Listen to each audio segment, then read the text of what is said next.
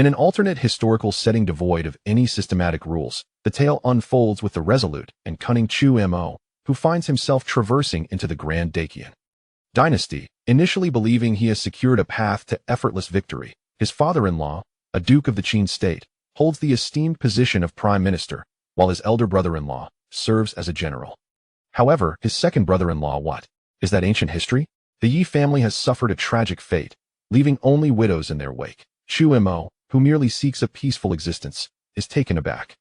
Before his eyes stand his valiant elder sister-in-law, the enchanting second sister-in-law, the wise fourth sister-in-law, and the naturally beautiful sixth sister-in-law, alongside his breathtaking wife. How dare anyone threaten my household of women? The sword in my hand is not without its merits. Driven to madness, Chu Mo embarks on a relentless quest for vengeance, raiding homes, slaying foes, exterminating families, and punishing entire clans, all under the name of Chu Mo, whose name signifies the darkness of ink. Chapter 1. Heaven above, I share no affinity with gambling and vice. Welcome, dear fathers-in-law, hide your thoughts well. Sister-in-law, I must enter. Xiao Mo, be gentle, sister-in-law, perhaps we should reconsider. What if my wife finds out that I vow to keep it a secret? I will never disclose it to Qin Wu. In the Dacian dynasty, within the Qin duke's residence, amidst the curling smoke from the golden furnace and flickering candlelight, in a dimly lit room, Chu Mo sits at the edge of the bed, his fingers trembling slightly as he holds a golden needle. He gazes at the man on the bed, whose skin glistens like gold, beads of sweat forming on his forehead. Just moments ago, he inexplicably crossed into this world. Before he could grasp the situation, he was urgently pulled into the room by his stunning sister-in-law, Jiang Qingwei. Chu Mo was left dumbfounded. He was no ordinary man. At that moment, fragmented memories of his predecessor surged into his mind. He was a son-in-law of the Yi family, possessing some medical knowledge, while the man lying on the bed was Yi Wushang, the sixth son of the Yi family. Xiao Mo, I implore you to save him. Jiang Qingyue's voice quivered, her delicate hand clutching his arm tightly. Chu Mo felt a pang of despair. In his previous life, he had been an undercover agent, skilled in various arts, an enforcer for a drug cartel, a ruthless doctor for a terrorist organization, a professional manager for a fraud syndicate, and a master of gambling techniques. Yet, he had no understanding of traditional Chinese medicine. If he proceeded with the needle, he might just send this sixth brother to his demise. It seemed that this was how his predecessor had met his end. Suddenly, the door burst open with a loud bang. A stunning woman, clad in a moonlit-hued embroidered gown, stood at the threshold. Her exquisite features resembled a finely carved sculpture, her lips naturally tinted with a soft pink hue. Her clear eyes mirrored the depths of a serene mountain spring, while her elegant brows, lightly dusted with frost, conveyed an air of aloofness that was both distant and captivating. Chu Mo's heart skipped a beat. The visitor was none other than his wife, Yi Qingwu. For reasons unknown, he felt as though he had been caught in an act of infidelity. Qingwu. Chu Mo was about to explain, but she interrupted. Come back with me. Yi Qingwu stepped forward, firmly grasping his shoulder and leading him out of the room. With a frown, Chu Mo followed her back to the small courtyard. Only when they arrived did she release her grip, her tone stern. Sister-in-law is anxious to save her husband, yet you have acted so foolishly. With your meager medical skills, how dare you attempt to treat sixth brother? Chu Mo sighed in relief, realizing this was her concern. That was close. He thought he might lose his stable position. After years of exhausting undercover work, he longed for a tranquil life. From fragmented memories, he recalled that the Yi family was a hereditary duke.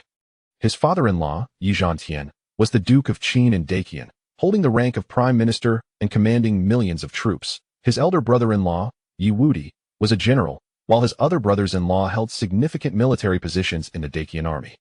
The third sister-in-law, Yi Rou, was the princess of the Su kingdom, and the fifth sister-in-law, Yi Yao, was the favored concubine of the current emperor. Each member of the family was a remarkable figure, wielding immense power. His wife, Yi Qingwu, was not only of noble status, but also exceptionally beautiful, with long legs and formidable martial skills. Whereas his predecessor was merely a minor physician, their union seemed utterly mismatched. Chu Mo found himself chuckling at the absurdity of it all. Gaining entry into such a prestigious family felt like a stroke of luck. Though his wife appeared somewhat indifferent, as long as he could live comfortably as a laid-back son-in-law, what bliss that would be. This truly seemed like a script for an effortless victory. Noticing Chu Mo's silence, Yi Qingwu continued, do you realize that sixth sister-in-law is a fourth-tier martial artist? Given her temperament, if you fail to heal sixth brother, She will likely vent her frustrations on you. A chill ran down Chu Mo's spine. Although the culture of this world resembled that of ancient China, it was also one steeped in martial prowess, where both the court and the martial realm coexisted. Fortunately, none of his thoughts had manifested into action, otherwise did I acknowledge my mistake. Chu Mo composed himself, taking a deep breath. Is it too late for me to practice martial arts? Yi Qingwu's tone remained unyielding. You have already missed the prime age for training. Even if you exert tenfold effort, you may only attain the rank of a third-tier martial artist. Chu Mo felt a tinge of disappointment. This world was perilous. While martial skills were not mandatory, they were undeniably essential. That I have recuperated sufficiently these past few days. Could you perhaps assign me some duties? He asked. No need, Yi Qingwu responded indifferently. Having entered the Yi family, I shall provide for you for a lifetime. Each month, you may withdraw 100 taels of silver from the treasury, but there is one condition. At this, her gaze turned sharp. You must not tarnish the Yi family's reputation. 100 taels a month? Chu Mo's heart leaped with joy. Such fortune. It seemed he could indeed embrace a life of ease. Engaging in leisurely pursuits, listening to music, and enjoying wine should not be deemed as damaging to the Yi family's honor, right? As a cultured man, composing poetry and indulging in wine seemed reasonable enough. He would merely be adapting to local customs. Yi Qingwu seemed to see through Chu Mo's thoughts and coldly replied. The Yi family shares no ties with gambling and vice. Driven by impulse, Chu Mo leaned in closer, whispering, What about the emperor? Yi Qingwu's expression shifted. Realizing her slip of the tongue, she cast a deep glance at Chu Mo and, biting her lip, stated, The Yi family shares no ties with gambling and vice. Unable to resist, Chu Mo inquired further, Why do you refrain from mentioning the word vice? Yi Qingwu directed an ominous glare at him. Sensing danger, Chu Mo quickly asserted, Heaven above, I, Chu Mo, also share no ties with gambling and vice. Yi Qingwu snorted and turned to leave. Suddenly, she recalled something, emphasizing, I hope you will adhere to the 3 promises I made to you. Not to touch, not to hold, and not to sleep. Chu Mo's expression turned skeptical. 100 taels each month, yet bound to a singular tree? As long as Yi Qingwu did not cast him out of the Yi family, he could comfortably live off this soft rice for a lifetime. What do you think? Yi Qingwu inquired with a half-smile, revealing 2 smooth pebbles in her hand. With a gentle squeeze, the pebbles crumbled into dust. Chu Mo felt a chill creeping beneath him. Gasping sharply, Yi Qingwu let out a soft hum and turned to depart. Did I say something wrong? Chu Mo grimaced, shutting the courtyard door and preparing to sort through the chaotic memories. As he turned, a sudden sweetness filled his throat, and he spat out a mouthful of black blood. The suffocating pressure in his chest dissipated, leaving him feeling remarkably lighter. Simultaneously, the fog in his mind lifted, and the memories of his predecessors surged forth like a tidal wave. Not only did he recall the past life, but even all the books, documents, and words he had casually glanced at were now vividly clear in his mind. Is this my golden finger? Chu Mo furrowed his brow. The so-called golden finger seemed rather lackluster. Shouldn't there at least be a system involved? After calling out for a moment without receiving a response, he finally cleared through all the memories, leaving him momentarily stunned. What a formidable force the Ye family was. What a father-in-law who commanded armies. All of it is merely ancient history. In the span of a decade, the men of the Ye family have nearly perished. The only one left, Ye Wushang, is gravely injured and incapacitated. Now, the Qin Guogongfu is left with nothing but a household of widows. What happened to the promise of tranquility? Chu Mo was left dumbfounded. Chapter 2. Am I truly an unparalleled master? How tragic. Chu Mo shook his head and sighed deeply once more. The ancestors of the Yi family were the founding heroes of the Qin dynasty, inheriting a title of duke without fail through generations. The Yi family had always been unique, but this generation was remarkably prosperous, with their power reaching its zenith. Yet, as the saying goes, prosperity leads to decline. 10 years ago, Yi Qingwu's father, Yi Zhantian, and her elder brother, Yi Wudi, perished on the battlefield. 5 years ago, her second brother, Yi Wufeng, and fourth brother, Yi Wuyu, went missing in a border conflict. Her sixth brother, Yi Wushang, was gravely injured and paralyzed from the waist down. A month ago, the only nephew, Yi Shao, was reported dead, with no remains found. The Yi family's men have been loyal and valiant. Nevertheless, someone sought to strip the Yi family of their ducal title, arguing that the male line had been extinguished. Compounding the situation, the Yi family had no collateral male relatives left. To make matters worse, The Duke of Wei shamelessly sent suitors to propose to his debauched son, who already had 13 concubines. Yi Qingyu was infuriated. Her husband, she thought, should not only possess literary and martial prowess, but also be exceptional and distinguished, not a lecherous wastrel. This was utterly intolerable.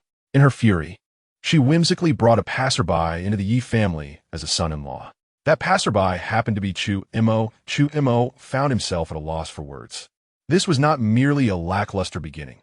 It was a veritable pitfall. Although the Yi family faced dire straits, his own situation was hardly better. He had only merged with the memories of his predecessor from around 3 years ago, who had suffered amnesia, been poisoned, and hunted multiple times. It was not until 2 years ago that he arrived in Zhaojing City, rescued by an old physician without heirs. Chu Mo was a quick learner. In just 2 years, his medical skills had already surpassed those of the old doctor. 2 months ago, the old doctor passed away, and Chu Mo inherited the medical clinic. Unexpectedly, half a month ago, while passing by the Yi residence, he inexplicably became the family's son-in-law. At noon today, as he performed his usual detoxification with golden needles, he was unexpectedly seen by Jiang Qingyu. Although Chu Mo had appeared lifeless, he revived. It was then that Jiang Qingyu concluded that his medical skills were extraordinary, pulling him along to treat Yi Wushang. Unfortunately, Jiang Qingyu was unaware that a different soul now inhabited this body. Suddenly, Chu Mo was taken aback. At that moment, a warm current surged from his dantian, spreading through his limbs like a rushing river, accompanied by a thunderous sound. Feeling the profound, internal energy coursing through him, Chu Mo was astonished.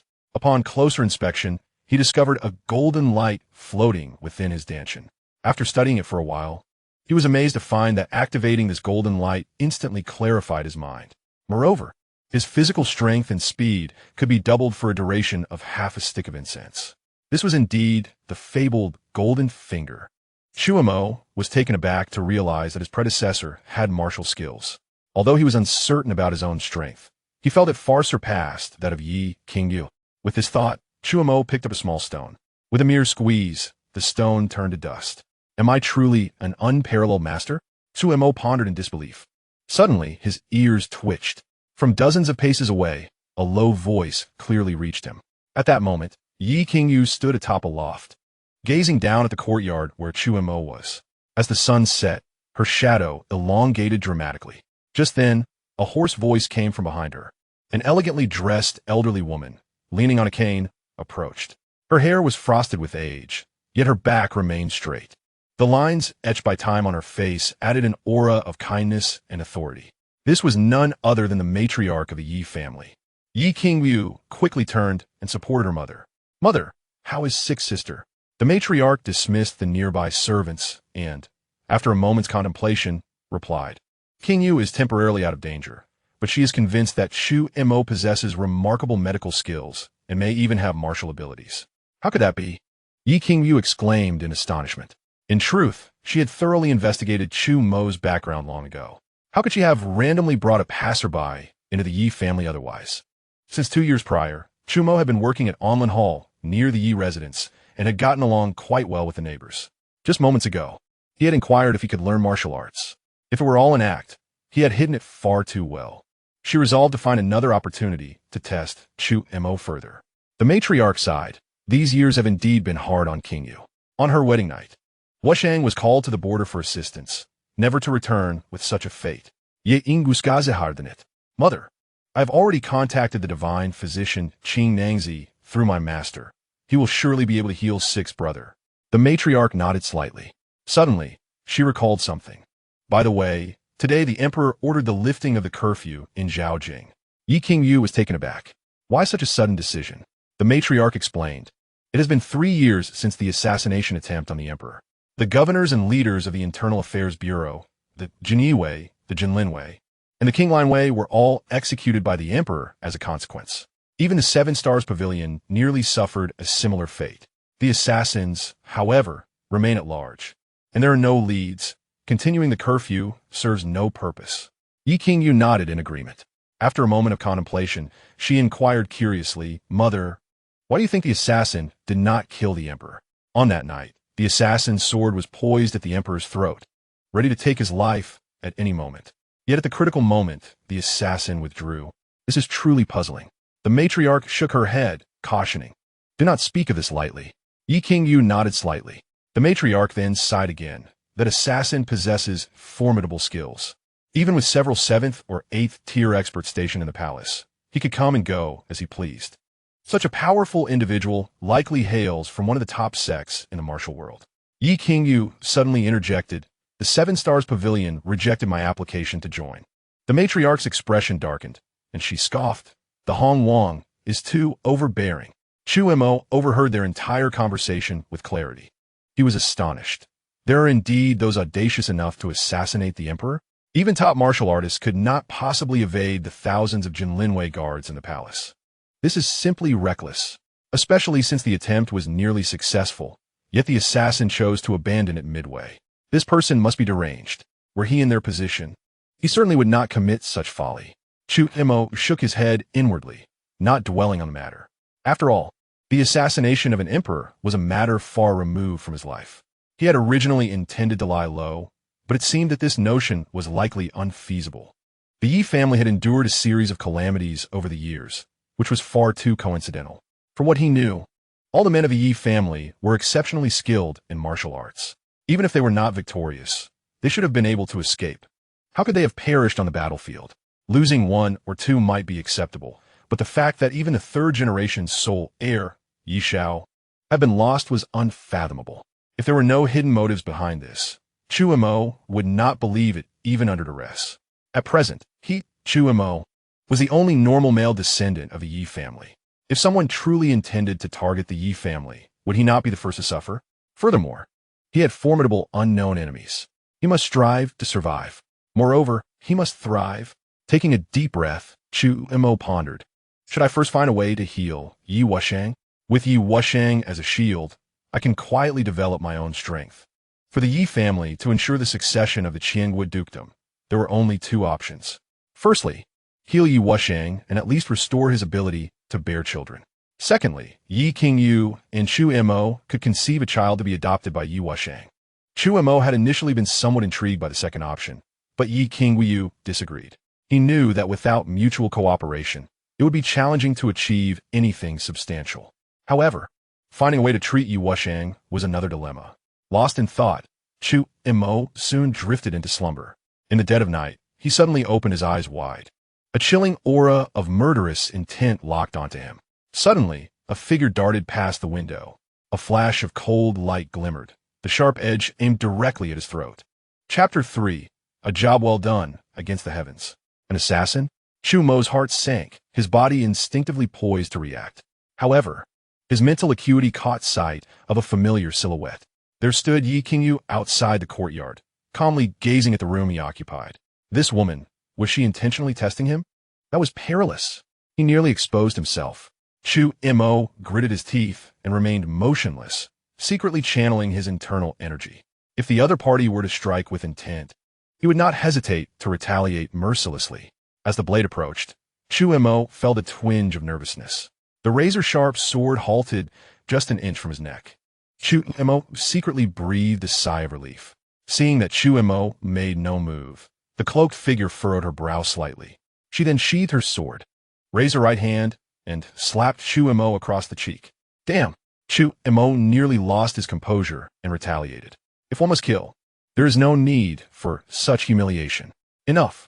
Chu Mo mumbled incoherently, hazily waving his left hand. The cloaked figure responded with another slap. Chu Mo grumbled under his breath. You are skilled. If I cannot provoke you, can I not evade you? He then shifted to a more comfortable position and continued to sleep. The cloaked figure watched Chu Mo's back in silence before ultimately turning to leave. Chu Mo slowly opened his eyes, his mental prowess quietly unfurling. Outside the courtyard, the cloaked figure removed her facial covering, revealing a stunning visage. She shook her head and remarked, He exhibits no alertness at all. He likely lacks martial skills. Yi Qingyu frowned slightly and asked, Does this mean that Lu Sa was mistaken? The cloaked woman sighed. I do not know how Qingyu judged that he possesses martial skills. But you, Qingyu, why did you suddenly make such a decision? Yi Qingyu remained silent. The cloaked woman feigned nonchalance and added, By the way, that lad is indeed handsome. Perhaps. Yi Qingyu interrupted, inquiring, "What about Seesaw and Desaw?" The cloaked woman, named Dongfang Yungzi, was the wife of Yi Jia's fourth son, Yi Wuyu. Upon hearing this, Dongfang Yungzi's expression darkened considerably. Desaw has learned of Xiao Xiao's news, but has yet to utter a single word. Their voices faded into the distance. Seesaw, Dongfang Yungzi. Chu Mo covered his face, feeling extremely displeased. Damn it, those two slaps were utterly pointless. Chu Mo reflected inwardly. Based on her aura, Dongfang Yungzi's martial prowess was indeed formidable. Although the men of Yijia were all dragons among men, the women were no less impressive. Each one was a phoenix among women, a heroine in her own right. Desaw Fu Wanyu, spirited and graceful, stood at the 5th grade innate realm. Sao Li Kaivai, enchanting and delicate, was at the 4th grade acquired realm. Seesaw Dongfang Yungzi, intelligent and graceful, possessed the demeanor of a heroine, also at the 4th grade acquired realm. Lu Saw Jiang Qingyu, possessing ethereal beauty and charm, was at the 4th grade acquired realm.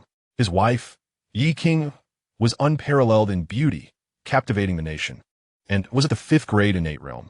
Even their mother was at the 5th grade innate realm. Such strength left Chu Mo in awe. He would have to exercise greater caution in his interactions with them. Fortunately, his predecessor was a competent practitioner, having cultivated mental energy, making him at least a 7th grade grandmaster. However, as a 7th grade grandmaster, he was still being hunted. One could only imagine how powerful his enemies were. Thankfully, 2 years ago, he had always worn a mask, and his disguise skills were exceptional. Few had seen his true face. With the strength of a 7th grade grandmaster, he should be safe for now. The following day, Chu Mo woke early, had a light meal, and then delved into the library. The knowledge within the mind of his predecessor was alarmingly scarce. After losing his memory, he could recall only a few martial arts techniques and had forgotten even his own name. He needed to urgently replenish his knowledge. Thus, he stayed there for half a month.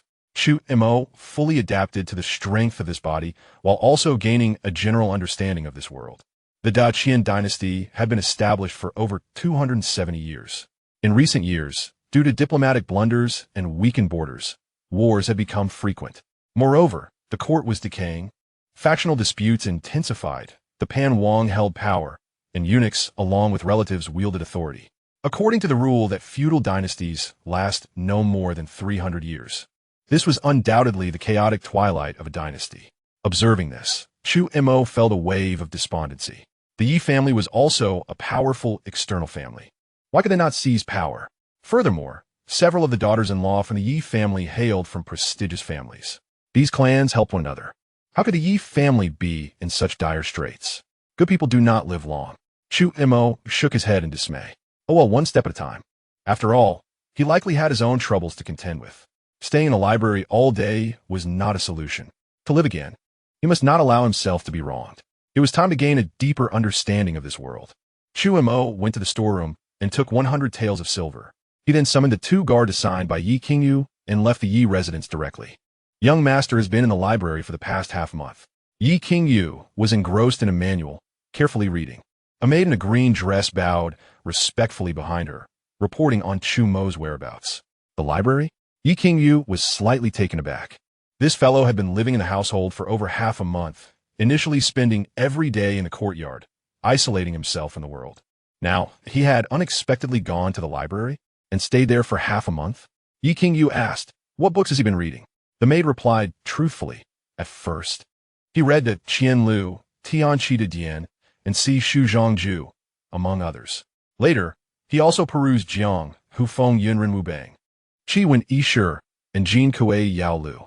In the last couple of days, he browsed through more than 10 martial arts manuals, including Long Zhua Shou, Zhu Mai Ji, Chui Xian Zhang, and Duan Ziju Sun Jiao. Yi Qingyu was even more astonished. Chu Mo was actually contemplating training in martial arts. Shouldn't she find a martial arts teacher for him? Wait a moment. How could these techniques be so insidious and treacherous? Yi Qingyu took a deep breath. Impossible. Chu Mo should not be such a despicable person. Perhaps it was just a coincidence. Yi Qingyu continued. By the way, have the servants been adequately assigned to him? The maid respectfully replied.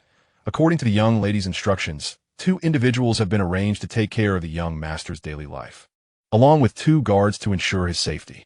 The guards are all loyal and skilled, of 3rd grade caliber. Yi Qingyu nodded slightly. She had never expected Chu Mo to assist the Yi family. As long as he did not engage in any extreme actions that would implicate the Yi family, everything would be fine. At that moment, a servant approached. "Young lady, the madam requests your presence in the council hall." Understood. Yi Qingyu took a deep breath and turned to leave the loft. Moments later, Yi Qingyu arrived at the entrance of the council hall. "Young lady." Suddenly, a hurried footstep sounded behind her, and the maid in green rushed to catch up. Yi Qingyu halted, frowning slightly. The maid glanced into the council hall and approached Yi Qing, whispering, "Young lady, what has happened to the young master? Ye ingus bro furuetik. Wasn't he reading in the library? How could he cause trouble?" The maid appeared somewhat flustered and took a deep breath. Just now, when the young master was about to leave, he ran into Xiao Jing, who came to propose marriage. Yi Qingyu's face filled with rage. She had already married, yet Xiao Jing still intended to pursue her, coming to propose every few days. The way Guo Gongfu has truly gone too far. Ye ingu epresit had impatienge. Questioning whether he had been bullied or intimidated. Neither, as it turned out. King Ai Mama shook her head and took a deep breath, stating that the young master had taken advantage of Xiao Jing's unpreparedness, delivering a strike that would likely leave Xiao Jing without descendants. Yi Qingyu's gaze went blank. She never expected Chu Mo to be so formidable. What a splendid move. Clenching her fists, she wondered if Xiao Jing intended to let him off the hook. Her heart swelled with a sense of vindication, her eyes icy as she declared that if Xiao Jing dared to harm a single hair on him, she would ensure he met a gruesome end. However, King Ai Mama sighed and replied that it was not Xiao Jing who was unwilling to spare the young master, but rather the young master who had no intention of sparing Xiao Jing. Chapter 4. The Justification for Living Off Others' What? Yi Qingyu's face was one of utter astonishment. She thought she must have misheard. Xiao Jing, having been kicked to the brink of losing his lineage, should surely be the weaker party. Given Xiao Jing's debauched character, he would not let Chu Mo go, would he? What did it mean that Chu Mo did not wish to spare Xiao Jing? King Ai Mama, at a loss for words, suggested that the young lady see for herself. At that moment, the main entrance of the Yi Mansion was filled with piercing wails that drew a crowd of onlookers, including patrolling soldiers. However, upon witnessing the scene at the entrance, everyone was left dumbfounded. A young man in splendid robes was rolling on the ground, clutching his groin and emitting cries akin to a slaughtered pig. Beads of sweat rolled down his face, clearly in excruciating pain. This individual was none other than Xiao Jing, the third son of the Wei Guogong and one of the four notorious rascals of Xiao Jing. Nearby, his four bodyguards were surrounded and beaten by a group of people, all battered and unable to move. "Keep hitting him, hit him hard." On the steps, a young man clad in dark robes was seething with rage. Who else could it be but Chu Mo? How dare he attempt to steal the young master's fiancée? Even though Yi Qingyu denied him her bed, she was still his nominal wife. This brat had the audacity to come and propose openly. He clearly held him in contempt. Xiao Jing, one hand on his head and the other on his groin, his eyes bloodshot and face contorted with rage, threatened, "Brat, I will not let this go. You are as good as dead." Daring to issue threats? Chu Mo scoffed, his face filled with disdain, declaring, "Whoever you are, if you dare to cause trouble at the Yi Mansion, I will not let it slide." With that, he angrily descended the steps and kicked Xiao Jing several more times. "Stop!" A loud shout echoed from a distance as a figure in red robes soared through the air, stepping on the shoulders of the crowd, heading straight for the main entrance of the Yi Mansion. Seeing this, Chu Mo quickly retreated several steps, shielding Yi Qingyu with his two bodyguards. Meanwhile, he finally caught a clear glimpse of the figure in red. The newcomer was a man in his 30s, tall and sharp-featured, with an unwavering gaze. He wore a red Fiyu robe paired with a phoenix belt and was equipped with a beautifully embroidered spring knife, exuding an aura of authority. As the crowd noticed the newcomer, they began to retreat.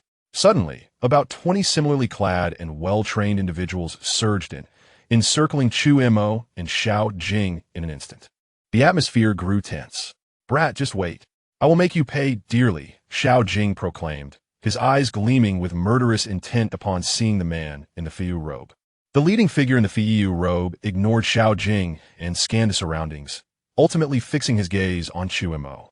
Before he could speak, Chu Mo stepped forward, eager to present his grievance. "Sir, you have arrived just in time.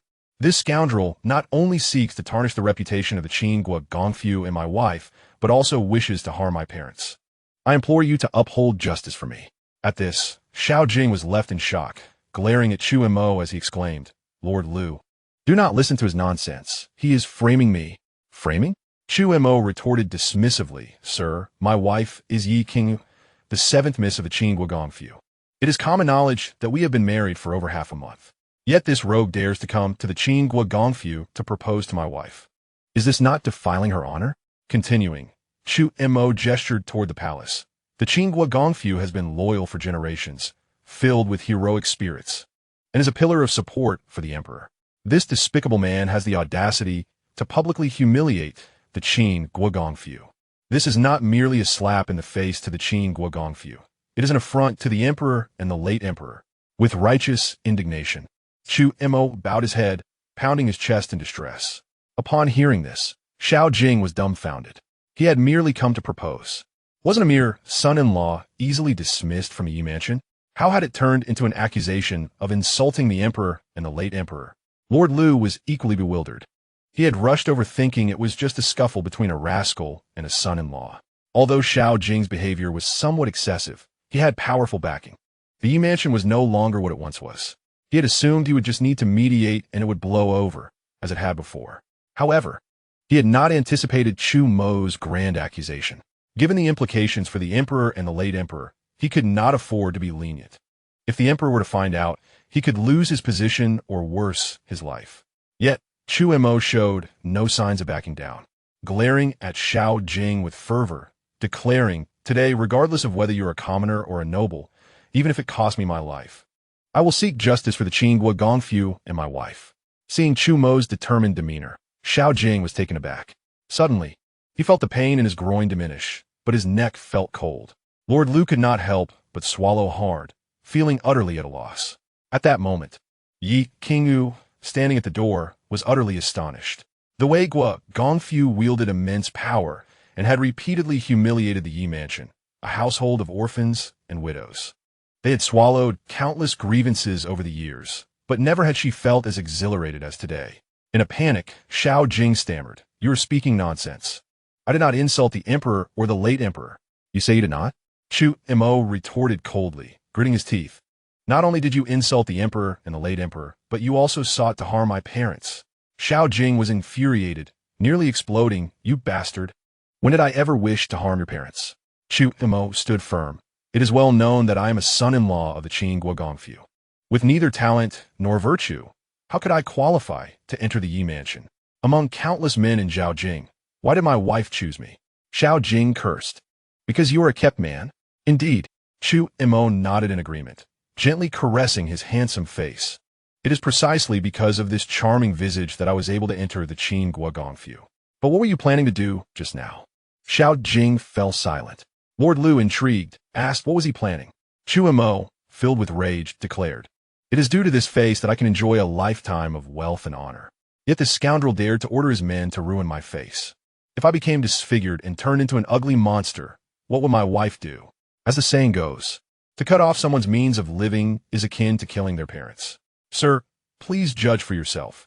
Does this not indicate that he wishes to kill my parents?" Lord Lu's mouth twitched. It was the first time he had witnessed someone so brazenly justifying living off others in such a refreshing and unorthodox manner. This fellow was truly a talent. Xiao Jing nearly spat out a mouthful of blood. The crowd was rendered speechless by Chu Mo's audacity, and even Yi Qingyu wore a dark expression. However, to be fair, although Chu Mo may be somewhat shameless, it must be acknowledged that his words carry a semblance of reason. After a prolonged silence, Lu Gu inhaled deeply and inquired, "Chu Gai, how do you intend to resolve this matter?" Xiao Jing's countenance shifted slightly as he retorted, "Lu Gu, what do you mean by that?" Leaning closer to Xiao Jing, Lu Gu half-crouched and whispered, "Shall you meet the emperor, third young master Xiao?" Xiao Jing instinctively recoiled. Meeting the emperor? He was in no position to claim righteousness in this situation. Lu Gu rose and approached Chu Mo. After a moment of contemplation, Chu Mo stated coolly, "As long as he agrees to my 3 conditions, I can treat this incident as if it never occurred." Chapter 5. His name is Mo, courtesy named Xinhe. "At most one," Xiao Jing exclaimed, his face a mask of fury, rebutting vehemently. He was a dandy, not a fool. How could he allow Chu Mo to dictate terms? After all, Yi Fu's son-in-law lacked virtue in the 5 elements. Who could predict how unreasonable his demands might be? Chu Mo smirked coldly. A shiver ran down Xiao Jing's spine, causing goosebumps to rise. Lu Gu cast a glance at Xiao Jing, disregarding him entirely, and turned to Chu Mo, courteously prompting, "Please." Chu Gui, set. Chu Mo, perplexed, noted the intriguing shift in Lu Ji's demeanor. From the outset, he seemed intent on mediating, yet now he subtly altered his stance, even hinting at support. Contemplating this, Chu Mo swiftly articulated his 3 conditions, stating solemnly, "First, he not only wishes to kill me, but also seeks to sever my financial avenues. Is it unreasonable to demand 100,000 taels of silver as compensation for mental anguish?" Lu Gu pondered thoughtfully and nodded. "Not unreasonable." Chu Mo's eyelids twitched. 100,000 taels of silver was deemed not excessive. Was the Guo Gong Mansion truly so affluent? It seemed he would have to lower his expectations. Chu Mo continued. "Second, he has tarnished the reputation of my wife, who is the daughter of a noble duke. 30,000 taels of silver as compensation is only fair. Wouldn't you agree?" Lu Gu frowned slightly. Was this individual truly so obsessed with money? Although the Yi family was no longer in its prime, they were by no means impoverished. After a moment of contemplation, Lu Gu conceded, fair and reasonable. Chu Mo pressed on. "Third, he has insulted the reputation of the Qin Guo Gong Mansion. Therefore, he should compensate 60,000 taels of silver. In total, that amounts to 100,000. Impossible. Xi Oying erupted, interrupting Chu Montag. 100,000 taels of silver was worth far more than he could muster. This fellow must be out of his mind." Lu Gu was left speechless. What were these 3 conditions? They were, in fact, a singular demand for money, cloaked in 3 excuses. Chu Mo was taken aback by Xiao Jing's swift rejection. It appeared he had indeed overstepped. Rather than becoming indignant, he smiled. "You may negotiate." Lu Yi Suovluid. Negotiate? Did he believe they were at a marketplace? At the entrance to the Yi residence, Yi Qingyu had initially intended to step out, but halted upon hearing this exchange, feeling utterly embarrassed. However, to their surprise, Xiao Jing actually attempted to negotiate, fearing Chu Mo would refuse. He firmly stated 20,000 taels, not a single tael more. Before he could finish, Chu Mo readily acquiesced. Xiao Jing was left dumbfounded. He had never imagined that Chu Mo would abandon his previous assertiveness and comply so easily. In that moment, he felt as if his mind was racing. This price seemed exceedingly disadvantageous. "Kid, I will remember you." Xiao Jing seethed through gritted teeth as he limped away. Chu Mo scoffed. "Did I permit you to leave?" After whispering a few words to his guards, they swiftly departed. Xiao Jing angrily demanded, "What else do you want?" Chu Mo coolly shook his head. "Have your people return to fetch the silver. Without the money, you cannot leave." Xiao Jing fumed. "I need to see a doctor." Chu Mo glanced at his lower region and replied, "I am not unreasonable. If you wish to depart, you may. Just write an IOU, sign it, and have Lord Lu bear witness. Should you fail to repay within 3 days, I will ensure this matter becomes public knowledge throughout Zhaojing City." Xiao Jing inhaled sharply. If he were to sign and seal such a document, that scoundrel would undoubtedly exploit it for even more despicable actions. He then looked towards several nearby guards and gritted his teeth. "You go back and inform my father to prepare the money." The 4 guards hurriedly scurried away. "If the money does not arrive, I will take my lord down with me." Chu Mo bellowed, then turned to Xiao Jing, suggesting, "Third young master Xiao, shall we enter the estate for a chat?" Xiao Jing dared not step into the Yi residence, having already been extorted of 20,000 taels at the threshold. Entering would surely strip him of everything. Indeed, this fellow's name was aptly chosen. Mo, courtesy name, Xinhe. Chu Mo, uninterested in Xiao Jing's plight, addressed Lu Gu. "Please. Lord Lu, do wait a moment." At that moment, Yi Qingyu finally emerged. She approached Chu Mo, feigning ignorance, and asked, "Husband, what is happening?" Chu Mo was taken aback. Yi Qingyu was quite adept at playing the game, intentionally flaunting their affection in front of others. "Well, I can play this game too," he thought, wrapping his arm around her waist. In an instant, Yi Qingyu felt as if she had been electrified, her body tingling. She had not expected Chu Mo to be so bold. However, she underestimated him. His wandering hand had already begun its descent. instinctively wanting to escape his grasp. She ultimately restrained herself. After all, he had avenged her grievances today, and she could grant him a moment of pride. Seeing this, Chu Mo smiled triumphantly. Even through her skirt, he could feel her delicate, soft skin.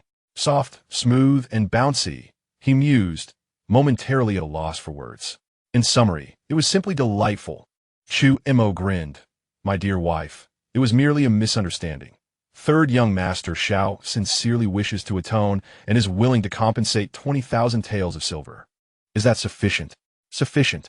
Feeling the tingling sensation at her waist, Yi Qingyu gritted her teeth. Observing this, Xiao Jing mistakenly believed Yi Qingyu was unwilling to reconcile, causing him to panic. He hurriedly exclaimed, King, I will never dare again. Silence. Chu Mo slapped Xiao Jing across the face, towering over him. Is King a name you are worthy of uttering? Yes, yes, yes, Xiao Jing stammered, one hand covering his groin, the other shielding his face, nodding apologetically. In that moment, Yi Qingyu felt that the arrogant dandy Xiao Jing was not as formidable as she had once believed. It was Chu Mo who now exuded the air of a true dandy. Suddenly, she felt a tightening at her rear. Chu Mo's wandering hand had crossed a line. This scoundrel is no better, she thought. Unfazed, she turned and affectionately linked her arm with Chu Mo's, her thumb and forefinger discreetly pinching a tender spot, spinning it in a full circle. Hiss! Chu Mo inhaled sharply, nearly brought to tears by the pain. At the Guo Gong Mansion, beneath the wisteria trellis in the courtyard, a sprightly old man donned in a cloud-patterned dark green brocade robe reclined in a soft chair. He leisurely savored tea while toying with a purple jade ring on his finger. This man was none other than Wei Guo. Suddenly, an elderly steward resembling a butler approached hastily, bowing deeply, my lord. Wei Guo continued to admire the purple jade ring, not bothering to turn. Is that little rascal causing trouble again? The steward lowered his head respectfully. Third young master. Wei Guo interrupted. Handle it as you see fit. If it can be resolved with money, do not trouble me. That little rascal will inevitably meet his end at the hands of a woman. The steward took a deep breath and recounted the events in detail. Wei Guo furrowed his brow, chuckling coldly. 20,000 taels of silver? Does he not fear being overwhelmed by greed? What is the name of that son-in-law from the Yi family, and what is his background? The steward candidly reported, Master. The son-in-law of the Yi family is named Chu Mo, a physician who arrived in Zhaojing 2 years ago. If Chu Mo were here, he would undoubtedly be astonished. There are matters that even he would need to recollect with care, yet the steward of the Shao residence is fully aware of them. The Duke of Wei snorted disdainfully. Chu Mo, truly a name that reflects the man, cold-hearted and ruthless. 200,000 taels of silver? I would dare to offer it, but would he dare to accept? Chapter 6. Fortunately, it is merely a casual encounter. At the main gate of the Yi residence, time flowed slowly. Unbeknownst to all, half an hour had passed. Xiao Jing, writhing in pain upon the ground, was drenched in perspiration. Chu Mo remained indifferent. The pain was indeed considerable, yet it would not be fatal. Just then, the sound of hoofbeats echoed from the end of the street. Everyone looked up. Yi Qingyu's expression tightened. She had not anticipated the Duke of Wei would truly send someone. Besides the foremost carriage, there were 10 additional carts laden with goods following behind. Moments later, the leading carriage drew near, and as the curtain was lifted, the Duke of Wei alighted. Father. Upon seeing the Duke, Xiao Jing immediately felt revitalized, calling out with excitement. Chu Mo narrowed his eyes. He was surprised that the Duke had come in person. Unfazed, Chu Mo drew the precious blade from the waist of a nearby guard and held it against Xiao Jing's neck, causing him to tremble in fear. Stop! The Duke of Wei shouted urgently. Turning to Yi Qingyu, though Xiao Jing has erred, he does not deserve death. I will gather 200,000 taels of silver, even if it costs me my entire fortune. Just promise to spare my son's life, and I assure you, he will never trouble you again. As soon as he finished speaking, the black cloth covering the 10 carts unexpectedly slipped, revealing the gleaming silver within. Yi Qingyu remained silent, instead glancing at Chu Mo. Chu Mo secretly smirked, recognizing the cunning of the Duke, who pretended to be pitiful before the crowd. Those unaware might believe the Yi family had been bullying his son, Xiao Jing, all along. Deliver it, Chu Mo commanded softly. Yi Qingyu's expression stiffened, and she lowered her voice. Are you truly accepting this? The Duke is a sly fox. He would never genuinely offer us silver. Chu Mo remained indifferent, the long knife trembling slightly in his hand. Do not move. The silver is for you. The Duke of Wei, startled, shouted, "Everyone, stand back." At this moment, a cold glint flashed in his eyes. Little brat, should you dare to take it, you will surely meet a grim fate. Not only that, but the Yi family will also face misfortune. Chu Mo sheathed his long knife, a smile plastered on his face.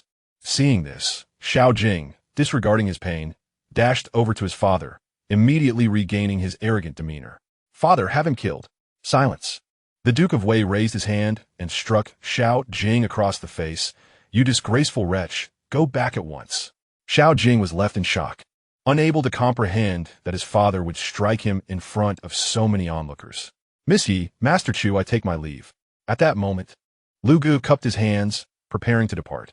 "Master Lu," Chu suddenly called out to Lu Gu. "I have just completed a transaction and am unsure how to pay taxes. I implore you to assist me.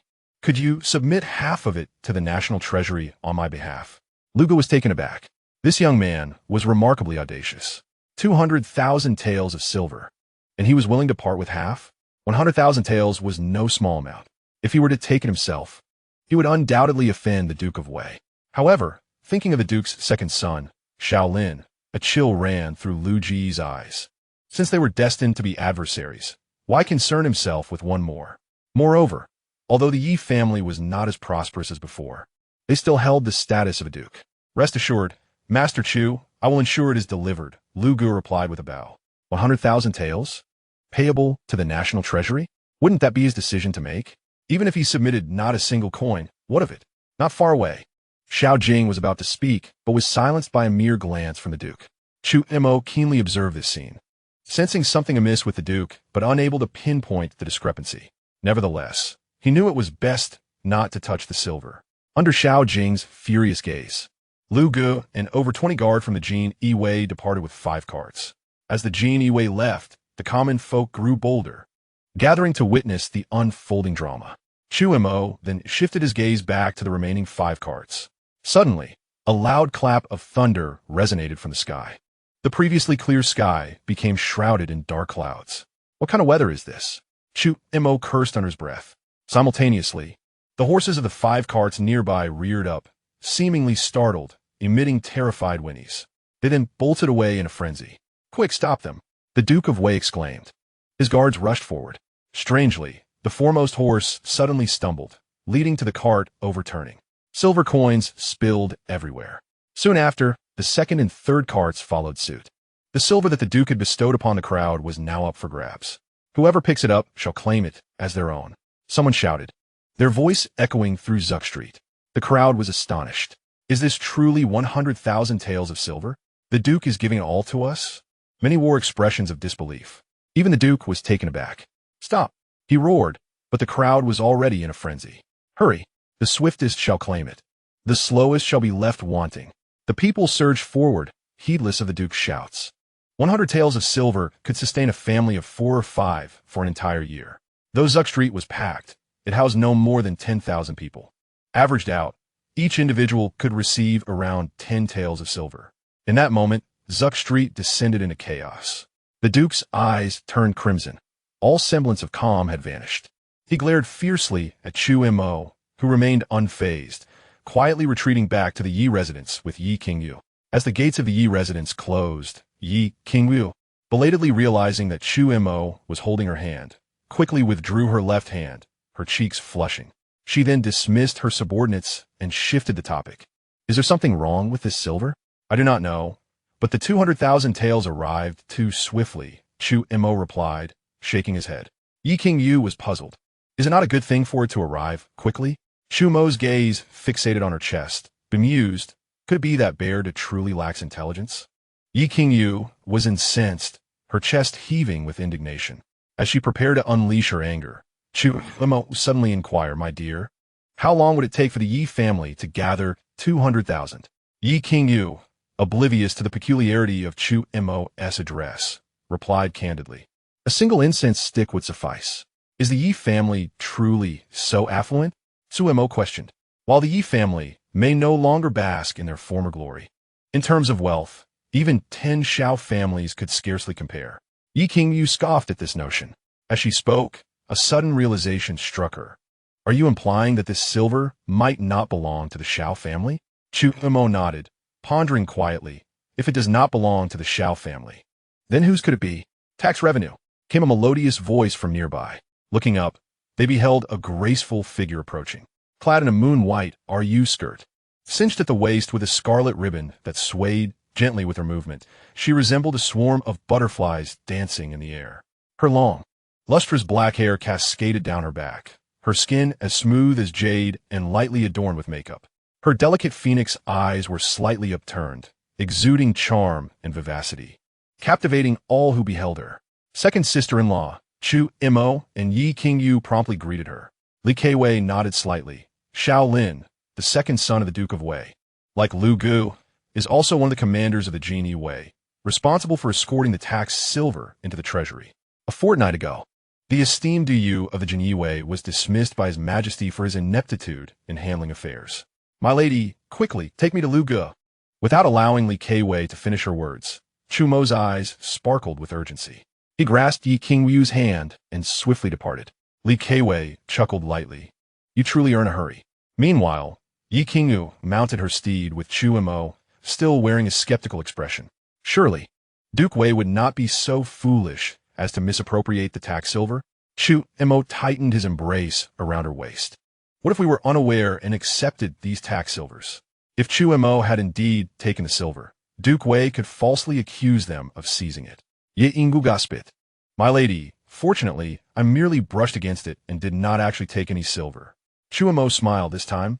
Duke Wei is destined to lose both his wife and troops. Yi Qingyu's face flushed, and she shot him a reproachful glare. Speak as you will, but keep your hands to yourself. Chapter 7. Open and honest. Sister-in-law's request. The sky was shrouded in dark clouds, with thunder rumbling and rain pouring down. Yi Qingyu urged her horse forward and finally caught up with Lu Gu and his entourage, who had taken refuge from the rain. Chu Mo reluctantly released his hold on her waist and dismounted, only to stumble and fall into a puddle. Yi Qingyu almost offered a warning, but recalling his earlier antics, her cheeks burned with embarrassment, nearly unable to stifle a laugh. Lord Lu, Chu Mo called out as he regained his footing. Lu Gu turned, slightly furrowing his brows. Could it be that Chu Mo had come to renege on their agreement? Realizing this, Lu Ji's expression darkened, as did those of his companions. If Chu Mo were to reclaim the silver, would it not mean losing a substantial gain? Taking a deep breath, Chu Mo said, Lord Lu, may I have a word in private? After a moment's hesitation, Lu Gu nodded, and the two men stepped beneath an unoccupied eave. Chu Mo surveyed the surroundings, his spiritual energy quietly unfurling. Once assured of their privacy, he spoke. This silver belongs to the local tax revenue. Lu Ji's pupils constricted, his voice chilling. Are you mocking me? Yi Qingyu swiftly positioned herself beside Chu Mo, eyeing Lu Gu warily. Simultaneously, Lu Ji's subordinates sensed the tension and began drawing their weapons. But Lu Gu quickly raised a hand to halt them, his face grim as frost. It was understandable. If Duke Wei accused him of colluding with the Yi family to seize the tax silver, the consequences would be dire. Given that Chu Mo was already aware of this matter, it raised suspicions of his intentions. Yet, Chu Mo remained unperturbed, smiling lightly. I only just learned of this, and came to bestow upon Lord Lu a fortuitous opportunity. Do you believe me? Lu Gu remained silent. Chu Mo continued. Where do you intend to deliver this silver? Lu Gu replied coolly. Since it is Lord Chu's tax silver, it will naturally be sent to the capital's treasury for storage. Clearly, he sought to distance himself from the matter. Chu Mo, unfazed, remarked, if you prefer to reject this fortuity and pursue your own demise, so be it. Lu Gu furrowed his brows. As a commander within the Jin Wei, a fourth-rank official, he was not accustomed to being ridiculed by a mere son-in-law. Under normal circumstances, he would have drawn his sword to end Chu Mo's life. Yet, at this moment, he was paralyzed with fear. Yi Qingyu's fingers hovered over her sword's hilt.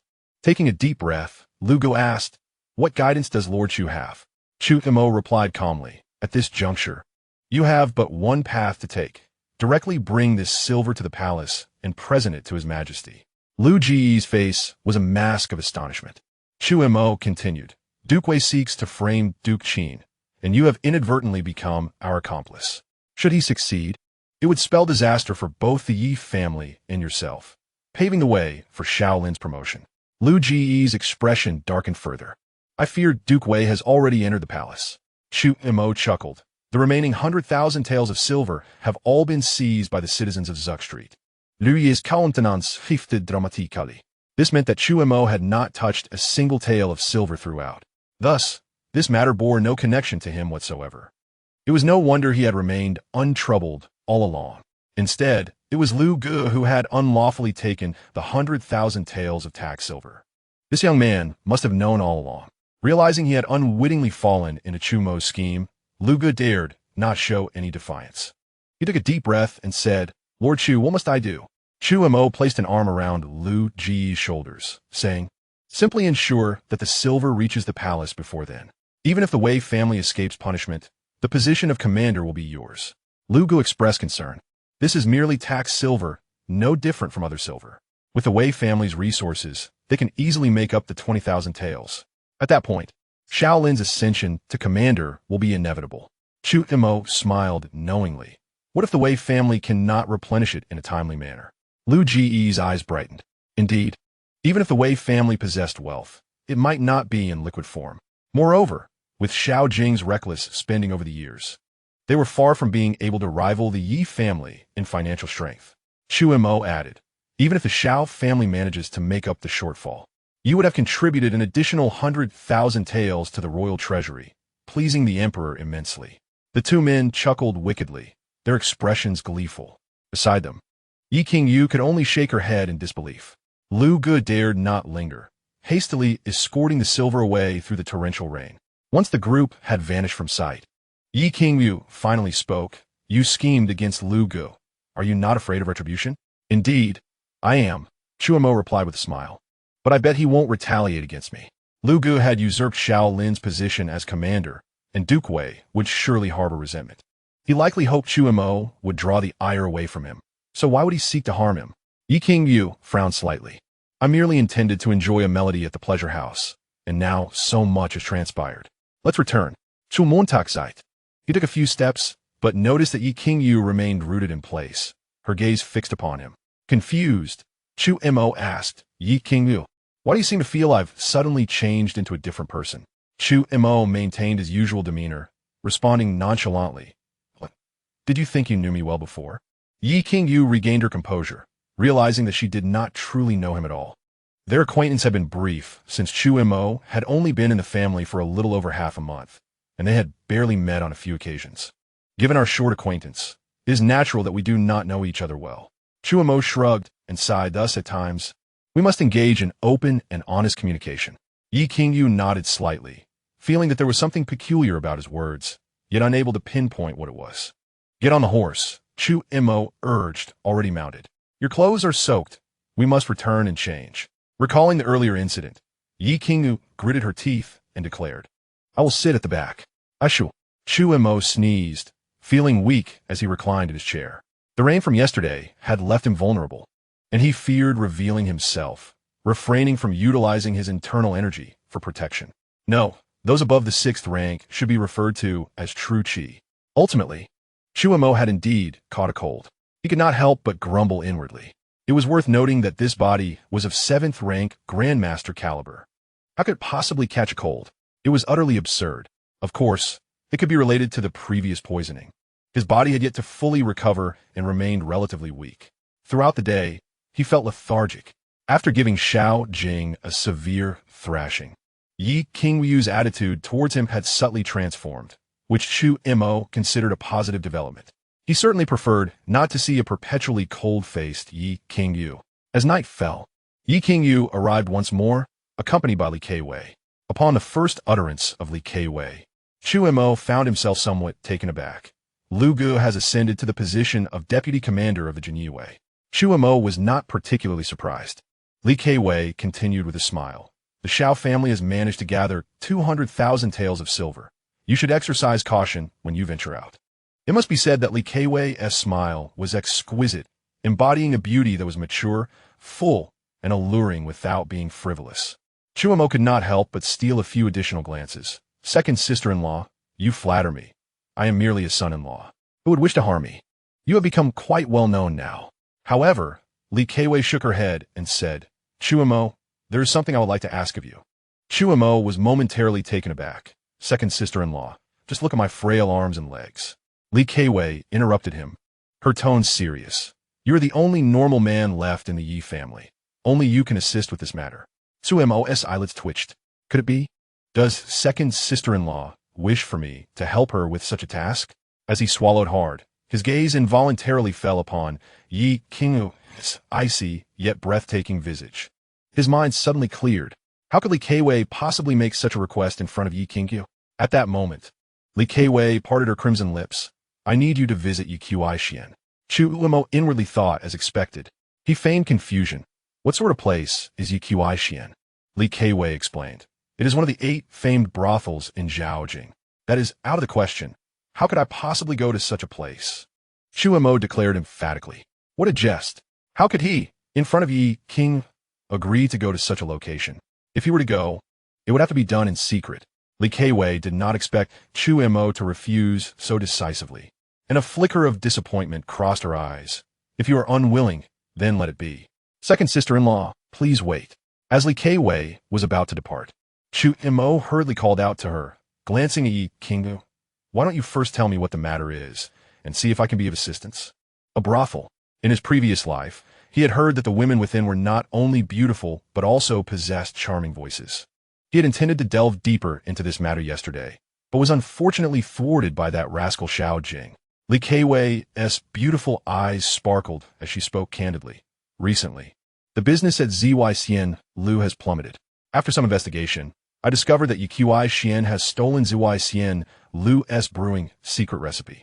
The wine sold at Yi Qian is not much different in taste from that of Xian Lu, yet it is priced 30% lower. This is outrageous. Chu Mo slammed his hand on the table, righteous indignation evident in his demeanor.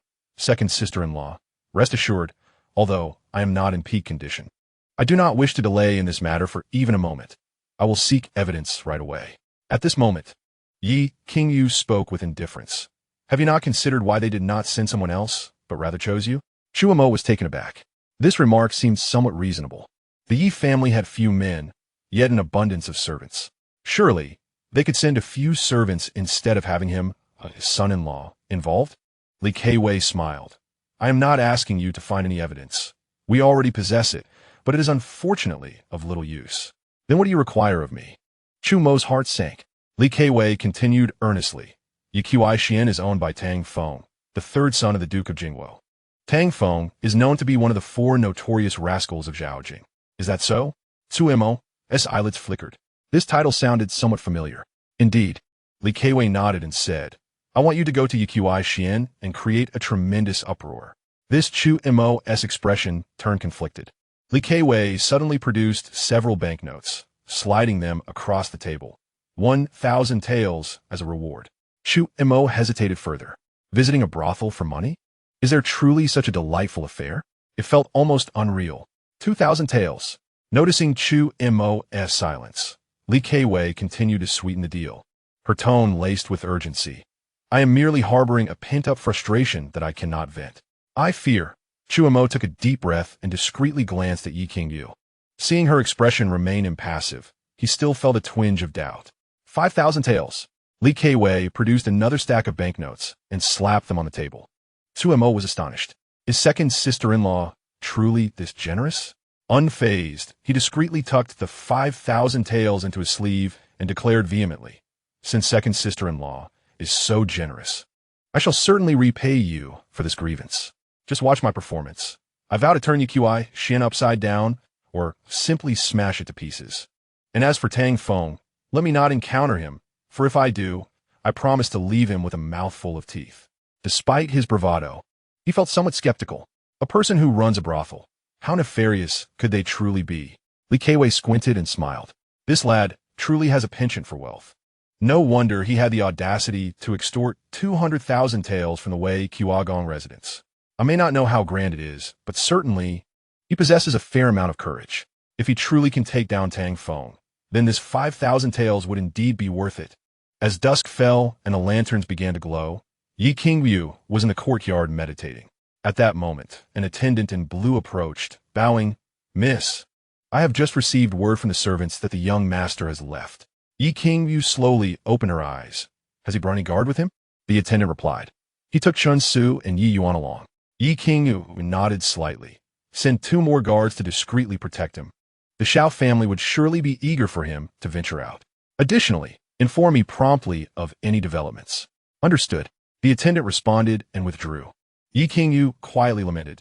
Second sister-in-law, why choose Chu Mo to cause a ruckus at Yiqui Xian instead of sending her brother Li Chenjiao?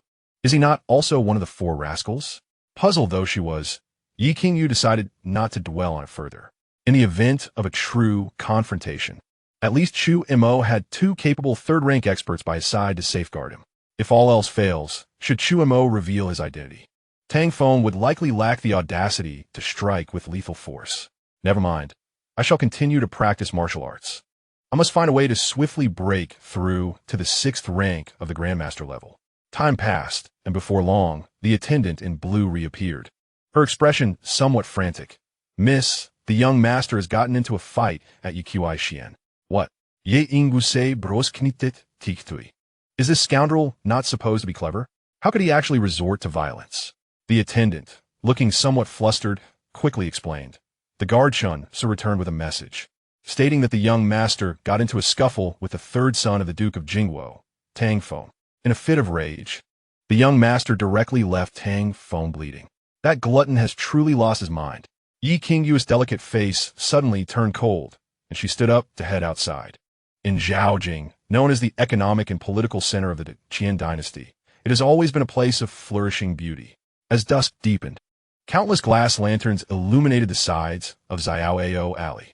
At the end of the alley, boats adorned with paintings glided gracefully across Yan Lake. Beautiful women leaned against the railings of the boats, their hairpins swaying in rhythm with their laughter. The streets were bustling with carriages and people, a scene of vibrant activity. At this moment, 3 figures paused before the resplendent Yiqui Xian. "Young master, this is the place." The burly guard Chun Su dared not meet the gaze of the girl beside him, who was disguised as a man, and spoke respectfully. Chu Mo's invitation to visit a brothel was not an extraordinary matter. However, he never expected that Chu Mo would resort to violence at the slightest provocation, striking the 3rd son of the Duke of Jingguo. Given the opposing numbers, they were ill-equipped to handle the situation and could only return to seek Yi Qingyu's aid. "Lead the way." Yi Qingyu raised an eyebrow. Chun Su guided them swiftly to the door of a private room on the 2nd floor.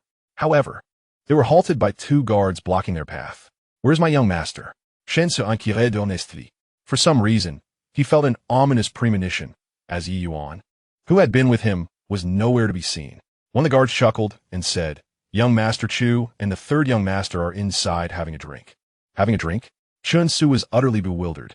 How could that be possible? He had witnessed Chu Mo land several punches on Tang Feng himself. With Tang Feng's temperament, how could he possibly let it go so easily? Yi Qingyu cast a questioning glance. At that moment, a familiar voice emerged from the room. "Young Master Chu, I am adept at playing the Xiao. Would you like me to perform a piece for you?" I have little affinity for such preambles, preferring to cut straight to the chase. "Young Master Chu, you are truly wicked. Brother Chu, I never expected us to be kindred spirits. The world mistakenly believes that the 3rd young master is a debauched scion, yet I perceive that as long as he remains steadfast, he will undoubtedly achieve greatness in the future." Outside the door, Yi Qingyu's cheeks flushed crimson. Colluding in mischief? She huffed coldly and turned to leave. Chun Su was left in stunned silence. What on earth is happening? Did Chu Mo not thrash Tang Feng? How could Tang Feng possibly spare Chu Mo? Yet the voices from within the room were unmistakably those of Chu Mo and Tang Feng, and they were already referring to each other as brothers. At that moment, Chun Su's peripheral vision caught sight of another guard, Yi Yuan, who had accompanied him. He noticed Yi Yuan alongside several of Tang Feng's guards in the hall, each embracing a young lady, leisurely enjoying their wine. Chun Su hastily approached, pulling Yi Yuan into a corner, his face darkened. What transpired after I departed? Chapter 9. Twice in one day, truly ruining Yiqui Pavilion. Chun Su was thoroughly perplexed. How could Tang Feng possibly become brothers with Chu Mo? Yet the laughter and merriment from upstairs were undeniably genuine. Yi Yuan let out a drunken belch and explained with a grin. The son-in-law struck the third young master a few times, fortuitously knocking out a troublesome tooth. That troublesome tooth had caused the third young master sleepless nights. Now that it is gone, he naturally owes thanks to the son-in-law. Despite saying this, he had been terrified at the time. After all, this was Tang Feng's territory. How dare Chu Mo take the initiative to strike? Shen suis liebst tuichide. Why did you say so earlier? The young lady just visited. Yi Yuan, upon hearing this, instantly sobered up. What shall we do now? Chun Su replied. The young lady did not enter the room, evidently not wishing to embarrass the son-in-law. We should report the truth to him. Otherwise, we risk displeasing both sides. Yi Yuan nodded in agreement. On the second floor, at Ingchun Pavilion, Chu Mo reclined languidly on a soft chair, a faint smile gracing his lips. He was fully aware of Yi Qingyu's arrival. Seeing that she did not barge into the room, he felt a sense of relief. If Yi Qingyu were to cause a scene, he would not linger in the Yi residence. After all, he was not here to patronize a brothel, and Yi Qingyu was already aware of this matter. He indeed found her figure and beauty appealing, but he understood well that they were merely faux spouses. Being a son-in-law to the Yi family posed no issue.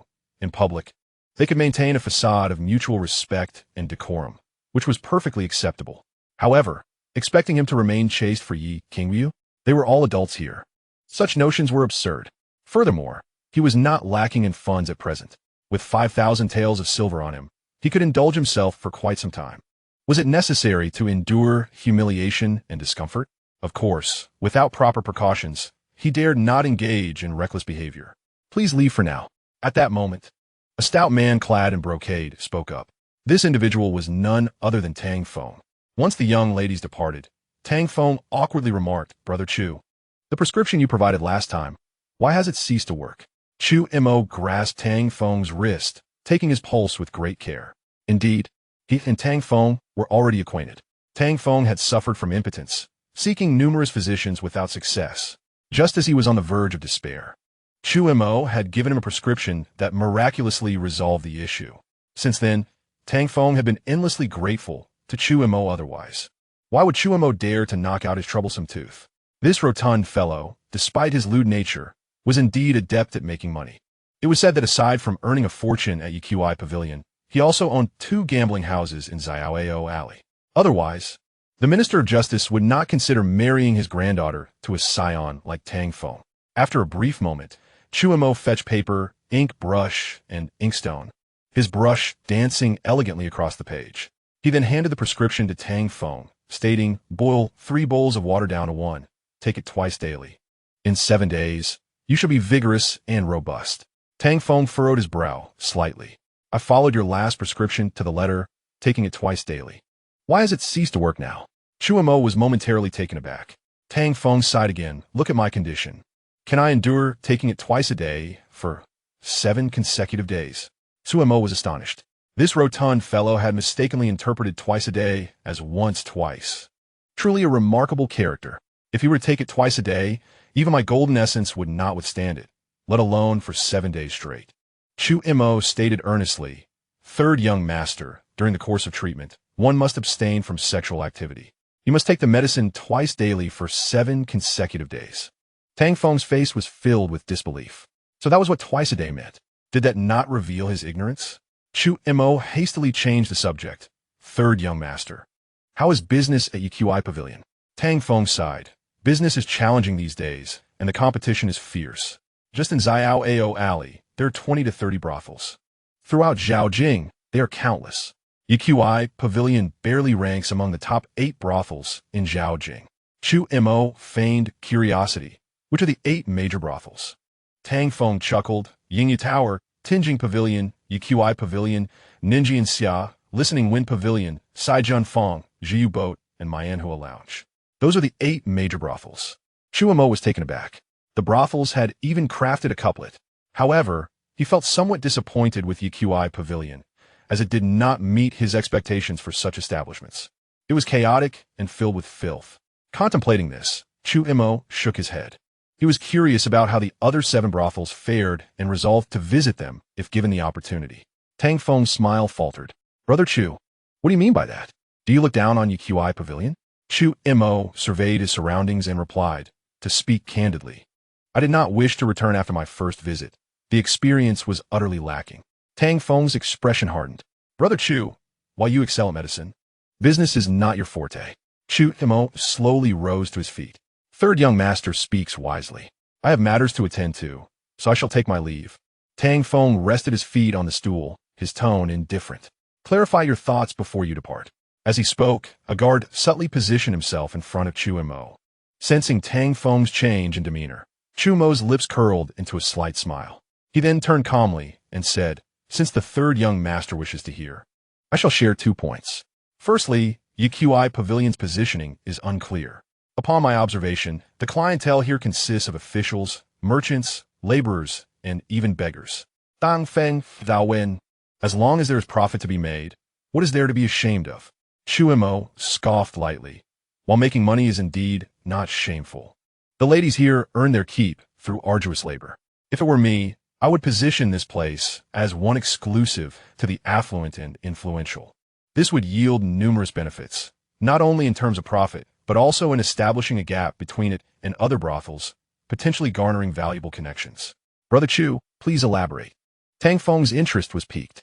He gradually lowered his legs, curiosity etched on his face. However, Chu Mo shifted the topic.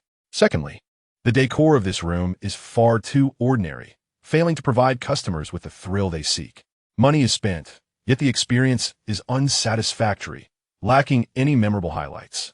If it were me, I would ensure that guests feel the distinctiveness of Yiqi Pavilion the moment they step inside, making them feel their money was well spent. Tang Feng felt a stirring in his heart, yet Chu Mo's words lacked substance. Tang Feng felt a twinge of dissatisfaction and said earnestly, Brother Chu, how about we collaborate? I will grant you a 20% share of the profits. Chu Mo sipped his tea and smiled enigmatically. Tang Feng gritted his teeth. 30%. Zu Montaxite. Third young master, it is not that I am unwilling to collaborate, but the Yi family's rules prohibit it. Moreover, your people have gone too far, causing my second sister-in-law to become upset. Upon hearing this, Tang Feng chuckled awkwardly. Chu Mo remarked, in truth, Zycn Lu has crafted an even finer wine. I wonder if the third young master holds any interest? Oh, Tang Feng was momentarily taken aback, narrowing his eyes as he inquired. Are you willing to sell me the secret recipe? Chu Mo shook his head. Third young master, I would never betray the Yi family in such a manner. However, I could persuade my second sister-in-law to offer it at a discounted price to each Shui Xian. In business, the essence lies in mutually beneficial cooperation. Dan Feng Bunda. If I were to collaborate with Yi Saw, would you be inclined to join us? Unless, of course, the third young master is willing to raise each Shui Xian to the ground. Without turning back, Chu Mo gestured dismissively. After his departure, a nearby guard expressed confusion. Third young master. He was merely a minor physician before and still remains a mere son-in-law. Is it truly necessary to accord him such respect? Tang Feng shrugged. Am I not also a wastrel, lacking superiority over him? Perhaps in the eyes of many, I might be considered inferior. Furthermore, his medical skills are not to be trifled with. It is prudent to avoid offending him. The guard contemplated this. At that moment, Tang Feng's gaze sharpened. Send word down. Close the doors tonight. Then, demolish each Shui Xian. The guard's eyelids twitched. Third young master. He could never have imagined that you would go to such lengths to curry favor with Chu Mo. Tang Feng cast a cold glance at the guard. Indeed, the guard promptly bowed and retreated. Tang Feng's eyes narrowed as he mused. This fellow possesses some merit. No wonder he could outmaneuver Xiao Laosan. If I can draw him into our ranks, each Shui Xian could very well become the reigning brothel of the land. Such a loss is trivial in comparison. Chapter 10. The Wastrel's Nemesis, to heal or not to heal. Upon leaving each Shui Xian, Chu Mo was suddenly approached by 2 figures emerging from the shadows. Chen Su and Yi Yuan quickly shielded Chu Mo within their midst. Upon recognizing the newcomers, they bowed in greeting. Mississippi Chu Mo feigned surprise. My dear wife, what brings you here? Have you come specifically to protect me? Chen Su and Yi Yuan were taken aback. Protect you? Young master, what about your dignity? How can Miss possibly come to your aid in a brothel? She fears you might be harmed within each Shui Xian. Ye Ingu gently of it headhunt, prompting her maids and Chen Su to step back a pace. She then spoke. 5,000 taels of silver are not easily earned. You had promised my second sister-in-law to create a ruckus at Yi Xian. This scoundrel had conspired with Tang Feng. Such treachery is truly unconscionable. Boom! Just as Chu Mo was about to respond, a commotion erupted at the entrance of Yi Xian. The two turned to witness a throng of customers being expelled. Soon, the sounds of destruction echoed from within. Yi Qingwu gazed at Chu Mo, her face a mask of disbelief. After a moment, she exclaimed, "How did you manage this?" Chu Mo replied, "I can't say for certain." He had initially planned to discreetly set fire to Yi Xian that night, thereby fulfilling Li Kaiwei's request. However, when Tang Feng mentioned collaboration, Chu Mo's mind wandered slightly astray. Yet, he believed there was little chance of the Yi family partnering with the Tang family. Even if they did collaborate, opening a brothel would be out of the question. The Yi family's code forbids it. Thus, he casually mentioned a remark upon leaving. Little did he expect Tang Feng would indeed demolish Yi Xian. This fellow possesses such audacity? Clearing his throat, Chu Mo stated, "I told Tang Feng that if he did not demolish Yi Xian, my wife would take matters into her own hands, and he would likely have been frightened." Yi Qingwu regarded him with skepticism. Tang Feng was not only a wastrel, but also the legitimate grandson of the Duke of Jingguo. While he might fear her, it was unlikely to such a degree. However, the destruction of Yi Xian was unfolding before her eyes. Sensing that whatever method he employed, it was undoubtedly linked to him. "My dear wife, let us return." Chu Mo wrapped his arm around Yi Qingwu's waist, whispering softly. Yi Qingwu's expression hardened. This fellow was becoming increasingly audacious. Just as she prepared to extricate herself from his grasp, a somewhat familiar voice called out, "Chu Guy." Turning to see Lu Gu approaching with 4 guards clad in casual attire, Chu Mo feigned surprise. "Lord Lu, what a coincidence." "What Lord Lu?" Lu Gu waved his hand, smiling. "If Chu Guy holds me in esteem, simply call me by my name." Chu Mo clasped his hands together, "Brother Lu." He was not foolish enough to address Lu Gu directly by name. "Brother Chu," Lu Gu grinned, pulling Chu Mo's wrist. "Come, tonight we shall indulge until we are inebriated." Chu Mo sighed. "Brother Lu, I truly cannot this evening. Perhaps another time." Lu Gu frowned slightly. Did Chu Mo truly refuse him this small courtesy? Suddenly, his gaze fell upon the young lady beside him. Lu Ji's heart skipped a beat. Good heavens! Is that not Yi Qingwu? She is disguised as a man, accompanying Chu Mo to a brothel? This defies all reason. A broad smile spread across Lu Ji's face. "In that case, we shall speak another time." Chu Mo waved his hand, leading Yi Qingwu away. Nearby, a burly man grumbled, "Boss, this Chu Mo is exceedingly ungrateful. You invite him for a drink, and he rebuffs you. Could it be he has a fondness for men? That young pretty boy in his arms certainly is striking." The other 3 quickly chimed in their agreement. Lu Gu delivered a swift kick to the burly man's backside. "Damn it, are you blind? That pretty boy is the 7th miss of the Yi family." At this revelation, the 4 men were left astounded. The burly man exclaimed, "I must say, she does bear a resemblance. This Chu Mo is quite extraordinary, managing to have the Yi miss accompany him to a brothel. It is well known that the Yi family has numerous businesses, but has never engaged in the pleasure industry. In fact, even their servants are prohibited from entering such establishments." Lu Ji's voice turned serious. "In the future, be more discerning. When encountering Chu Mo, it is best to show respect, just as you would with me." "Yes, boss." The 4 men quickly responded with deference. The burly man added, "Boss, let us change venues. Yi Xian has been destroyed." Lu Gu furrowed his brow. "Who did the demolishing?" Yi Xian is the property of the 3rd young master of the Duke of Jingguo. Although Tang Feng often appears jovial and is known as one of the 4 great wastrels, when provoked, he is far more ruthless than the others. The burly man replied, "I specifically inquired with Tang Feng's guards. It seems he did it himself, claiming it was to avenge Yi Er-saw." Lu Gu frowned. "Who is Yi Er-saw again?" The burly man clarified, "Li Kaiwei, the wife of Yi Wufeng." Suddenly, Lu Ji's eyes widened in realization. Hadn't Chu Mo just emerged from Yi Xian? Tang Feng is much more formidable than Xiao Jing. How did Chu Mo manage to persuade Tang Feng to willingly demolish Yi Xian? Is it possible that he is the nemesis of wastrels? Lu Gu gazed into the distance where Chu Mo had departed, lost in thought. Last time, had Chu Mo wished to end his life, he would have succeeded. His current position as a commander within the Jinyi was in no small part due to Chu Mo's influence. For reasons unknown, he felt that Chu Mo was a figure of profound depth. No, he must never become an enemy of him. The following day, Chu Mo lounged in a chair, soaking up the sun. In a courtyard, Chun Su and Yi Yuan were engaged in a sparring match.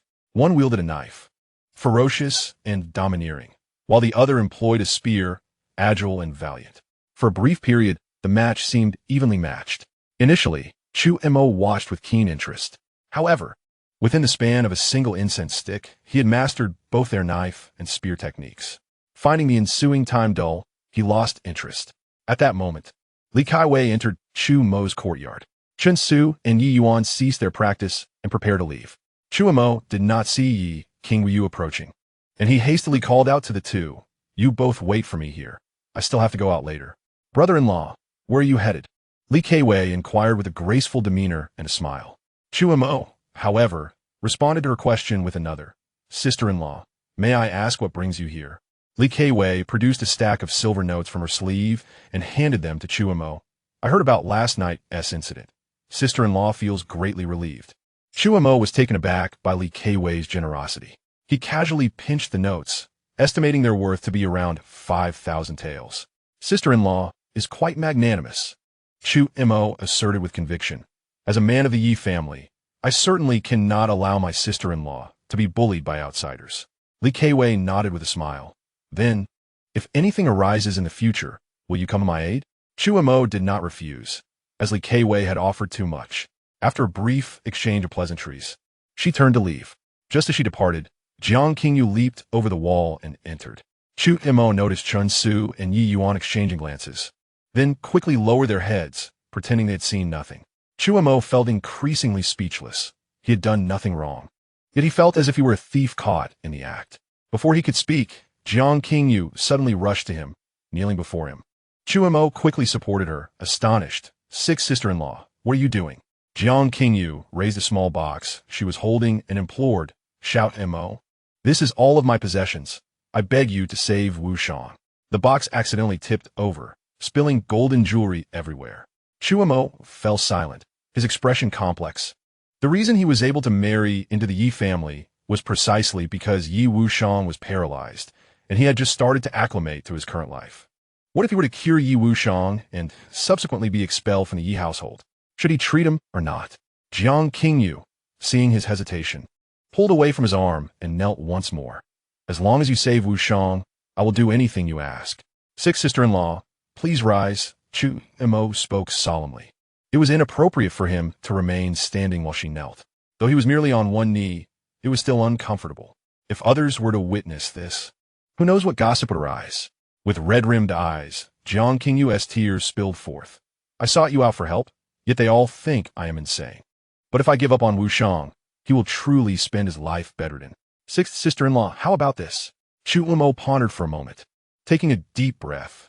"I can attempt to treat him, but I cannot guarantee success." Jiang Qingyu's face lit up with joy. She quickly handed the jewelry box back to him. "I'm financially constrained and cannot afford to be as generous as second sister-in-law." Feeling somewhat embarrassed, she hesitated. Chu Mo waved his hand. "You should take these back. I cannot accept them. Furthermore, I need to investigate your sixth brother's condition. Until then, you must not tell anyone." "Understood," Jiang Qingyu nodded, relieved as she departed. Chu Mo took out 200 taels in silver notes and handed them to Chun Su and Yi Yuan. "This matter must remain between us. If I fail to cure your sixth brother, I would rather not face humiliation." "Yes," Chun Su and Yi Yuan replied respectfully. They were not particularly optimistic about Chu Mo's medical skills. The Yi family had consulted numerous renowned physicians and imperial doctors for Yi Wushang's treatment, with negligible results. After all, Chu Mo was merely a junior physician. How could he possibly heal Yi Wushang? In truth, Chu Mo did not harbor much hope either. He mentioned it only because Yi Qingyu had plans to invite the famed physician Qing Nangzi, who might be capable of curing Yi Wushang. Even if he could not succeed, it would not matter. If even the renowned physician could not heal him, it would be perfectly reasonable for him, a mere junior, to be unable to do so. As evening approached, Yi Qingyu returned once more. Chu Mo was momentarily taken aback. "What brings you here?" Yi Qingyu's delicate features stiffened. Did this rogue truly not wish to see her? With a cold huff, she tossed down 2 volumes of manuals and turned to leave. "Just joking." Chu Mo quickly grasped her arm, diverting the conversation. By the way, what is the status of your sixth brother's injuries? Yi Qingyu looked at him with curiosity. Did sixth sister-in-law come looking for you again? Chu Mo shook his head. No. In fact, he had a great deal of admiration for Jiang Qingyu. While everyone in the Yi family had nearly given up over the years, she had persisted. Yi Qingyu took a deep breath and explained. The injuries to sixth brother are the result of 3 malevolent techniques. One of these techniques is called Qianzhu Wandu Shou. Those afflicted bear black and blue markings around their hands that resemble spider webs. Moreover, there is a period each day when it feels as though countless spiders are tearing at one's flesh, resulting in excruciating agony. Chu Mo felt a shiver run down his spine. He was perplexed. Since you are aware of the techniques, can they not be treated? Yi Qingyu shook her head. If it were merely the Qianzhu Wandu Shou, it would certainly be treatable. However, there's also a technique known as Xianyin, which contains a cold, icy internal force that, once it invades the body, feels as if one is plunged into a millennium-old ice cellar, freezing one to the marrow. Chu Mo became increasingly anxious. It was indeed miraculous that Yi Wushang had survived this long. Yi Qingyu gritted her teeth. The most critical technique is the Funjin Quo Gu Shou. Sixth brother's sinews and bones have been disrupted by this technique, akin to a tangled rope, with his acupoints locked by internal energy. Any slight movement brings unbearable pain. Moreover, if the sinews and bones are not unraveled, the toxins and chill from the Qianzhu Wandu Shou and Xianyin cannot be expelled. As she spoke, frost covered Yi Qingyu's face. Chu Mo could not help but inhale sharply. The perpetrator was exceedingly malicious. To have tormented Yi Wushang for 5 years was truly heinous. What kind of grudge could lead to such cruelty? Suddenly, Chu Mo recalled something, furrowing his brow slightly. Given the resources of the Qin State's Duke's Mansion, it should not be difficult to find someone to counteract these 3 techniques, suggesting there was likely more to this story than he realized. Miss, at that moment, the excited voice of Qing Imama rang out from the doorway. The renowned physician Qing Nangzi has arrived. Great. The frost on Yi Qingyu's face vanished instantly, replaced by delight. Without a second thought for Chu Mo, she hastily exited the courtyard. Chu Mo stealthily followed. At that moment, the courtyard where Yi Wushang resided was already bustling with people, all eyes focused on an elderly man clad in a green robe. His white hair danced in disarray, and he appeared quite unkempt. His prominent forehead bore a small goat beard, which was braided into 3 sections. A gourd of wine hung from his waist, and he emanated a strong scent of liquor. Which one of you is Yi Qingyu? Qing Nangzi surveyed the crowd with a detached expression. I am Yi Qingyu. Her voice rang out from the entrance. Thank you. No need for thanks. I owe a favor to the people of Lingyun Pavilion. Qing Nangzi interrupted her. Let us be clear from the outset. Whether or not I can cure him, the favor will be considered settled. Yi Qingyu, aware of Qing Nangzi's temperament, nodded solemnly. After all, he was one of the 6 great physicians in the Jianghu of Deqian, and the chances of saving Yi Wushang were quite high. Everyone else may disperse. Only a few may remain. Qing Nangzi waved his hand. Lead me to see the patient. Yi Qingyu promptly dismissed all the servants, retaining only a few to assist.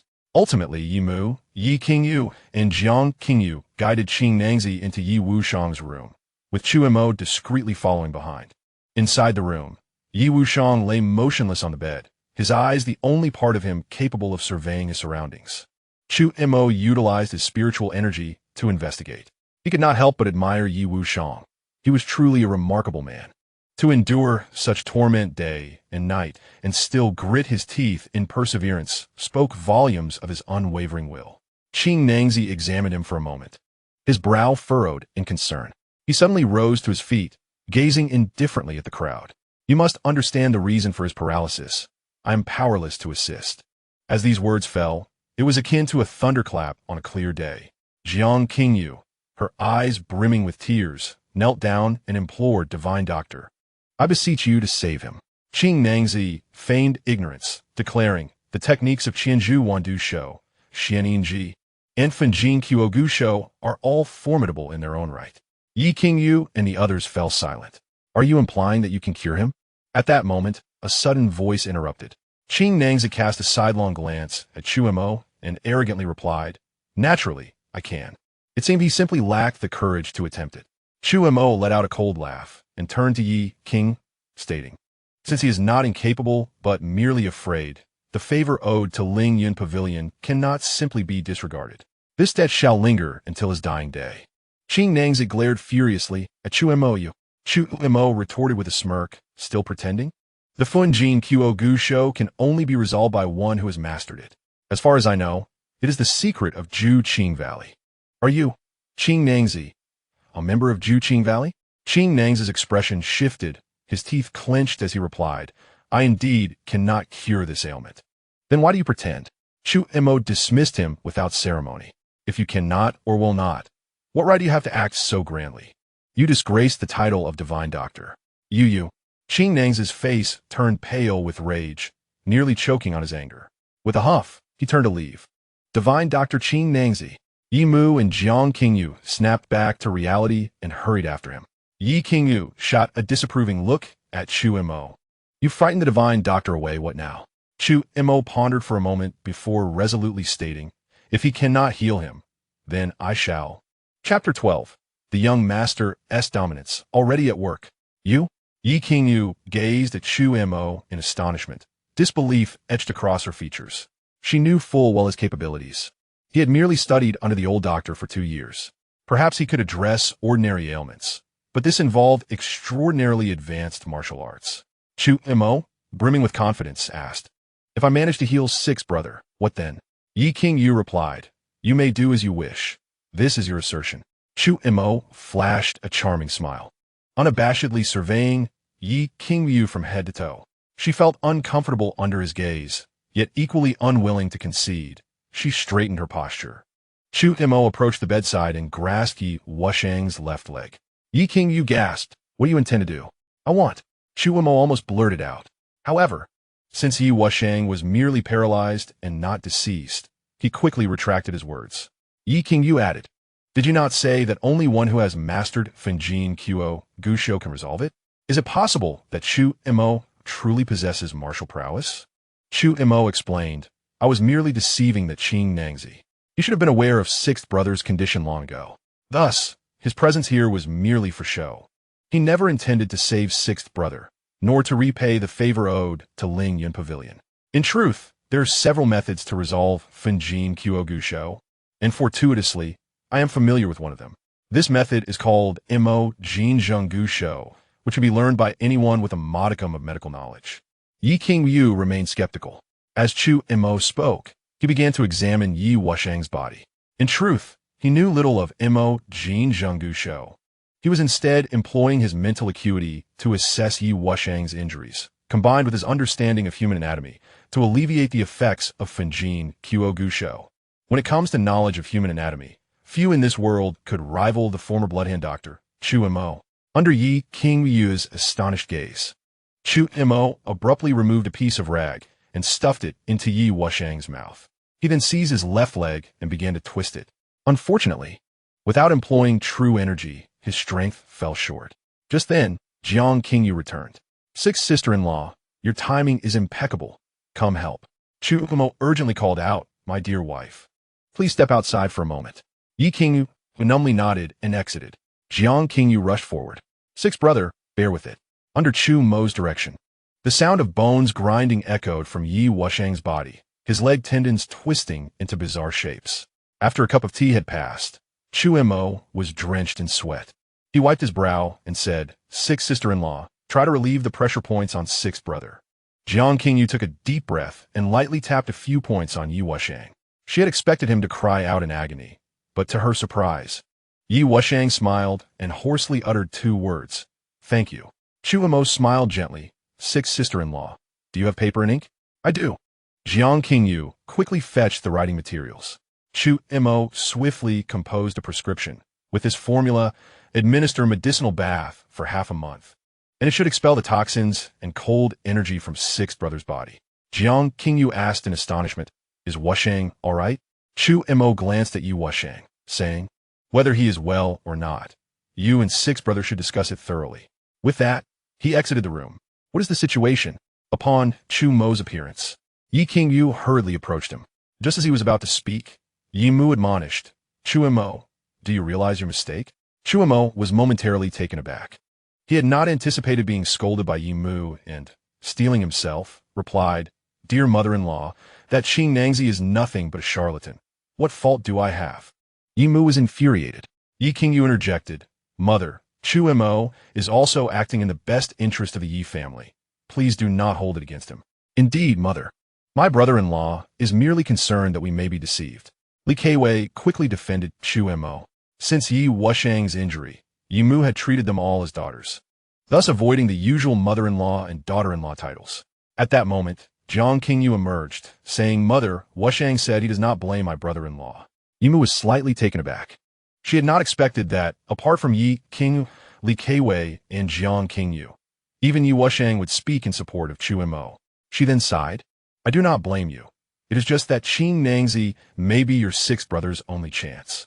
Rest assured, dear mother-in-law, I shall find a way to heal sixth brother," Chu Mo declared earnestly.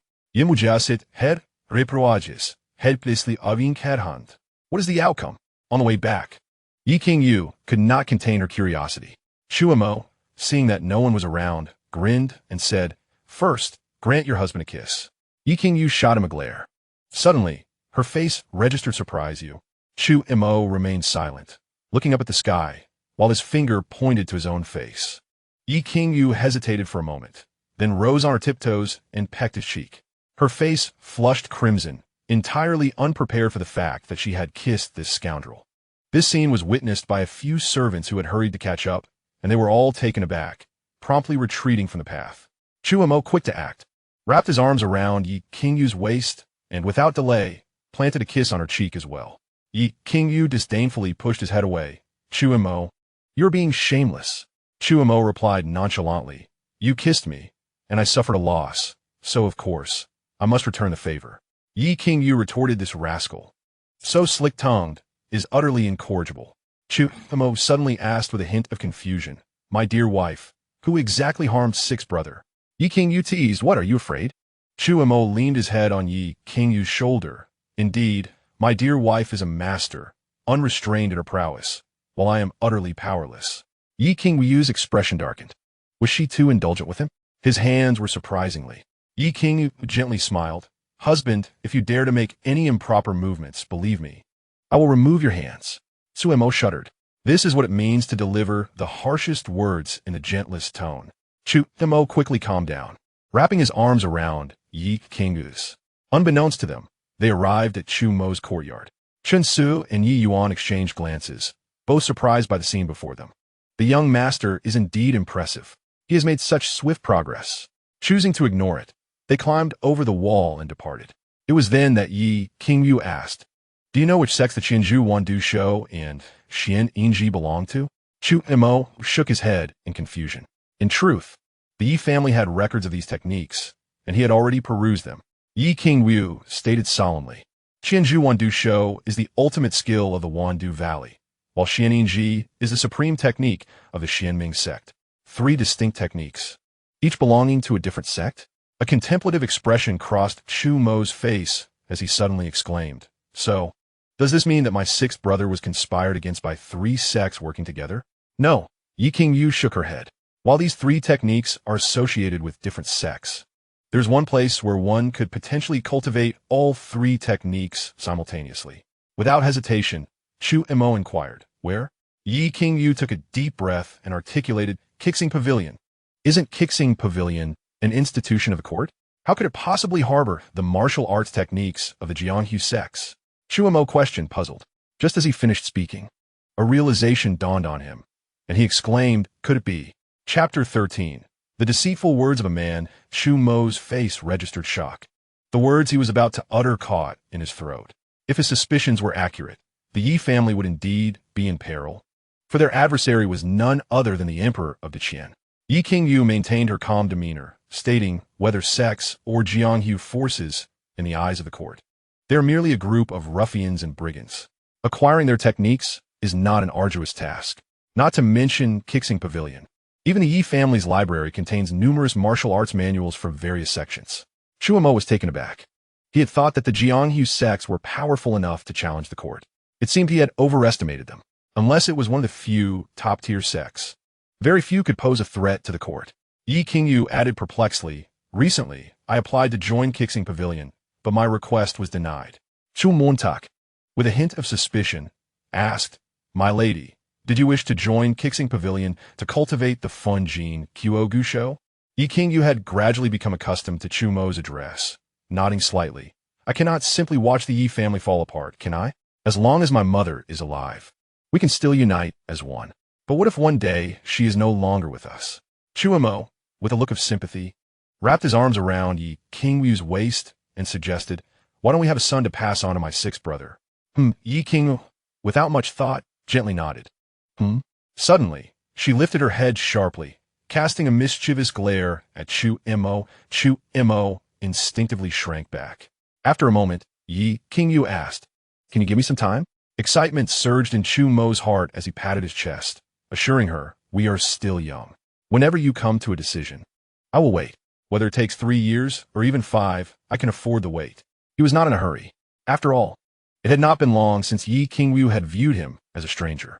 Now, the address of my lady had become a habit for him, and occasionally, they even had moments of physical contact. As long as he continued to inch closer, the day would come when they would be in close proximity. Of course, while they spoke, the brothels still beckoned. He chuckled to himself, reveling in the comfortable life he was leading. Yi Qingyu, with a dark expression, chastised, "What nonsense are you thinking about now?" Without hesitation, Chu Mo replied, "I was thinking of my lady. Just now I even thought of names for our child." Yi Qingyu shot him an exasperated glance and said, "Did you not wish to learn martial arts? I will teach you tomorrow." "Sure," Chu Mo responded eagerly. Yi Qingyu smiled and added, "Once my sixth brother fully recovers and my sixth sister-in-law is with child, we shall roam the Jianghu together." Chu Mo opened his mouth. As a modern individual, he naturally harbored the dream of a warrior's journey through the Jianghu. However, such a life often meant enduring hardships. Why would he choose that over the comfort of the Qin Guo Gong residence? Was this not inviting unnecessary suffering? Miss, at that moment, Qin Mama appeared at the entrance of the courtyard, interrupting, "Miss, the second madam requests that the young master visit the council chamber." Chu Mo and Yi Qingyu exchanged puzzled glances. Yi Qingyu inquired, "Do you know what this is about?" Qin Mama replied, "Miss, it is said that young Master Tang Feng from the Jingguo Gong Fu is here to discuss cooperation." Tang Feng? Chu Mo was momentarily taken aback. This fellow actually came in person? Moments later, the two of them arrived hand in hand at the council chamber. Tang Feng stepped forward, exclaiming, "Brother Chu, I have missed you dearly." Chu Mo's expression darkened. "You glutton, stay away from me. I fear my lady may misunderstand." Tang Feng Lauet, "I have already discussed the cooperation with second sister Yi. Come, I will treat you tonight." Chu Mo's interest was piqued instantly. Turning to Yi Qingyu, he asked, "My lady, how about?" Yi Qingyu jolly snorted. Everyone knew what kind of person Tang Feng was. What could Chu Mo possibly do with him? Brother-in-law. Li Keiwei interjected at an opportune moment. She had not expected Tang Feng to take the initiative to come and apologize, and even agree to cooperate with ZY Xianlu. Chu Mo only deepened her curiosity. Li Keiwei smiled, "Young Master Tang, I have a matter to discuss with Qingyu and her husband. What do you think?" Tang Feng, Fa, replied, "I will wait right here for Brother Chu." Moments later, Li Keiwei pulled Yi Qingyu into the adjacent courtyard. Her gaze lingering on Chu Mo, Yi Qingyu asked, "Second sister, what is this matter?" Li Keiwei said, "Brother-in-law, you should tell Tang Feng that ZY Xianlu has produced a new brew that is even better than Yulujio." Chu Mo pondered for a moment and nodded. He had merely made an offhand comment, yet he did not expect Tang Feng to actually believe it. Li Keiwei siga. "But we do not currently have a better new brew. If Tang Feng discovers we have deceived him, it will lead to trouble." Chu Mo feigned confusion. "Second sister, did you not ask me to cause a ruckus at Ichuaxian last time? Why would you fear Tang Feng now?" Li Keiwei siga. "I thought you had a better wine, which is why I signed the agreement with him." Chu Mo scoffed inwardly. Did she think such trivial tricks could deceive him? Li Keiwei had long managed the Yi family's wine and silk business. How could she be so easily swayed by his words to sign an agreement with Tang Feng? She was merely taking a shot in the dark. What if he could indeed brew a new wine? Chu Mo grinned. "Second sister, I do have a better wine." Li Keiwei's eyes brightened. "However," Chu Mo continued, "I plan to build my own winery to earn some pocket money.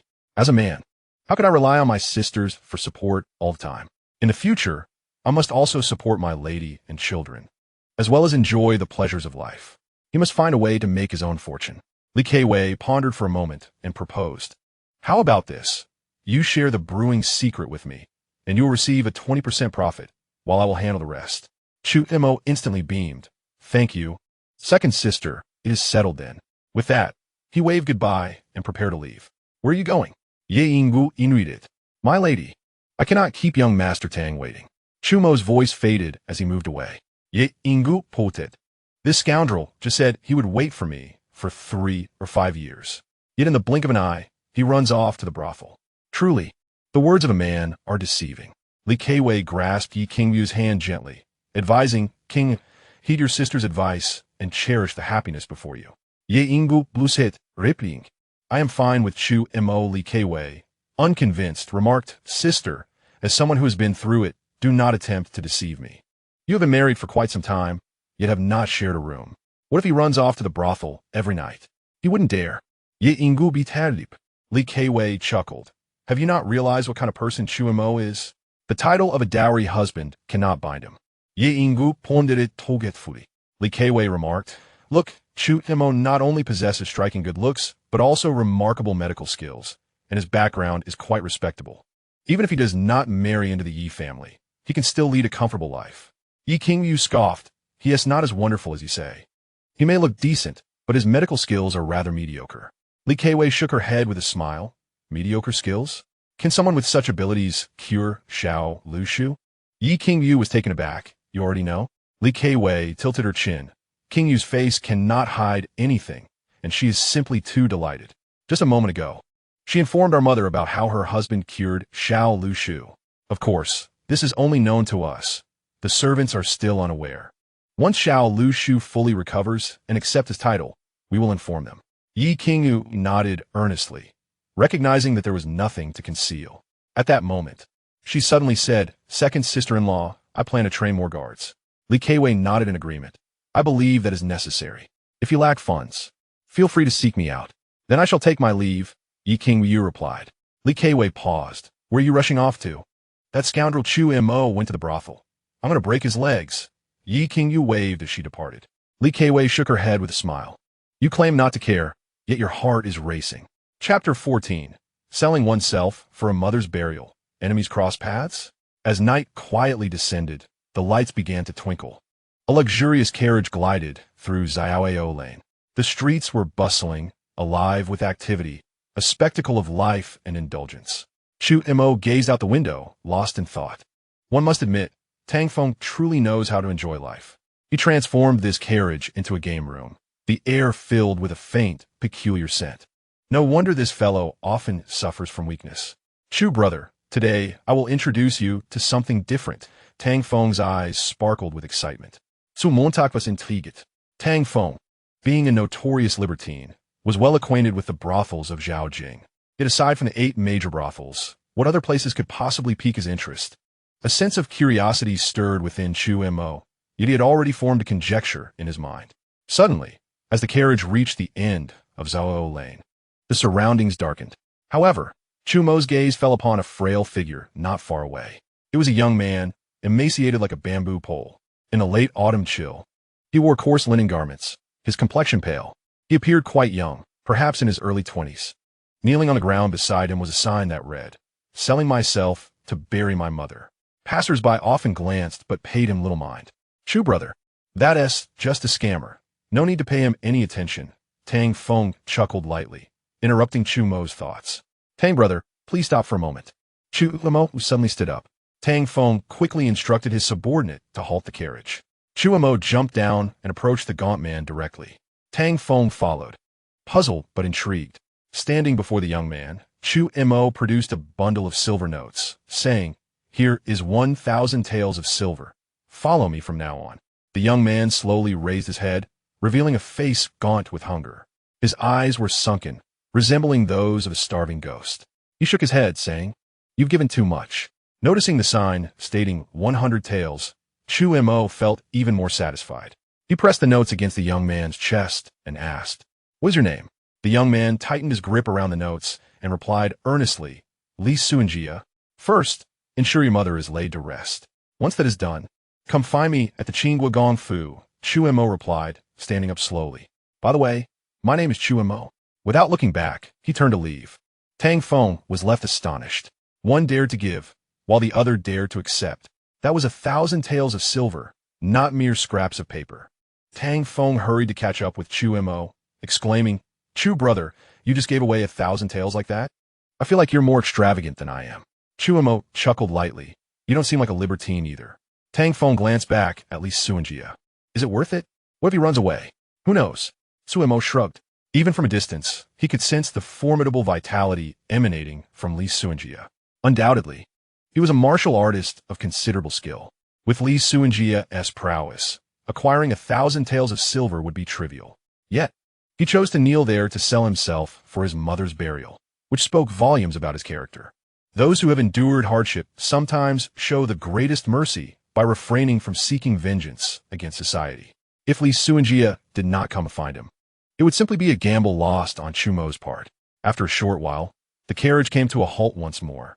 Before them lay a series of courtyards adorned with vibrant red lanterns, a splendid sight. "Jiao Fangxi?" Chu Mo read the sign and felt unsurprised. Tang Feng grinned widely. "Chu brother, this is the finest brothel in Zhaojing. I even considered poaching a few girls from my side. Unfortunately, most of the girls here sell their talents, not their bodies. They're supported by the imperial treasury. How could they possibly wish to leave?" Chu Mo chuckled softly. The courtesans of the Dacian dynasty, Jiao Fangxi, were not mere criminals. Although some officials' wives and daughters, punished for their transgressions, found themselves in Jiao Fangxi, such cases were rare. The majority of the courtesans were exceptionally talented individuals selected from the common folk or presented as tributes from localities. Some even came from families with a legacy of skill. If one were to catch the eye of a noble, they could rise dramatically in status overnight. Tang Feng sighed. Who could deny it? If it were the girls outside, they would not turn me down. Chu Mo smiled. Is there truly someone capable of making Tang brother face a setback? Let us not dwell on it. Tang Feng waved his hand, then spoke earnestly. As long as Chu brother is willing to help me establish EQI Xian, I am willing to offer a 30% share of the profits. Tang brother, let us not discuss this matter further. Chu Mo replied sternly. You know that the Yi family has strict principles and does not engage in businesses related to such establishments. Tang Feng's gaze shifted. I heard from second sister-in-law Yi that the new brew at Zyxian Lu was developed by you. If you can facilitate this collaboration, I am willing to purchase the new brew at a 30% premium from EQI Xian. What do you think? Chu Mo looked at Tang Feng in astonishment. Was this fellow truly a super extravagant person? He was astute indeed. Couldn't he simply change the name? The Yi family forbade engaging in businesses related to brothels. But Chu Mo had indeed not ventured into that realm. After all, he was profiting from fine wines. Though the wording differed, the silver in hand was undoubtedly clean. Chu Mo smiled, a pleasant collaboration. Tonight, we shall not return until we are intoxicated. Tang Feng let out a hearty laugh, throwing his arm around Chu Mo's shoulder as they made their way toward Jiao Fangxi. Upon entering Jiao Fangxi, a captivating fragrance enveloped them. Dang Sao, why did you take so long to arrive? Several beautiful courtesans swayed their waists, encircling the two men. Tang Feng shyly smiled. Tonight's guest of honor is my brother, Chu Gongzi. Please be sure to entertain him well. Gongdi Zhu, Xiao Chu. In an instant, the air was filled with softness and warmth as two beautiful courtesans draped their arms around Chu Mo. So large, so soft. Chu Mo silently marveled. The girls of EQI Xian were indeed not in the same league as those here. This was the true sanctuary of a man, a den of indulgence. All too easy to lose oneself in. Where's Luing? Tang Feng suddenly inquired with a smile. She wouldn't be deliberately avoiding me, would she? Not at all. Dang Sao, Luing learned of your arrival and began preparing an hour ago. One of the girls chimed in. Luing has been talking about you endlessly. The others teased. At that moment, Tang Feng leaned closer to Chu Mo, his eyes glinting mischievously. Chu brother, Luing is one of the 4 great courtesans of Jiao Fangxi. I can let you have the others, but you must not compete with me for Luing. A gentleman does not take what others cherish. Chu Mo replied with a faint smile, then added, unfortunately, I am but a petty person. Tang Feng cast a sidelong glance at Chu Mo. This fellow, is he truly so abrupt? It must be said, Tang Feng successfully piqued Chu Mo's curiosity. Unlike Xiao Jing, though a dandy, Tang Feng has always exuded an air of measured restraint. However, upon mentioning Luing, he instantly transformed into a different person. This seemed to reveal his true character. After speaking, Chu Mo disregarded Tang Feng and settled into a soft chair, engaging in playful games with the two young ladies. Suddenly, Chu Mo felt as though he were being scrutinized by a venomous serpent. Turning to the side, he beheld an unkempt old man who was coldly smirking at him. Chu Mo was slightly taken aback. He could distinctly sense the malice emanating from the old man. Could this also be a form of special ability? Gently tapping the legs of the two ladies, he rose and approached the old man. The old man's smile gradually froze. Clearly, he had not anticipated Chu Mo's proactive approach. As Chu Mo drew near, he grinned widely and exclaimed, "Ah, is this not the renowned Qing Ngangzi, the divine physician? What an unfortunate coincidence." Qing Ngangzi opened his mouth. Clearly taken aback by Chu Mo's audacity, he unconsciously glanced at the young man in the brocade robe beside him, his expression stiffening slightly. Chu Mo smiled broadly. "You, being such an old fellow, can still keep up, can you? Would you like me to teach you a little trick?" "What little trick?" Qing Ngangzi had yet to speak when the young man in the brocade robe inquired with curiosity, simultaneously casting a cautionary glance at Qing Ngangzi. The old man narrowed his eyes, fixating on Chu Mo with malicious intent. Chu Mo grinned, "Eat more, observe more, and engage vigorously. By the way, have you ever kicked a kudzu? Just a touch, without scoring." At this, several young ladies nearby could not help but burst into laughter. "You!" Qing Ngangzi, enraged, abruptly stood up. "This brat is too much." The young man in the brocade robe remarked indifferently, "Your words are foul, a disgrace to the literary community. Such behavior is hardly that of a gentleman." Chu Mo shrugged. "I am neither a scholar nor a gentleman." With that, he turned to leave. A cold glint flashed in the brocade-robed young man's eyes as he snorted disdainfully. "Qing physician, who is this person?" Qing Ngangzi replied respectfully, "Your Highness. This individual is the son-in-law of the Yi family, named Chu Mo." "Is it him?" The brocade-robed young man suddenly smiled wickedly. Meanwhile, before Chu Mo could sit down, Tang Feng leaned closer, whispering, "Do you know Yishizi?" Chu Mo was taken aback. "What Yishizi?" Tang Feng wore a confused expression. "The person you just greeted. Surely you recognize him?" Chu Mo replied, puzzled. "What kind of Shizi is he?" "Wait a moment. The surname, he seems to belong to the royal family. Have I inadvertently offended someone of great significance?" Tang Feng stated gravely, "The Hong Wang has no sons, so he adopted someone from the royal lineage, which is a Yun. This fellow appears polished and cultured, yet in truth, he is a beast, worse than a beast. Even we four great dandy lords avoid his company." Chu Mo was astonished. He turned to glance at Yun again. Tisk tisk. This fellow looks graceful, yet even the dandy lords disdain him. Tang Feng continued, "Chu brother, do you know how depraved a person can be?" Chu Mo remained silent. Tang Feng spoke earnestly. Yun once set his sights on a virtuous woman. Upon learning she was pregnant, he sent people to slaughter her entire family. He then imprisoned the woman, killing her child after she gave birth. Had she not escaped, no one would have known. Unfortunately, that woman was later dismembered by him. This is just one of Yun's countless heinous acts. Chu Mo felt a chill in his heart. This fellow is so evil, yet he speaks incessantly of scholars and gentlemen, truly a wolf in sheep's clothing. I almost fell for his facade. Tang Feng added, "By the way, I heard he also had his eyes on your sister-in-law." Chu Mo's eyes glinted coldly. "He has designs on my beloved? Very well. This fellow is doomed." Curiously, Chu Mo asked, "Aren't you afraid of retaliation for associating with me?" Tang Feng stood non jialen. "Wherever I go, I am accompanied by 2 5th-grade innate warriors. How could he retaliate against me? Once I am wealthy, I shall hire 2 6th-grade masters or even 7th-grade grandmasters for protection. Moreover, my Tang family is not to be trifled with." Chu Mo gave thumbs up. Tang Feng continued, "Actually, offending Yun is manageable, but his father is even more terrifying. Have you ever heard the saying?" Chu Mo looked bewildered. "What saying?" "Better to offend the emperor than the Hong Wang." Tang Feng lowered his voice. "Currently, the Hong Wang controls the 7-star pavilion, a force of immense magnitude. Only with the combined might of the Niakang and the Jinyiwei can they barely contend with the 7-star pavilion." Chu Mo was astonished. "The 7-star pavilion is under the Hong Wang's influence? Does that mean it is not the emperor who tormented Yi Wushang, but the Hong Wang?" Seeing Chu Mo silent, Tang Feng smiled. "The current court is a tangled web of complex relations. Let us not concern ourselves with such matters. I have only 3 aspirations: to earn money, and to earn even more money. Chu Mo replied, what about your Luing sister? Just then a soft voice chimed. Sister Luing wished to meet Tang Xiao, but suddenly a poetry gathering was held at Mo Xiangyuan. Not only Sister Luing, but also Zheng Xi and Wanwan, and Mo Shui have all gone to Mo Xiangyuan.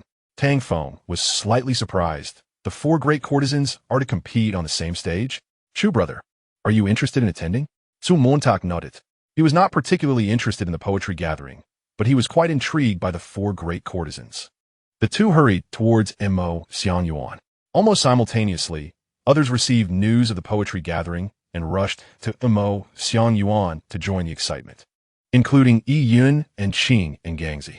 By the time Chu Mo and Tang Feng arrived at Mo Xiangyuan, it was already packed to the brim. The melodious sound of the pipa filled the air. The notes intertwined, like pearls falling onto a jade plate. Simultaneously, enchanting melodies wafted through the atmosphere. As the lyrics painted a picture of misty waves rolling beneath the twilight sky, they conjured images of reeds dancing in the wind. The wild geese spread their wings, swirling through the clouds, while half the river glimmered with cold emerald hues, and the peaks stood solemnly as people crossed in a solitary boat. For the first time, Chu Mo experienced the exquisite beauty of ancient verses sung aloud. Is this the romance of antiquity? Tang Feng secured 2 seats in a corner. Suddenly, he leaned toward Chu Mo and sighed. It seems we are not in our element here. Chu Mo looked at Tang Feng curiously. Are you trying to show off? Tang Feng was taken aback. While he did not fully comprehend what show off meant, he realized he understood its context through Chu Mo's phrasing. Tang Feng gave a thumbs up. Chu brother is astute. Chu Mo closed his eyes, carefully recalling the Tang poetry and song lyrics he had previously studied. To his astonishment, he found he could indeed retrieve those forgotten verses from memory. He then compared this with the memories of his former life and recent readings. There are no overlaps. This pretense can indeed be maintained. However, without benefits, Chu Mo would certainly not engage in such folly. Is it captivating? At that moment, a chilling voice echoed in Chu Mo's ear. He turned to see a familiar figure, rising abruptly. Tang Feng was startled, exclaiming, Little Demoness, what brings you here? The newcomer was none other than Yi Qingyu. She cast a dispassionate glance at Tang Feng, causing him to promptly close his mouth. Chu Mo swiftly regained his composure, wrapping an arm around Yi Qingyu's waist, and inquired curiously, My dear, when did you acquire such an adorable nickname as Little Demoness? Demoness adorable? Tang Feng was left speechless. Internally, he scoffed, I see. Chu Mo is rather shameless. Yi Qingyu regarded Tang Feng coldly. Should you call out like that again, I will tear your mouth apart. Tang Feng shrank his neck, nearly resembling a timid turtle.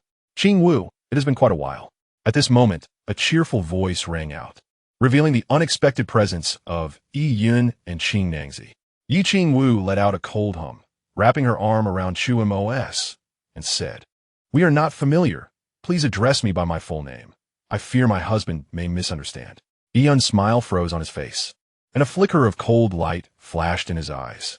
With a darkened expression, he lowered his head and murmured, What is so commendable about this pretty boy?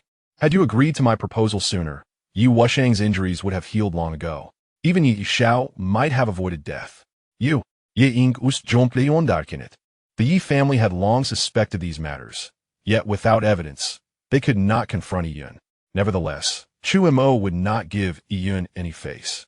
He slammed his palm on the table, shouting angrily, What do you mean? Did you send someone to harm my 6th brother and kill my nephew? The volume of his voice drowned out the sound of the pipa and singing, rendering the Mo Xiang courtyard abruptly silent. All gazes converged upon Yi Yun. His expression shifted slightly. He never anticipated that Chu Mo would brazenly voice such accusations. Yi Yun replied in a low voice, What nonsense are you spouting? Nonsense? Chu Mo pointed to himself, his face flushed with indignation. Did you not just say this yourself? I, along with my wife and Tang Sanshao, heard it with our own ears. Yi Qingwu looked bewildered but nodded in agreement. However, Tang Feng was left dumbfounded. He had no desire to involve himself in the feud between the Yi family and the Hongwang. You dare speak of the emperor's incompetence? Chu Mo slammed the table again, chastising. Yi Yun, you possess great audacity to insult the emperor. I did not. Yun's eyes widened as he glared at Chu Mo, vehemently retorting. This scoundrel was shamelessly attempting to frame him. Yi Qingwu and Tang Feng stared at Chu Mo in disbelief. Yun was indeed provoking them. Yet he had not insulted the emperor. This matter could escalate if it reached the emperor's ears. At this moment, the Mo Xiang courtyard was engulfed in silence. The emperor was renowned for his wisdom. Chu Mo bowed toward the palace and spoke again. In terms of governing the country, the emperor is endowed with exceptional wisdom, overseeing the realm with benevolence and clarity. Regarding his moral integrity, the emperor embodies virtue and compassion, exhibiting humility and grace. In terms of public welfare, the emperor imposes light taxes, caring for the needy and easing the burdens of the people. In summary, the emperor possesses the 5 virtues, a figure of dragon and phoenix, destined by heaven. In that instant, a pin drop could be heard. They had witnessed flattery before, but never to this extent. Yet, everyone held their own judgment. The current emperor was far from perfect. In contrast, many regions suffered under his rule. Yi Qingwu seemed to be seeing Chu Mo in a new light. She had not expected him to be so eloquent. And you, Yun, dare to insult the emperor? Chu Mo, with fervor, continued. You audaciously accuse the emperor of misgovernance, of weakness and moral decay, of being indulgent and neglectful, reversing righteousness and virtue. You further claim that the emperor's actions have led to the suffering of the common people, a harbinger of national ruin. Yun, do you not recognize your crimes? Yun's eyes reddened, trembling with fury. This scoundrel was not only framing him, but was doing so with fervor. He had merely muttered 2 sentences earlier. How could it be construed as such? Tang Feng swallowed hard. Chu Mo had completely antagonized Yun now. Yet, he could not help but admire Chu Mo's eloquence. This was a classic case of wanting to add a charge, but finding no reason. Yun trembled, pointing at Chu Mo, yearning to counter him, but finding himself at a loss for words. At that moment, he wished he had consumed a few more books. However, Chu Mo would not grant him the chance to retort. As a member of the royal family, you enjoy the blessings bestowed by the emperor, yet you secretly insult him. I have never encountered such shamelessness. I am ashamed to be associated with you. With that, Chu Mo spat a large mouthful of phlegm squarely onto Yun's face. Then, taking the dazed Yi Qingwu by the hand, he stood up and began to leave. After a few steps, he recalled something and turned to Qing Nangzi, saying, "Thank you for healing my 6th brother. Here, as a piece of advice, try to avoid associating with such individuals. It may invite calamity." Having spoken, he pulled Yi Qingwu along, departing without a backward glance. Qing Nangzi snapped back to reality, trembling all over. This little rascal was deliberately scheming against him. Sure enough, Yun's icy gaze swept over. Qing Nangzi quickly explained, "Young master, I did not." Yun said nothing further and, with a flick of his sleeve, departed. He was already humiliated beyond measure. If possible, he wished he could find a crack in the ground to hide in. Tang Feng waited a moment before preparing to leave, only to suddenly discover Chu Mo and Yi Qingwu entering through another door, hand in hand. The poetry gathering had not ceased due to the earlier incident. After all, those present were all dignitaries. Yun's presence was inconsequential here. Tang Feng secretly gave Chu Mo a thumbs up. "Brother Chu, you certainly put on a grand show. After all these years, you're the first to dare confront Yun so directly." However, a worried expression crossed his face as he added, "Why have you returned? Shouldn't you hurry back? Are you not afraid of Yun's retaliation?" "Precisely because I fear his retaliation, I do not dare to return." Chu Mo shrugged. "Do you not have 2 5th-grade guards? Have them escort me later." Tang Feng opened his mouth, but ultimately found himself speechless. "Well, we shall take it one step at a time. I suppose Chu Mo and Yi Qingwu are not fools. They will not wait here for Yun to send someone after them." Time passed, and the poetry gathering reached its climactic moment. On the high platform, a barefoot woman stepped onto the red carpet, her silver anklets chiming melodiously. Tang Fatty, who had been slumped over the table, instantly regained his spirits, pointing at the woman and excitedly exclaiming, "Brother Chu, Luing, my Luing." Chu Mo looked on in disbelief. Luing danced gracefully, her wide sleeves fluttering like a white phoenix in flight, her cloud-patterned skirt flowing elegantly.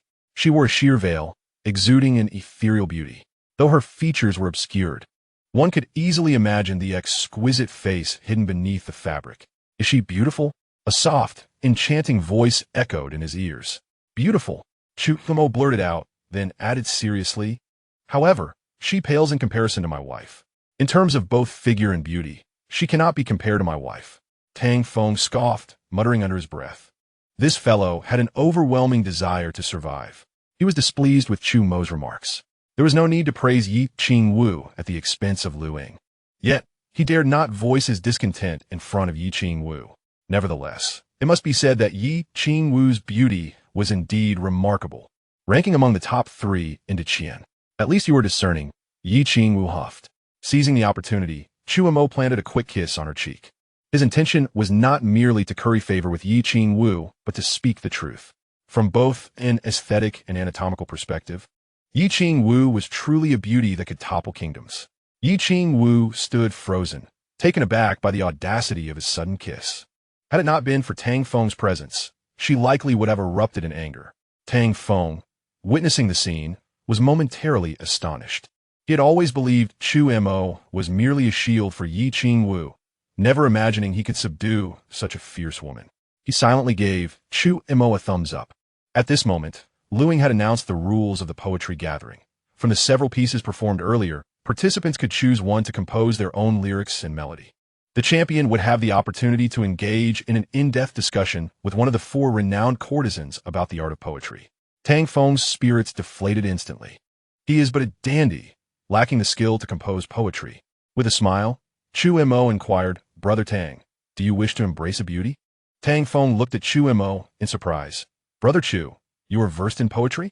I have a modest understanding. Chu Mo replied with confidence. In truth, he possessed no poetic talent, but he was adept at imitation and adaptation. How could one describe it as mere copying? Tang Feng took a deep breath and declared, Brother Chu, if you help me win first place, I shall reward you with 30,000 taels. Chu Mo rubbed his chin, realizing the fat man was indeed quite wealthy. Is it merely for a night of indulgence? To spend 30,000 taels is madness. 50,000 taels. Seeing Chu Mo remain silent, Tang Feng raised the offer by another 20,000. Chu Mo patted Tang Feng on the shoulder. Brother Tang, we are friends. Discussing money feels rather unkind. Tang Feng Juke. Indeed, brother. Chu Mo continued. Could you possibly pay me in gold, just 5,000 taels?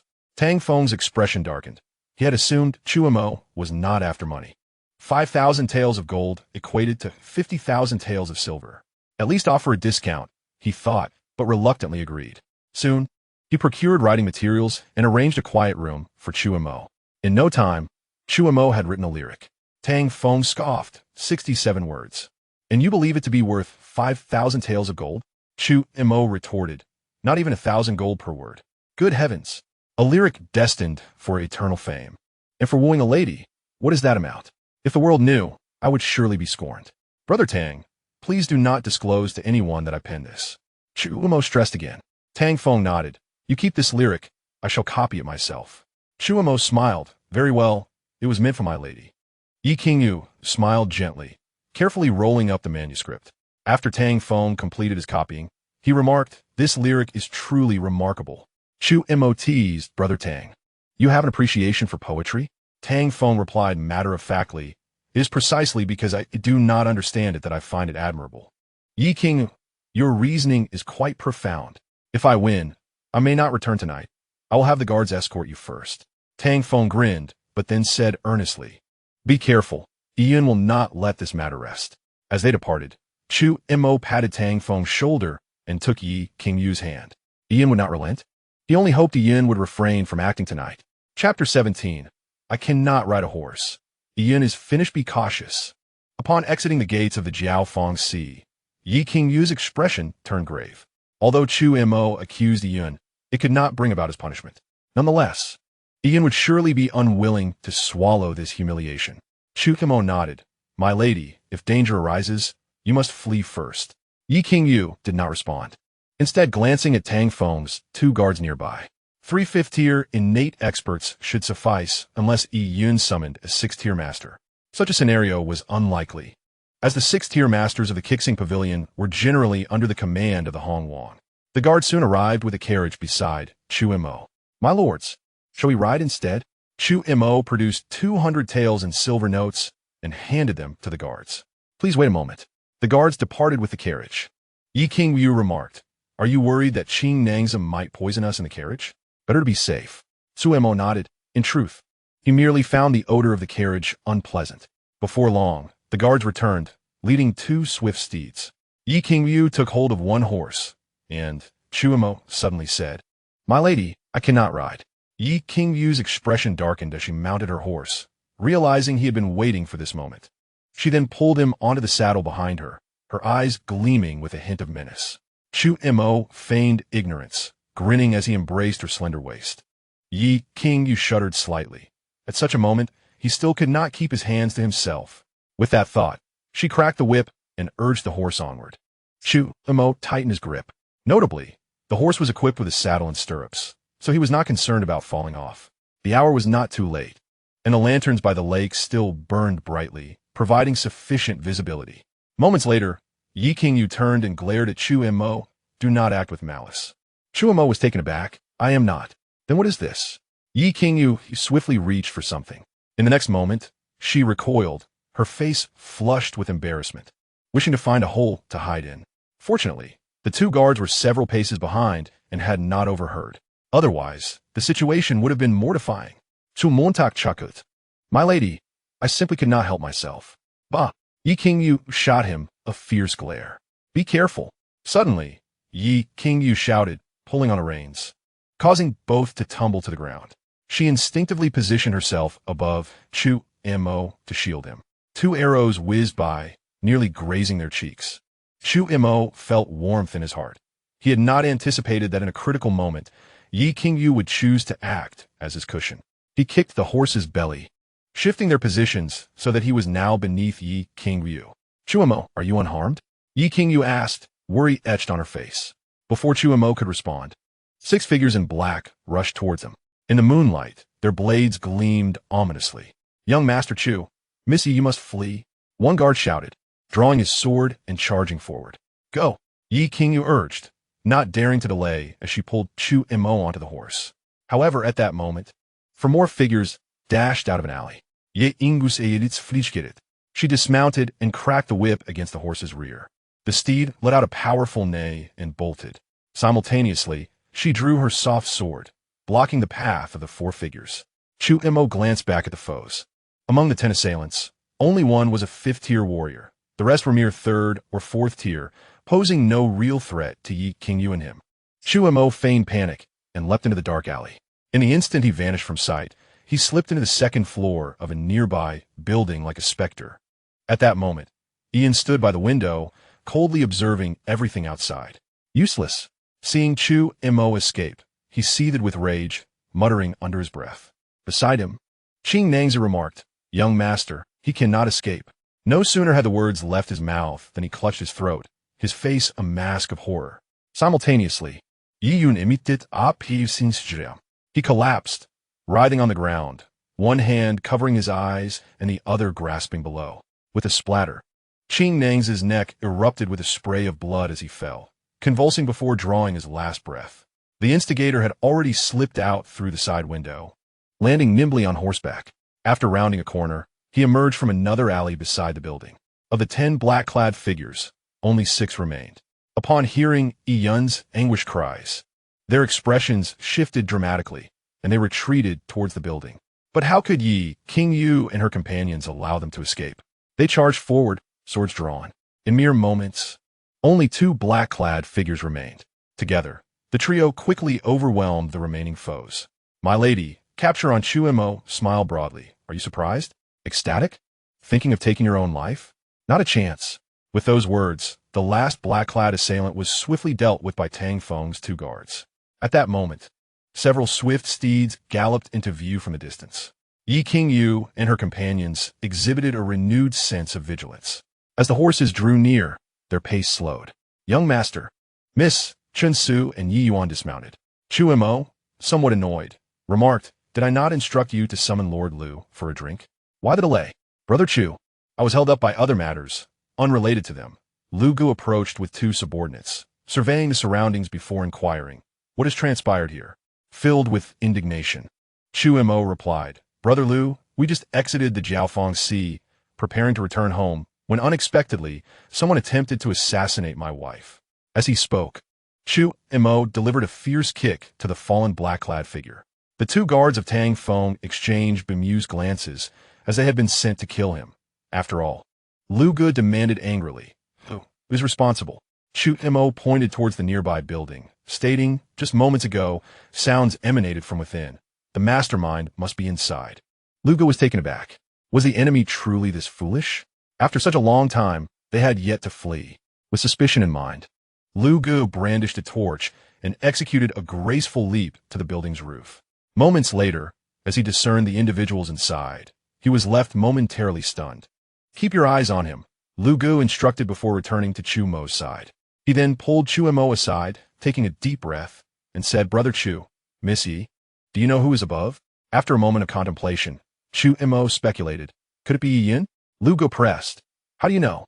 Chu Mo recounted his reasoning, concluding with righteous anger, "I never imagined this fellow to be so petty as to lay such an ambush against me.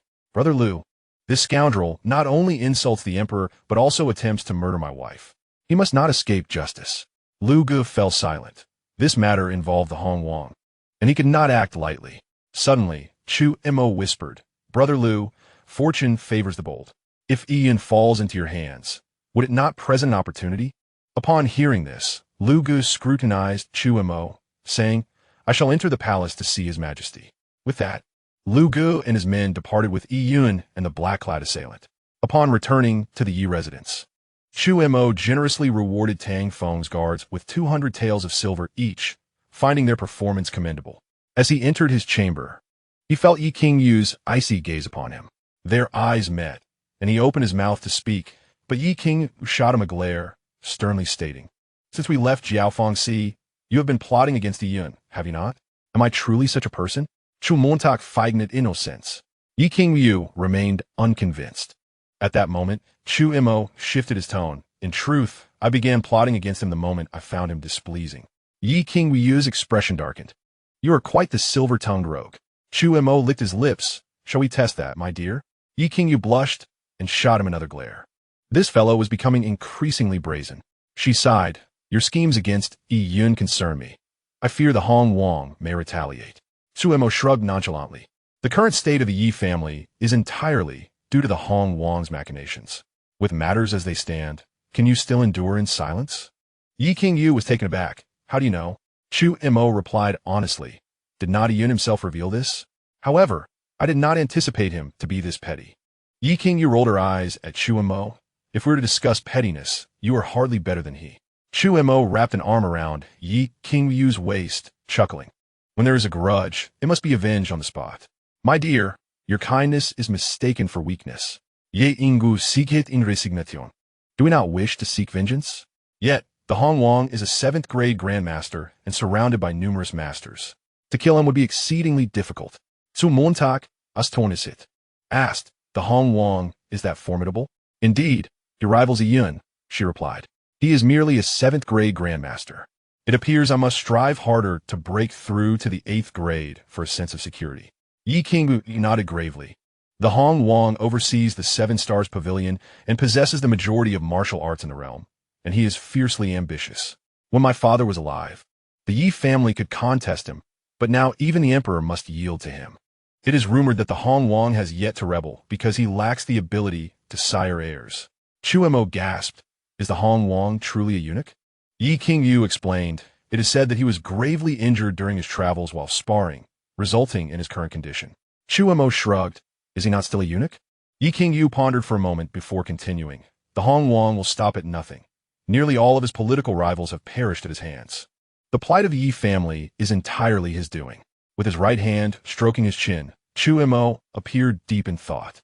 Yi Qingyu's expression turned serious. "Unfortunately, I am only at the 5th grade innate level. However, one day, I will personally avenge myself upon him." Chu Mo reassured her. "My dear, you are already remarkable. A 5th grade innate at 19 is truly a talent." "What good is talent?" Yi Qingyu shook her head. "Nonetheless, I feel I am close to reaching the 6th grade grandmaster level. You must train with me tomorrow." "Absolutely," Chu Mo replied, his face alight with anticipation. He was nearly overflowing with internal energy, but lacked the techniques to utilize it. Had it not been for his recent studies of various assassination techniques in the library, he might have been at a loss regarding how to employ martial arts effectively. As for talent, Chu Mo was exceedingly confident. Perhaps due to his exceptionally strong mental acuity, he could grasp ordinary techniques with just a glance, mastering them in no time.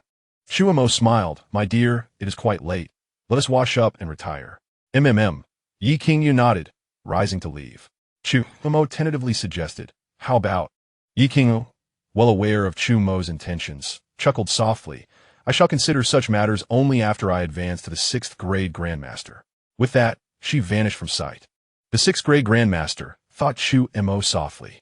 It appears that starting tomorrow, to secure his own happiness, he must devise ways to assist Yi Qingyu in breaking through to the 6th grade Grandmaster realm. At the Jiaofeng Sea, Tang Feng, utilizing the lyrics penned by Chu Mo, achieved first place without hesitation, selecting Lu Ying, one of the 4 renowned courtesans. Entering Lu Ying's chamber, Tang Feng's face betrayed his delight. He had pursued Lu Ying for over a year, spending considerable amounts of silver, yet had never been alone with her. This rare opportunity, if they could share a delightful evening. With this thought, Tang Feng nearly burst into laughter. At that moment, a melodious voice filled the room. The east wind blooms 1,000 trees, scattering stars like rain. The fragrant road is filled with ornate carriages. The phoenix flute stirs, the jade pot glimmers. As fish and dragons dance through the night, moths and snow willows adorned in golden threads, laughter and whispers linger with a hidden fragrance.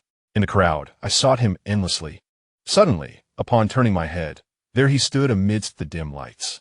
As the song concluded, a graceful figure emerged from behind the screen, exclaiming, "Such beautiful lyrics."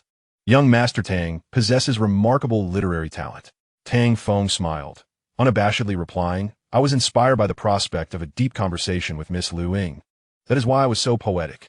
I have come to spend the night with you, so there is no need for pleasantries."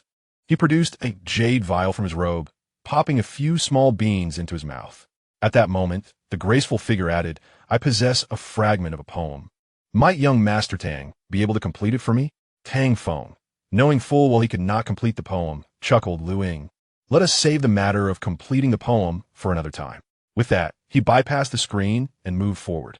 "Young Master Tang, please wait." The figure spoke again.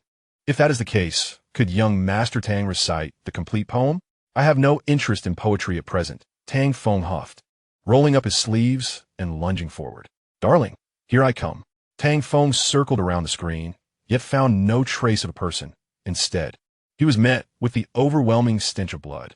He took a few steps forward and spotted a delicate figure lying on the chair to his left, blood pooling around her. Tang Feng's pupils contracted slightly, and he stumbled back a few steps. Just then, the door was forcefully kicked open, and several figures surged in. Tang Feng's expression changed dramatically. He sensed not merely the scent of blood, but rather the odor of treachery. The night was as silent as water. In the Qin Guo Gong Fu, darkness enveloped everything, rendering it impossible to see one's hand in front of their face. At that moment, Chu Mo suddenly opened his eyes, his ears quivering slightly. His mental prowess quietly unfurled. He noticed a figure in black scaling the wall, making a beeline for his room. Moreover, he distinctly felt the intent to kill. The cloaked intruder moistened a finger and punctured a hole in the window. Then, he retrieved a piece of bamboo from his bosom, igniting a small object before inserting the bamboo into the room, wisps of green smoke wafting in. Chu Mo's gaze turned icy. "How audacious, attempting to poison me." The revenge of Hong Wang has arrived with alarming swiftness. He held his breath, keeping his composure, while his mental energy locked onto a figure in black hovering above the Yi family ancestral hall. The figure held a package, suspended from the beam above the hall. Confirming his suspicions, the cloaked figure vanished without a trace. Moments later, after the 2 black-clad figures departed, Chu Mo stealthily approached the Yi family ancestral hall. He retrieved the package and opened it to reveal it brimming with gold, silver, jewels, and luminous pearls. Chu Mo gasped in astonishment. Such a crude and straightforward method of framing. Yet his attention was drawn to a box about half a foot square in the center. Upon opening it, a seal came into view. Through the dim candlelight, Chu Mo discerned the 8 grand characters inscribed on the seal. Shou Ming Yu Tian, Ji Shou Yong Chong. The Imperial Jade Seal. Chu Mo inhaled sharply. How ruthless. To frame the Yi family, they even stole the Emperor's seal? If discovered, the Yi family would undoubtedly face the dire consequence of extermination. Without hesitation, Chu Mo vanished into the night. Not long after, he arrived at the Wei Guogong Fu ancestral hall. Mimicking the earlier act, he tossed the package onto the beam of the hall. After a brief interval, Chu Mo returned to the Yi residence. He hesitated for a moment in the courtyard, then gritted his teeth and headed toward Yi Qing Wu's loft. Guided by several patrolling guards, Chu Mo successfully entered the loft and found Yi Qing Wu's room. He shed his clothing and climbed into bed. At that moment, the candlelight flickered to life, and a burst of delicate laughter filled the air. Chu Mo was left in utter bewilderment. Seesaw, what are you doing here? Chapter 19. This is incredibly unfair to me. Why can't I be here? Dongfang Yun Xiao covered her face with a light laugh, countering his question. Chu Mo felt a chill run down his spine. How could he have ended up in the wrong bed? No, this was impossible. He had entered Yi Qing Wu's loft under the guidance of patrolling guards. Moreover, he had specifically swept the area with his mental energy prior to entering. This was definitely Yi Qing Wu's room. But how had the person in bed transformed into Dongfang Yun Xiao? Chu Mo quickly jumped out of bed, turning to leave. Chu Mo, what are you doing? At that moment, Yi Qing Wu's voice resonated from the corner. Her face flushed crimson, wishing she could find a hole to hide in. How embarrassing. To be caught by Seesaw. Chu Mo was momentarily stunned. He double-checked. This was indeed Yi Qing Wu's room. Realizing this, he couldn't help but glance at Dongfang Yun Xiao. Dongfang Yun Xiao chuckled lightly. I had some matters to discuss with Qing Wu, so I simply stayed here for the night. Is there a problem? Chu Mo shook his head. He soon regained his composure and turned to Yi Qing Wu, weakly stating, I had a nightmare and couldn't sleep. Yi Qing Wu's expression darkened. This guy, so audacious when scheming against Yun, yet now he was timid at night. Dongfang Yun Xiao continued to stifle her laughter. Chu Mo added, Earlier, when I got up to use the restroom, I thought I saw a shadow enter my courtyard. Yi Qing Wu scoffed. She didn't believe a single word Chu Mo spoke. This guy was clearly trying to take advantage of her. Surround him. Don't let a single mosquito escape. Just as Yi Qing Wu was about to say something, a sudden commotion erupted from outside in the night. Her expression darkened. Dongfang Yun Xiao swiftly sat up, hastily dressing. Chu Mo's heart tightened. They arrived so quickly? Had they already begun their operations without everything in place? The three hastened downstairs toward the front hall.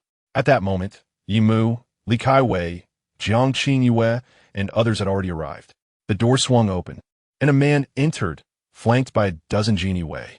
Search, he commanded, and the Jin Wei sprang into action. Wait, Yi Mu coldly huffed. Her dragon-headed came crashing against the stone floor. Who granted you the authority to search the Qin Guogong Fu? Yi Lao Furin, the leading man, smiled faintly. Producing a notice from his bosom, this is a royal decree. Do you still harbor any doubts? Yi Mu's countenance darkened. Chu Mo leaned toward Yi Qing Wu, covering his mouth, and exclaimed loudly, My lady, who is this pretentious fellow? As soon as he spoke, the man's smile faltered. This guy was deliberately speaking loudly while covering his mouth. What insult! Yi Qing Wu glared at the man. His name is Xiao Lin, the brother of Xiao Jing, and also the commander of the Jin Wei. Ah, I see. Chu Mo feigned surprise and loudly conspired. This fellow must be seeking personal revenge, intending to frame us. Nonsense. Xiao Lin's anger flared. You better watch your words, or you'll find yourself in trouble. Chu Mo ignored him and turned to Yi Mu, mother-in-law. The Jin Wei are unlawfully searching the Qin Guogong Fu. Shouldn't you go to the palace to seek an audience with the emperor? Yi Mu paused for a moment, quickly grasping Chu Mo's intent. If they found something, that would be one thing. If not, the Yi family must receive an explanation. This explanation would not involve an apology from the emperor, but rather an investigation into the Wei Guogong Fu as well. Everyone should be scrutinized. That would be fair and just. Yi Mu immediately turned to Li Kai Wei and the others. Prepare my attire. Xiao Lin's expression darkened ominously. After a short interval, Yi Mu emerged with Li Kai Wei. Now is the perfect time to enter the palace and catch the morning court. After a brief moment, the Jin Wei retreated to the front hall, returning empty-handed.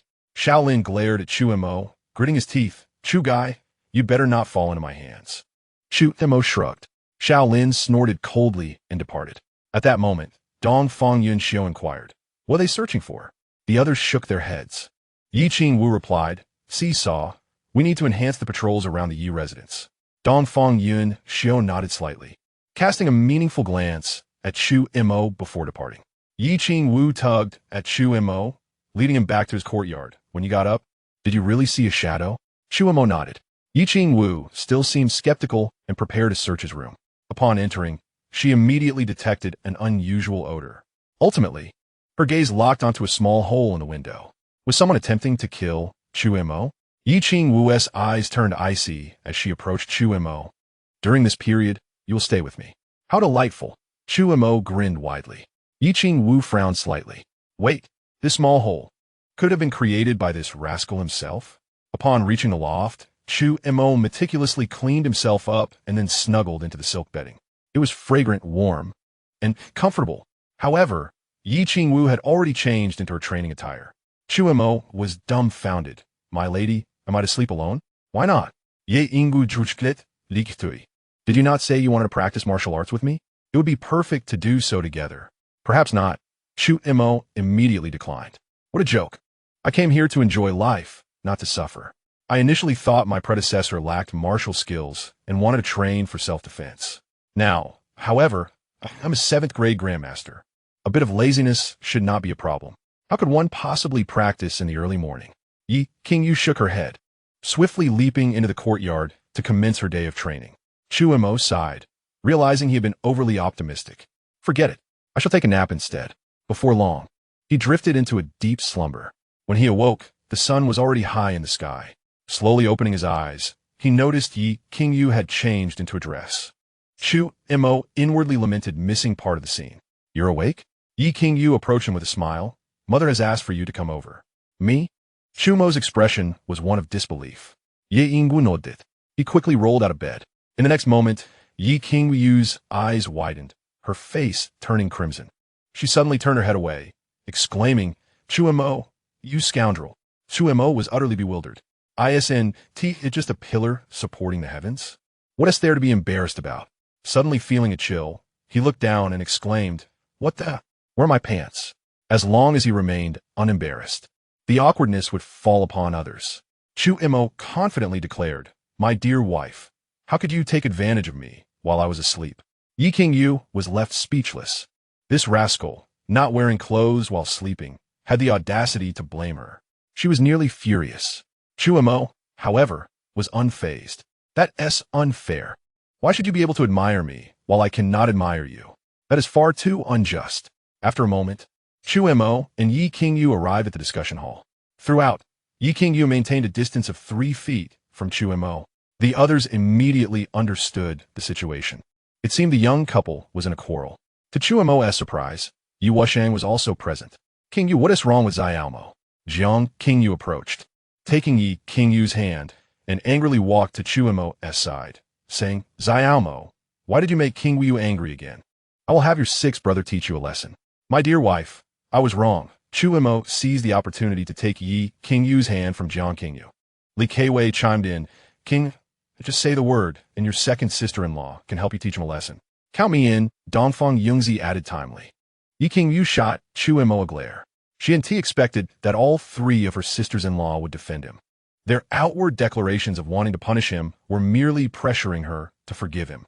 Regaining her composure, Yi Qing Yu turned to her mother, asking, "Mother, did you specifically call us here for something?"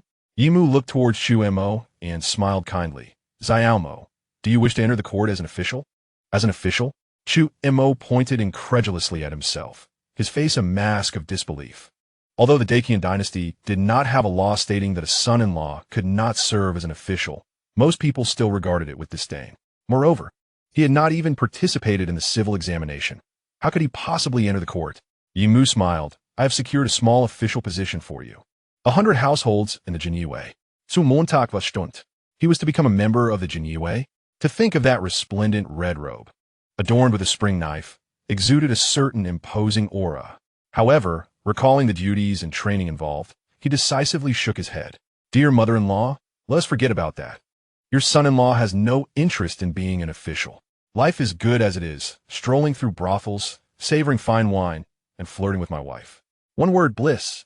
Two words, very blissful. Yimu fronit sliktui. Young man, you cannot remain at home forever. Chu Mo continued to devise ways to refuse.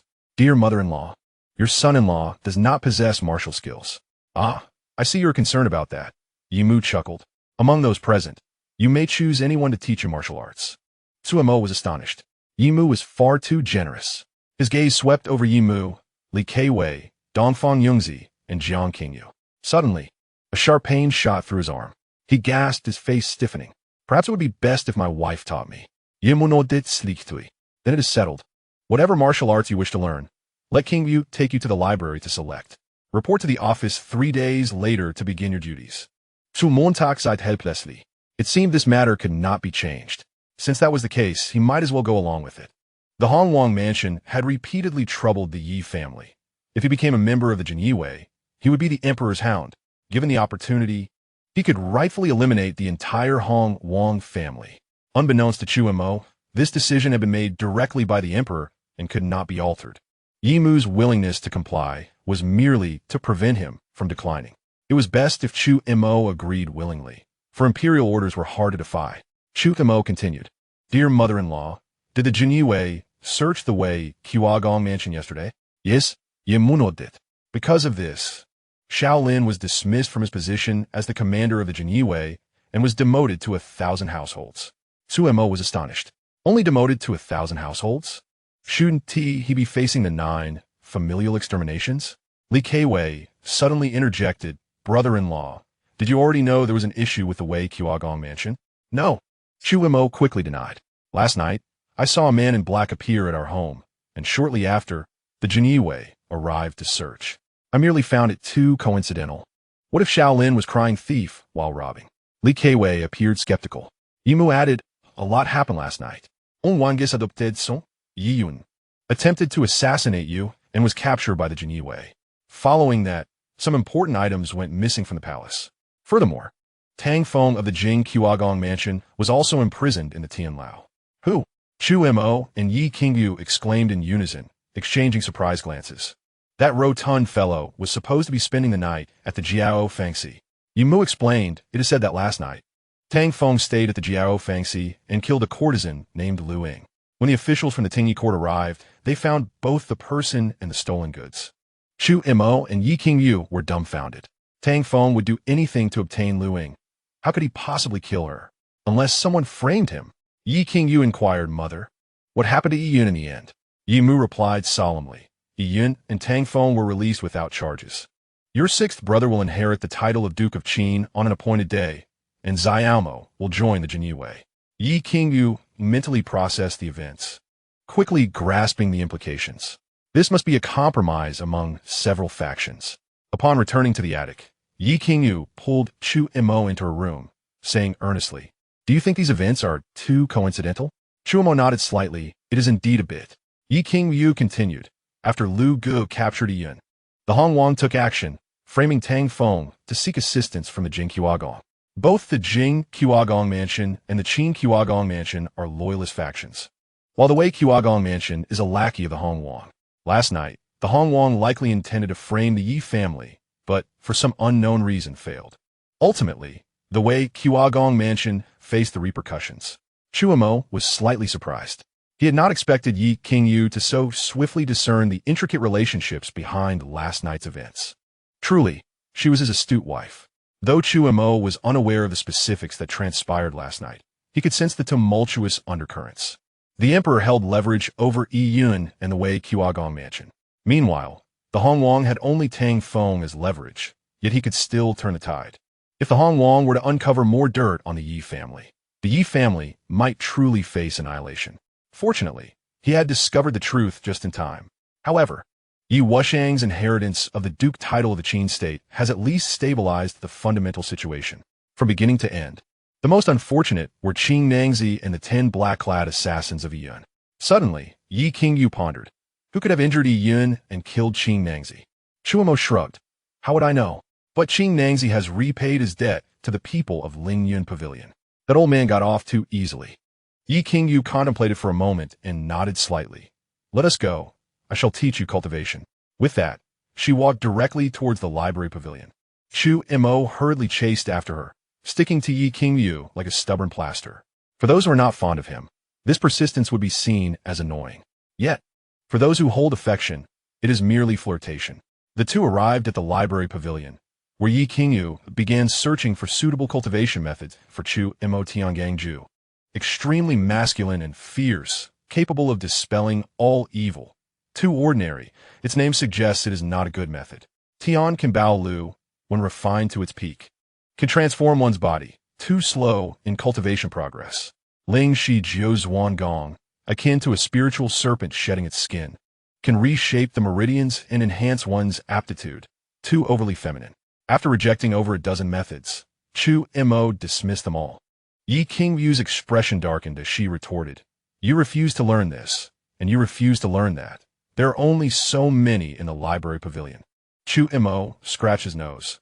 "My dear, do you have a cultivation method that is extremely domineering, immune to all poisons, and capable of devouring the inner strength of others for one's own use, perhaps even shattering the void, and also allows for ascension to immortality?" Yi Qingyu shot him an annoyed glance and scoffed. How could such a thing exist in this world? Suddenly, her voice trailed off.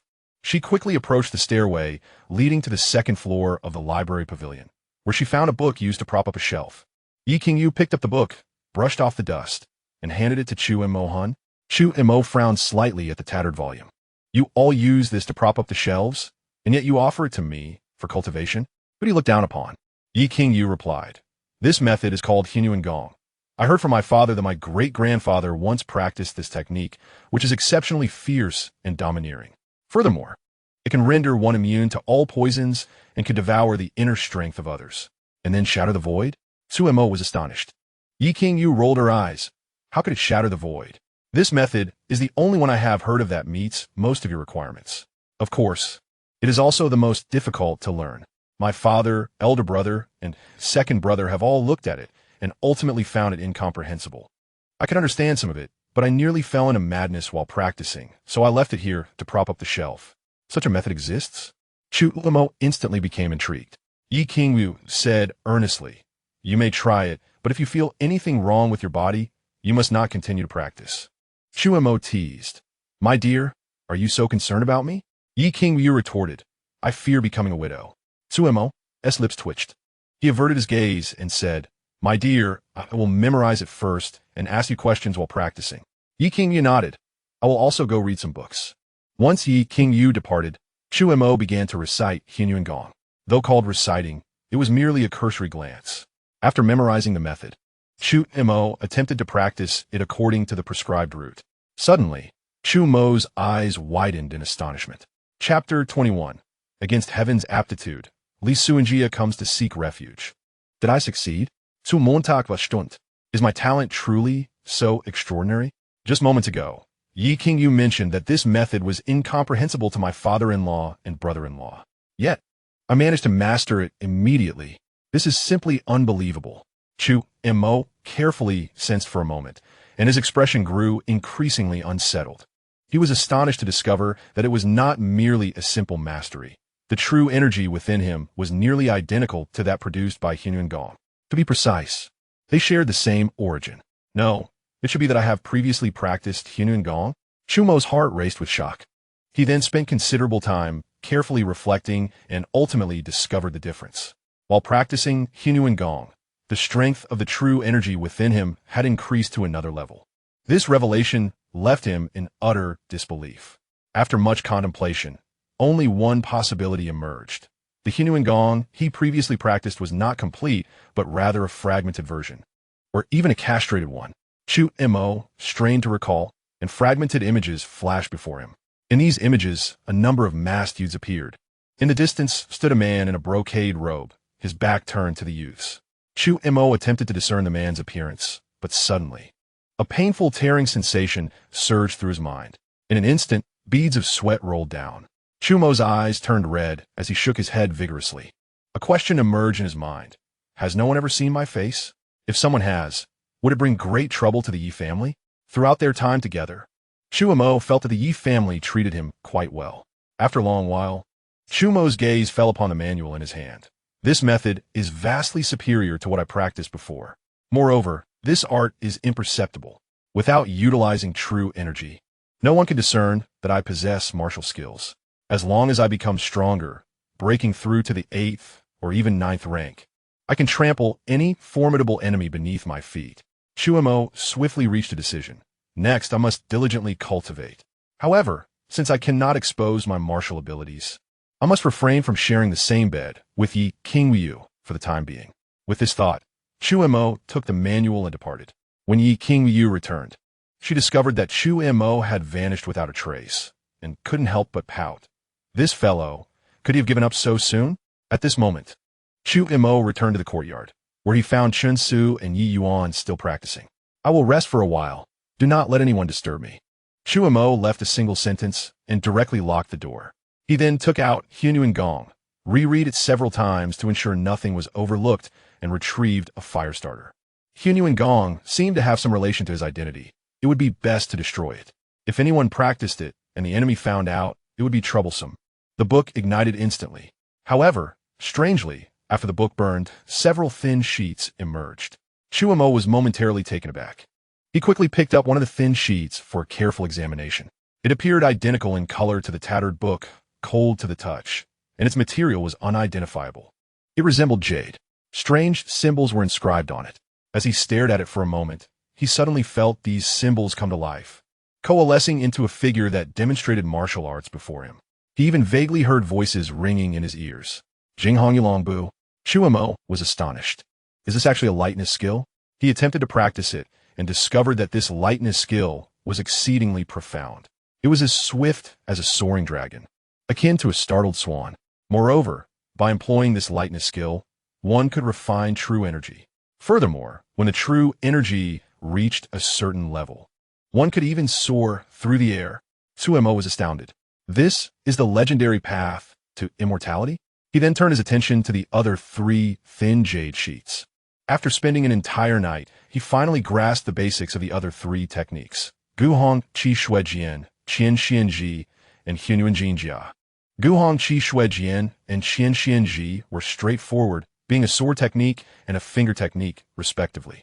However, it was only after Chu Mo began to practice Hunyuan Jin Jia that he realized its extraordinary nature. Simply put, it was invincible. After employing this technique, one becomes indestructible, impervious to any weapon. Such a powerful method. How could the ancestors of the Yi family not have discovered it? Chu Mo pondered softly, feeling a sense of wonder. He contemplated destroying the jade sheets, but found that no matter what method he tried, he could not do so. Chu Mo was left with no choice. Chu Montak. At that moment, the door swung open, and Yi Qingyu entered. Chu Mo reacted swiftly, immediately lying down on the bed. Yi Qingyu, with her keen sense of smell, detected a strong scent of burning in the air.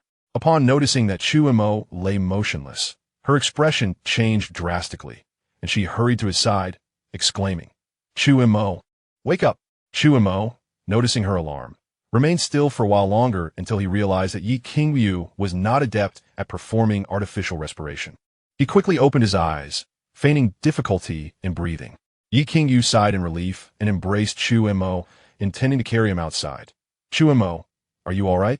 Seizing the opportunity, Chu Mo wrapped his arms around her, pulling her gently into his embrace. Yi Qingyu shot him an irritated glance. "You scoundrel. You nearly scared me to death. What on earth is burnt?" Chu Mo smacked his forehead. "I brought back that technique you gave me yesterday." Yi Qingyu wriggled free from his grasp. "As long as you're fine, it's no matter if that worthless technique burns.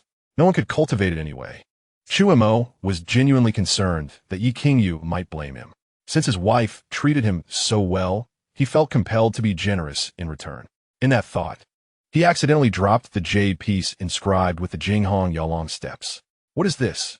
Yi Qingyu picked it up, looking at Chu Mo with curiosity. Chu Mo shrugged. "I have no idea." After inspecting it for a moment and finding nothing remarkable, she tossed the jade piece back to him. "You just throw it aside like that?" Chu Mo exclaimed suddenly. "Wife, the symbols on this jade piece seem to be moving." Ye Ingu Posit. Taking the jade piece back for a closer examination, yet still found nothing of note. "You must be imagining things.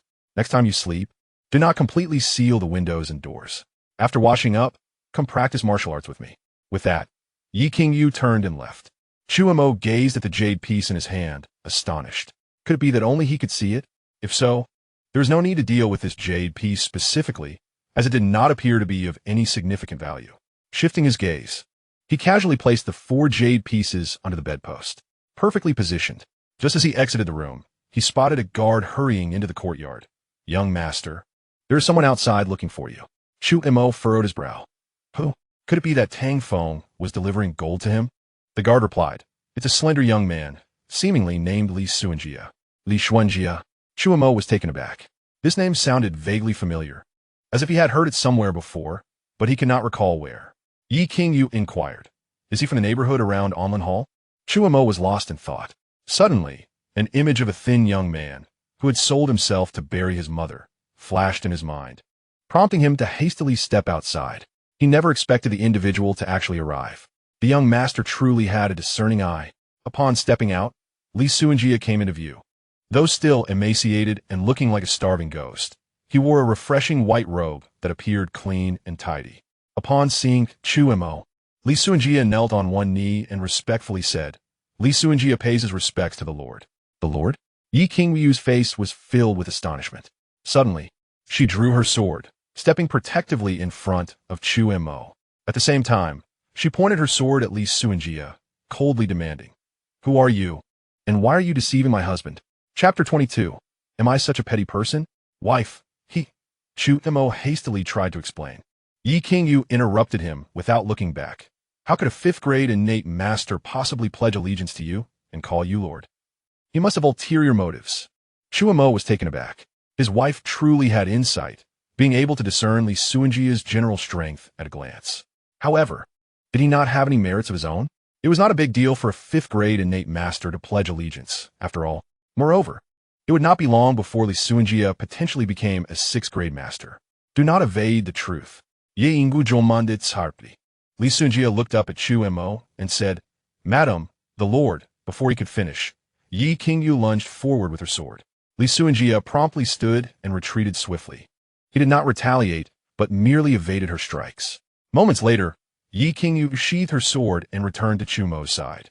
Su Montak, intrigued, asked, "Why did you stop fighting?" Yi Qingyu replied, "After exchanging blows, I sensed that he bore no intent to kill." Chu Mo was astonished. Could it be that his wife also possessed the ability to sense the malice of others, just like him? Suddenly, Li Xuanjia coughed up a mouthful of black blood and collapsed onto the ground. Chu Mo rushed forward to examine him closely, his expression shifting. "Chun's, Yi Yuan, quickly carry him inside." "Yes," Chun Su and Yi Yuan responded, hastily lifting Li Xuanjia away. As Chu Mo passed the meeting hall, he retrieved a brush and wrote out a prescription, handing it to Yi King. "Wife, please fetch the ingredients for me. Brew 3 bowls into one." With that, Chu Mo dashed to Yi Wushang's courtyard. He found Yi Wushang, supported by Jiang Qingyu, beginning to regain his ability to walk. Yi Wushang smiled and inquired, "Little Mo, what brings you here in such a hurry?" "Sixth brother, I have come to borrow the golden needles," Chu Mo replied with a grin. Recalling the day he had traversed into this world when Jiang Qingyu had insisted he perform acupuncture on Yi Wushang. Jiang Qingyu quickly entered the room and soon emerged with a medicine box in hand. Chu Mo took the box without delay. Upon returning to the courtyard, he saw that Chun Su had already arranged for Li Xuanjia to lie on a bed in the side room. Chu Mo quickly disinfected the golden needles with fire and strong alcohol before commencing the acupuncture. Chun Su and Yi Yuan stood watch outside. After a full half-hour of diligent work, he finally exited the room. "At last, I have saved a life." Yi Qingyu had already arranged for the medicine to be brewed and looked on with concern. Chu Mo sighed. He has been struck by the Ju My finger. If he moves, his internal energy will be reversed. Ju My finger? Yi Qingyu exclaimed in surprise. The Ju My finger and Xianyin finger are both ultimate techniques of the Xianming sect. By the way, he is called Li Xuanjia, right? Chu Mo nodded. Does my wife know him? Chun Su and Yi Yuan, upon hearing this, turned and left voluntarily. Yi Qingyu spoke gravely. Half a year ago, a border guard commander named Li Xuanjia learned that his mother had been wronged and had her legs broken, so he voluntarily submitted his resignation. A month ago, he returned to Zhaojing to avenge his mother, and his enemy was a distant relative of the Hong Wang's princess. Wait a moment. Chu Mo felt something was amiss. Was not the Hong Wang a eunuch? How could he have a princess? Yi Qingyu retorted. Why can't the Hong Wang have a princess? Chu Mo replied matter-of-factly. How can he only watch and not even touch? What use is there in being good-looking but ineffective? It seemed that the Hong Wang was overly concerned about his image. Yi Qingyu's face darkened. What kind of nonsensical thoughts filled this fellow's head? Yi Qingyu continued. Li Sunji has secretly killed the Hong Wang's distant relative, and the people from the Seven Stars Pavilion found out. Many interceded on his behalf, and ultimately, the Seven Stars Pavilion did not execute him. However, a master from the Seven Stars Pavilion, known as the Ghost-Faced Man, struck his heart meridian with a finger, rendering him unable to use internal energy for the rest of his life. It is said that later, the Hong Wang's princess sent people to trouble his family.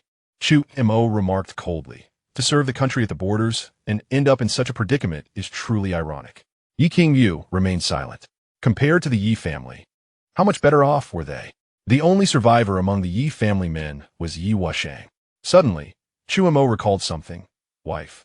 Is the Xianyin finger on sixth brother also related to that ghost-faced man? Yi Qingyu looked at Chu Mo in shock. Do not say such things lightly. Although sixth brother does not speak of it, we have all guessed. The ghost-faced man is not only a sixth-grade master, but also someone whom the Hong Wang trusts greatly. If we anger the Hong Wang, the Yi family will be in deep trouble. Chu Mo smiled. Do not worry, I will not act recklessly. Yi Qingyu was merely concerned that he might cause trouble with the ghost-faced man. Given the current weak state of the Yi family, lacking even a sixth-grade master, he certainly could not act impulsively. If Chu Mo were to take action, the Gue Mianren and Hong Wang would have no chance for retaliation. Noticing that Yi Qingyu still appeared unconvinced, Chu Mo reassured her, My dear wife, do you still doubt me? Am I truly such a petty person? Yi Qingyu was rendered speechless. Having spent time with Chu Mo, she had come to understand his character. If Chu Mo were not petty, then surely no one in the world was.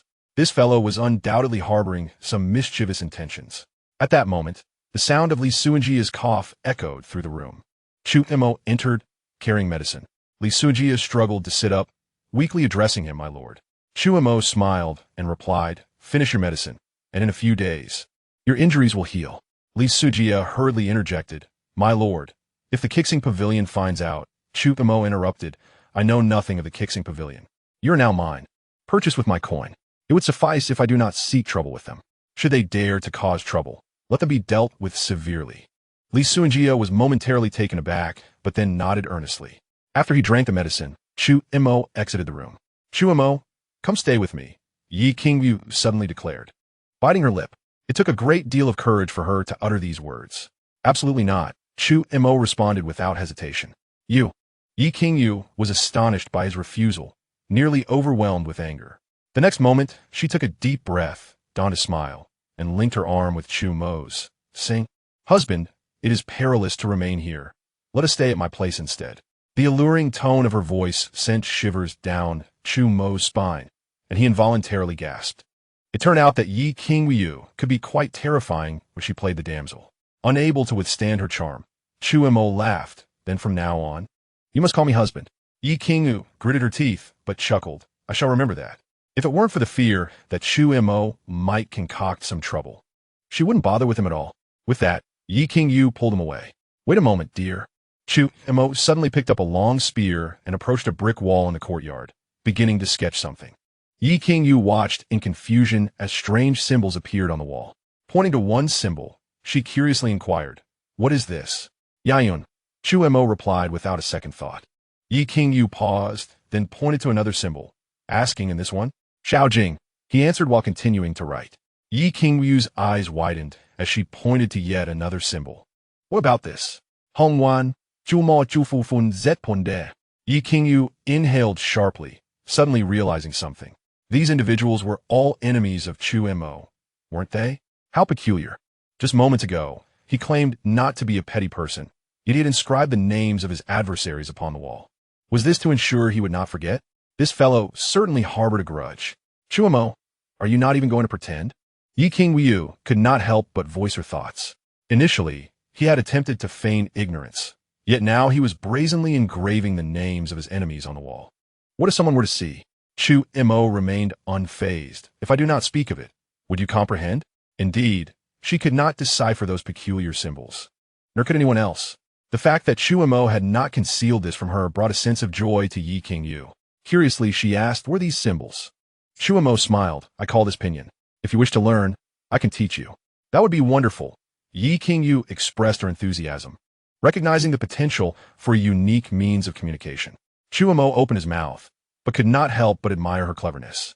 Suddenly, Yi Qingyu pointed to two more symbols. "This one also has the surname Xiao. Who is he? And this one, why have you circled him with Xiaojing? That is Shaolin, the Duke of Wei. They are family. Hence the connection," Chu Mo explained. Yi Qingyu was stunned. Hadn't Ti Shaolin and the Duke of Wei only met Chu Mo once? How could he already be considering eliminating them? If she were aware that Chu Mo intended to annihilate the entire Wei family, she would surely be astounded. After pondering for a moment and confirming that there were no other enemies for now, Chu Mo departed with Yi Qingyu, leaving Chun Su and Yi Yuan to care for Li Suanjia. 2 days swiftly passed. Before dawn, Yi Qingyu pulled Chu Mo from his slumber. He shivered from a cold. Today was even chillier than before. Seeing him still half asleep, Yi Qingyu urged, "Chu Mo, today is the day you report for duty. Do not be late." Chu Mo nonchalantly replied, "Did we not agree that you would call me husband?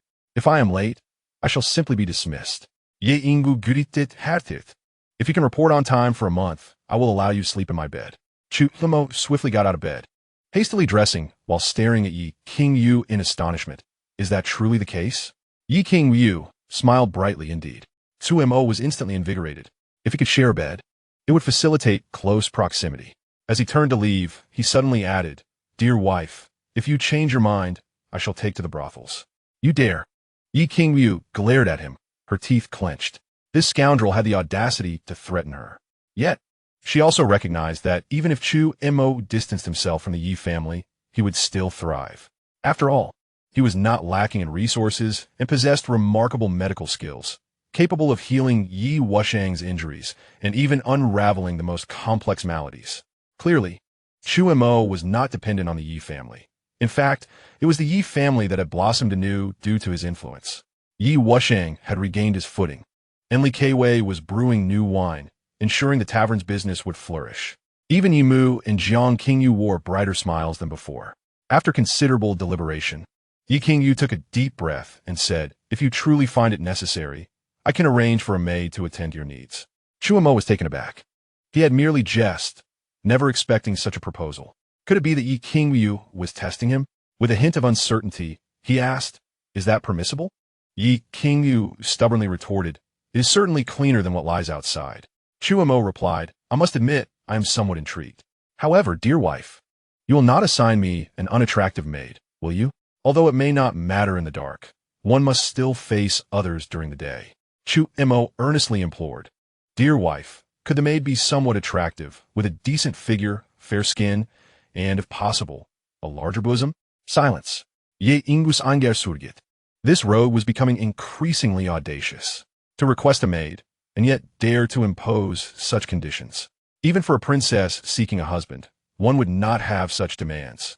The troubling aspect was that all his requests focused solely on appearances. He could have at least mentioned inner virtues. Chu Mo hastily sealed his lips and fled the room. In the courtyard, 3 figures awaited him: Li Suanjia, Chun Su, and Yi Yuan. Li Suanjia had experienced life and death, and through misfortune had found fortune, successfully breaking through to the 6th rank of martial master the day before, though his realm was not yet stable.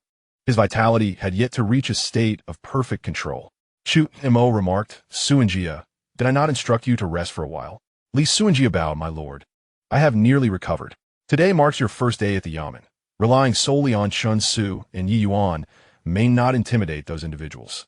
Upon hearing this, neither Chun Su nor Yi Yuan expressed any dissent. They were a few years older than Li Suanjia, yet were merely 3rd-rank warriors. Although one might be considered a top-tier expert in the realm, within the ranks of the Jiniwei, one merely holds an average status. Among the Jiniwei, there are numerous 4th-grade postnatal warriors and 5th-grade prenatal warriors. To say nothing of the fact that a junior flag officer in the Jiniwei must possess at least a 3rd-grade cultivation.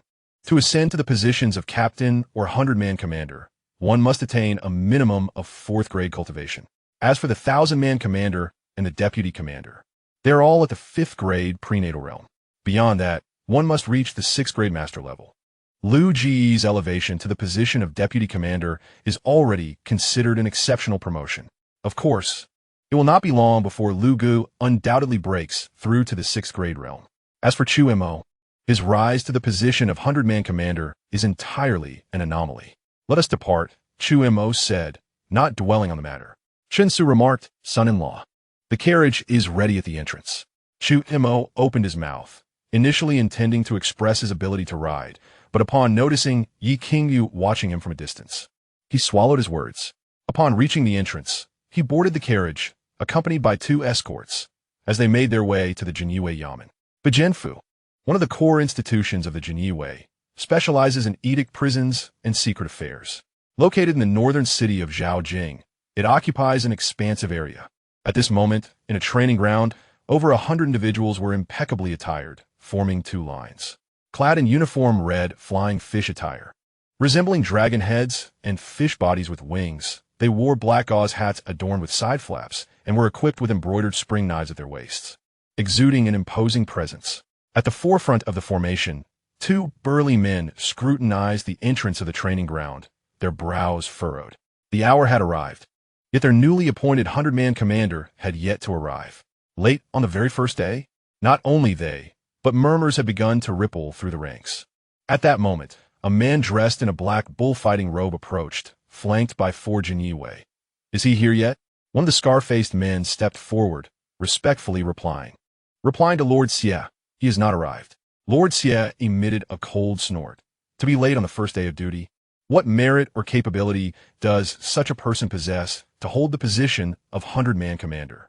Must we await his presence to carry out the emperor's commands? The scar-faced man quickly concurred. "What Lord Xie says is true." Another burly man added, "Lord Qianhu, perhaps the 100-man commander has simply taken a wrong turn." The scar-faced man sneered. "Wei Jinglin, he commanded us to wait here yesterday. How could he possibly be lost? Perhaps our 100-man commander wishes to establish his authority? With your stature, do you think you could intimidate me?" A voice laced with disdain echoed from the entrance of the training ground. The crowd's gaze converged, and upon recognizing the newcomer, astonishment spread across their faces. Li Xuanjia, the newly appointed 100-man commander. It is actually him? Was he not rendered incapable of martial prowess? The Jinyue buzzed with speculation. Many recognized Li Xuanjia, for he was the audacious figure who dared to slay even the relatives of the Hong Wang's consort. However, soon it became apparent that something was amiss, as Li Xuanjia's figure lagged behind a young man clad in a fur robe by half a body length. Could this be their new 100-man commander? The scar-faced man, Zhang Yu, quickly connected the dots. However, as a subordinate of Lord Qianhu, he had no reason to fear a newly arrived 100-man commander. Considering this, Zhang Yu glared at Chu Mo and barked, "Who are you to dare intrude upon the Bijianfu?" Chu Mo replied calmly, "I am the newly appointed 100-man commander of the Bijianfu's edict prison. Do you take issue with me?" Zhang Yu's brow furrowed slightly. In truth, he still harbored a sliver of hope that Chu Mo was not the new 100-man commander. Originally, Zhang Yu had been the most likely candidate for that position, but now he found himself overshadowed. Taking a deep breath, Zhang Yu retorted, "If you are indeed the 100-man commander, why are you not wearing the flying fish attire?" Chu Mo replied serenely, "I am of frail constitution and susceptible to chills, hence I have chosen to dress warmly." "Is there a stipulation requiring the wearing of flying fish attire for roll call?" Zhang Yu found himself speechless. The Jinyue indeed had no such regulation. Wearing flying fish attire for roll calls was merely an unspoken agreement among the ranks. Other court officials were required to don official robes for roll calls, primarily to clarify their status and facilitate identification and order maintenance. Officials who neglected to adhere to this could face impeachment, salary penalties, and repercussions for their careers. Yet Zhang Yu was oblivious to the fact that Chu Mo had no concerns about being expelled from the Jinyue. Who could endure such a life? Even during the past 9-to-6 grind, it was not as unbearable as this. On such a frigid day, he merely wished to cocoon himself in blankets. At that moment, Lord Xie, in his bullfighting robe, spoke indifferently. "Why the delay in roll call?" Chu Mo inquired with confusion. "And you are?" Lord Xie snorted derisively. His eyes filled with contempt. Wei Jinglin hastily interjected, "My lord, this is Lord Qinhu, Xie Kongqing." Chu Mo was taken aback. A mere 1,000-man commander was inspecting so early? Was the Jinyue this idle? Moreover, the disdain in his gaze was unmistakable. Chu Mo slightly cupped his hands, saying, "I have the honor of meeting Lord Qinhu." Xie Kongqing's expression remained indifferent. This young man certainly carried himself with a certain official air. While it might be acceptable to refer to himself as this official in front of others, to address himself as your humble servant in his presence was quite unusual. Xie Kongqing coldly stated, "I will duly report today's events." Chu Mo scoffed inwardly. What a grand matter. Was it merely a delay of a few breaths? Why must it be escalated to such heights? Zhang Yu chuckled with delight. In pursuit of his promotion to 100-man commander, he had bribed Xie Kongqing handsomely. He had expected the position to be within his grasp, but an unexpected turn had occurred. However, it seemed that the money had not been wasted. "Chu, my younger brother." At that moment, a boisterous voice resonated from a distance. Chu Mo was momentarily taken aback. The voice sounded familiar. He looked up to see Lu Gu striding swiftly towards him, flanked by several individuals, emanating a formidable aura. Clearly, this fellow had achieved a breakthrough to the 6th grade master level. Xie Kongqing was the first to approach, his face beaming with smiles. "Lord Lu." Yet Lu Gu did not spare him a glance, directly approaching Chu Mo and placing his hand on Chu Mo's shoulder. "I did not expect it to truly be you." Xie Kongqing's pupils constricted slightly. Zhang Yu's smile abruptly vanished. The expressions of the other Jinyue transformed into surprise. Who was Lu Gu? The newly appointed Jinyue deputy commander. A 3rd grade official, a mere 6th grade 100-man commander, had the honor of his personal visit. Chu Mo, maintaining a formal demeanor, greeted Lord Lu. "Lugi Gaspet Chu Montakesrist." His face stern. "It has been some time since we last met. Have you grown distant, my younger brother? During duty hours, it is better to refer to titles." Chu Mo replied calmly, then turned to Xie Kongqing, asking, "What did you just say, Lord Xie?" "I'm hard of hearing and did not catch it clearly." Xie Kongqing's heart sank. He had intended to report the incident and make things difficult for Chu Mo, but reporting it would mean informing Lu Gu as well.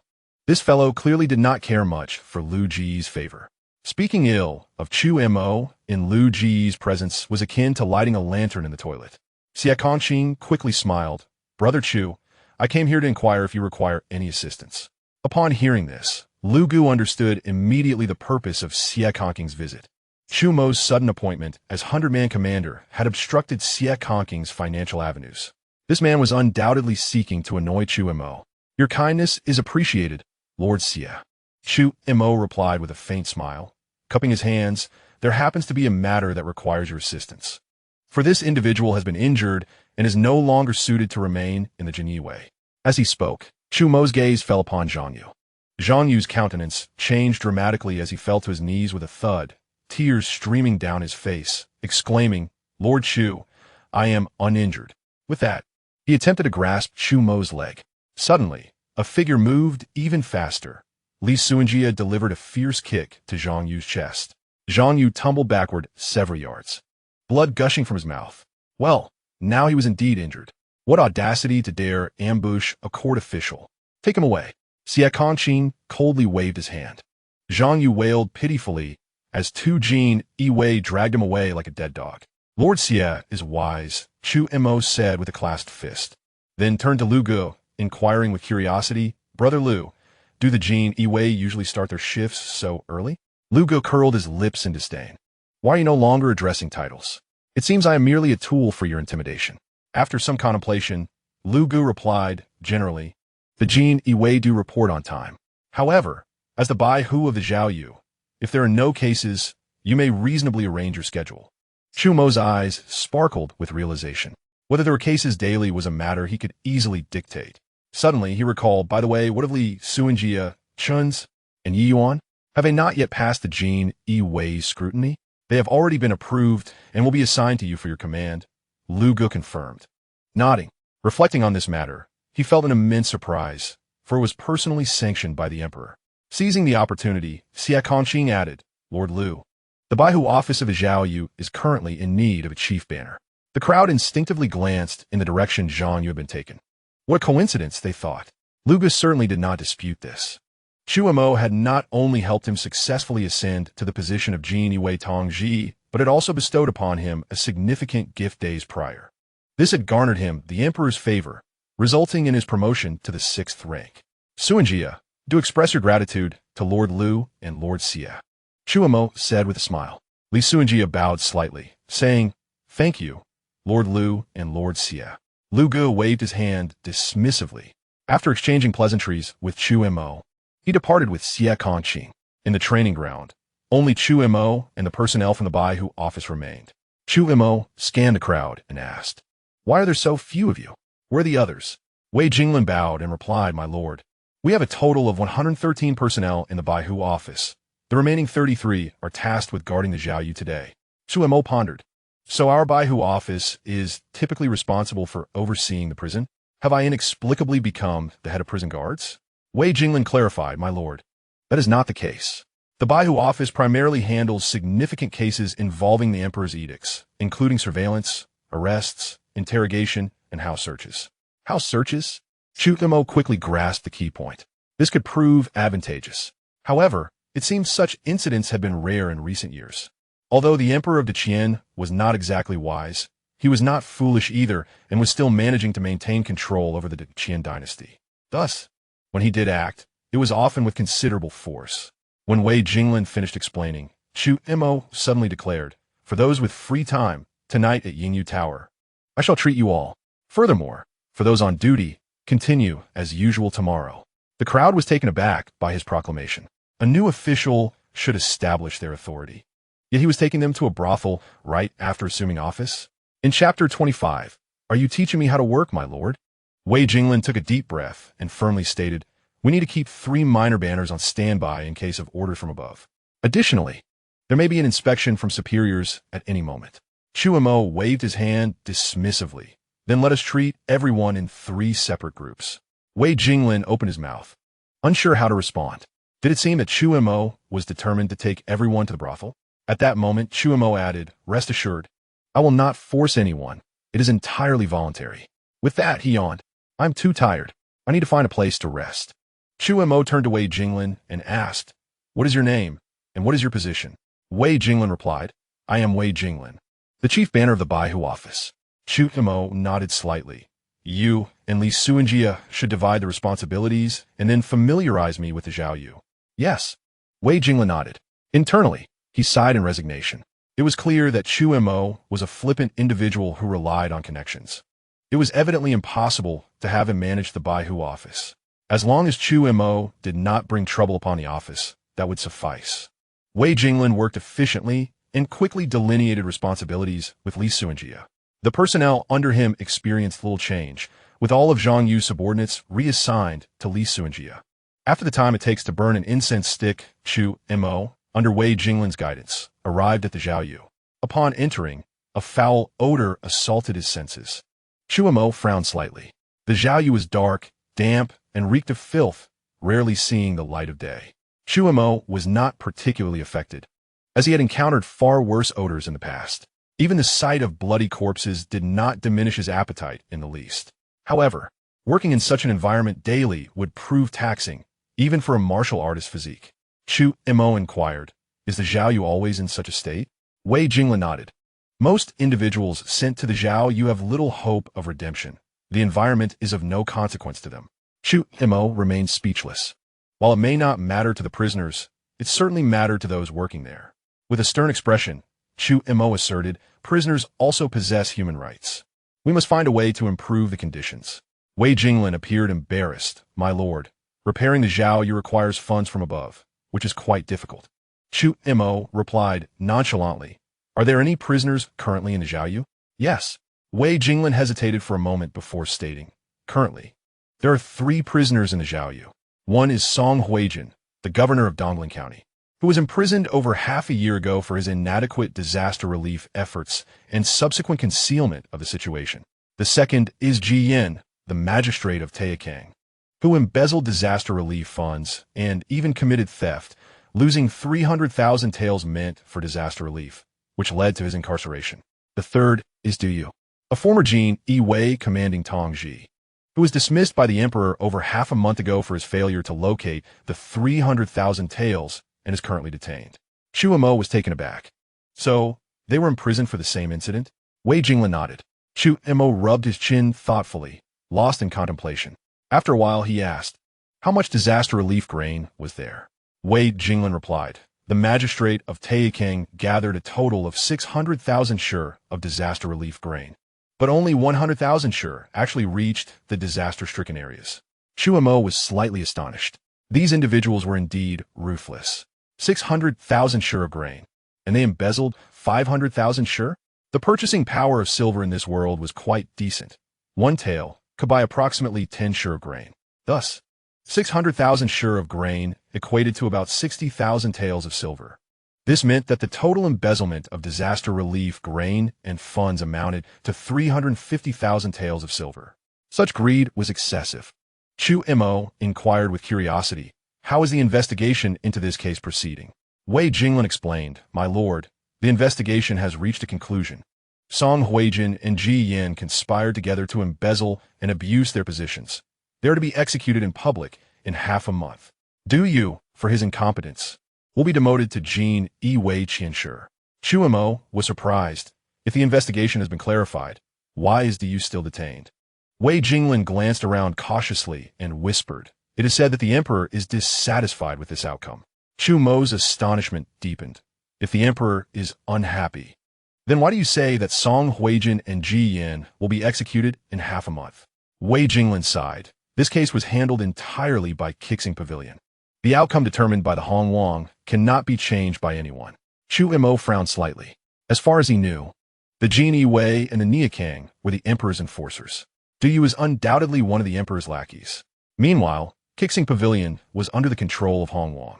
Yet, Hong Wang had not sought to eliminate Du Yu, but instead spared his life, albeit with a demotion.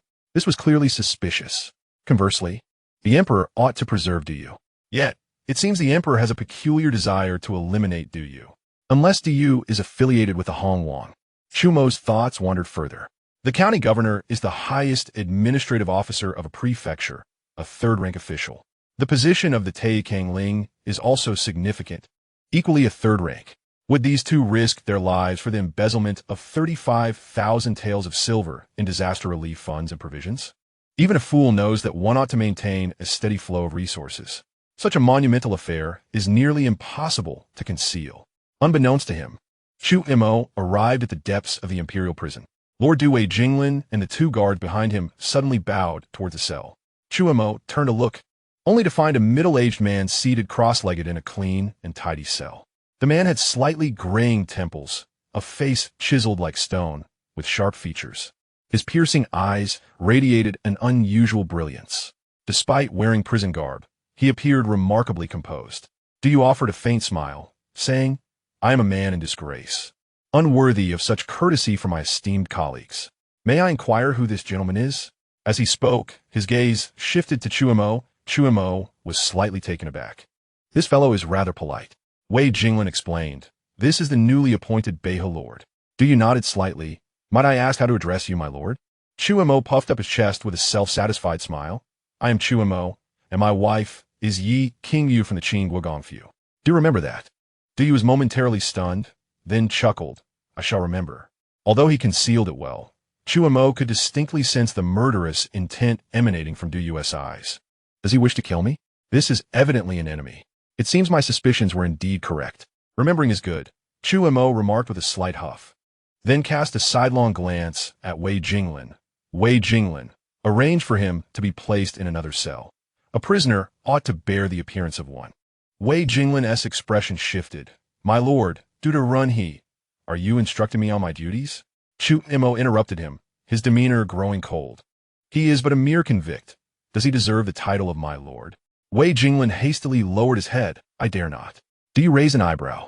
Slowly rising, he extended his hands. Shall I have shackles placed upon me?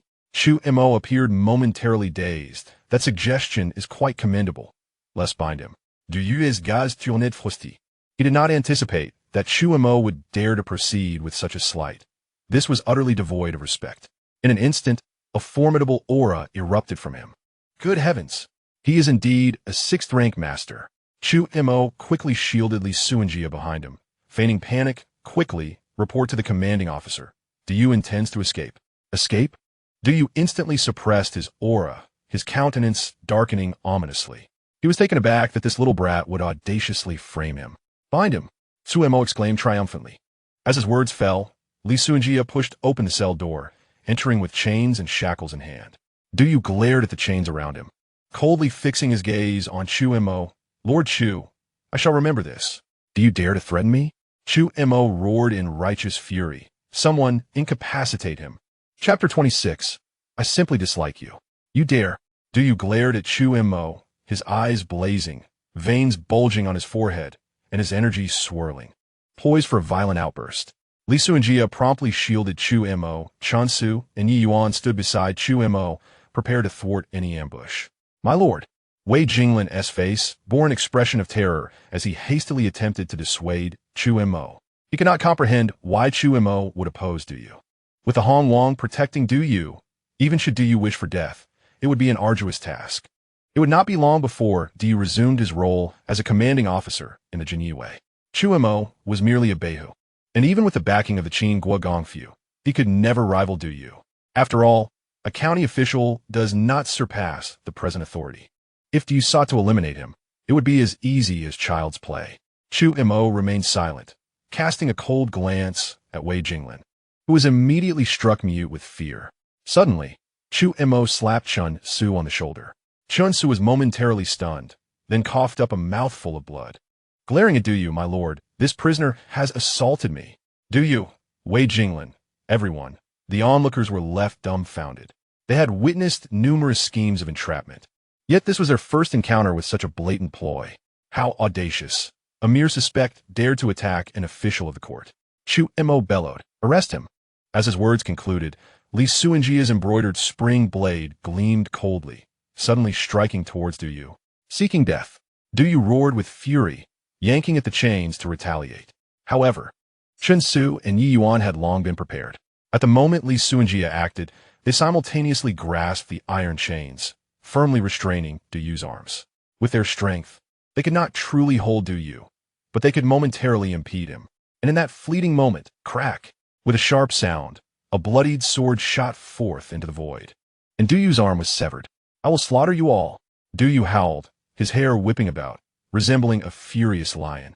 He, a sixth-rank master, had been outmaneuvered by a mere connection. How could he possibly swallow this humiliation? Yet, he had gravely underestimated Li Suanjia's prowess. After delivering a strike, Li Suanjia swiftly pressed his left hand to Du Yu's dantian, halting his vital energy and rendering him unable to exert power for a brief period. Following that, Chu Mo issued a soft command, producing an unknown bundle from his hand and tossing it to Li Suanjia. Upon opening it, Li Suanjia discovered it contained a dozen golden needles. Shen Ting Su, Chu Mo instructed once more. Without hesitation, Li Suanjia extracted a needle and pierced it into Du Yu's Shun Ting Shui, followed by the Qi Hai Shui, Chu Qi Shui, and Zhu Sanli. As Chu Mo directed, Li Suanjia drove each golden needle into Du Yu's acupoints. With the insertion of the needles, Du Yu could no longer move a muscle. He stood there, akin to a statue, yet his eyes burned crimson with bloodlust, an unmistakable desire to kill Chu Mo. Wei Jinglin and the two Jinyiwei behind him were utterly astonished. They never imagined that Du Yu would so easily fall into the hands of the newly appointed Beihu. Wei Jinglin, Chu Mo coldly regarded Du Yu, then turned to the three men. What do you suggest we do with this matter? Wei Jinglin and the two Jinyiwei felt their eyelids twitching violently. Should they utter a single incorrect word, they would undoubtedly not leave this place alive. Even if they were to perish, it would likely have no bearing on Chu Mo. Du Yu as the perfect scapegoat. Wei Jinglin collapsed to one knee. The other two guards followed suit without a moment's hesitation. Wei Jinglin spoke, My lord, Du Yu assaulted our brothers without cause, attempting to escape. Fortunately, Lord Li Suanjia happened to pass by and subdued the fugitive Du Yu. He finally grasped that Chu Mo was not merely the wastrel he had previously assumed. This fellow truly possessed a ruthless streak. Du Yu had merely exhibited a hint of arrogance and had been dealt a severe blow. Chu Mo nodded in satisfaction. Fetch a bucket of water and some mulberry paper. Yes. Although Wei Jinglin was perplexed, he complied and hastened away. You little brat, if you have the ability, kill me. Du Yu ground his teeth in fury, wishing to devour Chu Mo alive. Kill you? Chu Mo chuckled softly, shaking his head. You will soon realize that death is merely an extravagance. Du Yu shivered involuntarily, steeling himself. Are you trying to frighten me? Ha! Chu Mo grinned and glanced at the two young guards, instructing them to bandage him up and ensure he does not perish. The two young guards dared not hesitate for even a moment. In less than half a stick of incense, Wei Jinglin approached, carrying a bucket of water and a bag of mulberry paper. Fetch a stool, Chu Mo said with a faint smile. Without a moment's thought, the two guards swiftly brought over a stool. Chu Mo placed the stool beside a pillar and instructed, let him sit, secure his body, and keep his head tilted back. The group promptly complied. Du Yu's breathing began to quicken. Chu Mo, unhurried, tore the paper into sizes that fit snugly over Du Yu's face and affixed them. He then took a ladle and evenly poured water over the paper. Upon contact with the water, the paper adhered tightly to Du Yu's mouth and nose. Du Yu was immobilized, his breathing resembling the sound of a wind machine. What is the matter with the 500,000 stones of grain and 300,000 taels of silver? Chu Mo spoke slowly. As Du Yu's struggle subsided, he continued to layer on a second sheet of paper. If you recall, just nod your head. Do you know what this little trick is called? I call it sticking on an official, wishing you a promotion and wealth. Du Yu emitted muffled sounds, his breathing growing increasingly labored. Of course, you could choose not to speak. Chu Mo remarked in a calm tone. But you must consider your family, correct? I have many such little tricks. This is merely an appetizer. As he spoke, Chu Mo adhered a third and fourth sheet. Chun Su, Wei Jinglin, and the others felt a chill run down their spines. They had witnessed numerous torturous methods, which were their area of expertise, yet there was no doubt that Chu Mo's techniques were far more terrifying. Only Li Suanjia observed coldly, as if everything were none of his concern. By the time the eighth sheet was applied, Du Yu's chest rose and fell significantly less. Chu Mo then removed the mulberry paper from Du Yu's face. Du Yu gasped greedily for air, glaring at Chu Mo. Isn't this amusing? Chu Mo grinned. Wei Jinglin, you know where your family is, don't you? Wei Jinglin nodded, opening his mouth to say something, yet hesitated. Are you suggesting that misfortune should not befall your family? Chu Mo turned a glance at Wei Jinglin. If the one who stole the disaster relief grain and funds was indeed him, a punishment extending to his entire family would be inevitable. Indeed, Wei Jinglin gritted his teeth and departed. However, he was perplexed as to how Chu Mo had determined Du Yu's guilt. Suddenly, it struck him that the emperor had been dissatisfied with the previous investigation results. Could it be that Chu Mo was sent by the sovereign to specifically oversee this case? With this thought, Wei Jinglin took a sharp breath. Wait, do you finally spoke? Kid, do you believe that if I die, you will die too, and the Yi family will also perish? Threatening me? Su Montak Chakut. Once you become a cripple, will your master still use you? In fact, you're already a cripple. Du Yu gritted his teeth in silence. Chu Mo cast a glance at Wei Jinglin. What are you still standing there for? Wei Jinglin hurriedly left with the two young guards. Du Yu spoke in a low voice. Kid, I have no enmity with you. Why target me? Actually, it's quite simple. Your gaze irks me, Chu Mo yawned. Of course, you could also think that I merely find you unpleasant. Du Yu felt as though his lungs were about to explode. Just because of a look, this little brat was pushing him to the brink of death. He wished he could instantly eliminate Chu Mo. Chu Mo ignored Du Yu and swaggered over to the other two prisoners, Song Huijin and Ji Yan, who showed no signs of hostility, allowing Chu Mo to relax. Chen Su, Yi Yuan, do not let Du Yu fall asleep. Wake him every 15 minutes. Chu Mo instructed before finding a clean spot to prepare for a good sleep. He needed to recharge his energy, for tonight promised to be eventful. Chapter 27. Accumulate more friends, minimize enemies. At noon, Chu Mo slowly opened his eyes, feeling quite comfortable. He leapt out of bed and stretched vigorously. Li Xuanjia, who had been meditating nearby, simultaneously woke and turned to face the door. Wei Jinglin approached Chu Mo and bowed his head, reporting, My lord, Du Yu's family is missing. Chu Mo raised an eyebrow. How could that be? Wei Jinglin solemnly replied. Someone had been watching Du Yu's family all along. When we arrived, we discovered the bodies of two brothers. They were still warm. Chu Mo's brow furrowed deeply. His order to capture Du Yu's family had been a spur-of-the-moment decision. How could anyone have whisked away Du Yu's family so swiftly Did the three of you go? Zu Montag in Kvilet. Wei Jinglin took a deep breath. I brought about 10 men. Li Suanjia spoke gravely. So among those 10, there is a spy? Wei Jinglin knelt on one knee. My lord, I have failed in my duties. Please impose your punishment. Chu Mo waved his hand dismissively. It matters little. We simply need to pry open Duyu's lips. Wei Jinglin took a deep breath, bewildered. My lord, how are you so certain that Duyu stole the disaster relief grain and funds? Li Suanjia also displayed curiosity.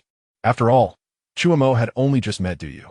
To conclude his guilt based on just a glance seemed rather frivolous. Li Suanjia could not believe that Chu Mo's judgment was as superficial as merely disliking Duyu. Chu Mo shrugged. I'm not certain, which is why I need to interrogate him. Wei Jinglin's lips twitched slightly. You make a compelling argument. So, Duyu must have experienced an extraordinary run of misfortune to encounter you. This madman? With that, Chu Mo turned and headed towards Duyu's cell. Although Duyu's severed arm had stopped bleeding, the intense pain surged frequently, leaving him pallid. He wished to close his eyes and rest. Yet Chun Su and Yi Yuan took turns guarding him, denying him any chance of respite. In just half a day, Duyu had lost nearly half his life.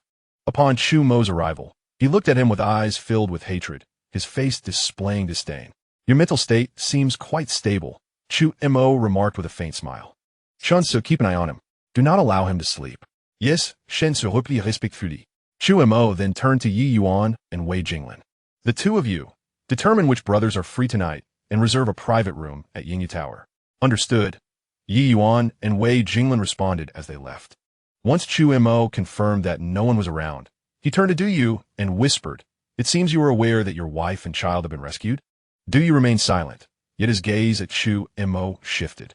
This fellow, how does he seem capable of discerning hearts? Chu Mo glanced at Chun Su. Who has visited him today? Chun Su suddenly recalled. Someone just came to distribute food.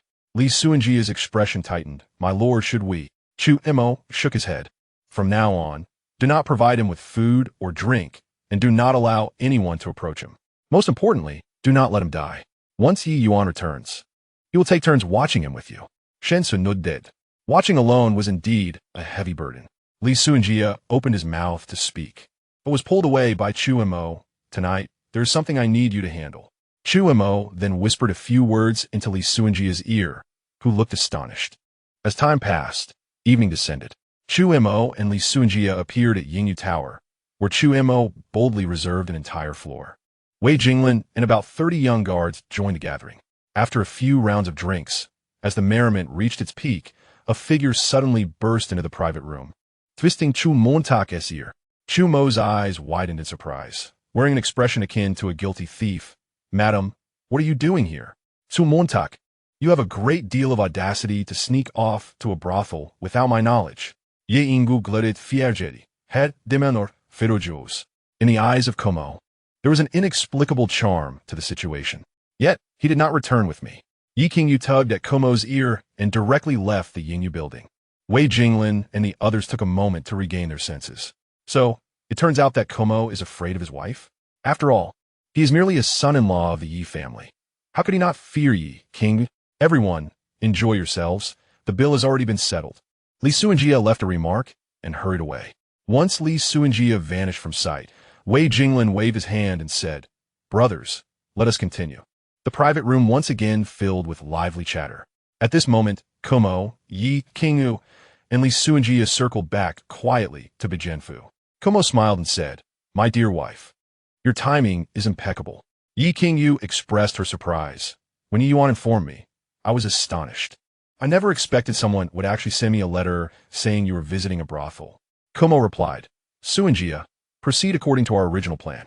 Li Suanjia produced 2 sets of Jingyaiwei uniforms and handed them to Como, saying, Miss, from this point on, your husband's safety relies on you. With that, he silently disappeared into the night. Yi Qingyu then inquired, My husband, what is going on? On your first day in office, you have already stirred such a commotion. Como succinctly explained the circumstances. Yi Qingyu, with a hint of skepticism, asked, I have heard about this case as well. But how can you be so sure that Duyu is responsible for the embezzlement of disaster relief grains and funds? Como chuckled. I am not certain, you see. Yi Qingyu's expression shifted slightly. You are not sure, yet you intend to bring down Duyu? Kumo whispered, "My dear wife, I possess a unique ability." Yi King Yu's curiosity was piqued. Kumo continued, "I can perceive the goodwill and malice of others. From the moment I first laid eyes on Du Yu, when he introduced himself, I sensed a strong intent to kill emanating from him. He wants to kill me. Tell me, does he not deserve to die? You mean Du Yu harbors murderous intentions towards you?" Yi King Yu's face revealed surprise. "What if you are mistaken? If you sever his arm, what if he is innocent?" Kumo smiled confidently. Du Yu is the deputy commander of the Jingyai Wei, typically a person of the emperor. However, the emperor evidently desires his demise.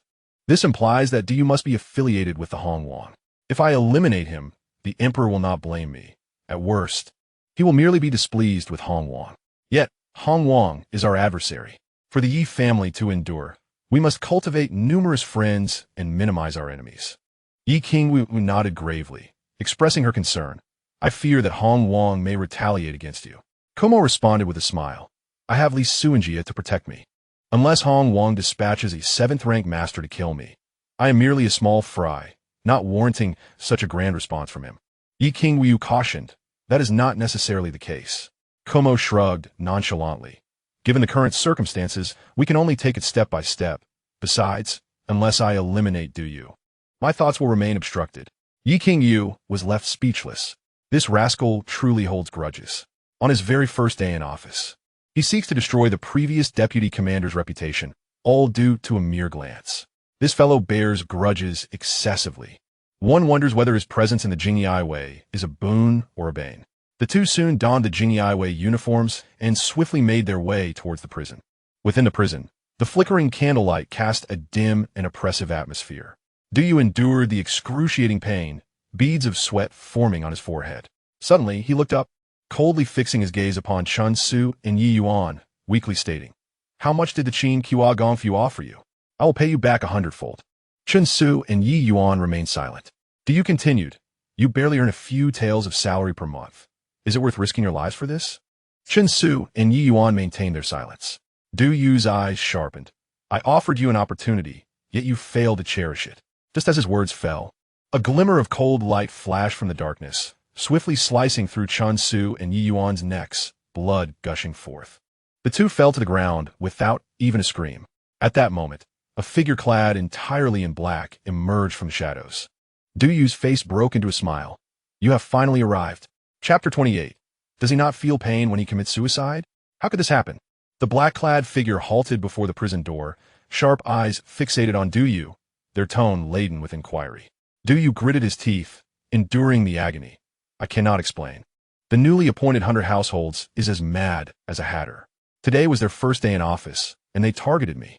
The black-clad figure remained silent, obviously dissatisfied with this answer. Du Yu added, "By the way, that kid is the son-in-law of the Qin Kua Gongfu, highly likely sent by the emperor himself. The emperor still harbors doubts regarding the disaster relief case in Dongling County, and he must have sent that kid to investigate me." The black-clad figure's tone turned icy. "Did you divulge this information?" Du Yu shook his head vigorously. "Not a word." The black-clad figure nodded in satisfaction. Du Yu urged, "This is not a suitable place for conversation. Help me extract the golden needles from my body, and let us leave here first." The black-clad figure did not respond. A glimmer of cold light flashed in their eyes as they slowly raised their right hand. Du Yu was taken aback, whispering in anger, "What are you doing?" The black-clad figure sneered, "Your wife and family have already departed. If you hurry, you should be able to catch up with them." Du Yu's pupils contracted sharply. Someone is breaking into the prison." At that moment, a loud shout echoed from outside, followed by the sound of hurried footsteps. The black-clad figure glanced back, raising their hand, and several streaks of light shot forth. Du Yu dodged to the side, yet 2 golden needles still embedded themselves within him. By the time he regained his senses, the black-clad figure had vanished without a trace. Du Yu gritted his teeth, a fierce expression crossing his face. Moments later, the sound of a fierce battle erupted outside. Du Yu observed coldly. Just then, a burly man appeared at the prison door. The burly man, adorned in the distinctive attire of the Jingyai Wei, loomed over Du Yu. Du Yu gritted his teeth. Does Hongwang truly wish for my death? He dispatched a master to assassinate me. And yet, it seems unreliable. To think he secretly sent a second person? The burly man replied indifferently. The emperor is dissatisfied with the outcome of this case. If the investigation continues, many will encounter trouble. As long as you are dead, the emperor will be satisfied, the master will be satisfied, and everyone will find satisfaction. Du suddenly stood up, the iron chains rattling. His forehead was marked by bulging veins as he roared. So you intend to kill my entire family? The burly man replied calmly. Rest assured, we will not harm your family. Du obviously did not believe him. Are you trying to deceive me? You're aware of this? The burly man paused slightly, then grinned. Sometimes, playing the fool can be quite beneficial. It makes the heart feel lighter when facing death. As the words fell, the burly man abruptly drew the embroidered spring knife from his waist. With a clang, he shattered the door lock and kicked open the prison door, swaggering inside. A flash of cold light surged as the sharp blade descended towards Du's forehead. However, the anticipated scene of blood splattering did not occur. Instead, the burly man's arm was sent flying. The burly man stared at the figure that had appeared before him. Disbelief etched across his face. Li Suanjia? Did you not leave with Chu Mo? Li Suanjia pressed a pressure point on the burly man's body, sighing, Wei Jinglin, I never expected you to be the traitor. Indeed, the burly man was Wei Jinglin. When Chu Mo was late to report for duty, Wei Jinglin had spoken on his behalf. Who would have thought this fellow had hidden himself so deeply? Wei Jinglin struggled fiercely, but as a mere 4th-rank practitioner, he could not escape the 6th-rank master's pressure point technique. Wei Jinglin abandoned his struggle, gritting his teeth. You have long suspected me? It wasn't merely suspicion. At that moment, a mocking voice rang out. As the figure clad in the flying fish uniform, Chu Mo, appeared at the door of the prison cell, he remarked, From the very first moment I laid eyes on you, I found you displeasing. Wei Jinglin's lips twitched slightly. Another instance of displeasure? What was wrong with this fellow? He was already aware of Chu Mo's true identity, having heard that Chu Mo was appointed as a captain of the Jinyiwei by the emperor himself. Thus, from the outset, he had chosen to align himself with Chu Mo throughout. He had shown no unusual behavior. Was he truly targeted simply out of Chu Mo's irritation? Little did Wei Jinglin know that his concealment had been quite effective, as Chu Mo had not discerned it at first. It was only after he believed he had defended Chu Mo that he repeatedly defied his commands. Naturally, Chu Mo, with his petty disposition, harbored suspicions. In the Yingyu building, when Wei Jinglin witnessed Chu Mo being taken away by Yi Qingyu, the smile on his face did not escape Chu Mo's notice. Chu Mo regarded Wei Jinglin with a look of incredulity, saying, You fancied yourself clever by revealing the matter of rescuing Du's family, thinking we were unaware? Wei Jinglin's expression darkened. Is that all you have? Chu Mo continued. Before we visited the Yingyu building tonight, you deliberately sent a message to my wife, intending to use her to aid my escape. Once I leave, Li Suanjia would follow, and then you would have your chance to act against Du. Wei Jinglin was taken aback. You actually sent someone to follow me? Chu Mo scoffed. Follow you? I merely instructed Yi Yuan to wait for you at the Yi residence. Never expecting you would actually go. Taking a deep breath, Wei Jinglin, still somewhat unwilling, retorted. But how do you know it was Du who stole the disaster relief grain and funds? Upon hearing this, Du displayed a curious expression. I don't know, he admitted. Chu Mo shrugged, stating, I merely took a shot in the dark to test the waters. Du, to my astonishment, it truly was you? Both Wei Jinglin and Du were astonished, exclaiming in unison, You didn't know? Du, where are the disaster relief grain and funds now? At this moment, a cold voice emanated from the doorway. The crowd turned to see Lu Gu entering, accompanied by 4 Jinyiwei. Lord Lu, Chu Mo quickly bowed in greeting, then turned to Li Suanjia, instructing, Take the 2 corpses away. Li Suanjia complied and departed with Chun Su and Yi Yuan. Lu Gu nodded slightly, his icy gaze lingering on Du and Wei Jinglin. Wei Jinglin remained silent. Lu Gu spoke in a somber tone. Wei Jinglin, just a moment ago, your entire family of 9 met with a gruesome fate. What? Wei Jinglin's pupils constricted. Suddenly, Du burst into laughter, his face fierce as he exclaimed, Indeed, ruthless. To slaughter our entire family at a whim. Since you show no mercy, do not expect us to show righteousness. The disaster relief grain and funds are in Shuo Prefecture, Dongling County, Annan Prefecture, Mingzhou County, and Qingfengzai. Lu Gu inquired in a grave tone, Who's behind this? Wei Jinglin and Du exchanged glances, fear evident in their eyes, clearly intimidated by the name. Lord Liu, I will keep watch outside, Chu Mo said, before taking Yi King Yu by the hand and moving towards the exit.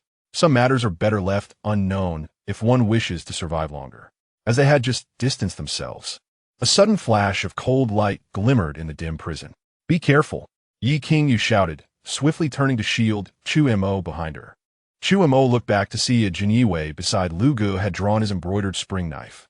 In a swift motion, Du Yu and Wei Jinglin's heads fell to the ground. What audacity! Lu Yi Belovet. Before he could act, the Jinyiwei decisively slashed his own throat. Blood spurted forth, and he collapsed lifelessly. Chu Mo inhaled sharply, perplexed by the Jinyiwei's audacity to commit suicide. Such decisiveness was utterly bewildering. For a time, the prison fell into a profound silence. Finally, Chu Mo whispered, "Wife, how did he bring himself to do it? Did he not fear the pain of death?"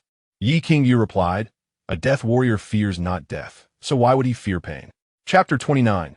Youth is wonderful. Just fall asleep. Lu Gu stared at the three corpses on the ground, rendered speechless until Chu Mo broke the silence.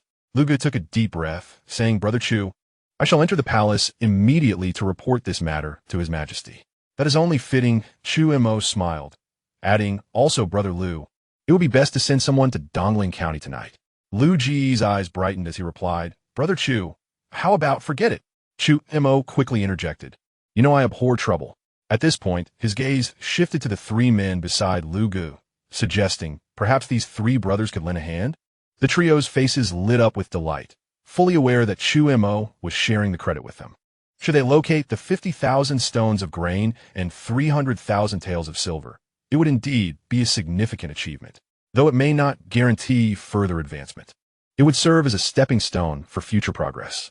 Lu Gu declared in a serious tone, "In that case, pay Zei, take Yin Feng and Fu Cheng, and proceed to Dongling County at the fastest pace. If you find the disaster relief grain and funds, report back immediately." "Understood," the three responded respectfully, casting grateful glances at Chu Mo before departing. "Brother Chu, I shall find you for a drink tomorrow," Lu Gu called out as he swiftly exited. Shortly thereafter, Li Suanjia entered with a group of Jinyiwei to quickly clean the prison.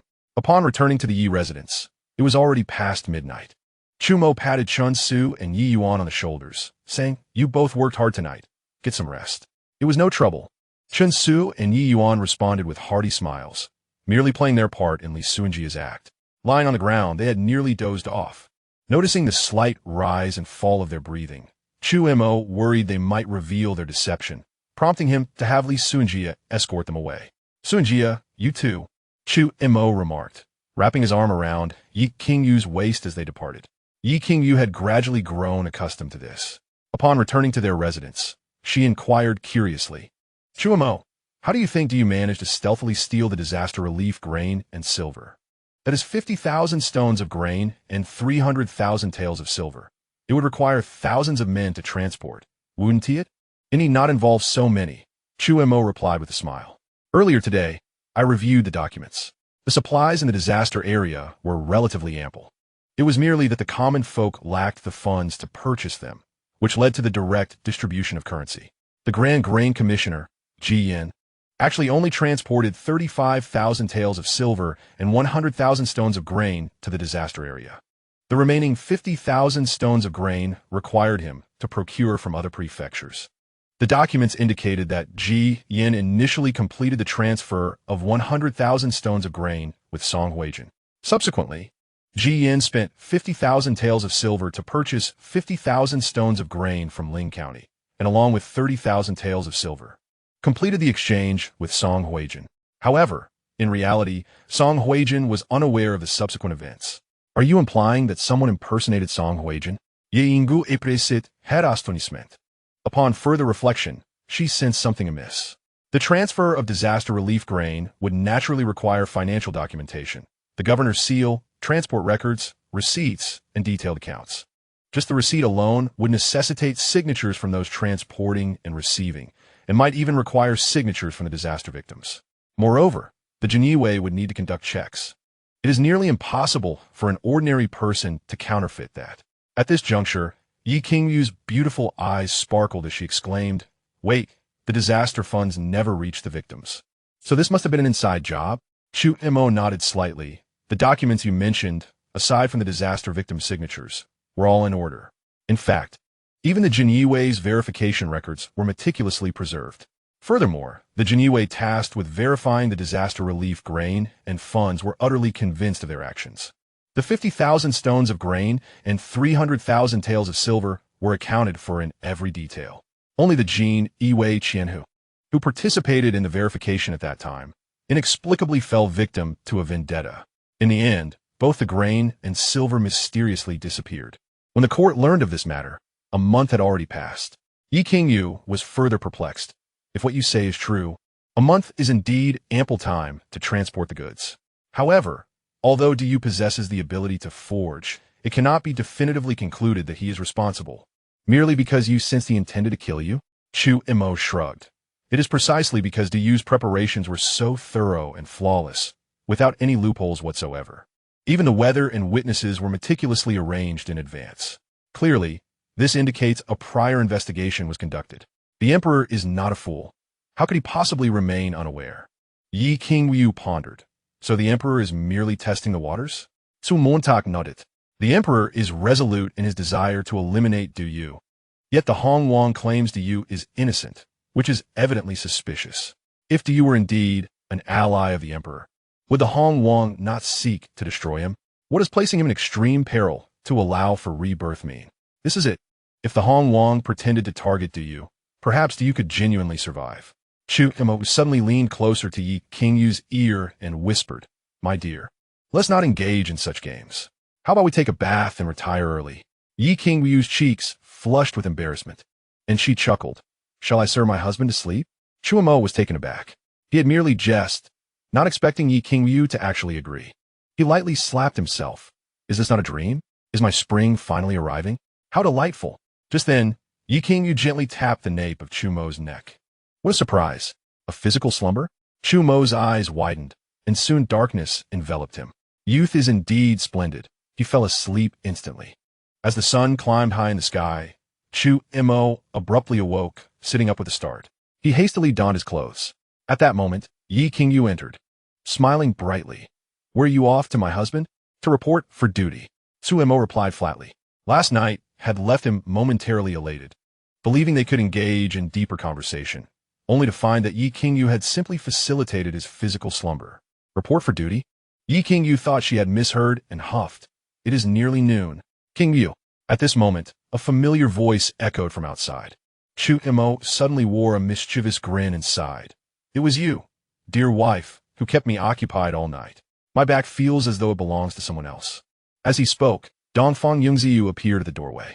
Upon hearing Chu Mo's words, Dongfang Yungziyu displayed a look of surprise, her gaze shifting between the two. Yi Qingyu's face turned crimson. Chu Mo chuckled. My dear, one should not indulge so recklessly. You may profess disinterest, yet your body betrays you. Yi Qingyu was on the brink of explosion. This rascal speaks so freely. Such matters should not be uttered aloud. Bah, no, this never occurred. This scoundrel intends to embarrass me deliberately. Su Montauk smirked. This was a minor act of revenge for the physical slumber she had facilitated last night. Stimulating, isn't it? Yi Qingyu shot Chu Mo a glare and turned to Dongfang Yungziyu. Fourth sister-in-law, do not listen to his nonsense. Dongfang Yungziyu smiled sweetly. This is merely a private matter between you two. I have no interest. Yi Qingyu's face reddened further, and she hurriedly changed the subject. Fourth sister-in-law. What brings you here? Dongfang Yungziyu sighed. Zhua Shui has been feverish for 3 days, with no sign of abating. Second sister-in-law sent me to seek assistance from my brother-in-law. Let's go at once. Yi Qingyu quickly took Chu Mo's hand and led him outside. Chu Mo was momentarily taken aback, leaning close to Yi Qingyu's ear. He whispered, Who is Zhua Shui? Chapter 30. Epidemic Dysentery, Preparing for Rain Before It Falls. You do not know? A look of skepticism crossed Yi Qingyu's face. Chu Mo shook his head. Yi Qingyu explained, Zhua Shui is the daughter of second brother and second sister-in-law. They have only this one daughter. Su Montauk frowned. From what he knew, when Yi Yufeng died in battle, he was already 27 years old. Li Keiwei's age would not differ much. Perhaps 3 to 5 years younger at most. How then do they only have one daughter? Yi Qingyu seemed to discern Chu Mo's thoughts and continued. Second brother has long been in the military, later inheriting our father and elder brother's wishes. Stationed at the border for years. He married at 25. Fourth brother, seeing second brother unmarried, could not marry before him. Eventually, our mother took the initiative to arrange marriages for both of them. Second brother and fourth brother married on the same day. Chu Mo understood. He had thought that after Yi Shao's death, the Yi family's third generation had been extinguished. Yi Qingyu added, fourth brother and fourth sister-in-law also have a daughter named Shuyu. Zhua Shui and Shuyu were born in the same year, just under 6 months apart, after which second brother and fourth brother. Yi Qingyu faltered, tears shimmering in her eyes. Chu Mo comprehended. Within 6 months of marriage, Yi Yufeng and Yi Weiyun had perished. Both had only one daughter, with no sons. Chu Mo then asked, what about elder brother and elder sister-in-law? Yi Qingyu inhaled deeply. After giving birth to Xiao Xiao, elder sister-in-law was ambushed and gravely injured, losing her ability to bear children. Please, do not mention these matters in their presence. Chu Mo nodded. Now that sixth brother has recovered, the Yi family has a successor. Yi Qingyu slightly inclined her head. As they conversed, they finally arrived at Li Keiwei's courtyard. To Yi Qingyu's surprise, Yi mother was also present. Chu Mo understood. With only 2 young blooms remaining in the Yi family's third generation, they were naturally cherished. Upon seeing Chu Mo, Yi mother hurried over, urging, Xiao Mo, quickly check on Zhua Shui. Ever since Chu Mo cured Yi Wusheng, Yi mother has held great trust in his medical skills. However, Chu Mo had been occupied with matters concerning the gene Yi Wei these past few days. She assumed that Zhua Shui was merely suffering from mild cold and did not wish to trouble Chu Mo specifically. Chu Mo replied, esteemed mother-in-law, your son-in-law shall attend to it right away. With that, he turned to Yi Qingyu. He was unfamiliar with the surroundings, especially since this was Li Keiwei's domain, and preferred to avoid any awkwardness. Yi Qingyu quickly led Chu Mo to Zhua Shui's room.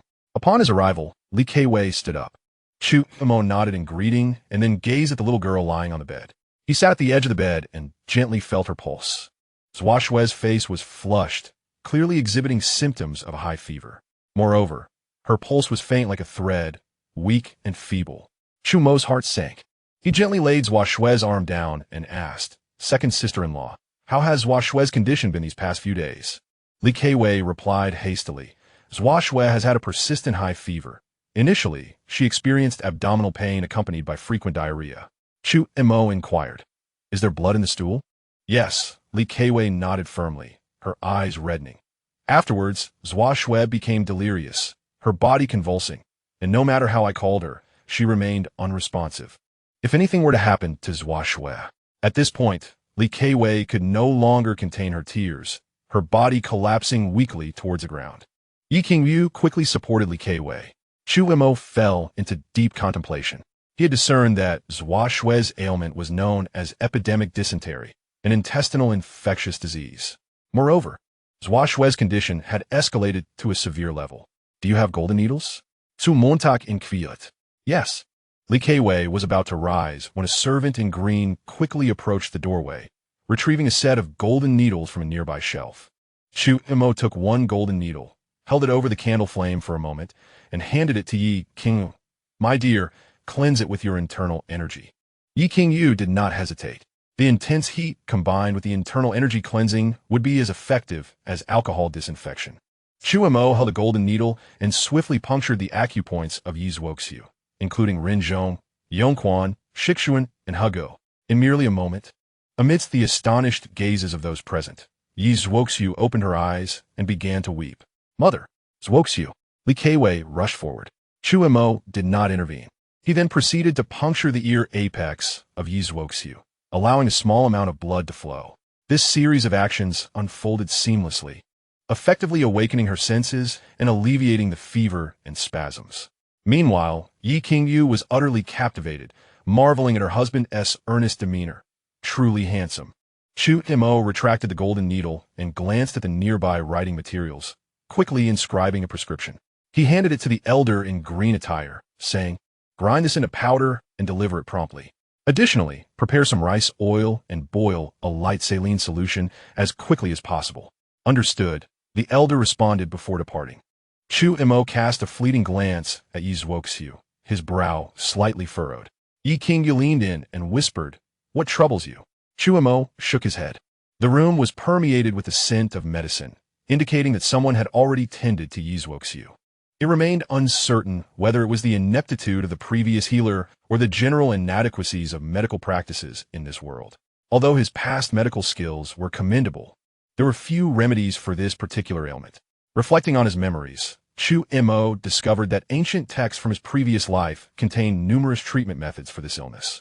The prescription he had just written was called Zigzhu Dan, comprising materials such as rhinoceros horn, antelope horn, and musk, ground in a powder for oral administration, which could clear heat, awaken the senses, stop spasms, and calm the spirit.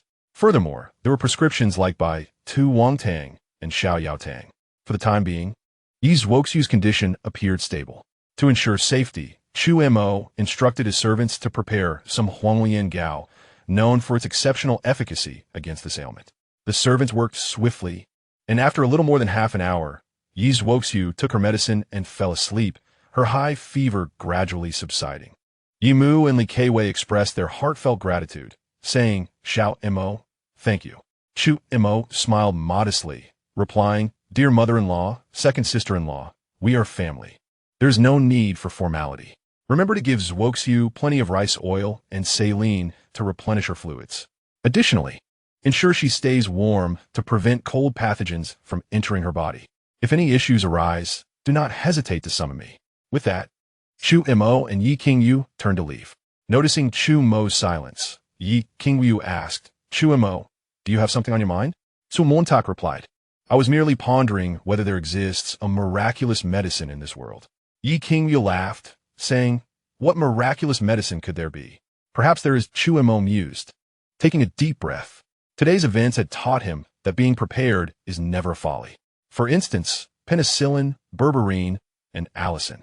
With his experiences from the past and his current medical knowledge, he believed creating such substances should not pose a challenge.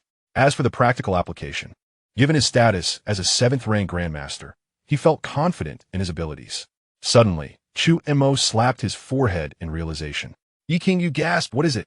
He smirked, saying, "I forgot to report to the town guard office. Will they dismiss me?" Despite his words, the joy in his expression was unmistakable. Ye ingurolit harius. Fully aware of Chu Mo's thoughts, this rascal likely wished for a dismissal. Just then, they heard Li Suanjia's voice from a distance. "Young master, Mississippi." Chu Mo waved. "Suanjia, you didn't report to the office either?" Li Suanjia replied, "Young master, I reported for you. Lord Luga sent me back." Lu Ye. Chu Mo was momentarily taken aback. Li Suanjia continued, "Lord Lu said he will host a banquet at Zhu Yufang tonight and insists you must attend." Such courtesy from Lord Lu? Chu Mo feigned surprise, his face already beaming with delight. Yet he said, "My dear, perhaps I should decline." Yi Qingyu nibbled her lip, saying, "Since Lord Lu has extended an invitation, you should go." Sighing, Chu Mo lamented, "In the official realm, one is often compelled by circumstance." "Hurry along, Suanjia," he urged, and with that, he vanished in a flash. Yi Qingyu's chest heaved in frustration. This scoundrel, wasn't he Lord Lu's banquet in the evening? Why the rush at midday? Chapter 31. The advantage is mine. Collaboration with the Rotund won the residence of the Duke of Wei. In the central courtyard, the conference hall, the teacup in the Duke's hand emitted wisps of steam as he furrowed his brow, his expression grave. Shaolin stood respectfully before the Duke, his own countenance not faring much better. After a lengthy silence, Shaolin could no longer contain himself. "Father, should we eliminate that young man?" The Duke of Wei remained silent. Shaolin pressed on. "Father, have you noticed that ever since that young man married into the Yi family, their fortunes have begun to improve?" The Duke of Wei nodded slightly, acknowledging the truth in his son's observation. Indeed, since Chu Mo's arrival in the Yi family, the bedridden Yi Wushang had begun to stand, and soon would inherit the title of Duke of Qin. Furthermore, they had suffered a significant loss at the hands of that young man, with the Shao family losing 200,000 taels of silver. Now, that young man had even joined the Jinyi Wei. As if that weren't enough, on his very first day, he caused such a commotion. Du Yu and Wei Jinglin met a tragic end, and even the Hong Wang experienced a minor setback. The Duke of Wei inquired, "Do you believe that this consolation truly has any efficacy?" "Father, do you actually believe such nonsense?" Xiao Lin scoffed. The third son has already taken possession of a good number of virtuous women, at least 8 or 9. Yet, during this period, our Xiao family has not fared well. I suspect it is that Chu Mo who possesses some sinister influence. The Duke of Wei pondered this, asking, "Do you have confidence in eliminating that young man without anyone noticing?" Xiao Lin contemplated for a moment before responding, "Father, as a 5th-rank innate master, I lack sufficient assurance to kill him. However, we do not lack 6th-rank masters. We could arrange for someone to carry it out. Under no circumstances should we disrupt the established rules." The Duke of Wei interrupted, asserting that there are no secrets that remain hidden. Once an action is taken, people will inevitably find out. We may extinguish the Yi family, but only within the confines of the established game rules. If we resort to force, would that not provide the emperor with an opportunity? Xiao Lin sighed. "Isn't it because the palace is guarded by a few ancient relics?" The Duke of Wei retorted with a snort. If the Hong Wang were truly resolute, he could potentially achieve that. But what if those ancient relics are determined to eliminate the Hong Wang first? That is the true reason the Hong Wang dares not overstep his bounds. If we were to simply kill that young man, would the emperor not send an ancient relic to pay a visit to the Xiao family? You speak wisely. Xiao Lin acknowledged, bowing deeply and inhaling sharply. As a commander of the Jinyi Wei, he understood the terrifying nature of true martial arts experts. They might not be able to move mountains, but splitting rocks is trivial for them. The Duke of Wei added, "That young man has embarrassed the Hong Wang. Rest assured, many will want to curry favor with him." Xiao Lin smiled faintly. To gain the Hong Wang's favor, they must find a way to eliminate Chu Mo. As long as they do not act themselves, the emperor would not trouble them. Xiao Lin continued, "Father, we cannot remain idle, can we?" "Of course." The Duke of Wei nodded slightly. "Your eldest brother has served as the governor of Yanzhou for 3 years. It is time to recall him to Zhaojing."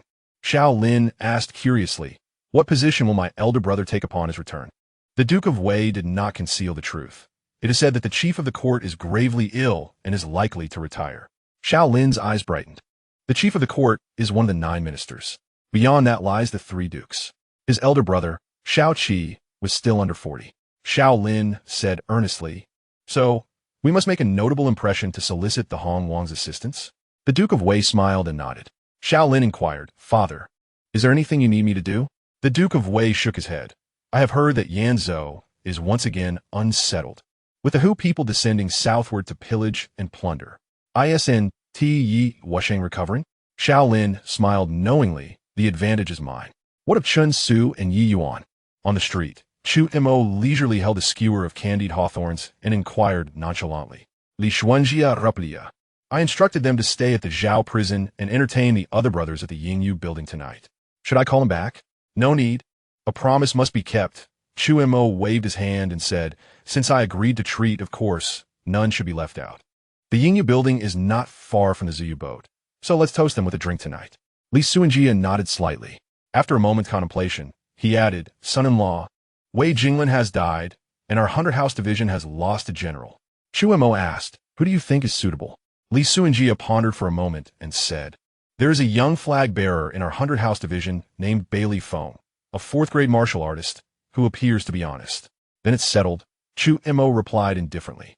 "By the way, those who have missed 3 invitations should take the lead in any dangerous tasks next time."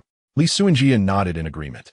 "If they haven't shown up after 3 chances, it indicates they do not align with you, Chu Mo.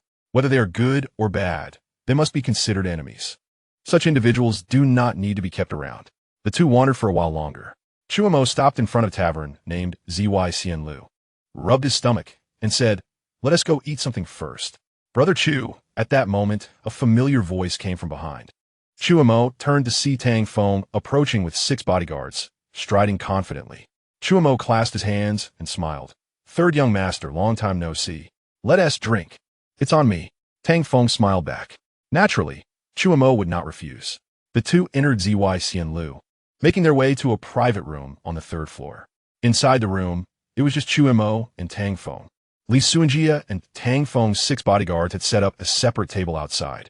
Chu Mo asked curiously, "Tang brother, what is so secretive?" Tang Feng suddenly adopted a stern expression and said fiercely, "Last time I was ambushed by Hong Wang. I cannot let this go." Chu Mo remained silent. He had to admit a certain admiration for the rotund Tang. If it were anyone else, they would likely avoid associating with him right now. Yet, Tang Feng still wanted to join forces for revenge. Tang Feng continued, "Brother Chu, will you help me?" Chu Mo was taken aback. "How can I assist you? Are you not afraid he target the Tang family?" Tang Feng scoffed. "Do you think if we don't trouble him, he won't come after us? The Yi family and the Tang family are well-known loyalists. Haven't we been targeted by Hong Wang enough these years? Be cautious," Chu Mo advised. "Revenge must be taken. But there's no need to inform others. If a word slips, Hong Wang might send them all a family bucket." Tang Feng glanced around, took a deep breath, and said, "You are right, Brother Chu. A gentleman's revenge is not too late, even after 10 years. Let us set this aside. Surely we can team up to make some money, right? One day, when I'm as rich as a nation, I'll hire a few martial saints and celestials as bodyguards. Let us see who dares to cross me." Chu Mo gave a thumbs up. Tang Feng said solemnly, "You help me renovate each Wei Xian, and I'm willing to purchase fine wines with 50% of the profits." "Brother Tang, that is quite generous," Chu Mo chuckled. "Do you have any grand ideas in mind?" Tang Feng's eyes sparkled. "Do tell." Chu Mo organized his thoughts and said, "If it were me, I would renovate each Wei Xian from 5 aspects, provided it has enough space." Tang Feng quickly perked up his ears. "First, we must redefine each Wei Xian." Chu Mo stood up and continued. "The name each Wei Xian is neither catchy nor elegant. It could be renamed Ting Shui Gu, Qianjin Lu, Jinyu Lu, or Tian Shang Renjian. Of course, the names I suggested may not be the best. You can seek assistance, but the name must resonate. Each Wei Xian should not merely be a brothel engaging in carnal business, but should evolve into a cultural and social venue."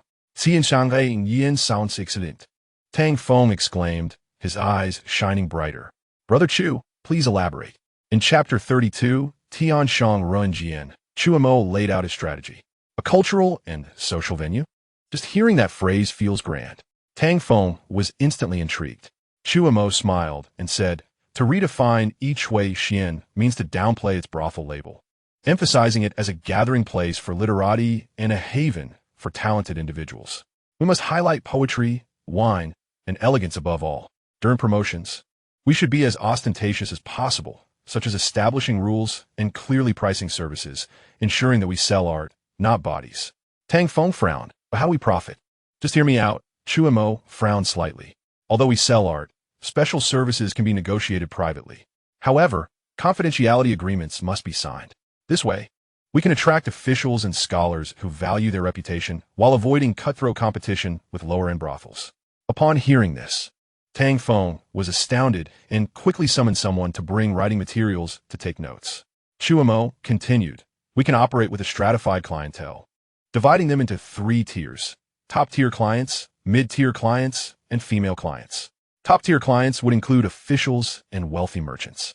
You could create a discrete space in each Wei Xian to offer customized social services, such as ghostwriting poetry, planning banquets, or arranging connections between officials and merchants. Mid-tier clients would consist of scholars and the offspring of officials and merchants, where we could host competitions for literary talents, such as poetry contests and drinking games. Winners could receive personal messages from the courtesans and free interactions. As for female clients, Tang Feng was stunned. Shouldn't they be considered lower-tier clients? Why are there female clients? Are you trying to exploit the money of the poor?" Chu Mo shot him a glance. "Dang Feng Zhuge Zhu Fu Li.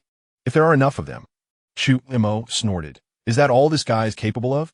Truly a merchant of dubious morals." Chu Mo continued. "Female clients would include noble women and talented ladies. We could host gatherings to teach beauty and makeup techniques. If we could create a few best-selling perfumes or skincare products, that would be even better. Additionally, each client could be categorized by their spending levels, ideally fostering a competitive atmosphere among them. The more they compete, the more we earn." Tang Feng was thoroughly impressed. In his understanding, brothels only made money from men. He never expected Chu Mo to find a way to profit from women as well. Brilliant. The second point involves product innovation. Chu Mo dismissed Tang Feng's previous comments and continued. "We can create immersive experiences featuring thematic scenarios. For example, sister-in-law opens the door. I am my brother, my husband is currently imprisoned, and I occupy a good family." Tang Feng gasped in shock. Just hearing the names of these 3 scenarios conjured vivid images in his mind. It was incredibly stimulating. Chu Mo added, furthermore, we could allow talented but financially struggling scholars to offset their expenses with their poetry or artwork. Their works could be framed and hung in a loft, saving costs, fostering good relationships, and creating an atmosphere of a sanctuary for literati. Additionally, in a moment of exasperation, Tang Feng offered a sheepish smile, having just stated he would not sell himself for the sake of performance. Chu Mo continued, suggesting that if Tang Feng were willing or unable to resist, he could discreetly invite certain officials to invest, ensuring absolute privacy. Tang Feng scoffed, remarking that it would be impossible to share a lucrative opportunity with others, unless the emperor was in dire need. The idea of monopolizing such profit was fraught with difficulty. Chu Mo sighed, acknowledging that if the venture grew too substantial, a reliable backer would be necessary. The reputation of Tang Feng's father, the Duke of Jingguo, might not suffice. He proposed a modest arrangement, requesting only a third of the profits. Tang Feng pondered seriously, frowning as he expressed his doubts about anyone's reliability apart from the emperor and the Hongwang. Chu Mo shrugged, suggesting they should approach the emperor. Tang Feng retorted in disbelief, questioning how the emperor could possibly involve himself in such licentious affairs. Su Monta counted, clarifying that they need only present a portion of their monthly profits as taxes to the inner treasury. Tang Feng's eyes widened in realization. This plan was indeed feasible. Given his father's status, gaining an audience with the emperor would not be insurmountable, and the emperor would likely not refuse a monetary tribute, especially as it entailed no risk. Chu Mo further elaborated, proposing that if Tang Feng were bolder, he could cultivate a group of charming and loyal courtesans to actively engage with impoverished scholars and aspiring talents, supporting them in their literary pursuits. Tang Feng felt his breath quickening at the prospect. Should one of these courtesans befriend a successful scholar, it would serve as a living advertisement, potentially securing influential allies for the future. The fourth point was to enhance management. Chu Mo insisted on regular training for the courtesans to master marketing techniques and the subtleties of social interaction, even creating specific personas for them. He suggested setting up accounts for the women, where half of the profits from their patrons would be automatically saved, allowing them to redeem themselves and leave the profession once they had accumulated enough. This would foster a sense of belonging among the women, reducing talent loss. Tang Feng, taken aback, stammered that if he implemented such a strategy, every woman in the city would flock to him, and given his father's identity, he might not be able to handle the influx. The fifth point, which was of utmost importance, was to find ways to mitigate the negative perceptions of such establishments and even gain commendation from the authorities. Tang Feng questioned the feasibility of such a notion. Chu Mo sipped his tea and retorted, recalling the recent flood in Dongling County, where the officials had called for donations. In future incidents, they could donate under the name of Tianshang Ranjian. Moreover, they could contribute to schools and enhance publicity. He paused momentarily before stating that the establishment's singular function should be broadened. It was essential for everyone aware of Tianshang Ranjian to recognize it as a must-visit destination. Tang Feng rose suddenly, bowing to Chu Mo, exclaiming his admiration for his insights. Chu Mo waved his hand dismissively, and the two proceeded to delve into a concrete implementation plan.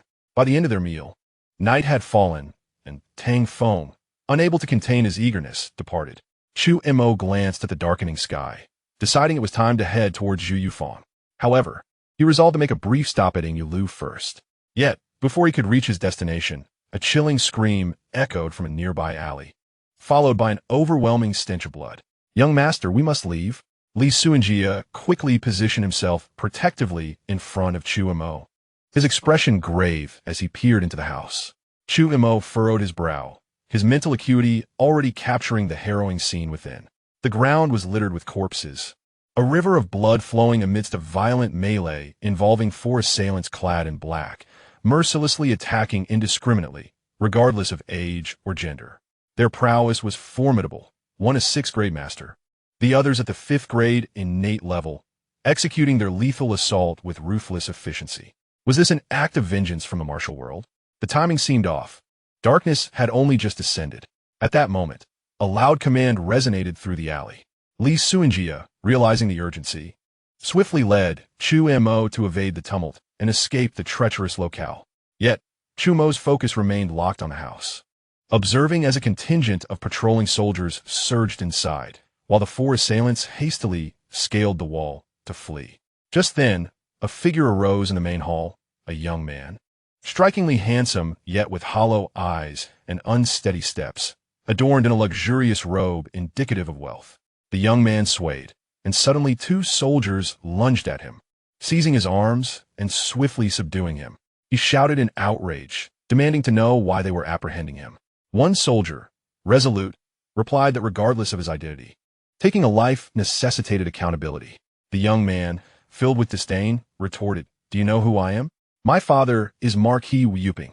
You dare to lay hands on me?" His voice was loud enough to be heard even by those of masterful cultivation, despite the distance.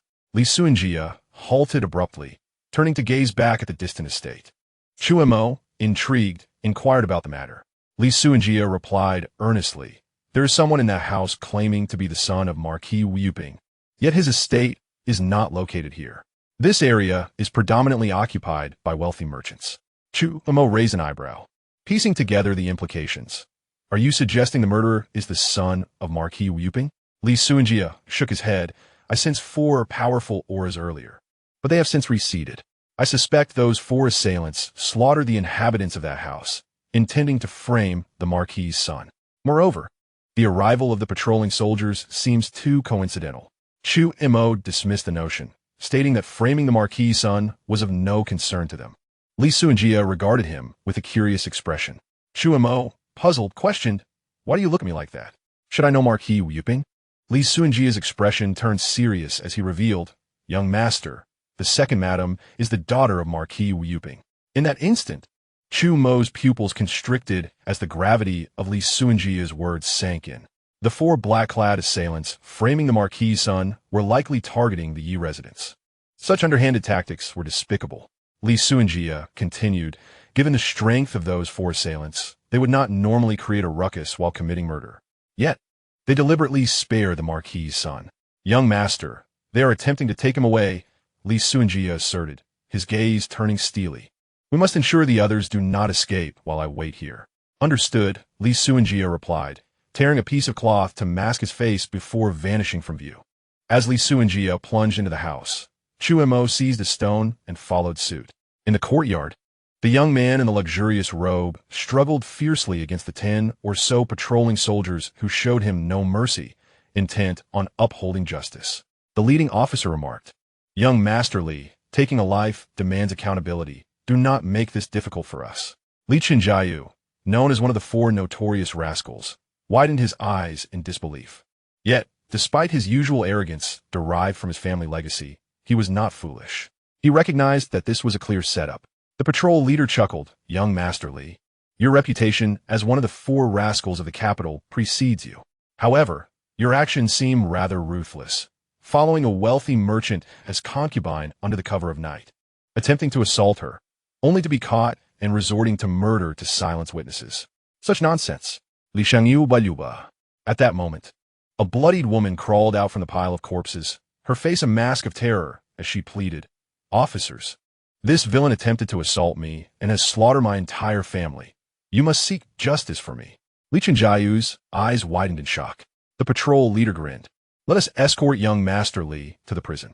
At that moment, a masked figure leaped over the wall with astonishing speed. A flurry of blade flashes illuminated the night, and several heads were abruptly severed. "Who is it?" the captain of the patrol exclaimed in shock. However, the only answer he received was a swift cut to his throat.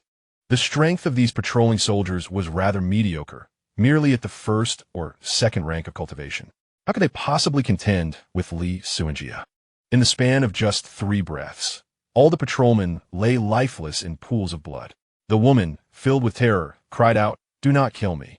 But with a swift motion of his right hand, Li Suanjia raised his weapon, and blood gushed forth as she clutched her neck. Subsequently, Li Suanjia methodically traversed the entire residence, delivering fatal blows to ensure there were no survivors before departing with Li Chenjiayu. Perched on the wall, Chu Mo observed the scene with a satisfied smile. He had initially worried that Li Suanjia might show mercy. Unexpectedly, his actions were decisive and ruthless, truly befitting of a soldier's upbringing. Noticing that the 4 cloaked figures did not pursue, Chu Mo exhaled in relief. With this thought, he vanished into the shadows. Moments later, Li Suanjia approached with Li Qinjiayu, who looked at Chu Mo with confusion and caution. "Who are you?" he inquired. "Where are your guards?" Chu Montauk responded. Li Qinjiayu frowned. "I sent them back." Chu Mo was rendered speechless. Suanjia, escort him to the Yi residence. This fellow has quite the audacity, wandering out alone like this. Does he not fear being ambushed? Li Qinjiayu, taken aback, asked, "Are you from the Yi family?" Chu Mo did not reply, but instead cautioned, "Remember, do not leave the Yi residence tonight." Li Qinjiayu nodded slightly. Li Suanjia inquired, "What about you, my lord?" Chu Mo nonchalantly replied, "Just cross this alley, and you will reach Zhaoyao Alley. I can manage by myself. Once you return, inform second sister-in-law of this matter." Realizing something, Li Qinjiayu proposed, "Why not let me accompany you?" Chu Mo was at a loss for words. With someone plotting against him, Li Qinjiayu was still contemplating visiting a brothel. His audacity was quite extraordinary. Chu Mo dismissed him and waved his hand as he exited the alley. Having just rescued Li Qinjiayu, taking him to a brothel would make it painfully obvious who had saved him. Chu Mo preferred to remain low-key. However, he also recognized a pressing issue. He lacked capable allies. Though Chun Su and Yi Yuan were loyal, their cultivation levels were far too weak. A third-rank martial artist might be considered proficient in the Jianghu, yet they remained as vulnerable as ants in the presence of true masters. He needed to devise a way to recruit several martial experts. After parting ways with Li Suanjia, Chu Mo hastened his steps. Now alone, should anyone take action against him, he would undoubtedly expose his strength. Moments later, he arrived at the foot of Yinyu Tower. Just as he was about to enter, a frail figure collided with him. Upon closer inspection, it was a small beggar. The beggar quickly scrambled to his feet and fled. Chu Mo frowned slightly. This scene felt oddly familiar. Indeed, he suddenly felt for his waist and discovered that his pouch of coins was missing. "My lord, what happened?" At that moment, Chun Su and Yi Yuan approached, accompanied by around 30 Jin Yi dressed in plain clothes. Chapter 34. Traditional Craftsmanship. Perils of the Jianghu. It is nothing. Chu Mo gazed at the direction where the beggar had escaped, waving his hand. "Let us proceed. Everyone must enjoy themselves tonight." Despite his words, he meticulously recalled the earlier incident. He suddenly realized that the little beggar possessed some skill, managing to pilfer a pouch from him. Fortunately, the amount was not substantial, and he was too lazy to pursue. He considered it a form of charity to avert misfortune. Having said that, Chu Mo led the way to Yinyu Tower. As before, they reserved an entire floor for their party. After a short while, Li Suanjia arrived, and Chu Mo departed from Yinyu Tower, heading towards Zuyufang. On the way, Li Suanjia produced a stack of silver notes from his robes, stating, "My lord, second madam has a message for you. Great kindness does not require thanks." Chu Mo was somewhat taken aback. This stack of silver notes, each worth 100 taels, totaled over 10,000 taels. Li Keiwei truly was wealthy and generous. However, should the matter regarding Li Qinjiayu explode, it would not only bring trouble to the Wu Pingho residence, but also to the Yi family. Rescuing Li Qinjiayu was worth the price. For now, keep the silver notes with you. Chu Mo did not dwell on the matter of the money, viewing it merely as a number for the time being. Before long, the two arrived at the dock where Zuyufang was located. At the bow of the boat stood 2 glass lotus lanterns, their warm yellow light casting dancing shadows across the vessel. The bells hanging from the boat's rail chimed melodiously, and the evening breeze carried delightful melodies, enchanting to the ears. Lord Chu, 2 plainclothes Jin Yi approached. "Lord Lu has been waiting for some time." Chu Mo quickly clasped his hands. "Gentlemen, you flatter me. I am unworthy of such titles." Lu Gu, after all, was a deputy commander, and those who remained by his side surely held significant positions. No matter how one looked at it, they were still above his rank as a 100 household officer. Although status is determined by oneself when outside, these individuals were well aware of Chu Mo's background, so he had no need to put on airs. The group entered the cabin, where warmth enveloped them, dispelling the surrounding chill. Li Suanjia promptly assisted Chu Mo in removing his cloak. "Brother Chu," Lu Gu greeted warmly, moving to sit beside Chu Mo in the plush seat at the front. The surrounding singers and Jin Yi discreetly retreated upon witnessing this. Once seated, Chu Mo smiled. "Brother Lu, is there some joyous occasion?" Lu Gu chuckled softly, The emperor has learned of yesterday's events and is greatly pleased. My brother has thus established a solid footing. Chu Mo expressed his surprise. Has news from Dongling County arrived so swiftly? Not quite. Lu Gu shook his head, speaking in a hushed tone. However, the testimonies of Du Yu and Wei Jinglin have considerably embarrassed that individual. Chu Mo was momentarily lost in thought. Let us not discuss other matters today. Instead, let's indulge in the pleasures of the evening. Lu Gu patted Chu Mo's shoulder, adding with a smile, Shu Yu and Shui Yu. You two must ensure my brother has a splendid time tonight. Brother Chu, Shu Yu and Shui Yu are two of the top 4 courtesans at Zhu Yufang. As the words fell, 2 enchanting and alluring women gracefully approached. They were ample, soft, and undeniably captivating. Since we are here, let us indulge in the elegance. Zu Montak Musit. Young Master Chu, I humbly submit to your prowess. Young Master Chu, spare my life. In mere moments, Shu Yu and Shui Yu's faces flushed a vibrant red, their forms quivering delicately. One could not deny that Chu Mo's traditional skills were indeed formidable. Coupled with his profound understanding of human anatomy, who could withstand such allure? Just as Chu Mo was becoming deeply engrossed in the evening's pleasures, 2 blade-wielding Jin Iwei entered and whispered into Lu Ji's ear. The smile on Lu Ji's face abruptly vanished. He slowly rose and approached Chu Mo. Brother Chu. Brother Lu, if you have matters to attend to, do not let me detain you. Chu Mo waved his hand nonchalantly, stating, as it happens, I too am preparing to leave. With that, he stood and departed amidst the reluctant gazes of the ladies.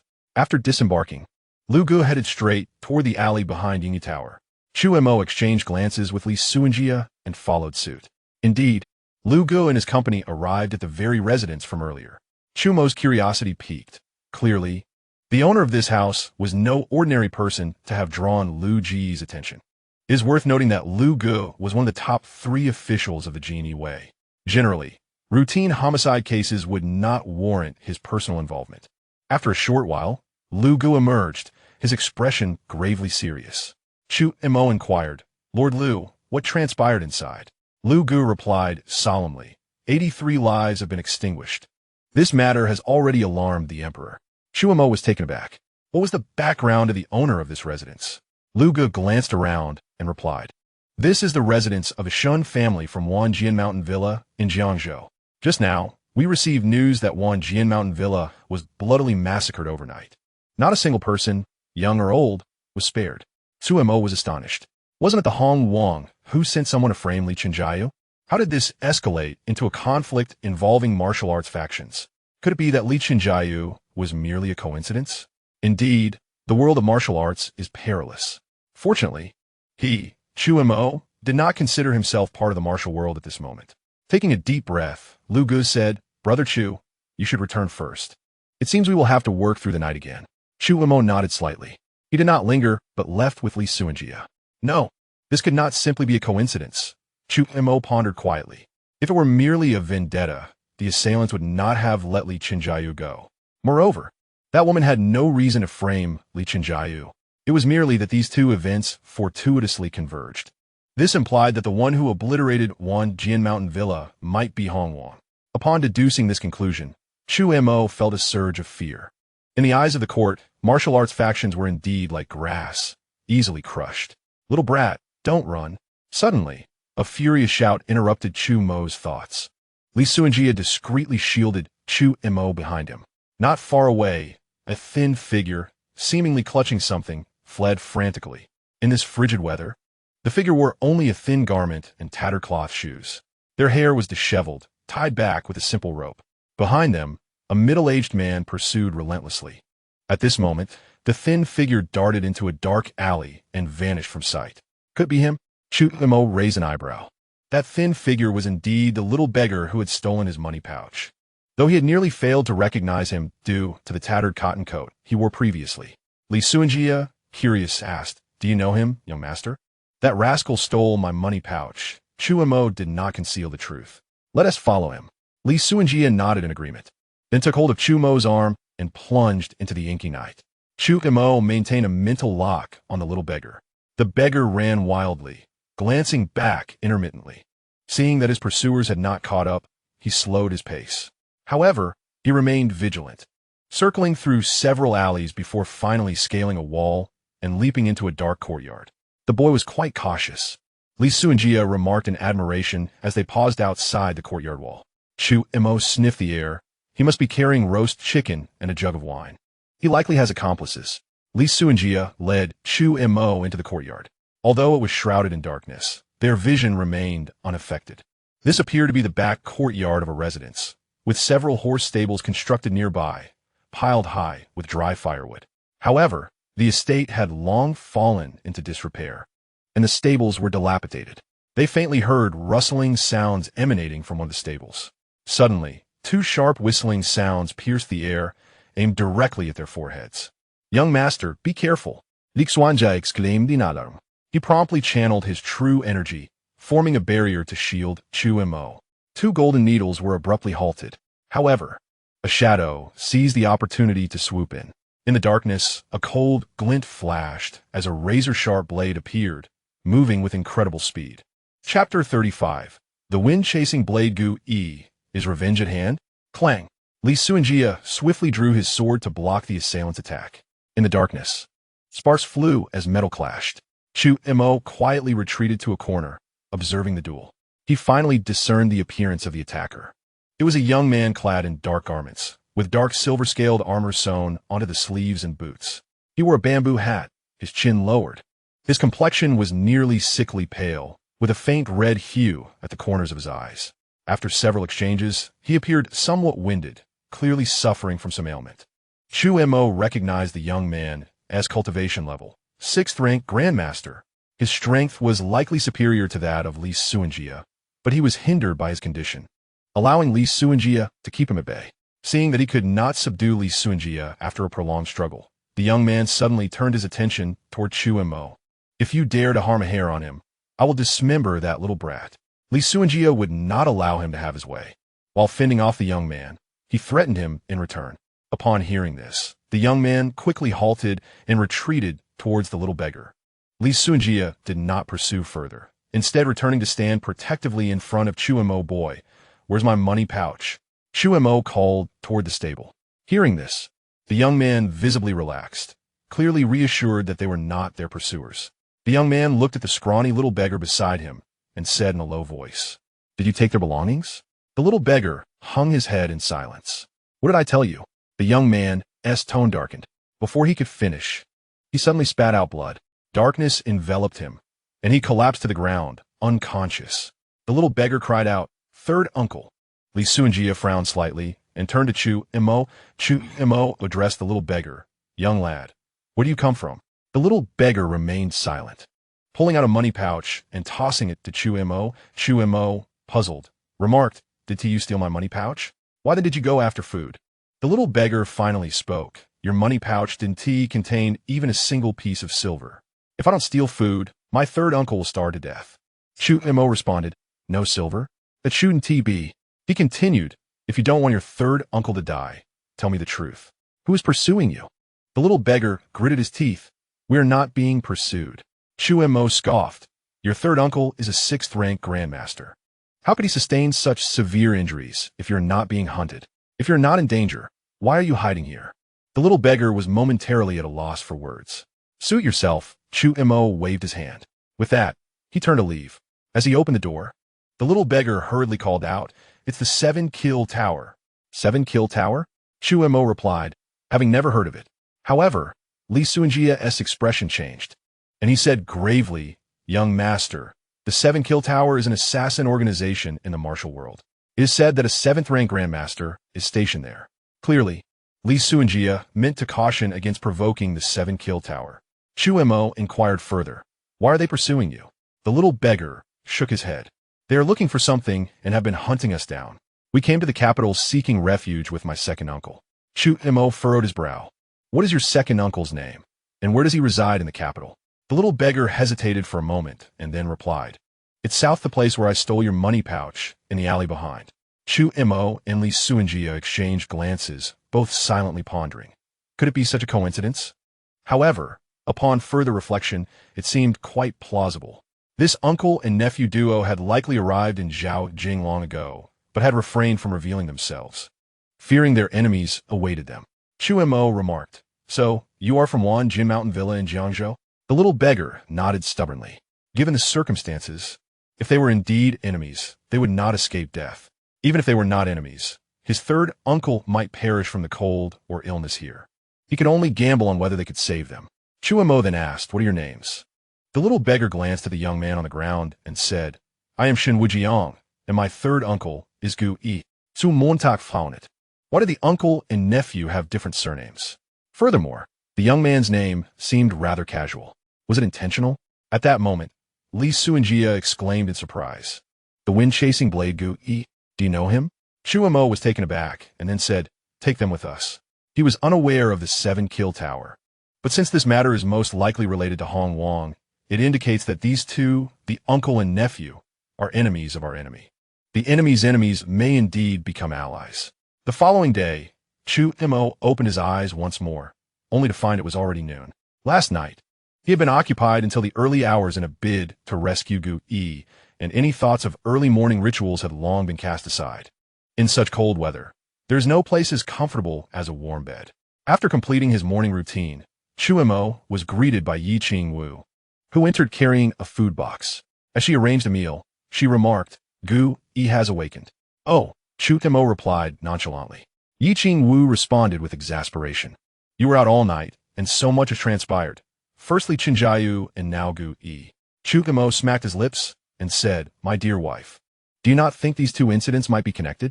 Yi Ching Wu frowned slightly. How could that be? The destruction of Wan Jian Shanzhuang was the work of Qi Sha Lu. Why not? Chu Mo insisted, trusting his intuition. If Qi Sha Lu had ties to Hong Wang, they could eliminate witnesses while framing Li Qinjiayu of Wu Pingho's residence. Even the Yi family might find themselves in peril. Yi Ching Wu pondered, you make a valid point. Normally, the assassins from Qi Sha Lu would not recognize Li Qinjiayu, so there would be no reason to spare him. Moreover, the patrol soldiers arrived far too quickly. It could be a case of killing 2 birds with 1 stone, or perhaps 3. Chu Mo smiled and replied, let us not forget, the Jin Yi Wei are handling this matter. What if they cannot resolve it? Yi Ching Wu looked surprised. Hong Wang's retaliation has come so swiftly? Chu Mo inquired curiously. My dear wife, does our Yi family have any 6th-grade masters? Yi Ching Wu shook her head. My father and elder brother are both 6th-grade masters, but they have already. Chu Mo continued. Have they not trained any assassins or such? Yi Ching Wu still shook her head. Chu Mo felt speechless. With your Yi family's South impeccable reputation and close ties to the emperor, Hong Wang would undoubtedly seek ways to eliminate you. Given the Yi family's foundation, they could not only train assassins, but could also establish a sect. Surely, there are some unsavory tasks that the Yi family cannot take on. Suddenly, a thought struck Chu Mo. This Qi Sha Lu, could it be related to Qi Xing? Miss, trouble is brewing. The voice of Qing, Mo, came from the entrance. Yi Ching Wu furrowed her brows. Mo, what is it? Qing, Mo replied. The second madam has just sent word that several individuals at Zyxian Lu have succumbed to poisoning. It is said that they are servants of Shao Jing from the Wei Guogong Fu. Shao Jing is currently causing a ruckus at Zyxian Lu. The fourth madam has just taken a guard squad out, instructing you and the young lord to accompany her. Unrepentant fools, Chu Mo scoffed, fully aware that this was a clear attempt at entrapment. Yi Ching Wu's voice turned cold. The Wei Guogong Fu is becoming increasingly outrageous. Chu Mo's gaze hardened. My dear wife, do you think that if the Wei Guogong were to lose a white-haired parent to a black-haired child, he might become more compliant? Yi Ching Wu, upon hearing this, felt a jolt of apprehension. What are you planning? Chapter 36. I have never encountered such an odd request. Chu Mo stepped outside, donning the attire of a flying fish, adorned with a beautifully embroidered spring knife at his waist. In a single word, handsome. In 2 words, exceedingly handsome. Under the escort of Yi Ching Wu, he made his way toward Zyxian Lu. While mounted, Chu Mo weakly suggested, my dear wife, perhaps I should sit at the back? No. Yi Ching Wu immediately rejected the idea. This fellow was not only restless when seated behind, but often pressed against her as well. Chu Mo resignedly remarked, if I cannot sit at the back, could you at least refrain from crashing into people? Yi Ching Wu felt a sudden heat rise to her cheeks, realizing the implications of his words. This rascal. With a huff, she changed the subject. You don't truly intend to kill Shao Jing, do you? Chu Mo chuckled. That depends on whether he wishes to live. My dear wife, I will need you to perform a little act later. Yi Qingwu was taken aback. What do you need me to do? Chu Mo whispered a few instructions, and Yi Qingwu's expression turned one of surprise. Is that truly feasible? Moments later, the duo finally arrived at Zyxianlu. The entrance was a veritable sea of people, all clamoring for resolution. Zyxianlu must provide us with an explanation. Do they think that compensation in silver will suffice? I'm not short of money. Chu Mo squeezed through the crowd, hearing Xiao Jing's arrogant voice within. Remarkably, this fellow appeared to have recovered. Quite astonishing indeed. Upon noticing Chu Mo's arrival, Xiao Jing raised his head haughtily, a look of disdain on his face.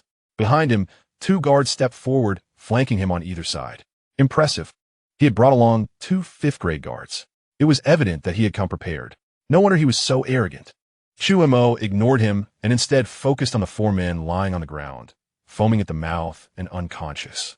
He approached and grasped one man's arm, examining him closely. Although the pulse was indeed erratic, it did not appear to be a case of poisoning. At that moment, Li Kaiwei approached, her voice grave. I have already consulted a physician, and they are at a loss. At a loss?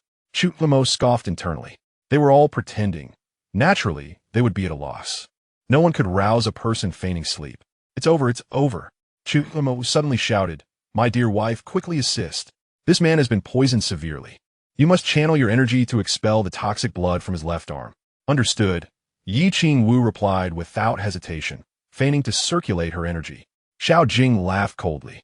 Chu Mo, if you cannot heal my people, I will not let this matter rest. He felt utterly disdainful. The truth was, while their pulses were somewhat erratic due to a minor dose of poison, their unconsciousness was feigned. As long as he prevented them from waking, they would remain in that state. Rest assured, we shall provide you with an explanation, Chu Mo replied with a smile. Li Kaiwei frowned deeply, uncertain of Chu Mo's intentions. To publicly promise Xiao Jing, what if these men truly died? Suddenly, Chu Mo shouted again, My dear wife, now is the time. Quickly sever his poisoned left arm. With a swift motion, Yi Qingwu drew her knife, and with a single stroke, the man's left arm was severed from his body. Blood sprang forth. A blood-curdling scream echoed through the streets. What are you doing, Chu Mo? Yi Qingwu. Xiao Jing bellowed in fury. Healing. Chu Mo feigned ignorance, replying. Third young master Xiao, do you wish to stand by and watch them die? Severing an arm is far better than succumbing to poison, is it not?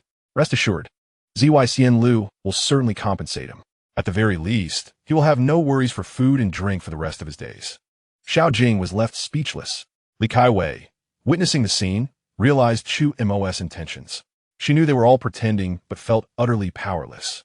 In that moment, without further ado, Chu Mo severed another arm, blood splattering onto the remaining 3 men. Though their eyes remained closed, their bodies began to tremble slightly. To continue feigning required immense courage. My dear wife, lives are at stake. Quickly save the second one, Chu Mo urged. Yi Qingwu resumed her act, channeling her internal energy to feign the expulsion of toxins. In less than 3 breaths, Chu Mo called out, That should suffice. Yi Qingwu thought to herself, It has only been 3 breaths. One should at least act with a semblance of realism. Were one unaware, they might think her a deity of the land. Though she thought this, Yi Qingwu showed no hesitation, bringing down her knife once more, severing the second man's left arm. Mifine. I'm all right. The man instinctively attempted to protest that he was unharmed. However, it was too late. His arm had already been severed. Blood gushed forth, and a piercing scream filled the street. Continue. Chu Mo smiled at the remaining 2. Mifine. I'm all right. The 2 men dared not let Chu Mo treat them, suddenly rising to their feet. This fellow is both ruthless and cunning. The crux of the matter lies in the inability to discern reason. The opposing party is engaged in a quest for healing. They may sever an arm, yet nurture a lifetime. Chu Mo cast a teasing glance at the 2 individuals on the ground, a smile gracing his lips as he addressed them, saying, Ersaw, please arrange for someone to escort them to the Tingwei Fu. Compensation shall be rendered as deemed appropriate. Very well, Li Kaiwei nodded slightly. You got some nerve, kid. Xiao Jing scoffed, turning to leave. Wait, Chu Mo called out sharply. Yi Qingwu brandished her blade, blocking Xiao Jing's path, and coldly stated, You may not depart until my husband is finished speaking. Chu Mo stepped forward slowly. Xiao Jing. You have deliberately orchestrated a scheme to frame Zy Lu. This matter is far from resolved. Xiao Jing, with an expression of disdain, retorted. Frame? Where's your evidence? Seesaw, apprehend these two. Chu Mo glanced at Xiao Jing's subordinates, who had just risen. Dongfang Yungzi swiftly drew his sword, positioning it alongside another guard's blade at the throats of the two men. The duo, sensing the peril, was rendered utterly terrified. Speak the truth if you wish to live. Chu Mo unsheathed a long knife, raising it high, poised to strike. The atmosphere grew palpably tense. Xiao Jing feared that the two might betray him, while Yi Qingyu and the others were apprehensive that Chu Mo might act rashly. After all, murder is a crime. Suddenly, Xiao Jing erupted into laughter. Chu Mo, you are resorting to intimidation. Do not frighten my men. Even if I did conspire against you, so what? Chu Mo turned, glaring coldly at Xiao Jing, his expression radiating rage and helplessness. This only served to bolster Xiao Jing's arrogance. He circled around Yi Qing, stepping in front of Chu Mo, and provocatively extended his neck, patting it with his hand. Come on, kill me. If you have the guts, sever my head. Chu Mo took 3 steps back, his face darkening, and gritted his teeth. Xiao San Xiao, this is not appropriate. Seeing Chu Mo's fear, Xiao Jing grew even bolder. Come on, take my head.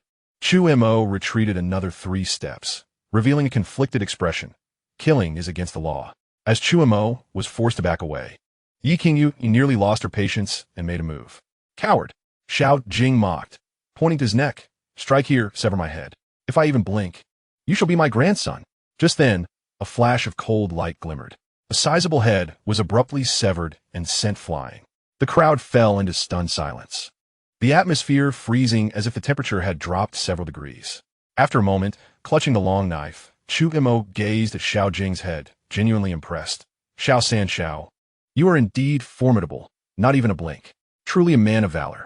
However, to request assistance in severing one's own head multiple times is a request I have never encountered before in my life. Chapter 37. What to do? A grand affair. Before Zy Lu, time seemed to stand still. No one could fathom that Chu Mo had genuinely decapitated Xiao Jing, and that it had occurred in broad daylight. It is well known that taking a life incurs severe consequences. The crowd was astonished, and even Yi Qingyu had not anticipated that Chu Mo would truly kill Xiao Jing. Before leaving, she had believed it merely to be a jest. In a flurry of emotions, Yi Qingyu cast a worried glance at Dongfang Yungzi, clearly signaling her desire for him to help Chu Mo escape. Yet, Chu Mo appeared entirely unfazed, instead turning to the gathering and proclaiming, Dear neighbors, you all heard it. I did not wish to sever Xiao San Xiao's head. It was his repeated requests that compelled me to acquiesce. After all, he is considered a friend of mine. I hope he can witness my testimony. The crowd fell into a momentary silence. Clear the way. At that moment, a patrol squad pushed through the throng. Upon seeing the body on the ground, their faces shifted. Scanning the surroundings, their gaze landed upon Chu Mo, donned in his Fiyu attire. The leader of the patrol addressed him. Sir, who is responsible for this murder? What murder? Chu Mo retorted sternly. He insisted I assist him in severing his own head. I initially refused, but as a friend, I could not turn down his third request. After all, I am simply a helpful person. The patrol leader stood dumbfounded. Do you hear the absurdity of your words? Do not presume that your position as a Jin Yi grants you immunity from scrutiny. Chu Mo furrowed his brow. Do you not believe me? You may inquire with the neighbors. The patrol leader's gaze swept over the crowd. It was his request. I heard it myself. He demanded this esteemed gentleman to sever his own head. I have never encountered such a peculiar request in my life. The crowd murmured in agreement. Among them were guards from the Yi residence and individuals whom Xiao Jing had previously offended. The patrol leader, upon hearing this, was rendered speechless. What to do? Should we apprehend someone? The matter is resolved. Let's disperse. Chu Mo waved his hand nonchalantly, preparing to depart. You cannot leave. Xiao Jing's 2 guards obstructed Chu Mo's path. Chu Mo instinctively shielded Yi Qingyu and Dongfang Yungzi behind him. One guard declared sternly, taking a life incurs consequences. You cannot evade the law for killing Xiao San Xiao. Xiao San Xiao. The patrol leader's expression tightened. Upon closer inspection of the body, he confirmed Xiao Jing's identity. His mind began to race, contemplating. Xiao Xiao is affiliated with the Jin Yi. If I can apprehend this man, perhaps I may catch the attention of the Duke of Wei. If fortune smiles upon me, I may even have the opportunity to be transferred to the Genie Wei. With this thought, the patrol leader raised his arm decisively. Bring this murderer in.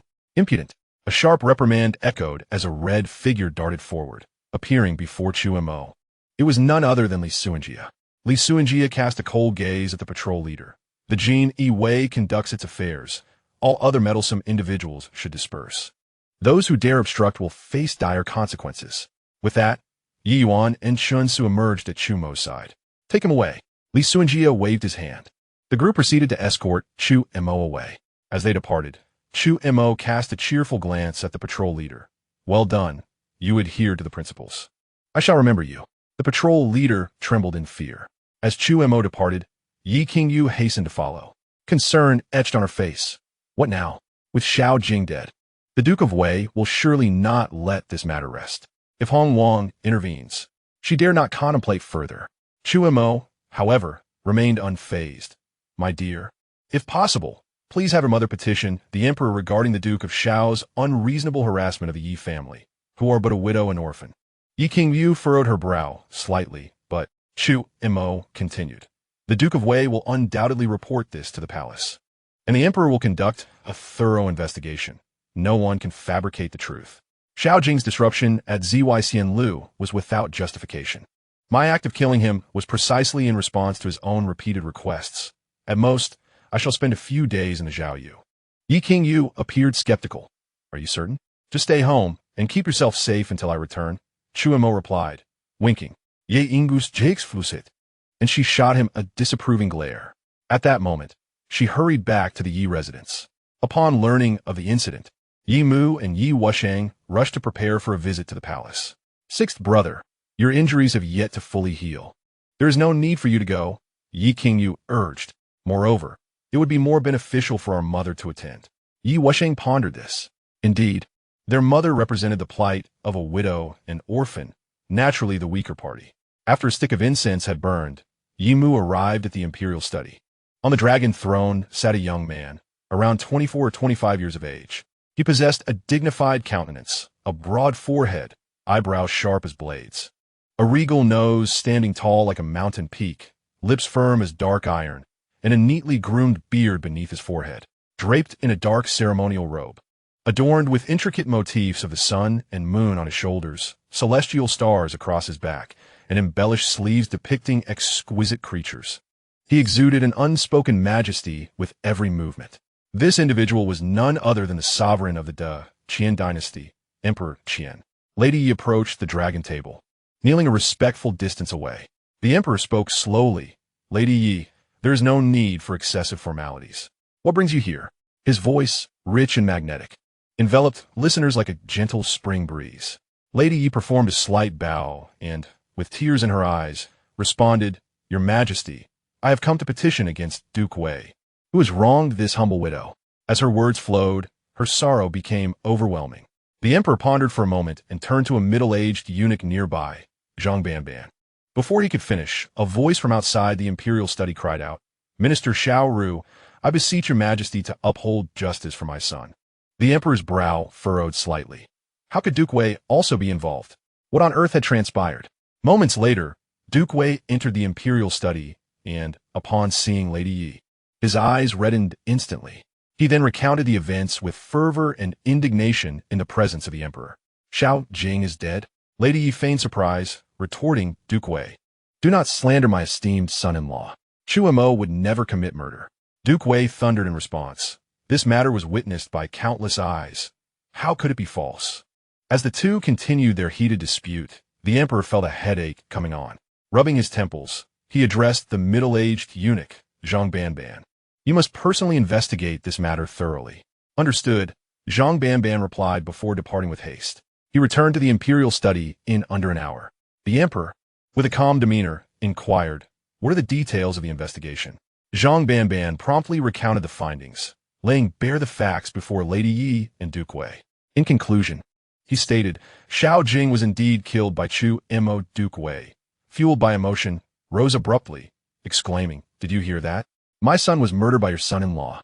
Chu Mo. Lady Yi frowned slightly, retorting coolly, "Duke Wei, why does it seem to me that you take some pleasure in your son's death?" Duke Wei's expression faltered. He knelt before the emperor, pleading, "Your Majesty, please seek justice for my son." At this juncture, Zhang Banban interjected. Upon investigation, it was revealed that Xiao Jing repeatedly demanded Chu Mo to take his life before he acted. The emperor raised an eyebrow, glancing at Duke Wei. "Xiao Qing, your son made such peculiar demands. What am I to do?" Duke Wei was left speechless. A heavy silence enveloped the imperial study. Suddenly, a commanding voice broke through the stillness. "Of course, a grand ceremony must be held." All eyes instinctively turned toward Lady Yi. In the execution chamber, amidst the biting cold outside, the room was enveloped in a swirling mist. 2 iron cauldrons sat within, surrounded by a dozen members of the elite Genie Wei, gathered around 2 tables. The instigator, Chu Mo, was casually enjoying a hot pot and sipping wine, blissfully unaware of the commotion his situation had caused in the imperial study. "Delicious. On such a chilly day, nothing beats a hot pot," he exclaimed as his companions engaged in lively banter. Although the atmosphere seemed jovial, an undercurrent of concern loomed over them. Chu Mo welcomed all toasting him. In this era, wine was akin to water for him. He sighed. "If only I could get some beef for the hot pot, that would be delightful." The room fell into a sudden silence. Li Suanjia whispered, "My lord, killing a cow is a grave offense.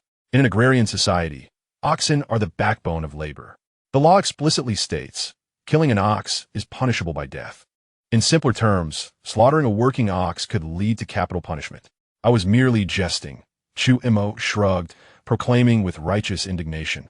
"As a captain of the Genie Wei, how could I dare to break the law? However, life and death are natural occurrences, even for cattle." The other's eyes brightened at his words. If a cow were to die, it could be consumed. The manner of its death was inconsequential. As long as they maintained their moral integrity, there were always solutions to difficulties. At that moment, a tall, middle-aged man interjected, "My lord, I shall visit the Wei Yang stables to see if I can procure a sick cow." Chu Mo smiled lightly, neither accepting nor declining. But he took note of this individual named by Li Feng, recognizing his capabilities and keen mind. Just then, a series of urgent knocks echoed from outside. All present stiffened. It was already evening, and in such frigid weather, who could possibly be at the door? A Genie Wei member rose to answer. As the door creaked open, a gust of wind rushed in, accompanied by swirling snowflakes. To everyone's astonishment, a group of individuals donned in dark ceremonial caps and yellow robes, adorned with flying fish patterns, rushed inside, each exuding an air of formidable authority. Among them, a middle-aged man clad in a bullfighting robe, devoid of facial hair, stepped forward. "I greet Governor Jiang." The Genie Wei members knelt in unison. Chu Mo, taken aback, wondered why they were so quick to kneel. There was no such custom in the Qian dynasty. Governor Jiang surveyed the assembly before fixing his gaze on Chu Mo. "Where is Chu Mo?" "I greet Governor Jiang." Chu Mo replied with a bow. Though he did not recognize the man, his voice suggested he was a eunuch of considerable prowess.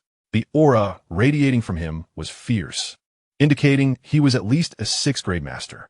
Chu Mo surmised the identities of those present.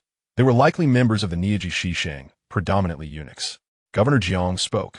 "Chu Mo, accept the imperial edict." A subordinate retrieved a wooden box, carefully extracting a piece of yellow hemp paper. 2 individuals respectfully unfurled the edict before Governor Jiang. Chu Mo silently knelt, acknowledging the reality of his situation. Governor Jiang began reading. "The emperor decrees. I, by heaven's decree, advocate governance through propriety and righteousness, establishing laws for the state. Chu Mo, son-in-law of Duke Qin, has received the grace of the nation and has been honored greatly.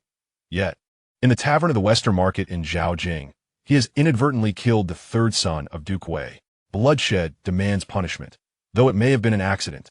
One must face the consequences. However, considering his status as the legitimate son-in-law of Duke Qin in the absence of malicious intent, the Duke's household has already conducted a proper burial for the deceased. Thus, in light of the circumstances, he shall be punished with 50 strikes of the rod, to uphold the principle that a gentleman does not impose severity without cause. Furthermore, a fine of 100 gold taels shall be paid to the treasury for the imperial families used during mourning and marriage. From this day forth, all matters of justice, regardless of rank, shall adhere to the law, and while the details of cases may often be unclear, they must always be guided by compassion. This decree shall be made known to all. The 4th year of Zhao Ning, on the day of the Yue. I obey the edict. Chu Mo respectfully accepted the decree. Upon hearing the earlier statements, he was indeed taken aback. Such lengthy wording clearly indicated an intent to impose severe punishment. However, upon hearing the latter part, he breathed a sigh of relief. 100 gold taels was a mere sum, equivalent to about 20,000 taels of silver. Yet, the emperor's heart was indeed unforgiving. Having just assisted in eliminating Du Yu and affronting the Hong Wang, he was to receive 50 strikes? Enduring 50 strikes would likely prevent him from walking for quite some time. The emperor must have found some amusement in Xiao Jing's demise. But wait, the 100 gold taels were to be sent to the inner court? Wasn't that the emperor's personal treasury? It seemed the emperor was profiting from this situation. This grudge would not be forgotten. Proceed with the punishment, Governor Jiang commanded, but to his surprise, none of the Niaji Shishang members stepped forward. The assembly exchanged puzzled glances. What was happening? Li Suanjia was the first to regain his senses and exclaimed, "What are you still dawdling for? Move the stools and fetch the punishment sticks." Several members of the Jinyue quickly sprang into action. Chu Mo was astonished. He had initially assumed that the 50 lashes would be administered by the inner court personnel. To his surprise, it was to be executed by their own comrades. The emperor certainly had a way about him. Nevertheless, he was not one to harbor grudges. "Governor Jiang, it is quite chilly. Please wait inside for a moment." Chu Mo smiled, nearly contemplating engraving Governor Jiang's name on the wall upon his return.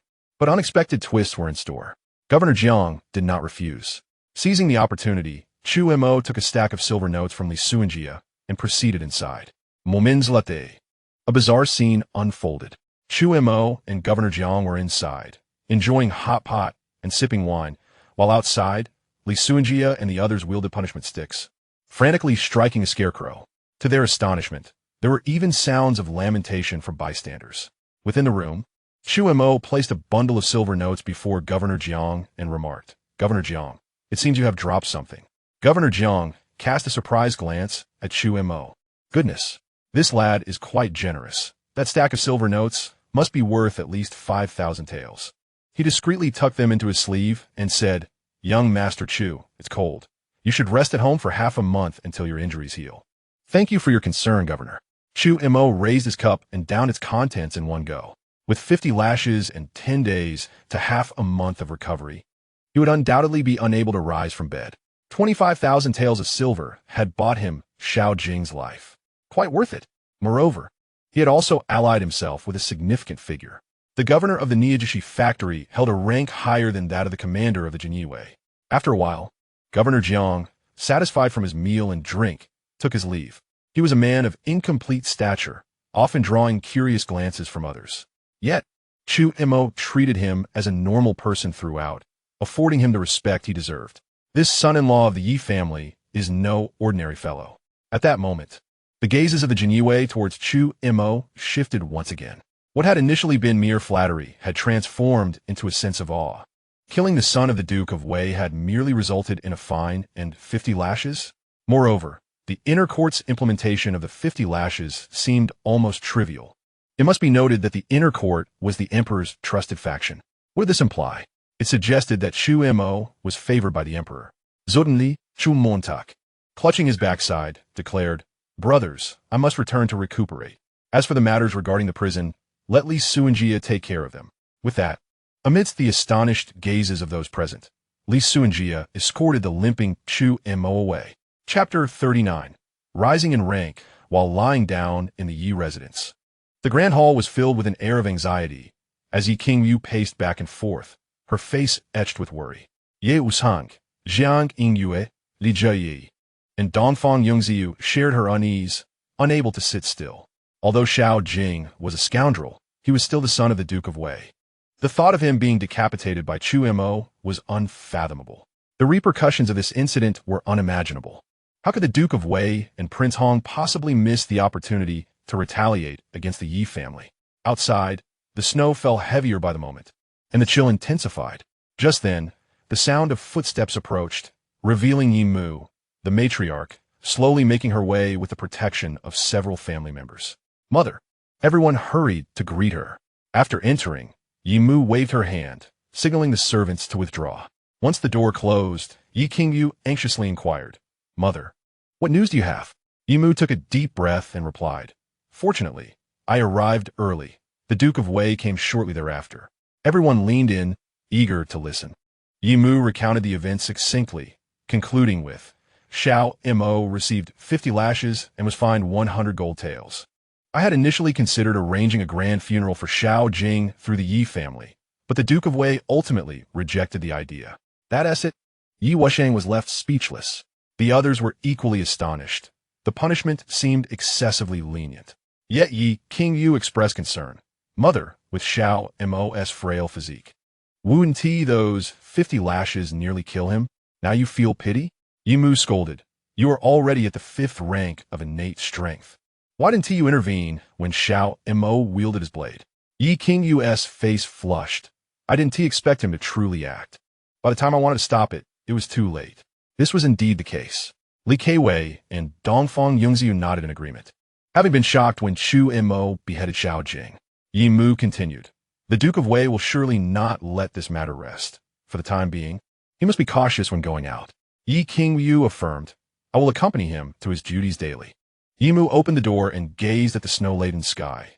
Considering the time, he should be returning soon. I will go to fetch him. Just as Yi Qingyu turned to leave, Su Mama suddenly remarked from a distance, Miss, your husband has already returned. Yi Qingyu paused, then hurried toward the loft. The others were left in a state of confusion. Li Keiwei questioned, When did my brother-in-law return? Su Mama replied, Half an hour ago. Li Keiwei. The group was taken aback. They were anxiously waiting. While he had returned long ago, what more? He didn't even notify them. Yi Wusheng asked, How is his injury? Su Mama looked puzzled and replied, Sir, the young master walked back on his own. This old servant is unaware of his condition. Walked back on his own? Yi Wusheng opened his mouth in disbelief. 50 lashes would surely leave him in agony. How could he have returned unscathed? Yi Mu smiled. The emperor has shown favor. The others were momentarily stunned, realizing that the emperor had intervened. The old servant took her leave, and Su Mama quickly followed after Yi Qingyu. In the loft, as Yi Qingyu approached, a series of agonizing cries echoed from within. Although Chu Mo had slain Xiao Jing, it was also a means of avenging her. Yet, for this act, Chu Mo had suffered greatly. She inhaled deeply and pushed the door open. Inside, she found Chu Mo sprawled on the bed, his trousers stained with blood. Yi Qingyu rushed to the bedside, her face reflecting deep concern. Su Mama, hurry and fetch a physician. Su Mama wore a strange expression. She had just seen Chu Mo lively and well as he returned. How had he suddenly become like this? Nevertheless, she complied and departed. This was a matter between the couple. As a servant, she needed to maintain her discretion. Husband, once Su Mama had left, Chu Mo suddenly grasped Yi Qingyu's hand. My dear, if I do not survive this, do not speak foolishly. Yi Qingyu interrupted him. Chu Mo's eyes reddened. His face contorted in pain, growing increasingly pale. He turned slightly, gently caressing Yi Qingyu's face with his right hand. My dear, if I cannot make it, may I have a kiss? Yi Qingyu trembled slightly, gradually closing her eyes. After 10 breaths, Yi Qingyu suddenly opened her eyes wide, attempting to push Chu Mo away. This rascal, how dare he stick out his tongue? Not only that, but his hands were also unrestrained, roaming without restraint. How could such a thing be done by someone on the brink of death? This scoundrel had the audacity to deceive her. Dear wife, I am dying. Chu Mo clutched his throat in panic. Yi Qingyu's face turned ashen, her teeth clenched. Chu Mo, I will not let this go. Chu Mo sprang to his feet and dashed towards the door, only to be lifted by Yi Qingyu, as if he were a chick. My dear, I was wrong. Chu Mo promptly admitted defeat, clinging desperately to Yi Qingyu's arm. Yi Qingyu couldn't help but laugh in frustration. This rogue had truly left her a loss. With a smile, Yi Qingyu said, Husband, I shall teach you martial arts from now on. Chu Mo's face froze. Moments later, piercing screams emanated from the loft. As time flowed by, half a month passed in the blink of an eye. Each day at dawn, Chu Mo was dragged out of bed by Yi Qingyu to practice. After half a month, he felt that his internal energy had improved somewhat. Paradoxically, he appeared even more ordinary, embodying a sense of returning to simplicity. Chu Mo had an inkling that his body was undergoing some peculiar transformation, though he could not articulate the specifics. He chose not to dwell on it further. However, he deliberately showcased his newly attained inner strength in front of Yi Qingyu, marking the moment when Chu Mo could now be considered a third-rate martial artist. Yi Qingyu was utterly astonished, for she had spent nearly a month to cultivate her first thread of inner energy. After all, every beginning is fraught with difficulty. Yet Chu Mo had accomplished this feat in just half a month. Could it be that he was truly a genius? Yi Qingyu quickly dismissed this notion. Regardless of his potential, his age was already a hindrance. With his foundational skills set, it would be exceedingly difficult for him to traverse the Run and Du Meridians. It was likely that achieving the status of a third-rank martial artist would be his limit. One evening, after completing their training, Chu Mo and Yi Qingyu were approached by Granny Su, who announced, "Young master, there's a man named Lu Gu seeking you outside." Chu Mo exchanged glances with Yi Qingyu, pondering the purpose of Lu Ji's visit. Wiping the sweat from his brow, he made his way to the hall. Upon his arrival, Lu Gu stood to greet him, exclaiming, "Brother Chu, congratulations." Chu Mo was momentarily taken aback. "Brother Lu, what brings this celebration?" Lu Yi circled. "The disaster relief funds have been allocated, and the emperor has rewarded you. You have now been promoted to deputy Qinhu." Chu Mo was astounded. Just moments ago, he had faced the emperor's reprimand of 50 strokes and was confined to recuperate at home, hardly believing that he could receive a promotion during such a time.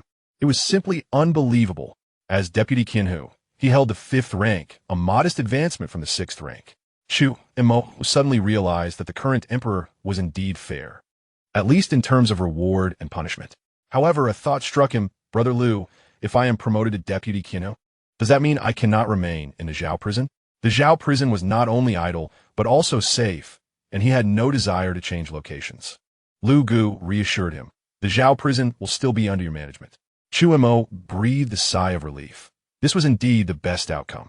After exchanging pleasantries for a moment, Lu Gu suddenly added, "Brother Chu, I have a rather inconvenient request." Inconvenient request? Since it was inconvenient, there was no need to elaborate. Seeing Chu Mo's silence, Lu Gu quickly continued, "Do you remember the massacre of the Shun family at Wanjian Villa that occurred some time ago?" Chu Mo furrowed his brow slightly. He hoped Lu Gu wasn't seeking his assistance in investigating the case. After a moment of contemplation, he nodded. "Have they not found out who did it?" "Not yet," Lu Gu sighed. Ordinarily, cases involving vendettas in the martial world are not handled by the Jinyue. They are typically transferred to the Kixing Pavilion.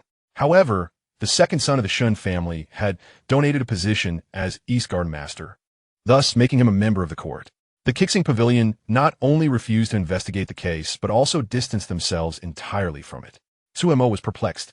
"What exactly is the position of East Guard Master?" Lu Gu explained, "It is affiliated with the Department of Craftsmen, primarily responsible for timber collection, transportation, and processing, ranked at the 5th grade. Chu Mo was astonished and incredulously questioned, "But I remember that the Shun family of Wanjian Villa was quite wealthy. How could the son of the lord of such a large estate choose to serve in such a minor role in the court? Isn't being an East Guard Master akin to being a carpenter?" Wanjian Villa not only boasted immense wealth, but also held a notable reputation in the martial world. It seemed inconceivable that they would seek official position without any significant authority. Lu Gu, however, responded matter-of-factly, "No matter how wealthy Wanjian Villa is, in the eyes of the court, they are merely a small landlord. Moreover, Wanjian Villa has timber business interests. Isn't it quite normal for them to enter the court?" Chu Mo found himself at a loss for words. Was the end of the universe really a civil service exam? However, upon reflection, it made sense. To the court, martial sects and forces were merely a gang of bandits. That was all there was to it. People from the martial world generally preferred to avoid dealings with the court, let alone oppose it. Curiously, Chu Mo inquired, "Brother Lu, how do you wish for me to assist?" Lu Gu replied solemnly, "On that night, we identified a swordsman based on the evidence at the scene. Over the past half-month, we have apprehended 6 swordsmen, yet no matter how severely we interrogate them, they refuse to confess. I have heard that Brother Chu possesses exceptional interrogation skills." "Wait a moment," Chu Mo exclaimed in disbelief. Was he really being asked to do such dirty work? Was he the kind of person who would do that? Lu Gu added, "By the way, I have already sent the suspects to the Zhao prison." Chu Mo's mouth twitched. Was this a case of acting first and reporting later? Taking a deep breath, he replied. Brother Lu, you misunderstand. My interrogation skills are rather mediocre. Lu Ge responded, regardless of your ability, consider this a favor I owe you. Chu Mo resignedly stated. I can only give it a try. Lu Ge smiled slightly. Then I thank you, my brother. Darling, I will step out. Chu Mo called toward the loft. Before his voice faded, Yi Qingyu appeared with her sword in hand, declaring, I will accompany you. Lu Ge quickly interjected, Miss Yi, the Zhao prison is too perilous. It would be better to wait for Li Suanjia to come and escort Brother Chu. This matter does not hinge on half a day. After contemplating, Chu Mo suggested, Brother Lu, perhaps I should go tomorrow morning. Lu Ge saw no reason to refuse and departed contentedly. Chu Mo wrapped his arm around Yi Qingyu's waist, smiling as he said, Darling, I just broke a sweat. Shall we wash together? You must defeat me first. Yi Qingyu shot him a glance, turning away without looking back. I need to continue my training and strive to open the second of the 8 extraordinary meridians to break through to the 6th grade master realm. Chu Mo gazed at Yi Qingyu's retreating figure, resisting the urge to act. With his strength, not only could he overpower Yi Qingyu, but he could easily subdue her. However, for her to break through to the 6th grade master realm, it was essential to open the meridians of the Dai and Chong. Retaining the original Yin while opening the extraordinary meridians would yield greater results with less effort. This was one of the reasons why Chu Mo had refrained from revealing his strength to subdue Yi Qingyu. Certainly, if she were to achieve the 6th grade master realm, there would be no need for him to expose himself. It should be soon. Chu Mo whispered to himself and turned toward the courtyard. Shortly after, he encountered Gu Yi and Shan Wujiang, the uncle and nephew duo. After half a month of treatment, Gu Yi's injuries had nearly healed. Chu Mo approached Gu Yi in a corner of the courtyard and stated bluntly, The one who killed your second brother may have already been found by the Jinyiwei. Gu Yi's face registered surprise, and a cold, fierce intent surged within him. Who is it? I do not know. Chu Mo shook his head, suddenly adopting a serious expression. However, shouldn't you tell me who has been pursuing you, and for what reason? Gu Yi hesitated, and Chu Mo remained calm, saying, Surely you understand the nature of this place. We certainly have no enmity, correct? I know this is the Qin Duke's residence. Gu Yi nodded slightly, his tone becoming grave. Suddenly, he shifted his tone. Young Master Chu, it would be better for you not to know. This matter does not bode well for you. You have saved my life, and I do not wish to bring harm upon you. Feigning surprise, Chu Mo retorted, Is it possible that even the Qin Duke's residence cannot protect me? Gu Yi took a deep breath. The world knows that the Qin Duke's residence has been loyal for generations. Yet the current Duke and his sons have all fallen victim to treachery. The Qin Duke's residence is no longer what it once was. Chu Mo's eyes narrowed slightly. It must be the Hong Wang, then? Gu Yi's pupils contracted, and he gazed at Chu Mo in shock before hastily lowering his head. Chu Mo shrugged. It seems I was correct. Does this imply that the Kisha Tower and Kixing Pavilion are indeed involved? As he spoke, Chu Mo thoughtfully pinched his chin, revealing a pensive expression. Gu Yi remained silent. Chu Mo sighed and remarked, If you choose not to speak, I cannot assist you. Was Chu Mo a meddler? Certainly not. He merely recognized Gu Yi's formidable prowess. A 6th grade master, indeed, makes for a reassuring guardian. Moreover, should the adversary be Hong Wang, he would incur no loss. For Hong Wang was already an enemy of the Yi family. Gu Yi gritted his teeth and replied, Chu Gai, I cannot ascertain whether the destruction of Wanjian Mountain Manor was orchestrated by Hong Wang. However, I am aware of the motivations behind the pursuit of our lives. Chu Mo was momentarily taken aback, anticipating further elaboration. Gu Yi pondered for a moment before inquiring, Chu Gai, have you ever heard of the Wan Hai gang? Chu Mo shook his head. His understanding of court affairs was not fully developed. Thus, he was unaware of the intricacies of the martial world. The Wan Hai gang is the most prominent water transportation gang in the Duqian dynasty. Gu Yi's demeanor grew serious as he continued. The Four Waters returning to the clan and 9 factions dividing the territory represent the Four Waters Hall and the 9 major branches of the Wan Hai gang. Every decade, the Four Waters Hall elects a leader, also referred to as the Grand Hall Master. Over 3 months ago, the then Grand Hall Master, who had not yet completed his tenure, suddenly died at the Wan Hai Gue Lu Pavilion. The following day, the court's guards surrounded the pavilion, searching for something. Chu Mo frowned. What were they searching for? Gu Yi replied solemnly, the transportation ledger and a roster. Chu Mo silently scoffed. The involvement of these two items likely pointed to issues of embezzlement and corruption. However, he wondered how this matter was connected to Wan Jian Mountain Manor. Gu Yi seemed to drift into reminiscence, stating, "My elder brother, Shun Bashu, is not only the master of Wan Jian Mountain Manor, but also the leader of the Wan Hai Gang's New Jiao faction. On the night of the old master's sudden death, he happened to meet my elder brother." As he spoke, anger flickered across Gu Yi's face. "Zu Montag was Stund, so. They suspect your elder brother took the ledger and roster, then slaughtered the entire Shun family?" Indeed, Gu Yi's eyes turned bloodshot, a chilling aura emanating from him. Chu Mo fell into a contemplative silence. The martial world was perilous, even more brutal than he had imagined. The complete annihilation of a lineage could occur at any moment. Yet, upon reflection, he realized that he too might have acted similarly under such circumstances. To eradicate the roots is to prevent regrowth, he mused. Curiously, he asked, "Do you know where the ledger and roster are?" Gu Yi shook his head. "I do not know. When I arrived at Wan Jian Mountain Manor, before I could speak with my elder brother, a group of assailants stormed in. They attacked indiscriminately, threatening my brother for the ledger and roster.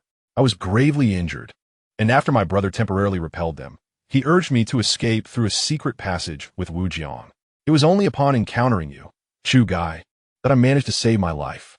Chu Mo's eyes narrowed slightly. He did not fully believe Gu Yi's account. If it were merely a matter of survival, Gu Yi had no need to flee to Zhaojing. The world was vast, and with his 6th grade master cultivation, he could have found refuge elsewhere. As for seeking refuge with his second brother, Chu Mo was even less convinced. They had clearly arrived days prior, but had not visited the Shun residence. Moreover, given the gravity of the situation with Wan Jian Mountain Manor's annihilation, Gu Yi ought to have warned his second brother to exercise caution. Instead, he had been hiding nearby, indicating that Gu Yi had come to Zhaojing with the clear intent of seeking revenge. As for whom to exact vengeance upon, it was all too evident. The ledger and roster likely implicated numerous court officials, perhaps even naming Hong Wang himself. Otherwise, Gu Yi would not have reacted so intensely at the mere mention of Hong Wang. The only one capable of influencing such matters was the emperor. Considering this, Chu Mo glanced subtly at the chamber where Shun Wu Jiang resided. If the ledger and roster indeed existed, they would most likely be with Shun Wu Jiang. As he was the young master of Wan Jian Mountain Manor, even if they were not physically with him, he should possess some leads. However, Chu Mo felt no immediate interest. After all, even if he obtained the roster, he would not dare present it to the emperor. Hong Wang had brazenly risked everything to commit murder in Zhaojing, indicating that the ledger and roster could threaten his position. Should he feel cornered, he might retaliate against the emperor and the Yi family. With his current strength, he would undoubtedly be unable to withstand Hong Wang's wrath. Shifting the topic, Chu Mo inquired, "What are your plans moving forward?" Gu Yi sighed. "Zhaojing is vast. We should find a place to settle down first." Chu Mo further asked, "Do those who pursued you know that you are still alive?" Gu Yi shook his head. At that time, the steward used his son to impersonate Wu Jiang. They should believe Wu Jiang is dead. As for me, I was gravely injured and poisoned. In their eyes, I likely appeared lifeless. Otherwise, our journey would not have been so smooth. Chu Mo pondered, "Would you be interested in joining the Genie Way?" Gu Yi appeared astonished. "Could I really?" Chu Mo smiled. "I can vouch for you, so it should not be an issue. However, you must change your name and alter your appearance slightly. I will arrange a suitable identity for you." The prospect of joining the Genie Way excited Gu Yi immensely. Indeed, the pinnacle of the universe lies in the examinations. Nevertheless, he would need to enlist the aid of his wife in this matter. Gu Yi did not decline. Chu Mo smiled knowingly. Another 6th grade master guardian secured. Suddenly, Chu Mo inquired, "By the way, why do your elder brother and second brother share the surname Shun, while you bear the surname Gu?" "We applying it.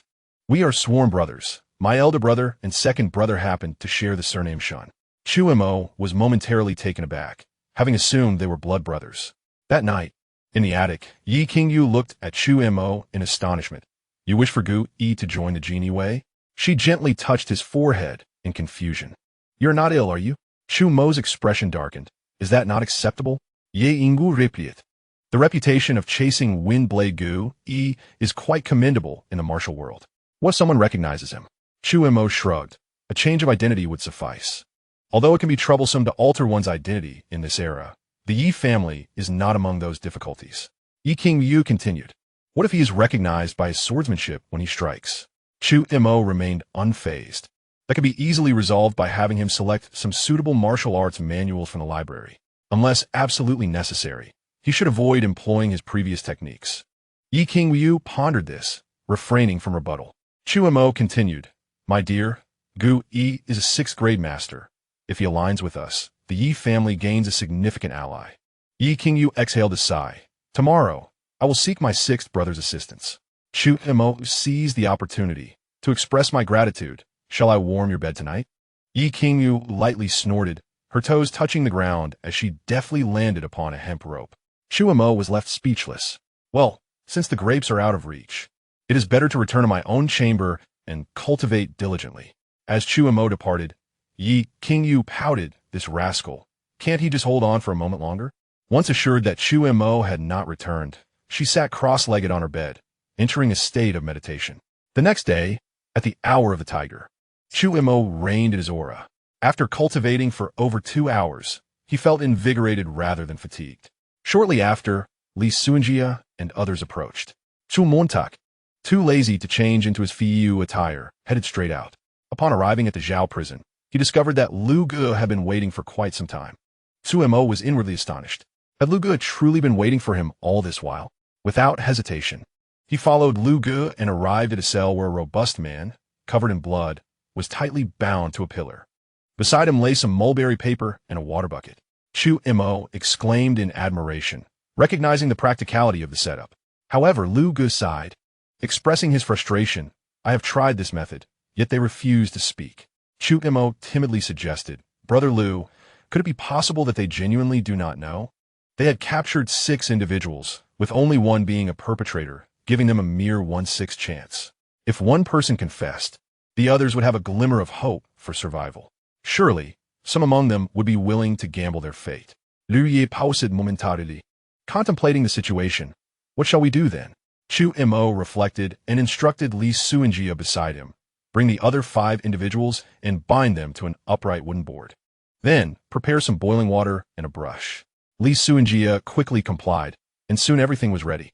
Chu Mo smiled as he surveyed the 6 individuals. I'm a person who greatly values reasoning.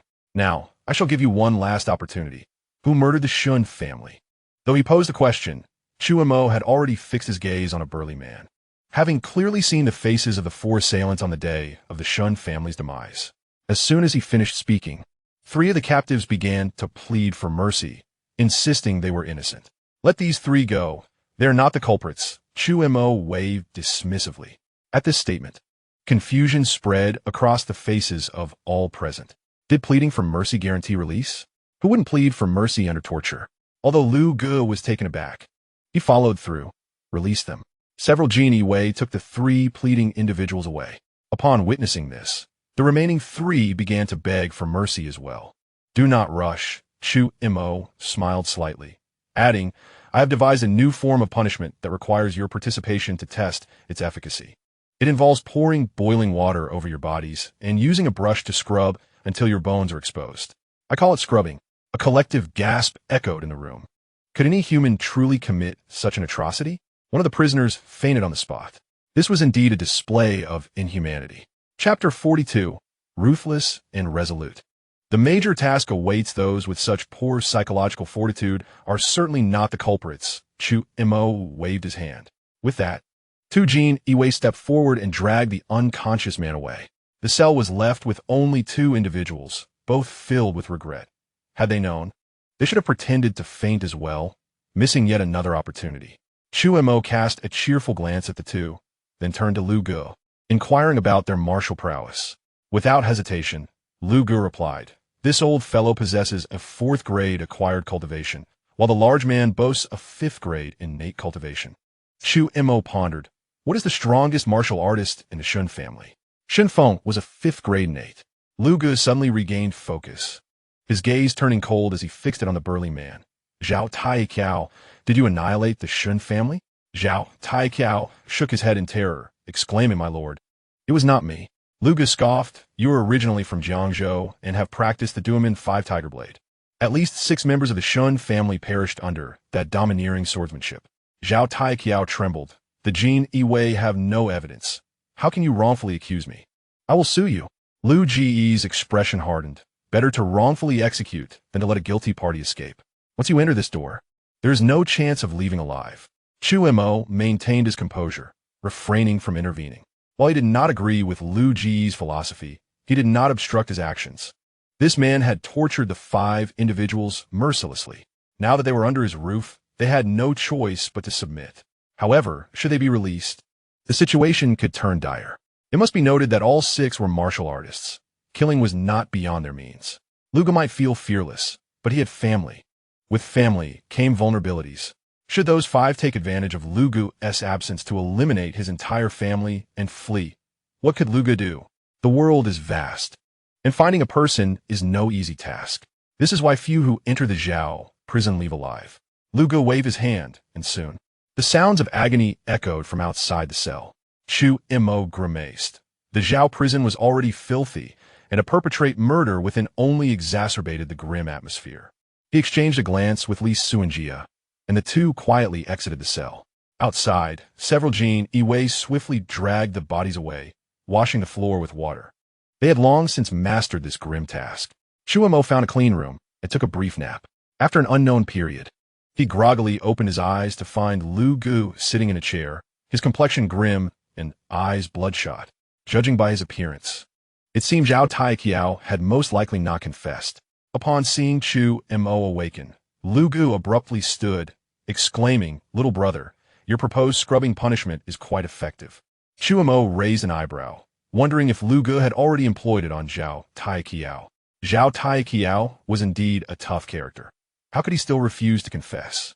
Lu Gu continued, "Brother Chu, you are far too modest. You previously claimed to lack knowledge of punishment methods. In the future, if you develop any innovative techniques, do not hesitate to share them with me." Chu Mo felt speechless.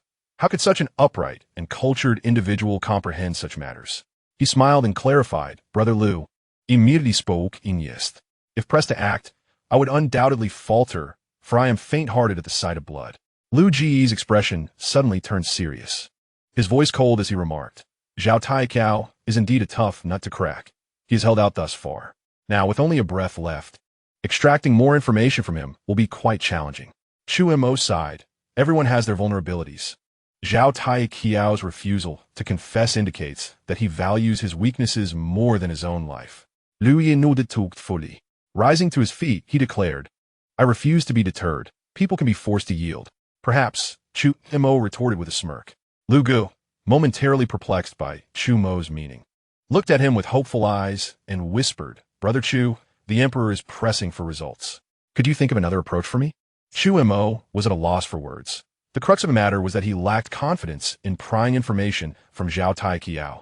A person who fears not even death possesses few weaknesses. After a lengthy pause, Chu Mo finally replied, "Brother Lu, I can only suggest we give it a try. It does not guarantee useful information." Lu Ji's expression brightened. Since their acquaintance, Chu Mo had never disappointed him. This matter might still hold potential for turnaround. Chu Mo stretched lazily and made his way to the prison where Zhao Taiqiao was held.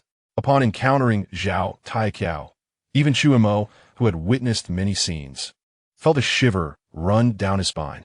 Lu Gu truly had the resolve to go this far. At that moment, Zhao Taiqiao lay on an iron plank, his limbs bound and immobile. His right leg was a gruesome sight, flesh rotting, blood gushing, exposing his white bones. The ground was littered with chunks of flesh, a scene drenched in blood. Zhao Taiqiao's face convulsed, barely clinging to life. Chu Mo was left speechless. How could they interrogate him? Lu Gu had no intention of sparing Zhao Taiqiao until the murderer was caught. His own position was at stake.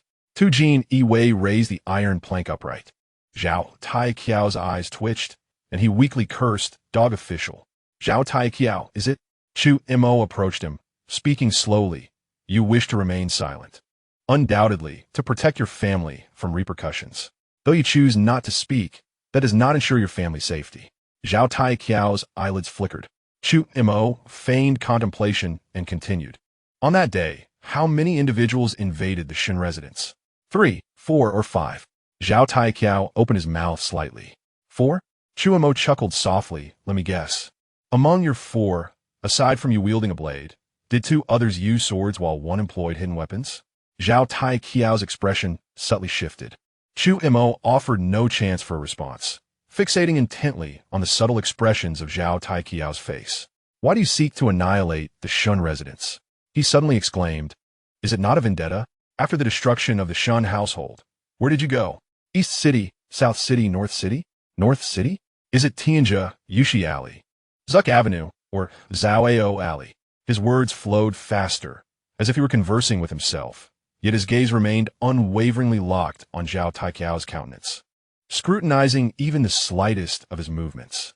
Was it in a brothel, or perhaps a gambling den?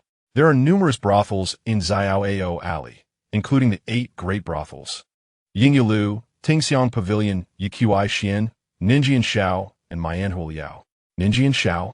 Chu Mo took a step back, glancing at Lu Gu. Brother Lu. His accomplices are at Ninjian Shao. Apprehend them. Lu Gu appeared utterly astonished. Is it merely you speaking to yourself? Zhao Taiqiao has said nothing. What he failed to notice was that Zhao Taiqiao had already despaired and closed his eyes. Chu Mo urged, Brother Lu, what are you hesitating for? Hurry. Lu Gu took a deep breath and turned to leave. Regardless of the outcome, it was worth a try. At worst, it would merely waste a little time. Thank you for your cooperation. Chu Mo left with this remark, departing from the prison. Lu Ji's efficiency was remarkable. Within just an hour, he returned with a gaunt man to the prison. Chu Mo frowned slightly. Why have you only captured one? Moreover, this emaciated man is merely at the 5th grade of the innate realm. Wait a moment. Where's Lu Gu? After about a stick of incense's time, Lu Gu arrived again. Upon entering the door, he exclaimed loudly, Brother Chu, summon all the genie Wei from the urgent Zhou 100 household office immediately. Chu Mo was taken aback. He quickly had Li Suanjia convey Lu Ji's orders. Once everyone had left, he whispered, Brother Lu, what is the matter? Lu Gu lowered his head and replied, House search. House search. Is this a significant undertaking? Chapter 43. A small official's greed. An ambush on the way, Chu Mo hastily donned his Fiyu attire and strapped on his embroidered spring blade. 112 members of the Zhaoyuan 100 household office assembled. He left 20 to guard the prison, while the remaining 92 rode forth with him.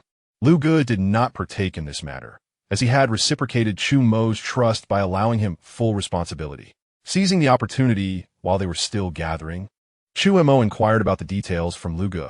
The individual being investigated was named Li Hong, a left minister at the Shangshitai, holding a modest 5th grade position. However, the matters he was involved in were far from trivial. He was accused of 2 charges. Firstly, forging edicts. Li Hong had imitated the chancellor's notes, frequently altering the edicts for the procurement of the Ministry of Revenue. He converted the extra acquired goods into copper coins for personal gain. Secondly, embezzling disaster relief funds. This year, due to flooding in Yunzhou, the court allocated 500,000 measures of rice for disaster relief. Li Hong altered the transport documents, changing them from direct delivery to the disaster area to first stockpiling in Longyuan County. He then colluded with local tyrants to sell half of the rice at a cheap price under the guise of losses. The funds were exchanged for gold, through whom merchants and transported back to Zhaojing. As for how this scandal came to light, it was quite fortuitous. To cover up his embezzlement of the relief funds, Li Hong had instructed his students to alter the number of households for land reclamation, but overlooked changing the year on the reclamation map, which read year 4 of Yongshun. That was the era of the former emperor, while the current emperor's era is Zhaoning.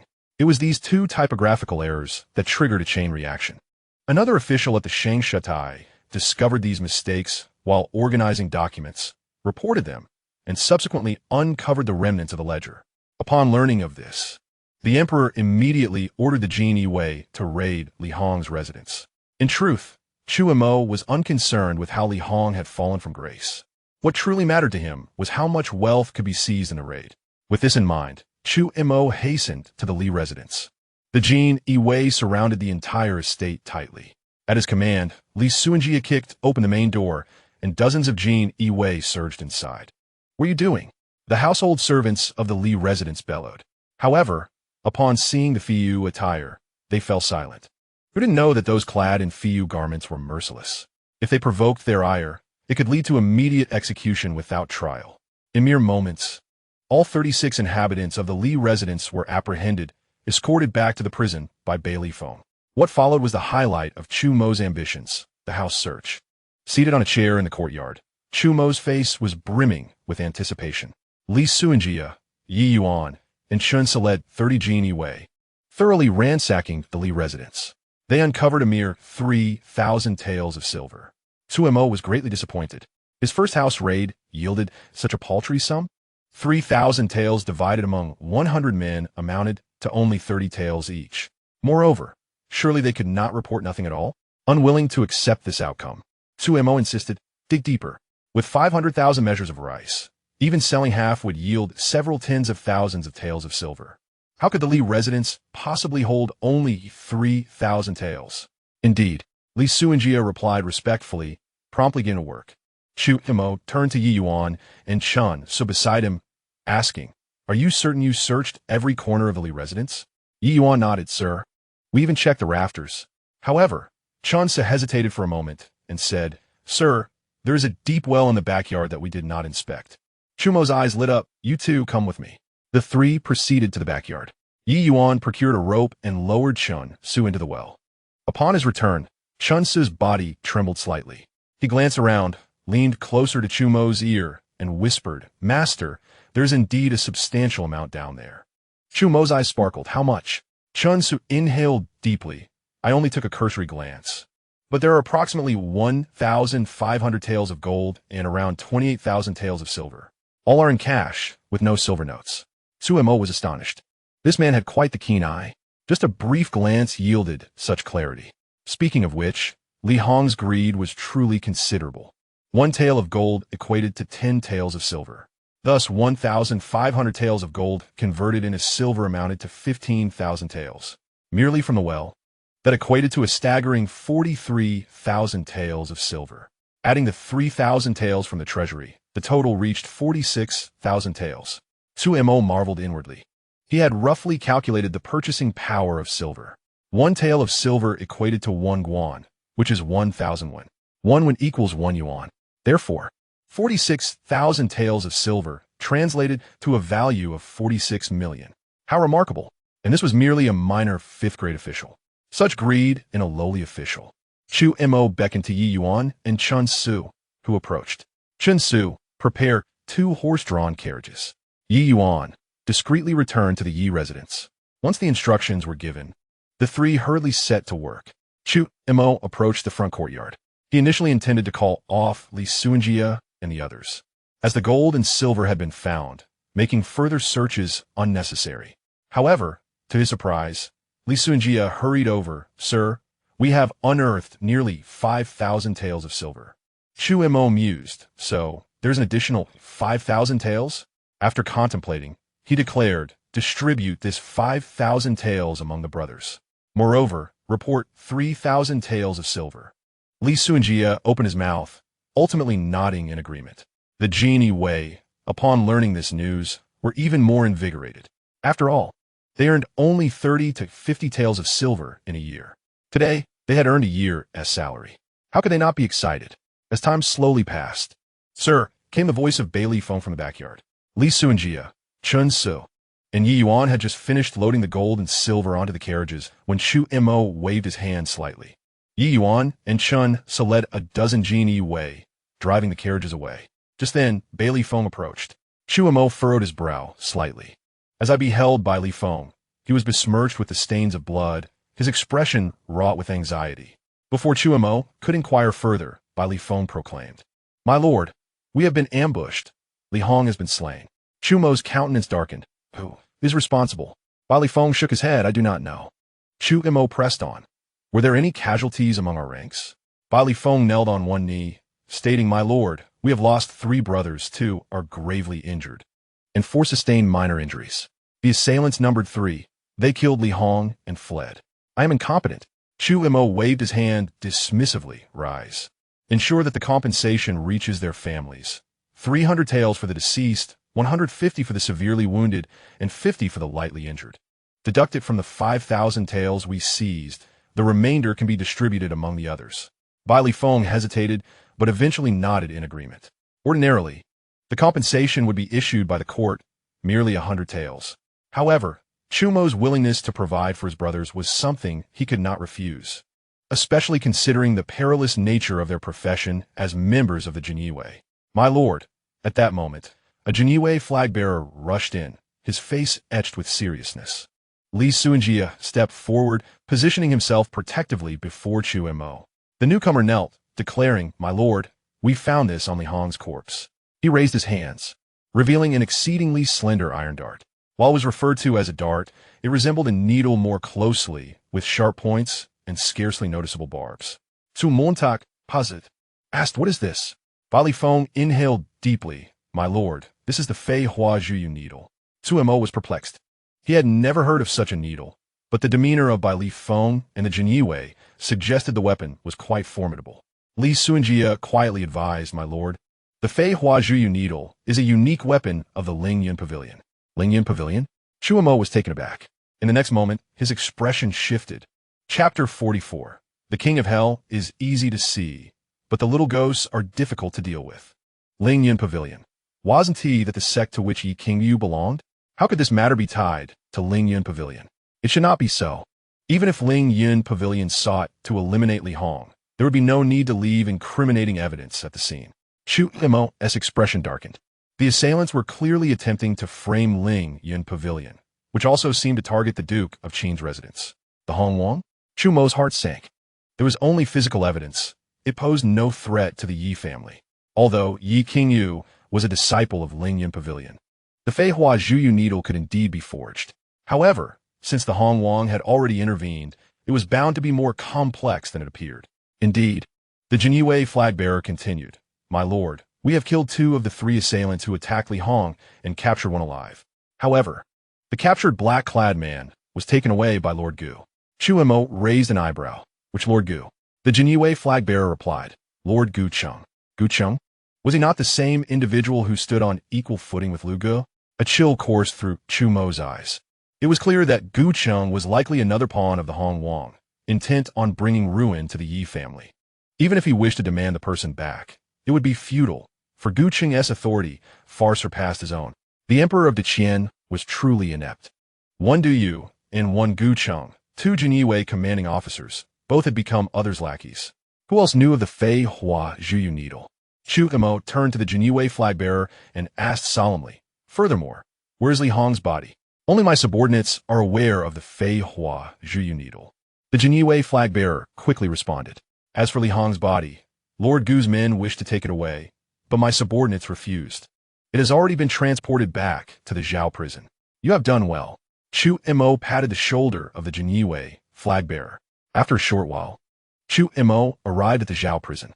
He squatted down, poking Li Hong's corpse with an iron rod. It has already stiffened," he remarked.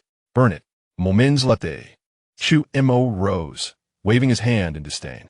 "It cannot be burned." Suddenly, a sharp voice resounded from outside. The doors of the Zhao prison swung open, and a throng of Jinyiwei surged in, standing respectfully along the passage. Following closely was a man clad in a bullfighter's outfit, striding in with confidence. "Greetings, Lord Gu." "Bai Li Feng Prum Li Bua." "Is this Gu Cheng?" Chu Mo raised an eyebrow. The man arrived rather swiftly, evidently having planned this in advance. Gu Cheng's piercing gaze swept over the surroundings, deliberately lingering on Chu Mo for a moment longer. "Where is Chu Mo?" Reluctantly, Chu Mo stepped forward. "This subordinate has met Lord Gu." Gu Cheng barked, "Seize him." Clang! 2 Jinyiwei behind him unsheathed their embroidered spring knives and lunged at Chu Mo. Li Suanjia was prepared, drawing his blade to shield Chu Mo immediately. Other Jinyiwei brought by Gu Cheng also drew their knives. Meanwhile, those beside Chu Mo, except for Yi Yuan and Chen Su, appeared somewhat flustered. After all, they were facing Gu Cheng, the Jinyiwei commanding officer. Wouldn't it be courting death to confront him? Chu Mo felt a surge of dissatisfaction at the scene. Indeed, rank had its privileges. Without uttering a word, the imposing atmosphere had already caused defeat in spirit. He silently vowed that anyone who dared to draw a blade against him would meet with dire consequences. Gu Cheng rebuked, "Chu Mo, do you intend to rebel?" "The assassin who attacked Li Hong has confessed that it was the Yi residents that ordered the attack." "Where's the evidence?" Chu Montak scoffed, his face a mask of disdain. Since they were adversaries, he saw no need for politeness. Gu Cheng replied coldly. The testimony has already been submitted to the palace for the emperor's judgment. I am here to conduct an autopsy on Li Hong's body. Chu Mo mocked. Has the emperor accused the Yi residents? Gu Cheng fell silent. Silence? Does that imply there is no accusation? Chu Mo felt even more amused, and then barked. What right do you have to flaunt your authority before me? Gu Cheng glared at Chu Mo, realizing that this young man was exceedingly arrogant. After all, he was his superior. Before Gu Cheng could speak, a middle-aged man beside him glared at Chu Mo, admonishing, defying authority. Are you seeking death? All Jinyue of the Zhao prison, heed my command. Chu Mo did not retreat an inch, coldly asserting. The emperor has ordered me to oversee the investigation into Li Hong's corruption. Without my permission, no one shall enter the Zhao prison. Anyone who dares to attempt a prison break shall be executed without mercy. Several Jinyue of the Zhao prison were emboldened by his imposing presence, drawing their blades. Soon, more and more knives were unsheathed, facing off against each other. What's this commotion? Suddenly, a mocking voice echoed from deep within the Zhao prison. The crowd parted to reveal Lu Gu, who approached leisurely. Lu Ye, why is he still here? Gu Cheng's expression tightened. Lu Gu calmly regarded Gu Cheng. Lord Gu, do you intend to stay to prison break? Gu Cheng's eyelids twitched. A prison break? He could not afford to bear such an accusation. A forced smile crept onto his face. Brother Lu, you jest. Yist. Lu Gu sneered, advancing relentlessly. The Zhao prison is under the jurisdiction of the Bijinfu, not the Nanzinfu to which you belong. Do you, Lord Gu, feel your power insufficient and wish to usurp the authority of the Bijinfu? If I report this to the emperor, it could well lead to charges of your abuse of power. Gu Cheng's complexion turned sour as he replied. As a Jinyue commanding officer, I also possess the right to supervise. Li Hong was attacked. The assassin has confessed. I am merely here to collect evidence. What is wrong with that? Lu Gu retorted coolly. What? Do you mean to suggest that the Zhao prison would engage in favoritism or injustice?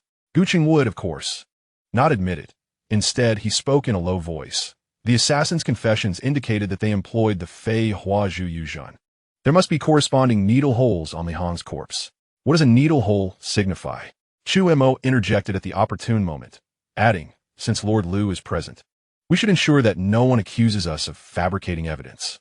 If Lord Gu wishes to investigate, let us do so together. Lu Gu was somewhat taken aback. Chu Mo was not typically one to be easily placated. Gu Cheng remained silent, merely gesturing with his hand. A middle-aged coroner approached, carrying a wooden box, while Chu Mo received a young coroner as well. The two examined the body in front of the gathered crowd. After the burning of an incense stick, the young coroner stepped forward and declared, Lord Gu, Lord Su, Li Hong was not killed by a needle-like concealed weapon. Gu Cheng's expression was one of disbelief. At this moment, the middle-aged coroner he had brought along echoed. Indeed, Li Hong was killed by a crossbow bolt. Gu Cheng's face fell as he stated, we shall leave. Wait. Chu Mo snapped. Lord Gu, what is your intention in abducting the assassin who killed Li Hong? Gu Cheng's eyelids twitched. What did he mean by abducting the assassin? This brat was quite adept at framing others. Chu Mo continued. This matter is personally overseen by His Majesty. Now that Li Hong is dead, should anything happen to that assassin, Lord Gu would be suspected of murder to silence him. I will be compelled to report the truth to His Majesty. Gu Cheng scoffed. Nonsense. With that, he flicked his robe and departed with his entourage. Deep down, Gu Cheng vowed that this mere son-in-law of the Yi family had dared to defy him repeatedly. Once an opportunity arose, he would ensure this little brat met his demise. After Gu Cheng had left, Lu Gu pulled Chu Mo aside into a nearby room and whispered, Brother Chu, you have certainly offended Gu Cheng today. Chu Mo's expression remained calm. Brother Lu, have you ever heard the saying? Lu Gu looked puzzled. Chu Mo said, it is easier to meet the king of hell than to deal with troublesome little ghosts. Therefore, it is not I who has offended him, but rather he who has offended me. Lu Gu felt a shiver run down his spine. For some reason, he was overcome with goosebumps. Whoever caught this guy's attention was bound to face misfortune. So was Gu Cheng finished. Chapter 45. Framing in lawlessness, Gu Cheng stormed away, filled with rage, wishing he could flay Chu Mo alive. Upon exiting the gates of the Zhao Yu, Gu Cheng abruptly halted, turning sharply as a cold light flashed in his eyes. He could not comprehend why there were no needle holes on Li Hong's corpse. How had it transformed into a crossbow wound? Reflecting on this, he glanced at the middle-aged coroner beside him and inquired, Are you certain you did not see any needle holes? I can assure you, there are no needle holes. The middle-aged coroner replied, his body hunched and head bowed as he followed Gu Chang. However, I pondered another possibility. Someone may have used a crossbow bolt to obscure the previous needle holes. The crossbow wound on Li Hong's corpse exhibited minimal blood loss, with the blood coagulated and loose. The edges of the wound appeared pale, dry, and the incision was neat and orderly. In summary, the crossbow injury seems to have been inflicted post-mortem. Gu Chang halted, his face darkening as he asked, "Why did you not mention this earlier?" The middle-aged coroner lowered himself even further. "My lord, please do not be angry. Even if I had exposed it on the spot, I could not have proven that the original injury was caused by a needle. Thus, I refrained from revealing it." As he finished speaking, a brocade-clad guard suddenly knelt before them, trembling as he exclaimed, "My lord, I have failed in my duties and deserve to die 1,000 deaths." Gu Chang had ordered him to bring Li Hong's corpse back, yet he had yielded to the overwhelming authority of the guards of the Zhaoyu, leading to the subsequent complications with the corpse. Gu Chang remained silent. After a moment, he forcibly suppressed his anger and waved his hand lightly, returned to the Nanjun Fu Si. The others mounted their horses and vanished into the night. Upon returning to the Nanjun Fu Si, Gu Chang headed straight for the prison with 2 guards in tow. Upon arrival, he found a man in black devouring a roasted chicken, grease dripping from his mouth. Seeing Gu Chang approach, the man set down the chicken and patted his belly. "Lord Gu, please be swift and merciful in your execution." As a death warrior, he had long prepared for his demise. If he were to die, at least his family would be well off. If he could enjoy one last meal before his end, it would not be in vain. Gu Chang remained silent. The 2 guards beside him lunged forward, firmly restraining the man in black. The latter's face paled in shock. "Lord Gu, what is the meaning of this?" At that moment, another middle-aged guard stepped forward, producing a pouch of powder and stuffing it into the mouth of the man in black. With a clang, the middle-aged guard drew his embroidered spring knife, its blade glinting ominously. The man in black's pupils dilated in terror.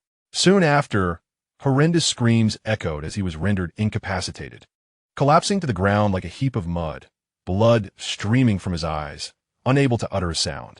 Nevertheless, Gu Chang showed no intention of holding back. Merely beckoning with his chin, the middle-aged guard leaned down, gently slapping the man's ears on either side. Only then did Gu Chang nod in satisfaction, take him to the Zhaoyu, and inform them that there were ambushers along the way. Ensure he does not die before reaching there.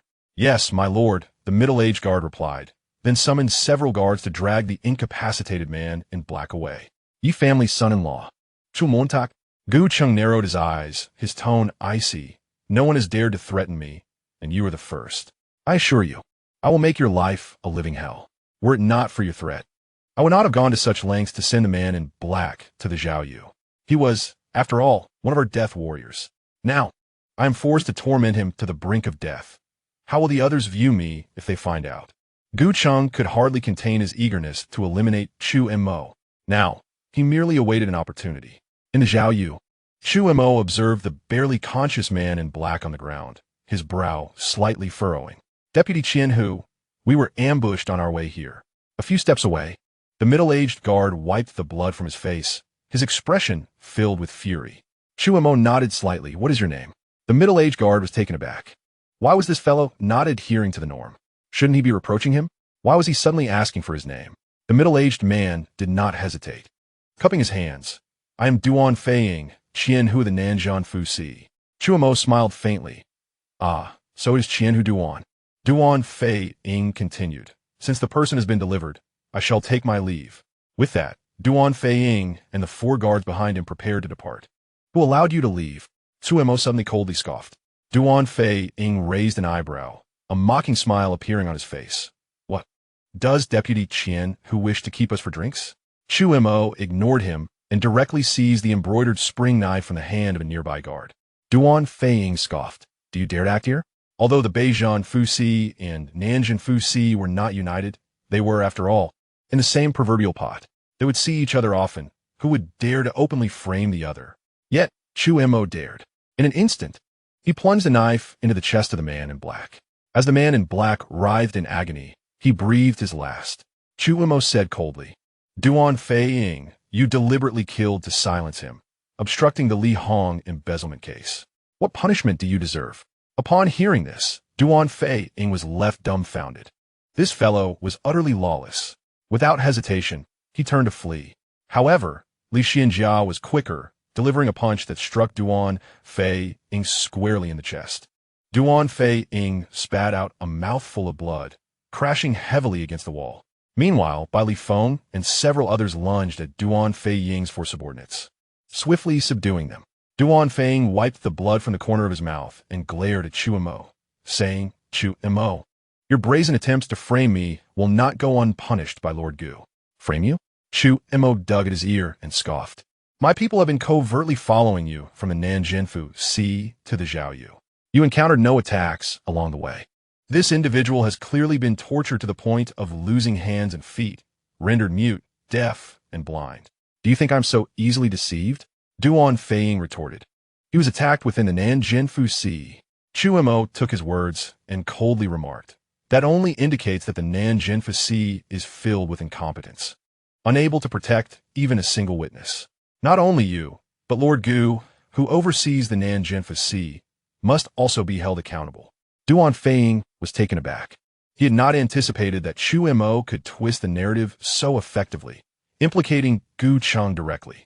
Gu Cheng's stance had already been revealed, and it was likely the emperor would be eager to remove him from his position. Once Gu Cheng was no longer in command, how could they expect to escape? With this in mind, Duan Fei-ying quickly stated, "This matter has nothing to do with Lord Gu. We were attacked on our way back to the Nanjinfu Sea." "Fool!" Chu Mo regarded Duan Fei-ying as if he were a simpleton, disdainfully saying, "If he had been wounded at that time, how would Lord Gu know that Li Hong died under the flying flower needle?" Duan Fei-ying was stunned. Indeed, given the condition of the deceased, how could he possibly speak, seal their cultivation, and prevent them from using internal power? "Take them away." Chu Mo waved his hand, uninterested in further discussion with Duan Fei-ying. In truth, he was merely fabricating excuses to deal with Duan Fei-ying, for this fellow had dared to draw a blade against him.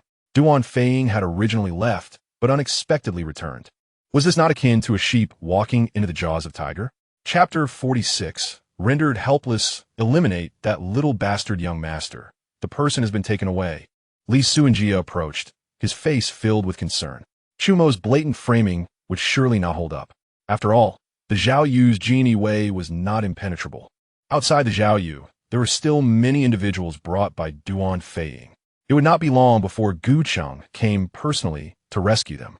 "We shall not return tonight," Chu Mo stated mysteriously. He was not Gu Cheng, waiting for an excuse or opportunity. If there were no excuse, he would create one. If there were no opportunity, he would forge one. If Gu Cheng dared to humiliate him, he would retaliate with utmost severity. It was as simple as that. The notion of a gentleman seeking revenge 10 years hence was utter nonsense. Chu Mo would seek vengeance from dawn until dusk, and then from dusk until dawn again. He was eager to see how Gu Cheng would extricate Duan Fei-ying from his grasp. Hearing Chu Mo's words, Li Suanjia quietly remarked, "Young master, Gu Cheng is a 6th grade master, and his subordinates include many 5th grade innate experts. If a fight breaks out, I fear for your safety." Chu Mo furrowed his brow slightly. Li Suanjia had a point. Should any confrontation occur, his strength might be exposed. Once his abilities were revealed, his identity could also be compromised, as he himself did not even know who he truly was. What if he turned out to be some notorious bandit? Contemplating this, Chu Mo replied, "You have a valid point. Although I doubt Gu Cheng would have the audacity to come to the Zhaoyu openly to rescue someone, it is prudent to prepare for unforeseen circumstances. Should we not first incapacitate Duan Fei-ying and his associates?" Li Suanjia opened his mouth, unable to deny that Chu Mo was indeed kind to his own, yet merciless toward his enemies. Just because Duan Fei-ying had drawn a blade against Chu Mo today, he was determined to deal with him harshly without concern for the consequences. However, considering Chu Mo's identity, Li Suanjia felt a sense of relief. At worst, if the genie way could not continue, he could return to the Yi family and enjoy a life of luxury. Moreover, Chu Mo had never aspired to be a genie way. Had it not been for the Yi family's precarious situation, he would have simply wished to live as a carefree and joyous son-in-law. Noticing Li Suanjia's silence, Chu Mo smiled slightly and asked, "What? Do you hesitate?" Li Suanjia shook his head, The young master has already offended Duan Feiying and should not grant him the chance for retaliation. I was contemplating whether to sever his hands or to chop off his legs. With that, he turned and left. Before long, several piercing screams echoed from deep within the Zhaoyu. Chu Mo distinctly heard the sounds of Duan Feiying's hands and legs being shattered. A satisfied smile spread across his face. He had not misjudged the man. Moments later, Li Suanjia and Bailey Feng approached. Chu Mo patted Bailey Feng on the shoulder, saying, "You will remain here on night duty. If Gu Chang comes to retrieve someone, do not obstruct him. If they dare to act, immediately notify the 3,000 guards outside the Zhaoyu." Understood, Bailey Feng nodded. To be honest, he was feeling quite nervous. Following Chu Mo was undeniably exhilarating. Capturing anyone and everyone. First Du Yu, now Gu Chang. A small character like him felt akin to a tiny ant, liable to be crushed at any moment. Nevertheless, Bailey Feng had come to realize that if he wished to ascend step by step, he must cling tightly to Chu Mo's coattails. Though Gu Chang was formidable, outside the Zhaoyu stood 3,000 guards. No matter how bold Gu Chang was, he would not dare to act within the Zhaoyu.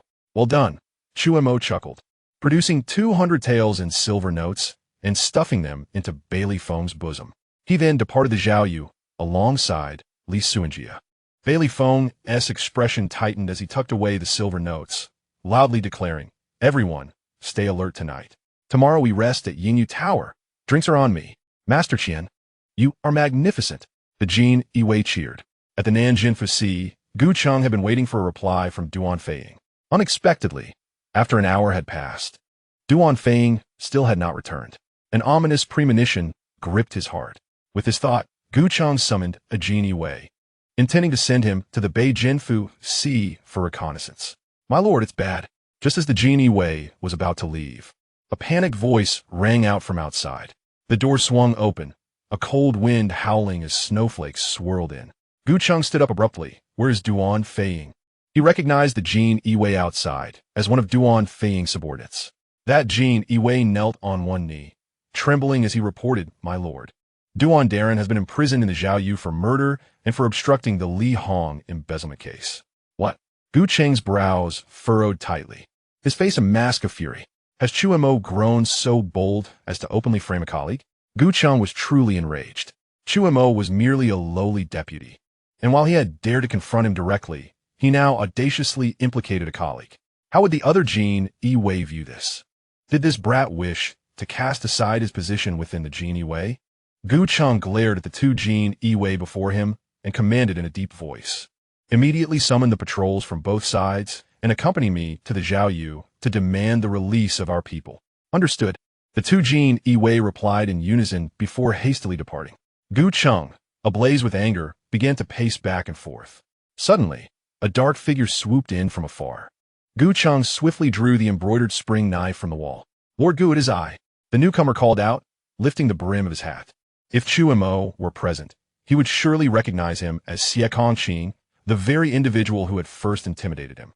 Gu Chang sheathed his precious blade with a flick of his wrist and closed the door, adopting a serious expression. "What brings you here?" Xie Kongqing displayed no fear of his superior. Instead, he casually took a seat on a nearby chair. "Lord Gu, are you planning to go to the Zhaoyu to rescue someone?" Gu Chang remained silent, clearly conceding to the implication. Xie Kongqing smiled and added, "If you do go, you will be falling into Chu Mo's trap." Gu Chang, filled with disdain, retorted, "That little brat is openly framing Duan Feiying. He is only sealing his own fate. If this official were to remain a mere bystander, how would my colleagues perceive me? If Gu Darren wishes to court death, I shall not stand in his way." Xie Kongqing shrugged and remarked, "As long as you dare to take action, Chu Mo will undoubtedly inform the 3,000 guards outside the Zhaoyu. By then, even if you are in the right, you will still lose your official cap. Do not forget, Chu Mo has the Emperor's ear." Gu Chang's eyelids twitched. He sat heavily in his chair, exclaiming, "I cannot swallow this indignation. Do you have any means to eliminate that little bastard?" Xie Kongqing stood up and responded evasively. "You should not go to Beijing Fuzi today. You once had a slim chance to advance further, but now that chance has vanished. Moreover, your official cap may not survive either." Gu Chang coldly replied, "If Li Hong does not perish, my head is forfeit." Xie Kongqing did not counter, adding, "Why not take a cleaner approach? Not only that, but why involve Lingyun Pavilion? Though they dare not offend the court, they are not easily manipulated. If pushed too hard, they can resort to anything. Brother, be cautious. After saying this, he turned and left the room. Gu Chang sat in silence, gripping the armrests of his chair tightly, with a little more force. The armrests splintered into fragments. Moments later, a voice from the genie way at the door announced, "Sir, the patrolmen from the left and right are gathered." "Send them back," Gu Chang instructed, taking a deep breath. "Select a few capable individuals to accompany me to Bijin Fuzi." "Yes," the genie way responded respectfully. Gu Chang's forehead twitched with tension as he thought coldly. "Chu Mo, wait for me." Chapter 47. Uncorrupted and Ungreedy. A shield is in place in the residence of the Duke of Qin. Chu Mo rubbed his palms together, exhaling a breath of frustration. Cursed weather. Why is it so cold? He tightened his fur coat. Passing by Yi Qingyu's loft, he paused for a moment, noticing the absence of any candlelight. It was already late, and he surmised that Yi Qingyu had gone to sleep. He did not linger and turned towards his own courtyard. Upon opening the door, he was surprised to find candles flickering within. Hadn't Gu Yi and Shen Wujing already moved out? Why was there still light? Just then, the door swung open, revealing Yi Qingyu in a white fur coat. "My lady," Chu Mo called out, hurrying towards her. Could it be that Yi Qingyu had come to her senses and decided to visit him? Li Suanjia, observing the scene, quietly withdrew. Suddenly, as Chu Mo took a few steps forward, he cried out in surprise.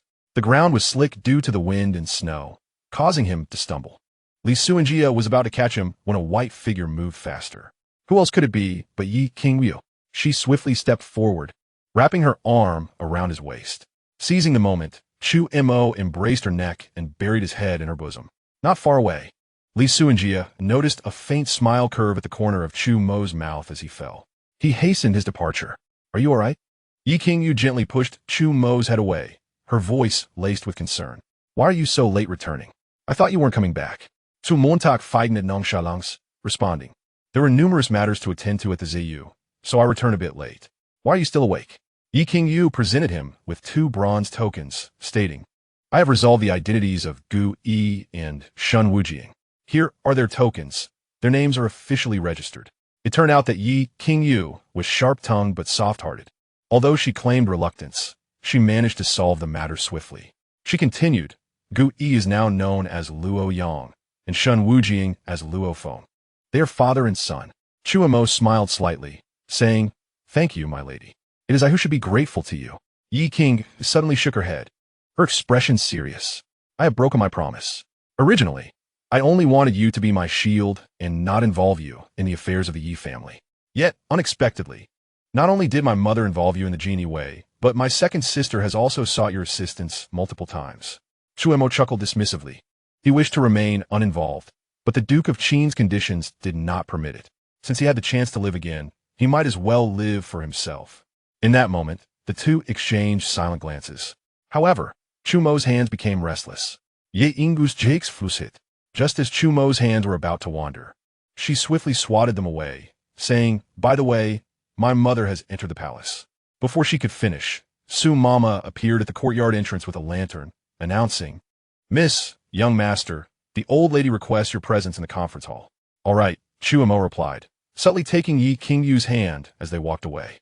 A smile played on his lips as he thought about how close they had just been. Upon arriving at the conference hall, they found Yi Wusheng and his wife, Li Keiwei, Dongfang Yongziyu, and others present. Yi Mu was seated at the head of the table, smiling as she beckoned to Chu Mo and Yi Qing. "Xiao Mo, please sit." After Yi Qingyu took her seat, Chu Mo tactfully sat beside her.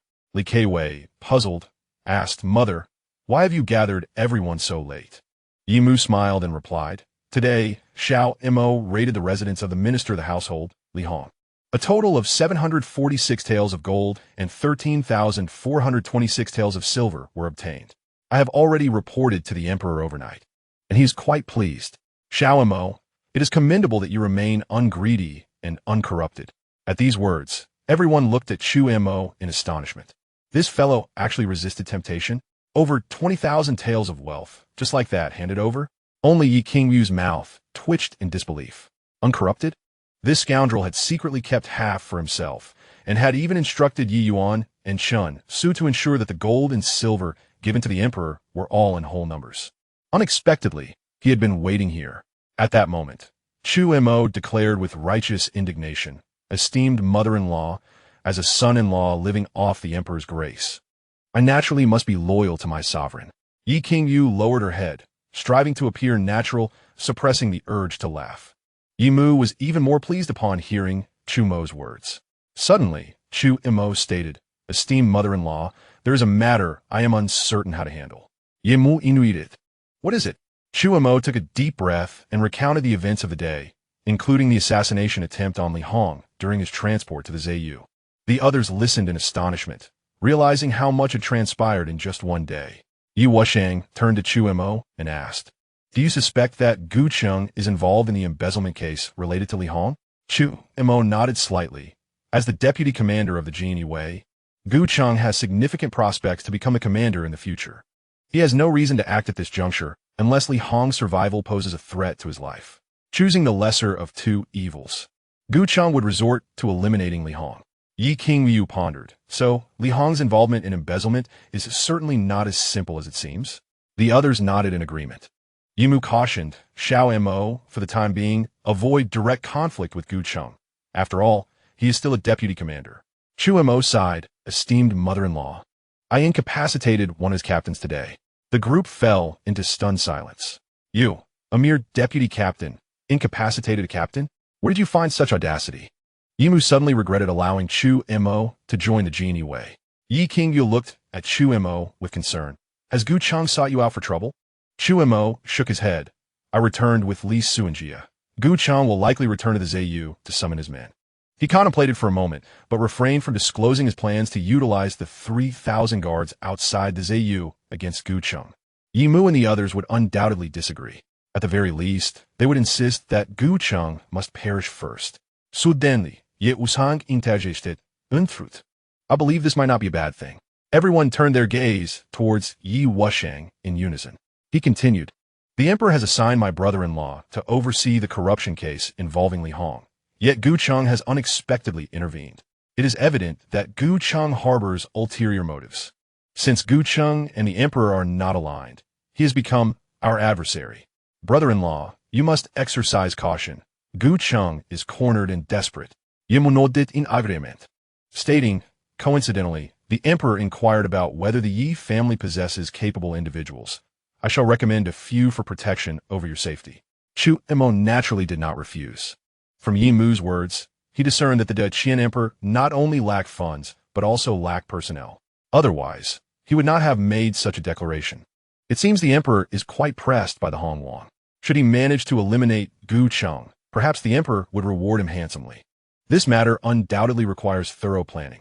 The following day, Chu Mo was roused from his slumber by cacophony outside. What was happening? He glanced outside and noted that dawn had yet to break. Chu Mo felt quite exasperated. Was sleep no longer allowed? Last night, he had been preoccupied with devising a way to eliminate Gu Cheng, and he had only fallen asleep late. To his dismay, he was awakened before daybreak. Just then, the door swung open, and Yi Qingyu entered. The displeasure on Chu Mo's face instantly vanished, replaced by a warm smile as he said, my dear, you too cannot sleep? Shall we find some joy together? However, such words were not uttered aloud. Yi Qingyu, well aware of Chu Mo's intentions, remarked, it is already the hour of the tiger. Today, my sixth brother will assume the title of Duke of Qin. We must light incense and greet the imperial decree to signify our solemnity. Chu Mo was at a loss for words. The ancients were commendable in many aspects, yet their rituals were excessively cumbersome. Yi Qingyu added, by the way, my elder sister has returned. You must shed that carefree demeanor. Chu Mo's expression became slightly tense. Is my elder sister difficult to get along with? Since entering the Yi residence, he had yet to meet his sister-in-law, Fu Wanyu. The other sisters-in-law he found quite agreeable, especially the second sister-in-law, Li Keiwei, who was not only charming but also generous, often gifting him several thousand taels. If given the choice, Chu Mo would prefer to avoid labor altogether. Yi Qingyu shook her head, clarifying, it is not that. My elder sister has spent many years in the military and is known for her serious demeanor. Akin to a frost. Chu Mo was astonished. Can women really serve in the military? Yi Qingyu sighed. According to the Qian law, women cannot serve in the military. However, both the Yi and Fu families are prominent military clans. My elder sister has been nurtured by her family from a young age, exhibiting exceptional military skills and achieving numerous feats. She once saved the Empress Dowager's life and earned the late Emperor's trust, making her a rare exception. Do not underestimate my elder sister. 6 years ago, she was already a Tunshin Zhao Yi. Chu Mo was taken aback. Tunshin Zhao Yi was a position of at least the 3rd rank. Fu Wanyu held such a high office. He had only recently attained the 5th rank. Higher ranks could be quite oppressive. If he were to disappoint her, it would indeed be troublesome. No, he must not linger here. Chu Mo declared, my dear. It is getting late. I must attend to my duties. Yi Qingyu quickly grasped his arm, her expression stern. Hurry and don your Fiyu attire. The decree is about to arrive. Chu Mo responded, it is still the hour of the tiger. Do the emperor and the eunuchs truly require no rest? Sending decrees at such an early hour? Aware of his inability to escape, he reluctantly donned his Fiyu attire. Upon their arrival in the main hall, all members of the Yi family were already assembled. Chu Mo surveyed the scene and noted that the accumulated snow in the courtyard had been entirely cleared and replaced with a red carpet. Yi Mu and the others appeared weary, their eyes shadowed, clearly having spent the night awake.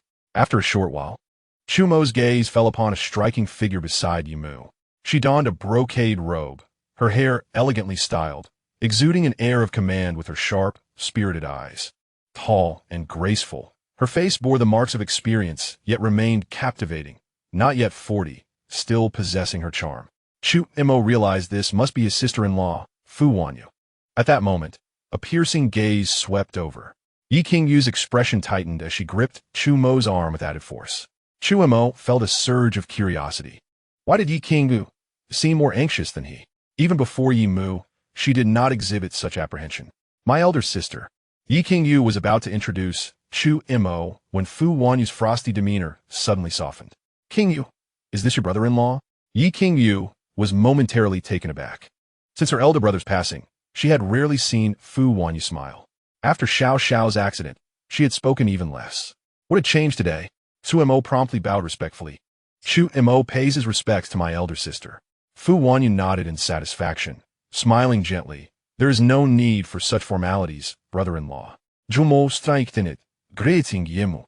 The second sister-in-law Li Keiwei, the fourth sister-in-law, Dongfang Yungzi, and Yi Wushang and his wife, before dutifully standing behind them. At that moment, Chu Mo leaned closer to Yi Qingyu and whispered, is this the elder sister you described as serious and frosty? Yi Qingyu pouted, momentarily at a loss for words. Chu Mo chuckled. Perhaps it is merely my handsome appearance that has charmed her.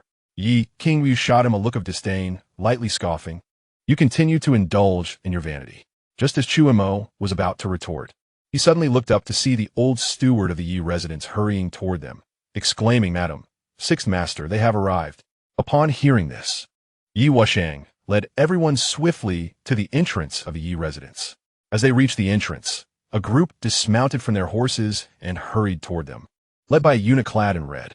Behind him, 2 young eunuchs carried a wooden long box. Yi Wushang approached to receive the decree. The red-robed eunuch's commanding voice shattered the stillness. I, Minister Yi Wushang, receive the decree. Yi Wushang, dressed in formal attire, respectfully knelt and bowed. Yi Mu and the others followed suit, kneeling solemnly behind him, and Chu Mo, too, joined in, though he was reluctant. Although De Qian rarely observed such formal kneeling rituals, solemn occasions like this often necessitated it. The 2 young eunuchs opened the wooden box, retrieving a decree that they slowly unfurled before the red-robed eunuch. Chu Mo was utterly astonished. A decree, yet it was such an extensive scroll, measuring a full 3 meters. How long would they need to kneel? The decree was read aloud by the red-robed eunuch without hesitation. In ancient times, the Taizhou Emperor established the realm, conferring titles based on merit. Duke of Qin Yanzu, who bore 70 wounds, unified the 3 Qin, vanquished the Hu people, his achievements surpassing all generals. Thus, he was conferred the title of Duke of Qin, with an estate of 6,000 households, to be eternally inherited. Now, Yi Wushang, the 6th son of the Yi family, aged 24, diligent and astute, versed in the Qian Shu, knowledgeable in military strategy, taught by his father, exhibiting filial piety and brotherly love. The Book of Song states, "A filial son is never lacking. May he bequeath his legacy eternally, lonely in the ancestral temple. The solitary heir, Fa Xian Sheng, decrees that Yi Wushang shall inherit the title of Duke of Qin, retaining his fief as before, commanding his retinue, and attending to the ancestral temple. He is admonished, do not neglect the achievements of our forebears. Do not be remiss in royal affairs, and strive to cultivate virtue to support my solitary self. This proclamation is made clear to the world, so that my intentions are well understood. In the 4th year of Zhao Ning, on the day of Yue in the 12th month, Chancellor Yin Suitang, Grand Judge Su Zhang, I shall surely devote my loyalty and not betray the sovereign's grace." Yi Wushang's voice resounded powerfully, as if to declare to the enemies of the Yi family that the sons of the Yi family have returned. Chu Mo also breathed a sigh of relief. With Yi Wushang standing in front, his own sense of presence diminished significantly. Of course, Chu Mo hoped that Yi Wushang would remain unharmed. It would be best if he could simply lie low. Soon, Yi Wushang donned a brand-new duke's attire, and his entire demeanor transformed. The subsequent proceedings involved festivities. Just as the banquet commenced, Bai Li Feng hurriedly approached, his face betraying a sense of urgency. "My lord," Bai Li Feng leaned close to Chu Mo's ear, seemingly about to speak. Chu Mo interrupted him directly. "You're just in time. Let's share a couple of drinks first." Bai Li Feng, resigned, downed 2 cups, then leaned in a whisper. "My lord, Gu Cheng has brought people over." Chu Mo was taken aback. "He did not come last night?" Bai Li Feng shook his head. Chu Mo chuckled inwardly, noting Gu Cheng's caution. He had prepared a trap for him, but it seemed unnecessary now. Bai Li Feng took a deep breath, gritting his teeth. "My lord, Duan Feiying is dead." Chapter 49. The Overbearing Fat Man. Every penny counts what? Chu Mo's eyelids twitched, his eyes glinting with coldness. "Duan Feiying is dead?" Li Suanjia merely interrupted his hands and feet. "How could he have perished?" Bai Li Feng explained. "The coroner at the imperial prison conducted a thorough investigation. Duan Feiying took poison and died with a smile on his face." Poisoned to death? Still smiling in death. Chu Mo's heart grew colder. This was far more terrifying than a mere murder. To compel someone to willingly embrace death speaks volumes of the opponent's methods. The key question remains, how was the poison delivered? Chu Mo inquired. "Did anyone come into contact with him?" Bai Li Feng shook his head. "Last night, I had the iron gate locked, and 2 guards have been stationed outside. No one went in. It was only during the morning rounds that his death was discovered." Chu Mo felt exceedingly displeased. Duan Feiying was at least a trusted confidant of Gu Cheng and surely knew much about him. He had hoped to extract some information from Duan Feiying, perhaps even find a way to eliminate Gu Cheng. Now, this unfortunate turn of events left him at a loss. However, he finally encountered a formidable adversary. Chu Mo patted Bai Li Feng's shoulder. "You have worked hard through the night. Go and rest for a while. In the evening, take the brothers out to unwind." Bai Li Feng acknowledged and quietly departed. At that moment, Yi Qingyu leaned close, whispering, "How could Duan Feiying die? His survival is crucial for some people's peace of mind." Zu Montag seid helplessly. Unable to eliminate Gu Cheng, he was left with an unsettling feeling. Yi Qingyu cautioned, "During this time, be sure to remain vigilant and keep a low profile." Chu Mo nodded slightly.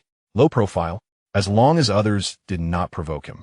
He had always maintained a low profile. However, should anyone dare to offend him, Chu Mo would not care about their background. Having lived a second life, he had no intention of suffering any loss. After the banquet concluded, Chu Mo, accompanied by Li Sunjia and Gu Yi, left the Yi residence. Although he held the position of head of the imperial prison and could arrange his affairs flexibly, the case of Li Hong's embezzlement remained unresolved. The emperor was still awaiting his findings. With 2 6th-rank guards, he felt considerably more secure. Chu Mo found it puzzling that the Yi family, despite their wealth, did not employ even a single 6th-rank master guard. Was it that they could not find one, or did those masters dare not join the Yi family? Zhu Xiong.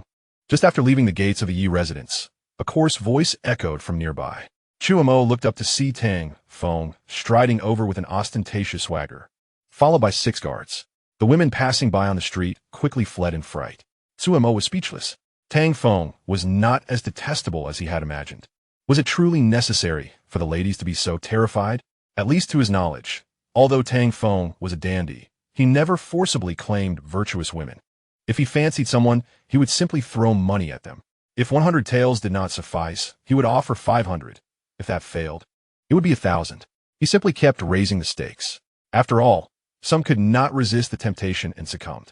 Speaking of which, this rotund fellow was indeed wealthy. Moreover, he was quite trustworthy. The last time he had written a poem for Tang Feng, although the latter did not manage to win the heart of his beloved and nearly landed himself in a predicament, he nevertheless delivered 5,000 taels of gold. This time, Tang Feng had even hired a 6th-rank master guard.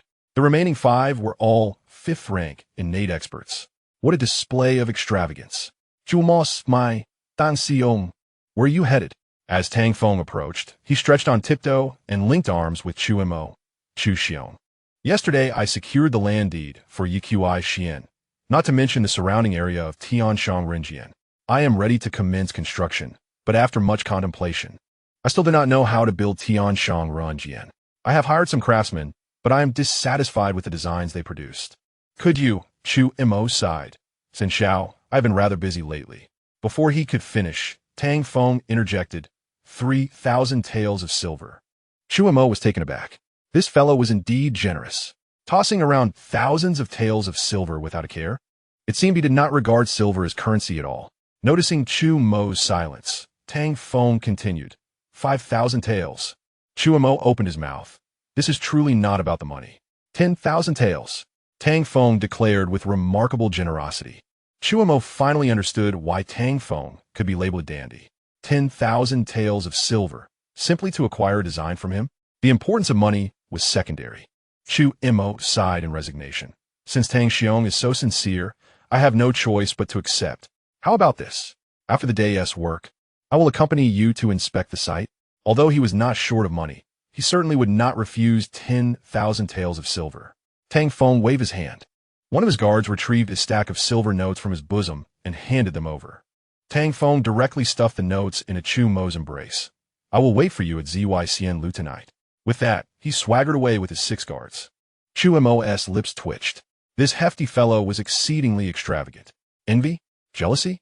Chu Mo murmured to himself, pondering. What exactly does the Tang family do? Li Suanjie replied, My lord, I am somewhat aware. The Gongfu of Jingguo involves numerous industries, but there are 3 main ones. First is salt trading. The Tang family is one of the largest salt merchants in Qian, permitted by the court. The salt guilds in Jiangzhou, Yuzhou, and Shuazu all depend on the Tang family's survival. Chu Mo was astonished. The Tang family had quite a substantial enterprise, managing to profit from the court's allowances. Salt trading in this era was undoubtedly a lucrative industry. Li Suanjie continued. Secondly, they deal in medicinal herbs. The Tang family is also one of the largest herbal merchants in Qian. About half of the medicinal herbs in Zhaojing are supplied by them. Chu Mo felt a twinge of jealousy. No wonder Tang Feng was so extravagant. He truly had no shortage of money. Selling medicine was also a highly profitable venture. Even in later years, one could find a pharmacy at every corner. Li Suanjie went on. Thirdly, they trade in jewelry and jade. They provide luxurious items like jewels, jade, and porcelain to the dignitaries of Zhaojing. Chu Mo fell into a long silence. Compared to the Tang family's businesses, the Yiqi Xian that Tang Feng had established was merely small scale. However, while the Tang family was wealthy, the Yi family was not lacking either. No, wait. The wealth of the Yi family has no bearing on me. I must find a way to amass riches. Perhaps I should target a few corrupt officials. Lost in thought, a sudden plea pierced the air ahead. My lord, I have elderly dependents and young ones to care for. Please show mercy. I shall not dare again. My lord, I do not wish to keep this money pouch. A thin, middle-aged man was seen kneeling in the snow, repeatedly bowing his head in supplication. He appeared to be in his 40s, gaunt, as if a gust of wind could topple him. 2 patrolling soldiers disregarded his entreaties and seized the man's hands behind his back. The other burly patrolman, with an impassive expression, waved his hand. Take him away.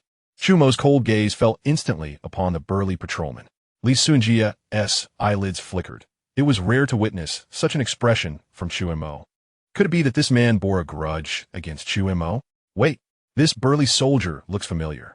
Li Suanjie pondered for a moment and finally recognized him.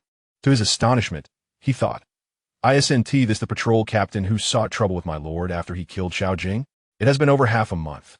My lord actually remembers him? Li Suanjia silently mourned for the patrol captain. After all, my lord is meticulous in settling accounts. Stop! As the patrol captain was about to leave, Li Suanjia shouted sternly, stepping forward to obstruct his path. His icy gaze locked on a middle-aged man. What is the meaning of this? The patrol captain's heart raced. When had he offended the Jinyue?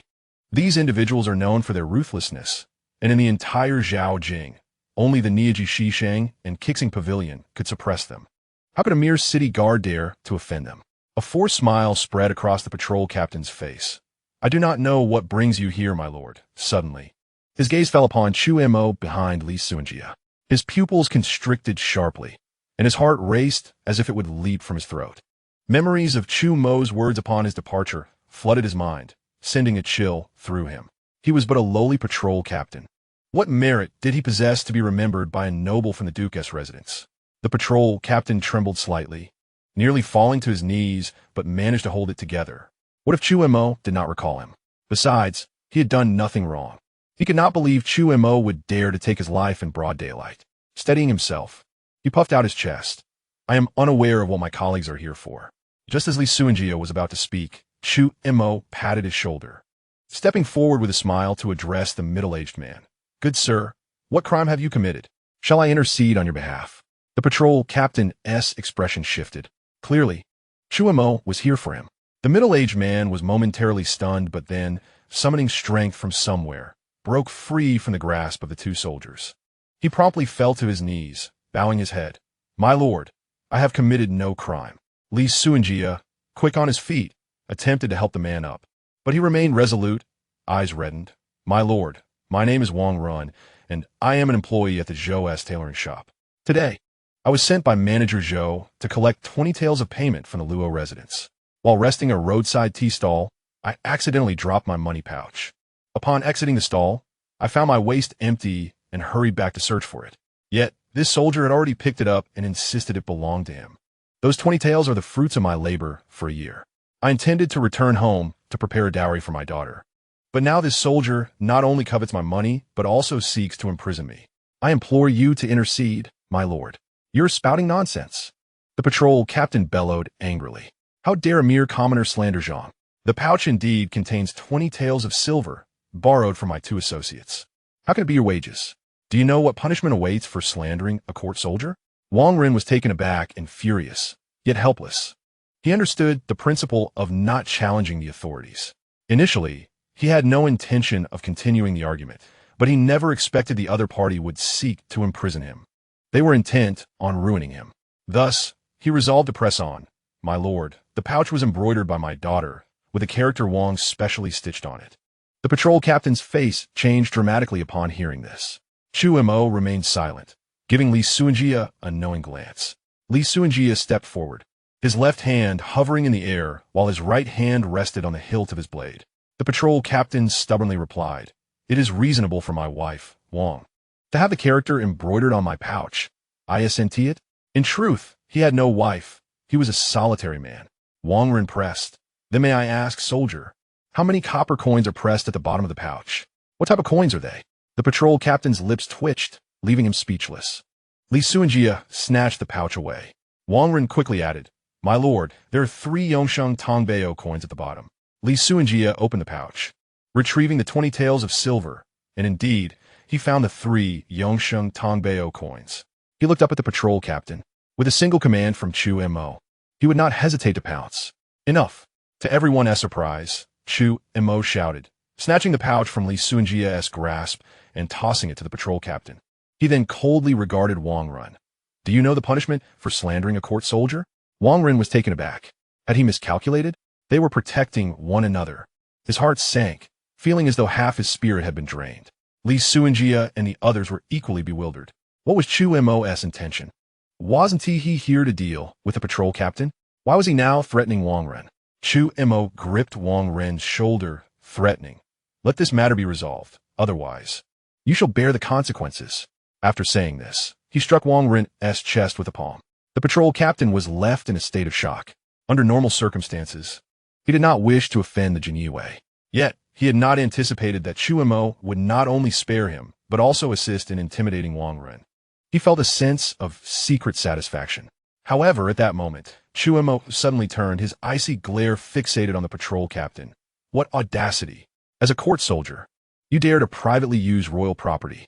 This is a grave disrespect. Upon hearing this, everyone was bewildered. What royal property? When their gazes fell upon the character Wang on the pouch, they were left dumbfounded. Was the character reserved solely for the royal family? Arrest him. Chu Mo snorted coldly. Li Suanjia wasted no time, drawing his blade and placing it at the patrol captain's throat. The patrol captain fell to his knees, raising the pouch high towards Chu Mo, trembling. Sir, you are actually bribing me. This crime is compounded. Chu Mo weighed the 20 taels of silver in his hand, a cold smile spreading across his face. Now you understand fear? You dare to put my life in peril? Prepare for death. Since you chose revenge, you must be ready to face the consequences. Just as he uttered the word punishment, a flash of cold light appeared. The patrol captain felt a chill at his throat, life draining swiftly from him, and he collapsed to the ground, convulsing briefly before falling silent. The other two patrol soldiers turned pale, collapsing to the ground in fright. I have pressing matters to attend to. This matter shall be handled by you. You know how to report it, yes? Chu Mo cast a dispassionate glance at the two before turning to leave.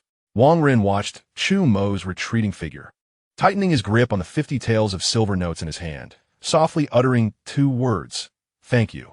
Meanwhile, Gu Yi trailed behind Chu Mo, remaining silent. He too was unsure whether following Chu Mo was a right or wrong decision. In the eyes of Chu Mo, human life holds little value.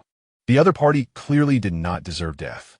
Upon arriving at the gate of the prison, Chu Mo abruptly halted, turning to ask, "Do you find this cruel?" Gu Yi remained silent. Chu Mo continued, "More than half a month ago, he attempted to drag me into seeking accolades from the Shao family. If I were to fall into the dungeons, what would the consequences be? Since he sought to place me in peril, why should I refrain from eliminating him?" Gu Yi was momentarily taken aback, clearly not anticipating such a rationale. Chu Mo chose not to elaborate further and proceeded into the prison. One must eradicate the roots, otherwise, spring breezes will bring forth new life. This was one of the survival principles he discerned during his previous undercover existence. Although the patrol captain was but a minor figure, he would not hesitate to crush an ant on the roadside. After all, who would dare to tread upon his head? Gu Yi observed the departing figure of Chu Mo, lost in thought. A moment later, he turned his gaze towards Li Suanjia. If one chose to follow the master, there was no room for questioning the motives. Li Suanjia, maintaining a calm demeanor, remarked, "When those individuals slaughtered your family, did they exhibit mercy?" With that, he turned to leave. Gu Yi raised his head, his eyes suddenly resolute. Just as he took a step forward, he noticed a throng approaching the prison. Upon spotting the leader among them, Gu Yi's brows furrowed. "Gu Cheng, what business does he have here? Does he not know that the master dreams of eliminating him?" Gu Yi hastened his pace. Chapter 51, Annihilation of a Family. Elegant boat excursion master, Gu Cheng has arrived, Gu Yi whispered as he caught up with Chu Mo. Chu Mo paused momentarily. What could he want this time? If Gu Cheng had come to the prison last night, I would not have been surprised. I might have even anticipated it. But did he not already visit this morning? You should have known about Duan Feiying's death by now. Why has he waited until now to trouble me? It was already noon. While lost in contemplation, Gu Cheng entered with 8 genie Wei. Chu Mo could not help but chuckle. It appeared that this old fellow was indeed frightened by him, bringing along such a retinue. Each of those 8 genie Wei was at least a 5th-grade fighter, capable of commanding 1,000 troops if their military achievements were sufficient. Upon seeing Chu Mo, Gu Cheng's eyes glinted with coldness. However, he suppressed his inner fury and did not explode. "I have met Lord Gu," Chu Mo said with a slight bow and a smile. "I wonder what brings you here." Gu Cheng did not respond. One of the hawk-nosed men behind him stepped forward, producing a document. "Lord Gu has come to interrogate Duan Feiying.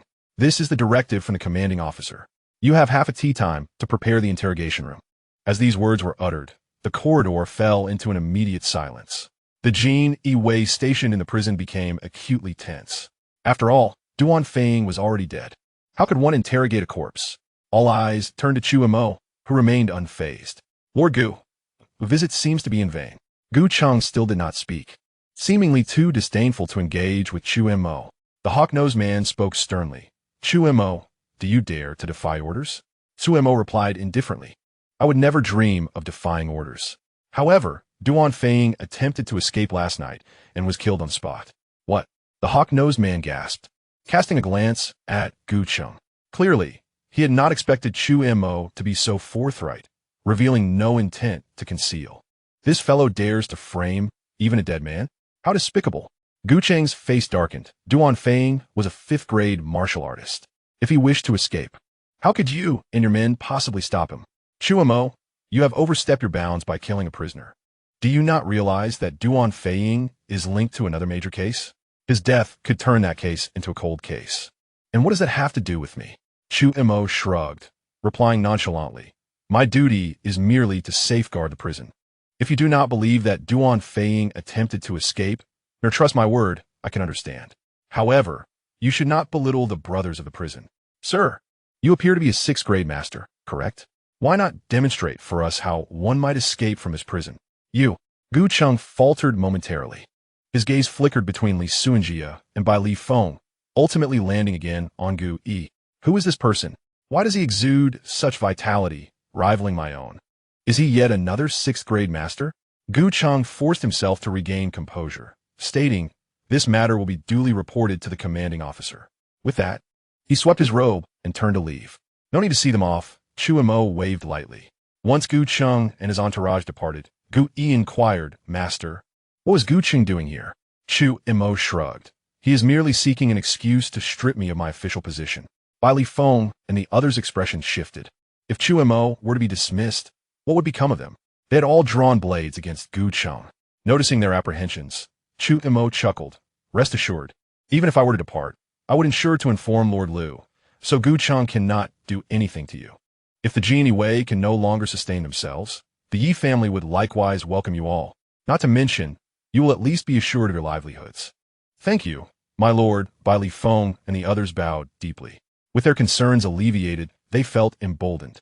Chu Mo then asked, what of Duan Feng's body?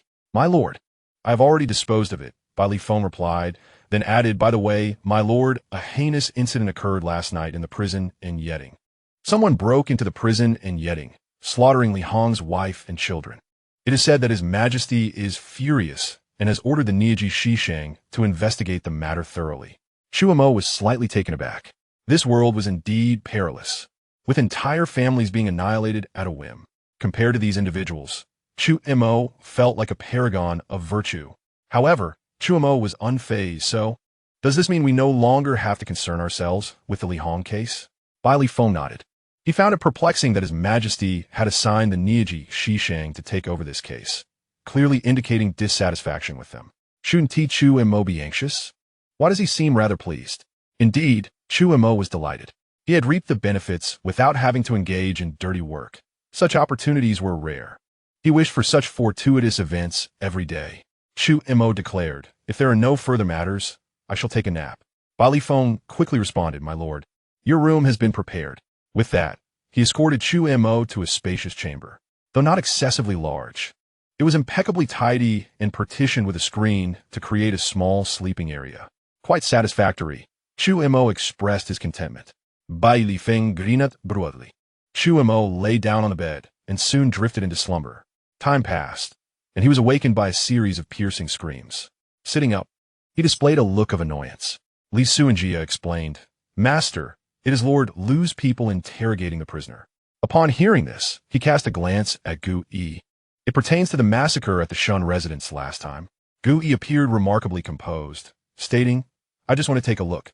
That fellow had his limbs severed and was nearly flayed alive, yet he stubbornly refused to divulge his accomplices. Quite the man. Chu Mo inquired with curiosity. Do people in the martial world fear death so little? Li Suanjia also showed a hint of curiosity. Certainly not. Gu Yi shook his head. The vast majority of those in the martial world are terrified of death, unless there is something more dreadful than death itself. Chu Mo pondered, holding the hem of his garment thoughtfully. Noticing the time, he realized it was getting late. Ding! Time for clocking out. Chu Mo left the prison and headed straight to the ZY. Xian Lu Tang Feng had already prepared a feast, awaiting his arrival. After enjoying a sumptuous meal, the two visited the ruins of Yichui Xian. As they departed, Tang Feng handed Chu Mo a carefully prepared blueprint. Gu Yi accepted the drawing, and Chu Mo smiled and said, Then I shall take my leave. Wait.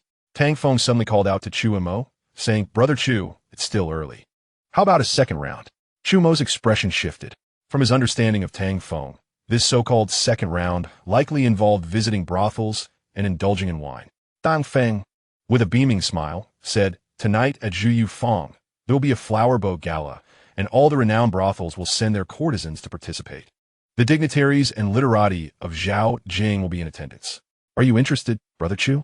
Chu Mo felt speechless internally. This rotund fellow. Isn't he afraid after being framed last time? If you want to chase girls, just do it. Why force yourself into this circle? Seeing that Chu Mo was not particularly interested, Tang Feng hurriedly added, the four great courtesans of Zhu Feng, Shu Yu, Lu Yu, Fei Yu, and Shui Yu, are all stunningly beautiful and charming. Plus, there's Xiang Wan, Xiang Mei, Lian Xiang, and Ning Xiang from Ting Xiangge, each one lively and fragrant. Stop. Chu Mo quickly interrupted Tang Feng, his expression stern. Brother Tang, are you testing me with these things? This fellow unexpectedly stirred up some memories. I must admit, despite being unfamiliar, these names are far more melodious than those of San Shangya, Beichuan Jingzi, Xian Gai Jia, and Shi Yuan Li Mei. Tang Feng, puzzled, wondered if Chu Mo had lost interest. With this thought, he gave a thumbs up and said, Brother Chu is truly. Before he could finish, Chu Mo urged, What are you dawdling for? Hurry and change your clothes, or we will miss out. Chapter 52. You earn money. I act pretentious, Brother Chu. You truly are a man of character. Tang Feng, after a moment of surprise, managed to spit out a sentence. He had expected Chu Mo to refuse. Yet this fellow seemed even more eager than himself. As Chu Mo walked away, Tang Feng hurriedly followed. Brother Chu, don't be hasty. I have already reserved the flower boat. Soon, Chu Mo and the others changed into fresh attire and arrived at the dock. They beheld magnificent flower boats, adorned with intricate decorations, floating like palaces upon a lake. The interior was ablaze with lights, with the sounds of silk and bamboo music resounding continuously. Lanterns made of glazed glass hung from the eaves, casting warm light in circles that formed a shimmering golden ocean on the water surface. The light danced upon the waves, reflecting with the lanterns of the taverns on the shore. A thin mist began to rise from the lake, transforming the ethereal surface into a celestial realm. A scene of joyous revelry. Tang Feng led the group onto a smaller flower boat. Chu Mo was slightly surprised. When did this fellow become so low-key? At that moment, a deep voice called from behind, Gentlemen, please hold on. Chu Mo and Tang Feng simultaneously froze. Turning to look, they saw two men standing a few paces away, smiling at them. Li Xianjia and several of Tang Feng's guards subtly shifted, fingers curling, ready to grasp their weapons. Who are you two? Tang Feng inquired with a cupped fist and a smile. Chu Mo remained silent, but assessed the two men. The leader was a young man in his 20s, wearing a simple yet elegant deep blue robe. His waist was adorned with a gold-inlaid copper buckle, intricately carved with cloud patterns. If it weren't for Chu Mo's keen eyesight, he would have overlooked its craftsmanship. The young man held a folding fan, exuding an air of elegance and refinement. Clearly, he was a modest scion of a noble family. Behind him stood a burly middle-aged man, with a face like a chiseled knife and sharp eyes, exuding a commanding presence.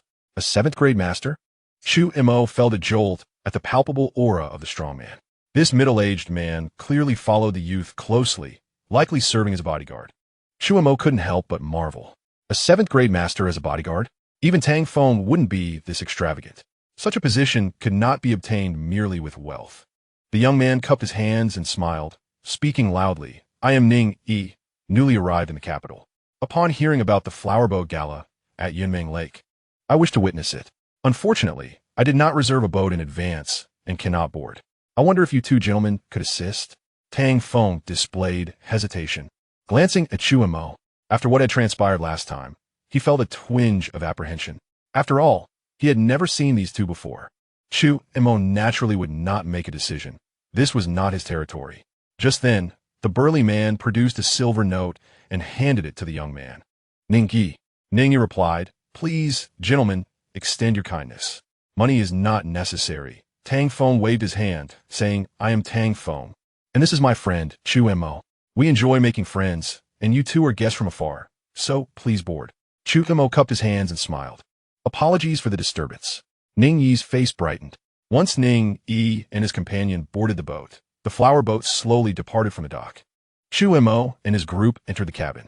Several young women approached, offering hot tea and presenting fruits and snacks. The cabin was filled with the scent of incense, and the smoke from the candles wafted through the air. A singer gracefully approached, sitting at the edge of the boat, her peeper resting on her lap as she delicately plucked the strings, producing a soft, enchanting melody. Soon after, several dancers floated in, their wide sleeves billowing like colorful clouds. As they twirled, their sleeves unfurled, creating gentle arcs in the air, resembling butterflies in flight. The silver bells at their waists chimed with their movements, producing a delightful sound. Almost simultaneously, the melodious strains of the pipa intertwined. The rich notes resonated like a sudden rain, while the lighter ones whispered like secrets. The cacophony of sound transformed into a vivid reality. Brother Chu, Tang Feng suddenly leaned in, whispering, "This Ning Yi is not simple." Chu Mo's expression turned skeptical. Tang Feng continued, "Not to mention, just the golden-laid copper buckle on his belt indicates wealth and status. He also wears a jade pendant, something only the elite would possess. My second brother is quite fond of such things." Chu Mo was taken aback. He hadn't expected Tang Feng to observe so closely. However, he refrained from commenting. Though Tang Feng's voice was soft, Ning Yi's bodyguard, a 7th-grade master, would undoubtedly hear every word. Tang Feng added, "Of course, I'm not flattering him to allow him on board. After all, even if he is wealthy, he certainly isn't wealthier than I, merely seeking additional friends and opportunities." Chu Mo's lips twitched. So this rotund fellow is intentionally trying to show off before me? Is wealth truly impressive? Well, it is indeed impressive. But speaking of which, while Tang Feng appears carefree, he is actually quite astute. Indeed, there are no fools among the scions of great families, except for Xiao Jing, of course. Tang Feng suddenly raised his cup, smiling. "Brother Chu, Brother Ning, our meeting is fate. Let us drink." Ning Yi replied, "It is an honor to meet you both." After saying this, he raised his cup and drank it all in one go. The burly man behind Ning Yi visibly flinched, likely intending to stop him, but Ning Yi waved him off. Chu Mo quietly admired this fellow. Despite having just met them, he boldly drank with them. Chu Mo naturally did not hesitate, downing his drink in one gulp. "Refreshing." Tang Feng laughed heartily, saying, "By the way, this Grand Flower Boat Gala features 36 boats in total. Although our boat may not stand out, it is indeed qualified to participate. Soon, there will be a poetry competition where we can compose verses impromptu. If we rank in the top 3, we may attend the grandest banquet at Zhu Yu Fong and enjoy a splendid evening with the courtesans." Chu Mo had no interest in this. He had long since explored the measurements of Shu Yu and Shui Yu from Zhu Yu Fong using traditional methods. He was merely curious about the depth of their charms. Chu Mo shrugged and said, I still have to return home tonight." Ning Yi chuckled, "I truly lack the talent for poetry and prose, so I shall spare you the humiliation." Tang Feng leaned closer to Chu Mo, extending a hand. "Brother Chu, the usual custom." The corner of Chu Mo's mouth twitched. This rotund fellow truly has no fear of death. However, it must be said that this hefty man is indeed wealthy. 50,000 taels for a poem? He felt a twinge of guilt within. This money felt too easily earned. Yet one must wonder, if those great talents knew their poetry fetched such exorbitant prices in this realm, they might find solace in it. Chu Mo hesitated for a moment. "Brother Tang, perhaps we should let this go." Tang Feng, puzzled, replied, "Brother Chu, you earn money while I pose as a literary figure. Isn't that quite splendid? Should I increase the offer?" Chu Mo shook his head. "Literature is a natural gift, a stroke of genius. Last time, I was merely fortunate to have a surge of inspiration." Tang Feng, somewhat disheartened, sighed, "In truth, I do not wish to forcibly enter the realm of literary men. Yet, my predicament is deeply tied to my lifelong happiness." Chu Mo displayed curiosity. "What predicament?" Tang Feng hesitated for a moment, blushing as he confessed, "Brother Chu, I have fallen for a girl." "Wait." Chu Mo interrupted him urgently. "Do you truly like her, or do you merely desire her?" Chapter 53, Minimal Harm. Extreme insult. Is there a difference? Tang Feng appeared bewildered, not comprehending Chu Mo's meaning. "There is a significant distinction." Chu Mo replied with a stern expression. "If you genuinely like her, I can assist you. But if you're merely seeking to force the issue, then I cannot help." Tang Feng insisted earnestly, "Brother Chu, What do you take me for? Though I am a rogue, I have never coerced any woman. All 146 women I have met over the years have been willing. Chu Mo exclaimed, dumb. I cannot endure this any longer. This rotund fellow is showing off before me again. I would love to slap him. In truth, he had likely never encountered 146 women in this world. Nevertheless, Chu Mo felt relieved and curiously inquired, which family does she belong to? Tang Feng did not conceal the truth, stating plainly, the granddaughter of the Grand Counselor. Su Xiao Xiao. It is the first time in many years that I have encountered a woman whose affections cannot be bought. Chu Mo felt utterly speechless. The Grand Counselor is a high-ranking official. What kind of scenes has his granddaughter not witnessed? Upon hearing this name, an image of a delicate beauty formed in Chu Mo's mind. Tang Feng continued, a few days ago, I encountered her on the street. Initially, I had no idea she was the Grand Counselor's granddaughter. After some inquiries, I learned of her identity. As you know, the Grand Counselor once sought to betroth her to me, but I declined. I was indeed foolish. This time, I had my grandfather help me propose to the Su family, and he agreed. But to my surprise, Su Xiao rejected me. Chu Mo remained silent. Although Tang Feng was somewhat portly, he was not unattractive.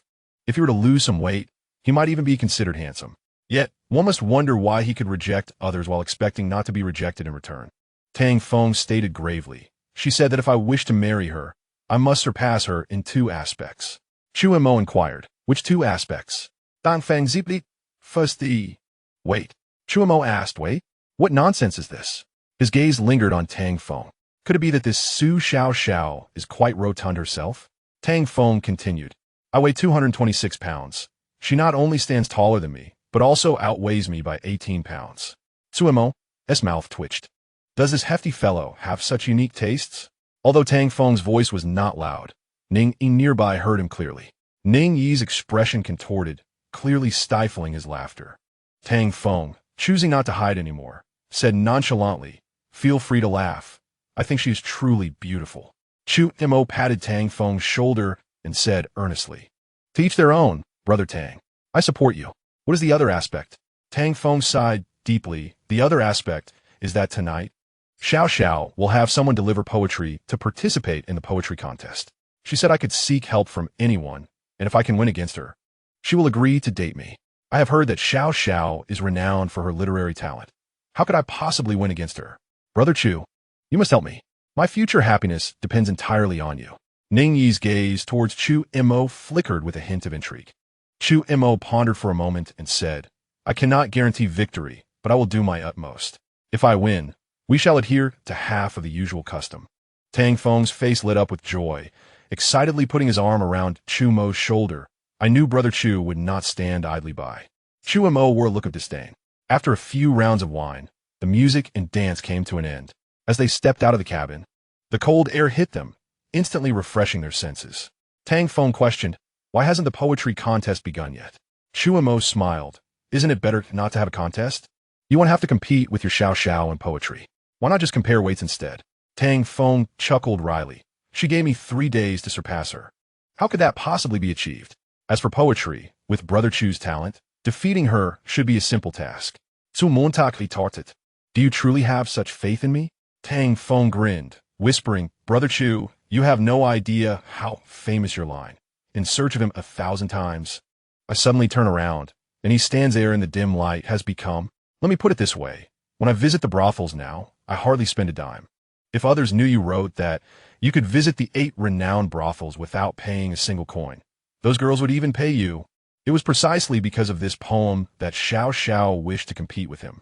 Ning Yi's expression shifted as he exclaimed, that timeless masterpiece, Qing Yu and Yuan Shi, was penned by you, Brother Chu? Chu Mo waved his hand. It was a work of heaven, merely written through my hand. Ning Yi clasped his hands in admiration. Brother Chu, you are truly talented. Chu Mo commented, it is snowing. Tang Feng slowly extended his right hand, a few snowflakes landing in his palm. Suddenly, Tang Feng's expression changed. Brother Chu, do you think the poetry contest tonight will be themed around the snowy scenery? If so, shouldn't you prepare some verses? Chu Mo instantly became alert. Didn't you say it would be impromptu poetry? Impromptu poetry meant he could easily compose something for Tang Feng. How could the affairs of scholars be termed as copying? He would be promoting the culture of his hometown. A poem fetching 30,000 taels of silver was indeed worth a fortune. However, if it became a theme contest, the price would differ significantly. After all, he had only memorized 300 Tang poems and 300 song lyrics, and his repertoire was quite limited. Yet, Tang Feng matter-of-factly stated, yes, it will be impromptu poetry based on a specific theme. Chu Mo felt an overwhelming urge to turn and leave. Suddenly, a commotion erupted from the massive flower boat in the distance. It's starting. Tang Feng's expression brightened. Tonight would determine whether he could win the heart of the beauty. Chu Mo thought to himself, with Su Xiao's physique, even Tang Feng would struggle to lift her. Before long, everyone received the prompt for the impromptu poetry. Tang Feng grumbled, "Are these people insane? It's winter and it's snowing. Who's the fool that decided on an early spring theme?" Ning Yi remarked, "Brother Tang, I believe this is actually fairer. Those who had prepared verses about snow or plum blossoms now find themselves at a disadvantage." Tang Feng's expression changed as he looked at Chu Mo. "Brother Chu, can you manage this?" Chu Mo fell silent. Tang Feng dared not disturb him further, fearing he might interrupt Chu Mo's thoughts. In reality, Chu Mo was rapidly processing ideas in his mind.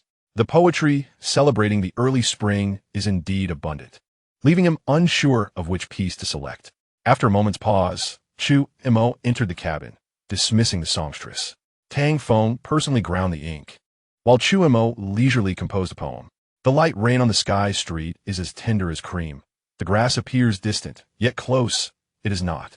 The essence of spring at its finest, surpassing the misty willows of the imperial city. Ning Yi softly recited, ultimately exclaiming in admiration, "What a splendid poem!" Tang Feng looked at Ning Yi with confusion. "Did you not just claim to be unfamiliar with poetry? How can you discern its quality?" Ning Yi was taken aback. His face slightly flushed, clearly uncomfortable with deceit. To his surprise, Tang Feng chuckled. "Well, if even someone like you, who claims to know nothing of poetry, finds it good, then I feel reassured." Ning Yi felt a pang of indignation. While the remark was not overtly harmful, it felt profoundly insulting. He nearly retorted, but found himself at a loss for words, having previously proclaimed his ignorance of poetry. However, the next scene left him utterly dumbfounded. Tang Feng took paper and brush, meticulously copied the poem, signing it boldly with his name, before dispatching it to the Zhu Yufang. It dawned upon Ning Yi that Tang Feng's intent was not merely to have Chu Mo assist him in winning over Su Xiao, but rather to claim Chu Mo's poetry as his own. Was this not an audacious act of cheating? Chapter 54. Too much given. This one requires more. Ning Yi raised an eyebrow, his mind racing. Wait a moment. The previous poem, Qing Yu and Yuan Shi, was also penned by Chu Mo and was later misattributed to Tang Feng. Thus, this was not merely a first offense. Noticing that Chu Mo had no objections, he remained silent, though internally he found it difficult to accept such behavior. It is well known that literati hold their reputations in high esteem. Yet considering the identities of Chu Mo and Tang Feng, one a son-in-law, the other a wastrel, he found a semblance of understanding. Neither had ever paid heed to reputation. Before long, Tang Feng's guards returned, presenting a paper to him. "Third young master, this is a poem written by Miss Xiao." Tang Feng took the paper and read it with flair, capturing the attention of Chu Mo and the others. Ru Meng Ling, early spring. The lingering rain has just ceased. The cold is shallow, and the willow mist lightly veils the courtyard. The apricot buds half conceal their charming faces, as the wind carries a subtle fragrance. Tang Feng clapped his thigh in exclamation. "Indeed, my Xiao is unmatched. Her writing is exquisite." Chu Mo, Ning Yi. Chu Mo was astonished that the rotund fellow had a romantic side. However, it must be said that Su Xiao was indeed remarkable. Had his mind not been filled with the 600 Tang and song poems, he might not have been her equal. The first stanza vividly depicted the post-rain morning scene, with the phrase "cold is shallow" encapsulating the lingering chill of early spring. The second stanza employed olfactory imagery to highlight the beauty of the blossoming flowers. The repetition intensified the sensory experience, culminating in a line hinting at the arrival of spring, evoking a vivid tableau of early spring vitality. Suddenly, Tang Feng exclaimed, "Oh no, with Xiao's writing so exceptional, that previous poem cannot possibly win." Chu Mo frowned. "That is a poem, not a CI." Tang Feng insisted it's the same. Poetry and CI are intertwined. Chu Mo was too weary to engage in further debate. At that moment, a graceful figure leapt from another flower boat. Akin to a dragonfly skimming the water, her toes barely touching the lake's surface before she gracefully landed on the deck. Stop! As the guards prepared to act, Tang Feng quickly intervened. He smiled at the girl clad in a light green RU skirt. One air, did Xiao Xiao send you? The girl was none other than Su Xiao Xiao's personal maid. One air. She curtsied slightly, stating, Miss says that in the first round, young Master Tang has a slight advantage. However, as per our agreement, it is a best of 3. With that, she turned to leave. Let us go. Meanwhile, Chu Mo beckoned to Li Sunjia and Gu Yi, preparing to depart. Chu brother, Tang Feng rushed forward, clinging desperately to Chu Mo's leg. You cannot turn a blind eye? Chu Mo retorted, Rotund fellow, your pleas are in vain. You mentioned 1 poem, and now it's 3 rounds to win. Will it soon become 5 rounds to win 3? Clearly, Tang Feng's intentions were not merely to drag him along for a frivolous outing. He sought to exploit his talents. Last time, a single CI fetched 5,000 taels of gold, which was justified. But this time, 25,000 taels of silver for 2 poems? Impossible. The 600 Tang and Song poems left him with only 598 remaining. Tang Feng clenched his teeth. 1 poem, 1 old rule. Chu Mo fell silent. Tang Feng's offer was exceedingly generous. If he were to convert all 600 Tang and Song poems into gold and silver, Chu Mo's lips involuntarily curled into a smile. Yet, it was highly unlikely that Tang Feng could afford such a sum. He pondered the situation further, but decided to grant Tang Feng a concession. Such a wealthy patron was hard to come by. Ning Yi observed this exchange, feeling a twinge of discomfort.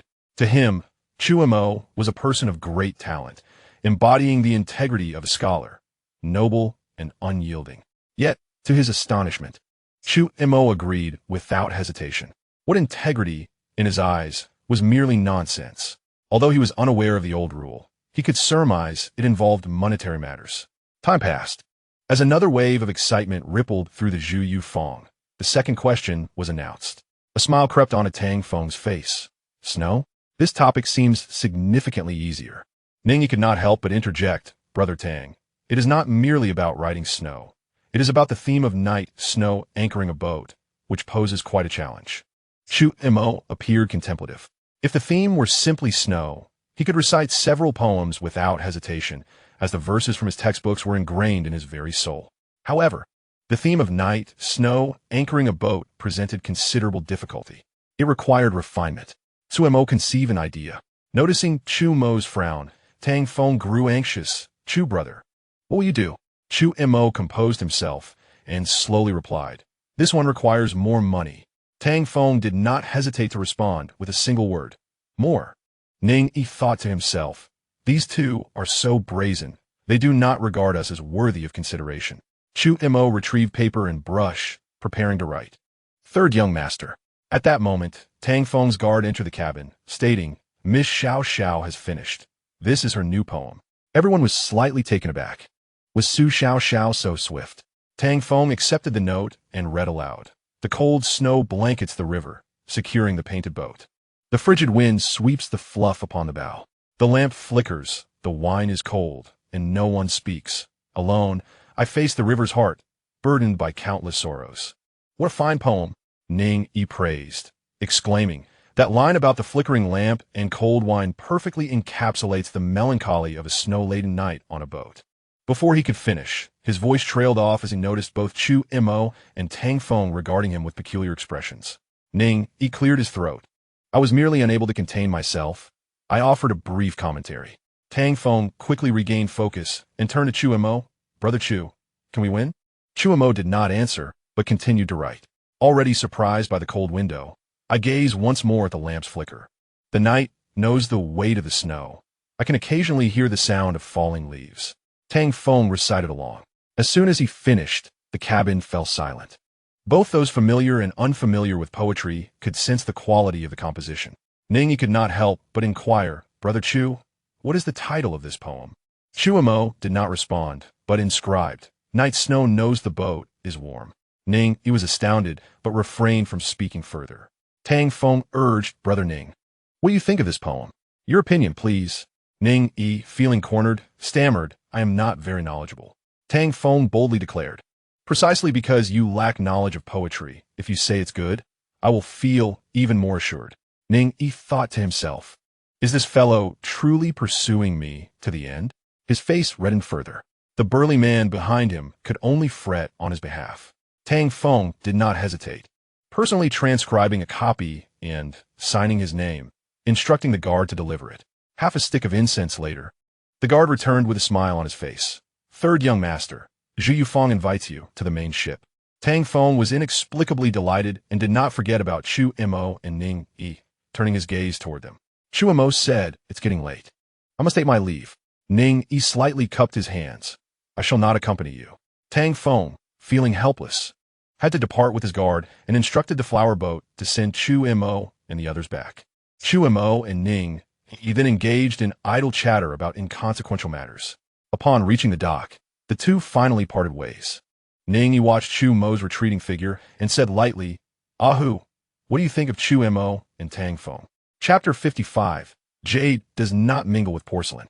Young master, the burly man Ahu bowed respectfully, saying, I have heard that Tang Feng is notorious as one of the four prodigals of the capital, known for his ruthless actions.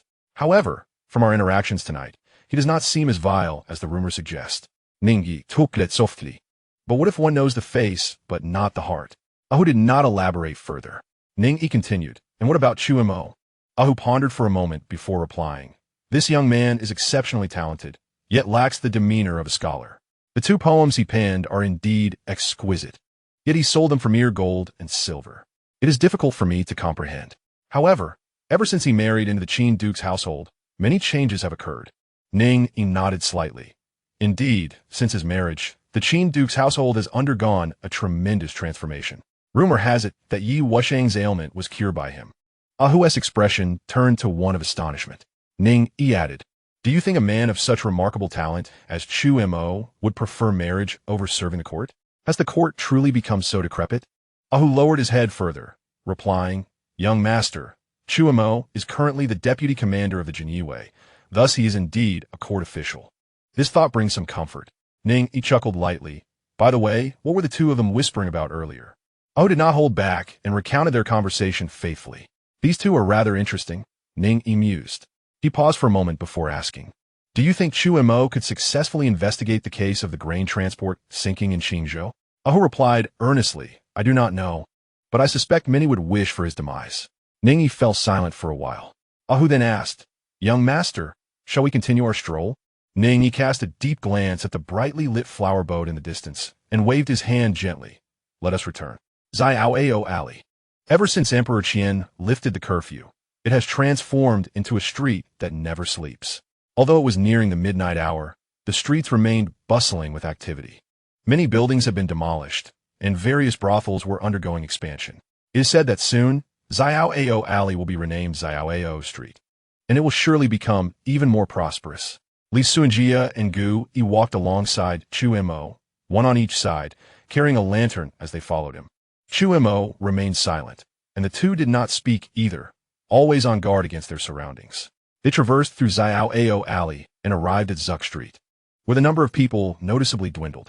Li Suanjia and Gu Yi lit their lanterns. Suddenly, with no one around, Chu Mo spoke. What do you think of that, Ning Yi? Li Suanjia and Gu Yi exchanged glances, their faces reflecting deep contemplation. After a moment, Li Suanjia said, young master, that Ning gentleman must be either rich or noble. The guard beside him is not one to be trifled with. Gu Yi nodded in agreement. Indeed, he exudes an aura of proficiency. Just standing there, he exerts immense pressure on me. In all my years traversing the martial world, I have only heard of one prominent Ning family, and that is the Ning family of Yunzhou. Chu Mo asked, is the Ning family significant? Gu Yi replied, they are quite formidable.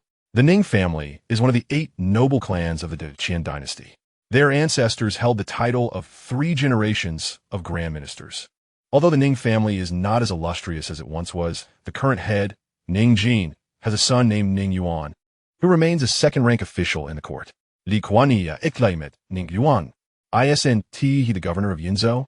I have heard he has been in office for nearly 10 years. and the court has repeatedly tried to summon him to the capital, but he has always refused.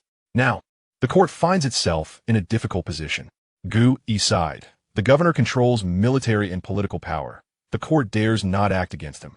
The Ning family has wealth, personnel, and provisions. Should they conspire against the state, the Qian would undoubtedly suffer great losses. Moreover, there are only 8 such powerful clans in the Qian. If they were to unite in rebellion, Chu Mo felt a chill for the royal family. So, the Ning family is the local emperor of Yunzhou? At this point, he found himself somewhat envious of Ning Yi. In Yunzhou, where the emperor's reach is distant, and with the Ning family holding military and political power, who would dare to disrespect him? If the Yi family possessed such influence, he would simply recline in ease. Young master, Guo Yi suddenly appeared lost in thought. Ning Yi's accent does not resemble that of a Yunzhou native. It had seemed that way. Li Suanjia concurred, saying, Ning Yi mentioned being new to the area. Ordinarily, he should be from Yunzhou. Yet, he does not appear to be a weary traveler. Furthermore, with the Ning family's influence, obtaining a flower boat would be effortless for him. Thus, it is possible that his identity is fabricated. Chu Mo contemplated this. After a moment, he casually remarked, the capital is so vast. We likely will not encounter him again. Li Suanjia and Guo Yi nodded in agreement. The two resumed their previous formation. After walking for a while, as they turned a corner, Chu Mo faintly heard a series of sharp cries for help. Young master, Guo Yi whispered, I think I heard someone calling for help. Chu Mo replied indifferently, you must have misheard. Guo Yi opened his mouth. With such a loud voice, how could it possibly be a mistake? However, since Chu Mo said so, he dared not contradict him, silently following along. Yet, he could not help but glance back. At that moment, from a pitch-dark alley, a figure emerged. It was a young girl clad in a pomegranate red skirt, draped in a moon-white cloak of silver fox fur. Help! The girl cried, running desperately. Due to the slick ground, she stumbled several times, barely keeping pace with Chu Mo and the others. Guo even noticed that the girl's clothing was torn, exposing her fair skin.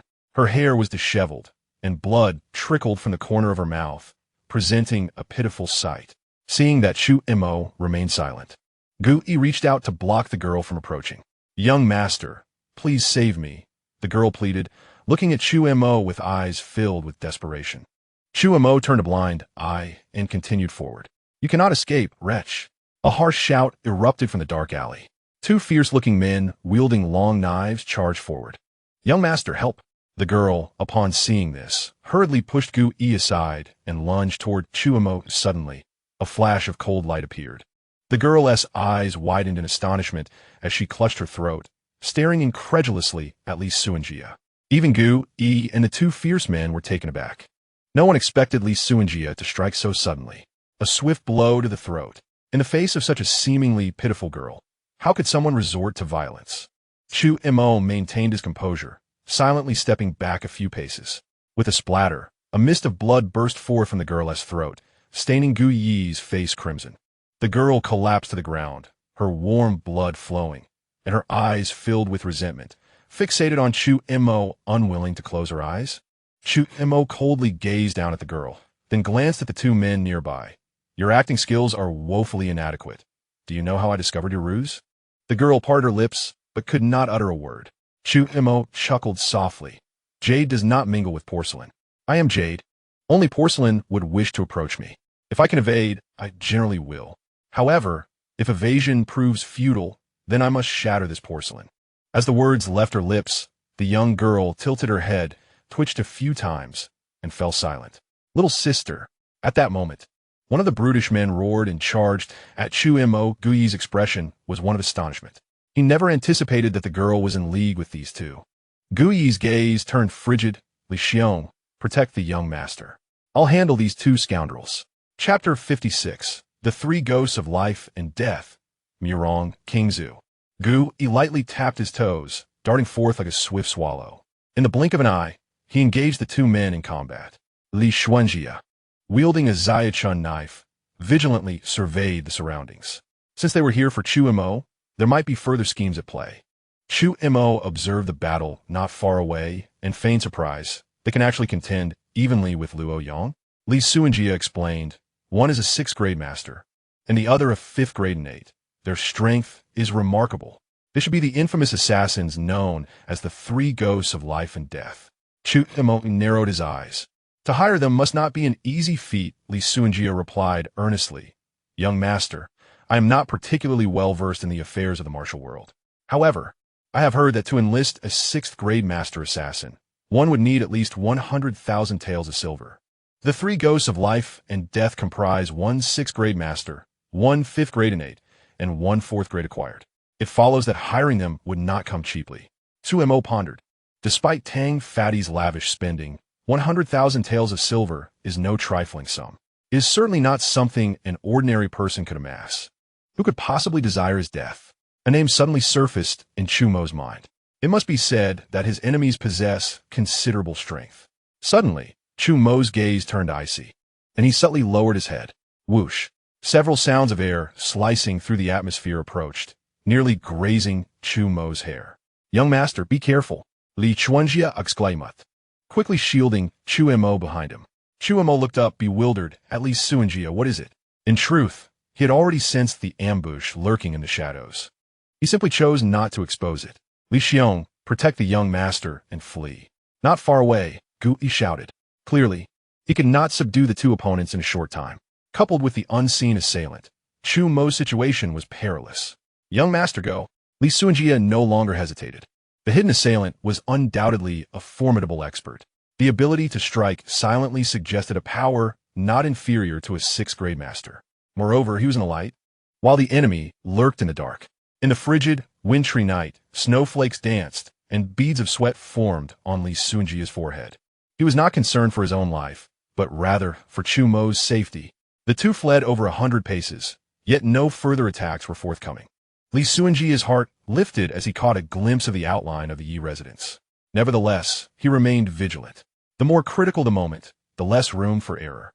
100 paces, 80 paces. The lanterns of the Yi residence flickered defiantly, casting faint glimmers in the cold night. Once they entered the Yi residence, Chu Mo's safety would be assured. But just then, Chu Mo stumbled and fell to the ground. Li Suanjia's expression shifted. To his astonishment, several crossbow bolts were embedded in the ground before Chu Mo. Had he not fallen, he would likely have been pierced through. Was it fate that favored the fortunate? Let us go. Li Suanjia hurriedly helped Chu Mo up. At that moment, two shadows darted from the side streets, blocking their path.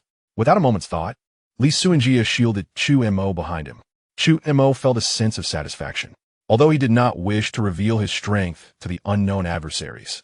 His life was at stake, and he could afford no such luxury.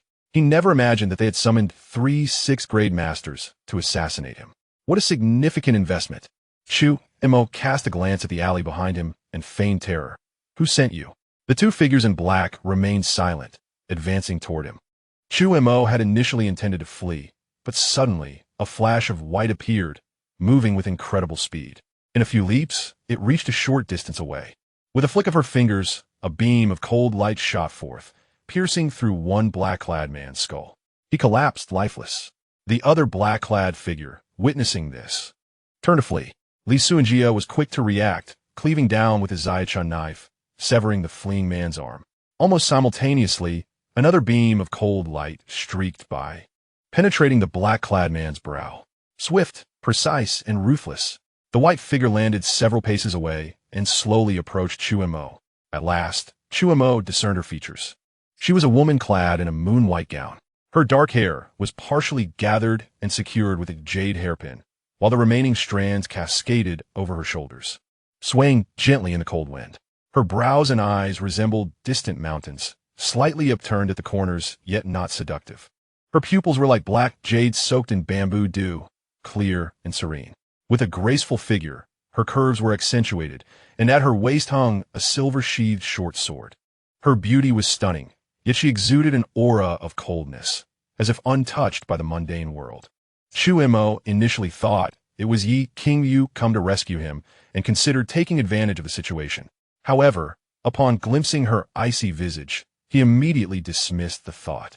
Should he pounce, it could very well lead to his demise.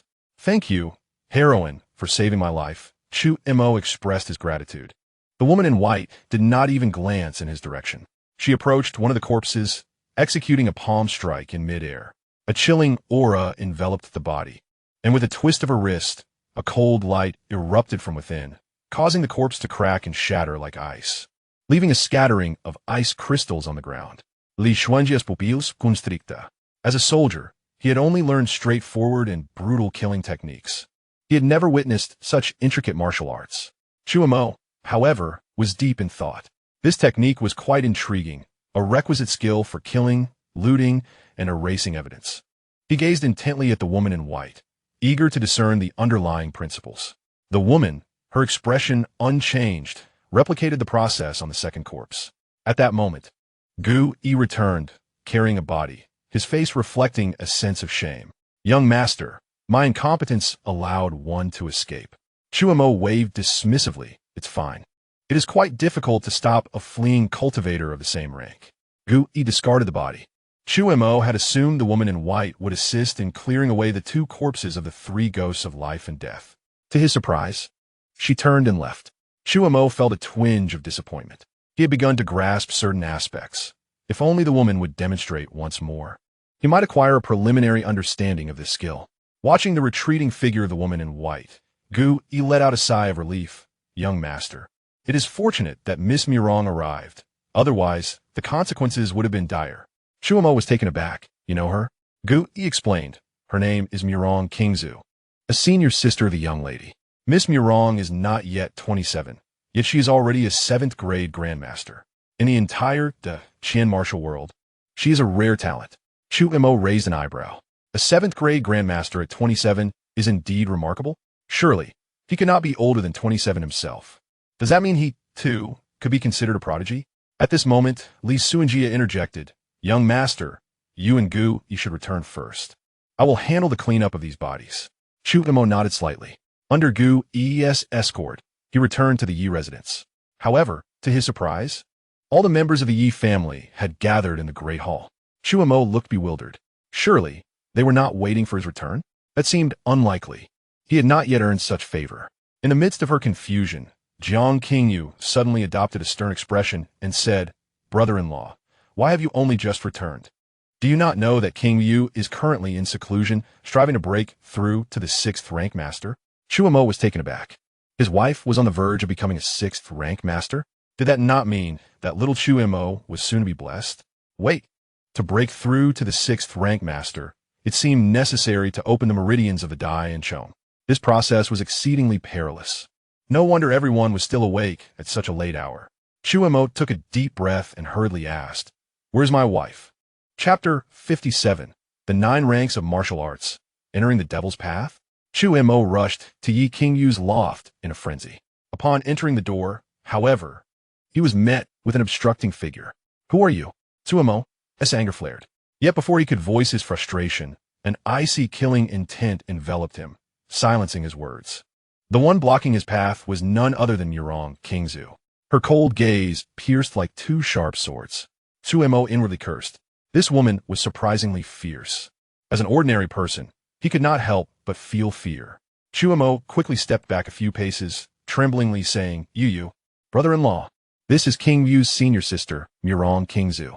Dongfang Yungziu, who had accompanied Chu Mo, quickly explained, then smiled at Mirong Qingzu, saying, Miss Mirong, this is King Yu's husband. Mirong Qingzu cast a dispassionate glance at Chu Mo and remarked, You are unworthy of my junior sister. Zu Montag retorted. Whether I am worthy or not is of no concern to you. Darn it, Mirong Qingzu was insufferably arrogant. No, I cannot swallow this indignation.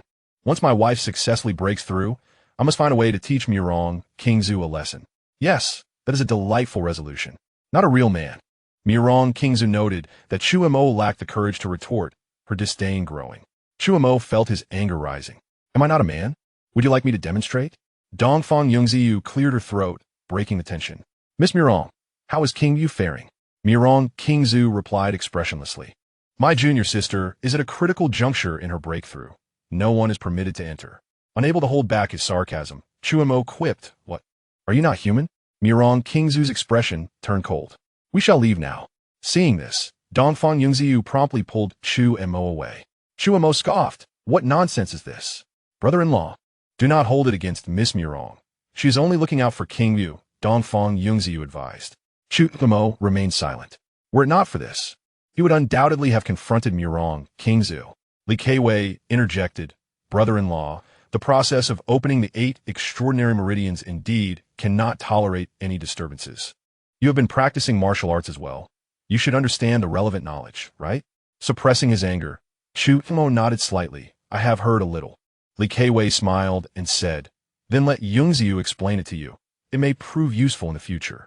Dongfang Yungziyu continued, there are 9 ranks of martial artists. The first rank is the lowest, and the 9th rank is the highest. First-rank practitioners are merely commoners. As long as one is not a fool and can cultivate inner strength, they can generally reach this level. At this stage, the energy is nascent, and the danshin is as small as a grain of rice. They may have a basic understanding of martial arts, but are full of flaws. Second-rank practitioners are considered second-rate experts and form the backbone of various factions. For instance, in the Yi family, most guard are merely second-rank practitioners. At this level, the energy is more sustained, and they excel at using weapons to compensate for their inner strength. Although well-versed in fundamental martial arts, they lack adaptability. With just a bit of talent, they can easily advance. However, breaking through to the 3rd rank is considerably more challenging. One essential requirement is to open the Run and Du meridians. The Ren meridian governs the body's Yin channels, controlling the flow of Yin energy, while the Du meridian governs the Yang channels, overseeing the flow of Yang energy. Successfully opening both represents the completion of the small circulation. A martial artist can then circulate their inner strength within their body, paving the way for future breakthroughs. Whether one can open these meridians determines if they possess the qualifications to become a top-tier expert. Third-rank practitioners can be considered first-rate experts among various factions.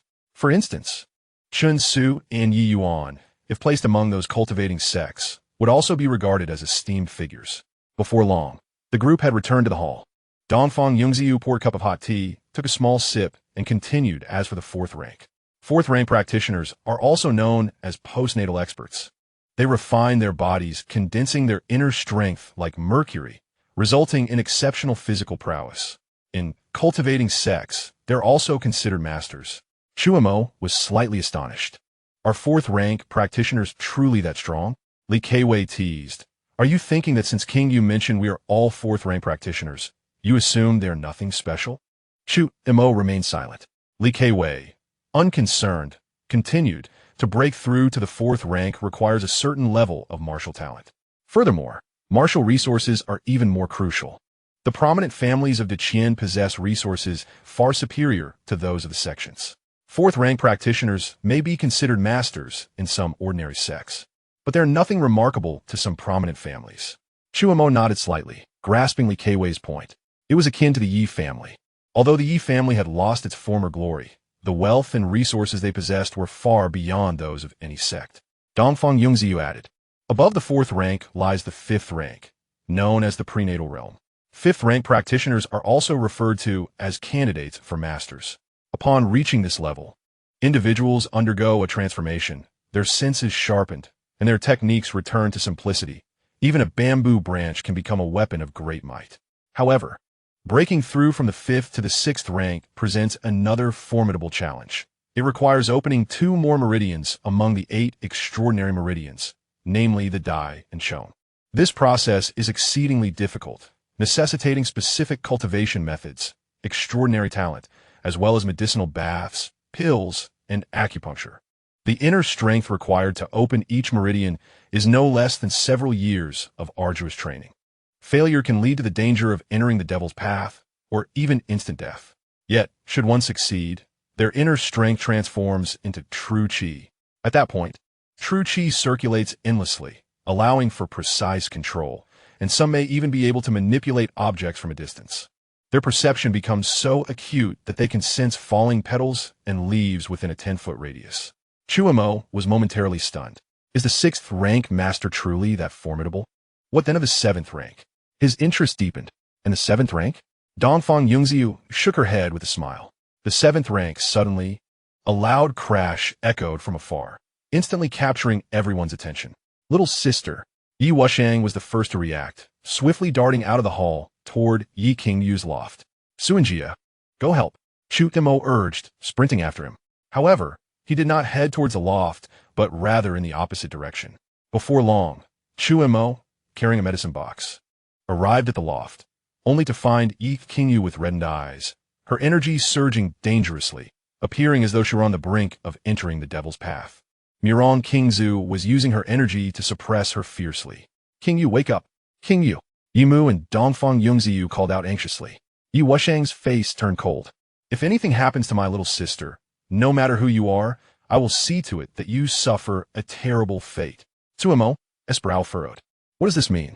Is someone deliberately causing chaos while Yi Qingyu is in seclusion? Wasn't Murong Qingzu supposed to be guarding her? A 7th-rank grandmaster is merely a decoration? Without hesitation, Chu Mo quickly approached Yi Qingyu. "Brother-in-law, don't go over." Yi Wusang soted. Chu Mo seemed not to hear, producing a sterilized golden needle and piercing it towards Yi Qingyu. Murong Qingzu glared coldly at Chu Mo, angrily shouting, "What are you doing? Get lost." Chu Mo shot her a disdainful glance, and the golden needle accurately pierced into Yi Qingyu's chi point. Chapter 58, The 6th-rank Master.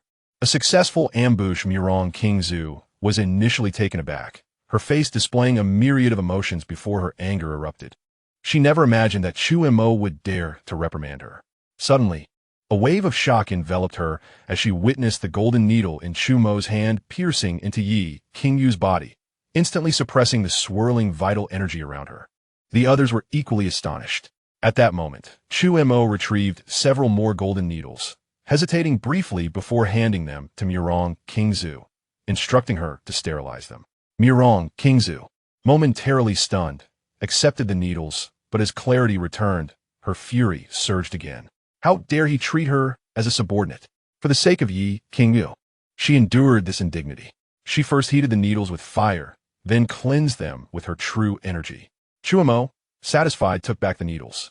At this point, Yi Qingyu had regained her clarity and smiled at Chu Mo, inquiring about his well-being. Chu Mo appeared somewhat perplexed. Murong Qingzu, with a cold face, explained, "Junior sister was worried about you being ambushed on your way back from seclusion, and she asked me to fetch you. It was during this time that someone stealthily poisoned her." Chu Mo was mildly astonished. No wonder Murong Qingzu had appeared just in time. It was all for Yi Qingyu's sake. That was close. He had almost exposed his abilities. His wife was truly remarkable. He resolved to find an opportunity to reveal his martial prowess to her. Concealing it from anyone else was acceptable, but not from his wife. Murong Qingzu continued, "Junior sister, I shall escort you back to the sect. The master will surely have a way to heal your injuries." "No, senior sister," Yi Qingyu replied with a smile. "I trust my husband." Chu Mo returned her smile gently, handing the golden needles back to Murong Qingzu before lifting Yi Qingyu into his arms and heading towards the loft. Murong Qingzu's chest heaved with anger as she gritted her teeth and followed them inside. Upon reaching the 2nd floor, Chu Mo gently set Yi Qingyu down and took the golden needles from Murong Qingzu, saying, "You may leave now." "You." Murong Qingzu was nearly enraged to the point of explosion. Yi Qingyu quickly interjected, "Senior sister, thank you for your efforts. If junior sister loses even a single hair, I will ensure you." Murong Qingzu forced herself to calm down, uttered a harsh remark, shot a cold glare at Chu Mo, and then turned to leave. Once she departed, Chu Mo grasped Yi Qingyu's hand and carefully took her pulse. Yi Qingyu remarked, "Senior sister's temperament is quite aloof. To see her so agitated because of you is impressive." Chu Mo remained silent.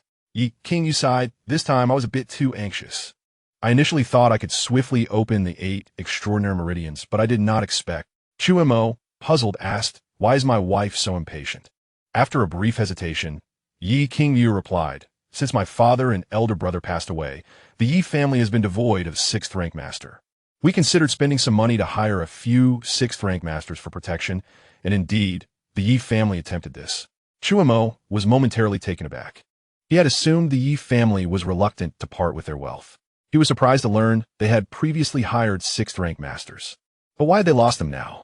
Yi Qingyu's expression suddenly turned furious as she explained, "Initially, we expended great resources to hire 2 6th-rank masters. However, it was not long before they mysteriously died within half a month, their bodies discarded at the entrance of the Yi residence. Subsequently, we hired 4 more, but again, within half a month, 2 of them died, and the other 2 vanished without a trace. Chu Mo responded without hesitation. Was it the Hong Wang's doing? Ye Yinggu, Bei did it. Replied, I do not know, but there is an 80% chance it was. Since then, regardless of the price we offer, no martial artists of the Master Realm are willing to join the Yi family. Chu Mo was momentarily lost in thought, clearly not expecting such a background. Whether or not the Hong Wang was responsible, he would assume it was him. Taking a deep breath, he declared, My dear wife, I will assist you in breaking through to the 6th rank master. Yi Qingyu was slightly taken aback. Was she not poisoned? It would be fortunate enough to heal her injuries, let alone achieve a breakthrough to the 6th rank master. Chu Mo assured her, the poison you have taken is not serious. It cannot directly harm your body. Rather, it makes you restless during your cultivation, affecting your ability to channel your energy. Sit cross-legged and turn to the side, he instructed, but then he caught a glimpse of the door. Perhaps it would be best to refrain from being too candid in front of Murong Kingzu. Though I am not versed in martial arts, I have perused numerous texts and possess a fair understanding of martial theories. Chu Mo continued. To open the 8 extraordinary meridians is merely a matter of following the order of the Ren meridian as the main conduit and the Du meridian as the guide. You were distracted earlier, attempting to push through the Du meridian before establishing a solid foundation, akin to trying to erect a tall building without a proper base. Yi Qingyu was taken aback. She had not anticipated that Chu Mo possessed genuine knowledge of the 8 extraordinary meridians. In fact, she had never heard of such concepts as the Ren meridian being the main conduit and the Du meridian being the guide. Yet, the cultivation technique she practiced did indeed follow this principle. Chu Mo pinched a golden needle, a minuscule wisp of white energy forming at its tip, before swiftly and accurately inserting it into Yi Qingyu's lower back at the location of the Ren meridian. After the initial sting, Yi Qingyu was astonished to feel a gentle flow of energy emanating from the needle, wrapping around her chaotic internal energy like warm water. Endure a bit, follow the energy from the needle, and gradually guide your internal energy to circulate 3 times around the Ren meridian, Chu Mo instructed. His voice seemed to possess a certain enchantment. Ye Yinggu Fujisit had attention. As her internal energy began to move, she suddenly felt a tearing pain emanating from the Du meridian. This was the consequence of her earlier reckless attempt to push through the Du meridian, causing her internal energy to surge uncontrollably towards the damaged meridian. This is bad. Yi Qingyu's complexion changed drastically as she exclaimed, Chu Mo, run. With that, she trembled violently, on the brink of losing control. With her current strength, if Chu Mo did not escape, it would be certain death for him. Chu Mo remained calm, his left hand swiftly pressing on the Mingmen acupoint at Yi Qingyu's back. Although he did not employ true energy, he skillfully suppressed the chaotic internal energy. Yi Qingyu felt a gentle energy coursing through her danshin, her previously stagnant meridians suddenly becoming unblocked. As her internal energy flowed smoothly along the Ren meridian and circled back to the Du meridian, the invisible barrier vanished, creating an opening. Now, Chu Mo softly urged as he gently twisted the golden needle. Yi Qingyu understood and quickly activated her cultivation method. Her internal energy flowed like a stream into the opening of the Du meridian, gradually widening the passage. Half an hour later, as the last wisp of internal energy transformed into true energy and completed the Du meridian, Yi Qingyu abruptly opened her eyes, a bright light shining within them. The Du meridian was unblocked. Yi Qingyu rose, sincerely thanking Chu Mo, before she could finish. Her eyes widened in shock as she gazed at the face so close to her. This rogue had actually ambushed her. Chu Mo, taken aback, quickly stepped back a few paces, asserting, My dear wife, we had an agreement. We would wait until you break through to the 6th rank master. He licked his lips, fully embodying the demeanor of a cunning villain. Ye Ingus Jakes flusit deeply. She recalled her previous words. Just moments ago, when Chu Mo pressed against her back, she had felt a hard object, resembling the shape of sword hilt. Before she could articulate her thoughts, she saw Chu Mo had already reached the door, saying, Wife, you should focus on healing your injuries. The matter of offering yourself shall be discussed at a later date. Before Yi Qingyu could collect her thoughts, Chu Mo had already exited the room. He felt a pent-up breath within him. He had released part of it, but there was still more to express. With his thoughts tangled, he found little interest in anything else. Chapter 59. A gentleman never delays his revenge in the depths of the night. The snow fell heavier and heavier, resembling torn cotton, softly landing upon the bluestone pavement of Zuck Street in the capital. The entire Yi residence appeared to be cloaked in a layer of white fluff. In the corners, several red plum blossoms leaned against the moongate, snowflakes accumulating on their petals, brilliant red against pristine white. The cold wind howled, whipping up snowflakes that struck against the papered window. Inside the room, the flickering candle flame cast shadows of the gilded window frames onto the snow-covered ground in the courtyard. Occasionally, a guard would patrol, leaving footprints in the snow that were quickly concealed by fresh flakes. Mirong Qingzu had not slept a wink all night. She sat cross-legged on her bed, meditating. Suddenly, she opened her eyes wide, her body shooting forth like a fleeting shadow. As she soared through the air, she swiftly drew the short sword from her waist. A glint of cold light flashed as a sword aura sliced towards a withered tree beyond the courtyard wall. There, a figure cloaked in black stood ominously. In an instant, Mirong Qingzu's pupils contracted sharply. The shadow moved with such speed that it appeared before her like a wraith. She felt a sharp pain in her chest, embarrassed and furious. Mirong Qingzu's face flushed crimson. She executed a flourish with her sword, aiming once more at the figure's throat. Yet, the shadow merely curled its fingers slightly. With a crisp clang, her short sword was knocked from her grasp and embedded in a nearby pillar. Mirong Qingzu stifled a groan and shouted, "Junior sister, flee." It was clear that her opponent was far stronger than she had anticipated. At that moment, the shadow struck again, landing a blow on her other side. Mirong Qingzu was sent flying, skidding several feet before finally lodging against another pillar. "Damn it!" she exclaimed, her fury boiling over. With a swift gesture, she summoned her sword from a distance, which trembled slightly before returning to her hand. Just as she prepared to counterattack, a flurry of snowflakes descended, obscuring her vision. When the snowflakes settled, the figure had vanished without a trace. "Show yourself, you trickster!" Mirong Qingzu's anger surged as she leapt into the air, firmly landing atop the loft. However, as she surveyed the surroundings, there was no sign of anyone. Aside from the footprints she had left, the ground bore no other marks. A wave of dread washed over Mirong Qingzu. Throughout the encounter, she had only glimpsed her opponent's vague outline the moment she had stepped out of the loft. After several exchanges, she had found herself thoroughly overmatched. It was likely that her opponent had discerned her level of skill. Even more infuriating was the fact that, despite the 2 assaults on her chest, her adversary showed no intention to kill her. This was clearly a form of mockery. Who could it be? Senior sister. What's wrong? At that moment, Yi Qingyu's voice pulled her back to reality. In the distance, Dongfang Yungzi and Jiang Qingyu, accompanied by the Yi family guards, rushed over. Mirong Qingzu took a deep breath and said, "A masked figure in black infiltrated here. I was no match for them. How is that possible?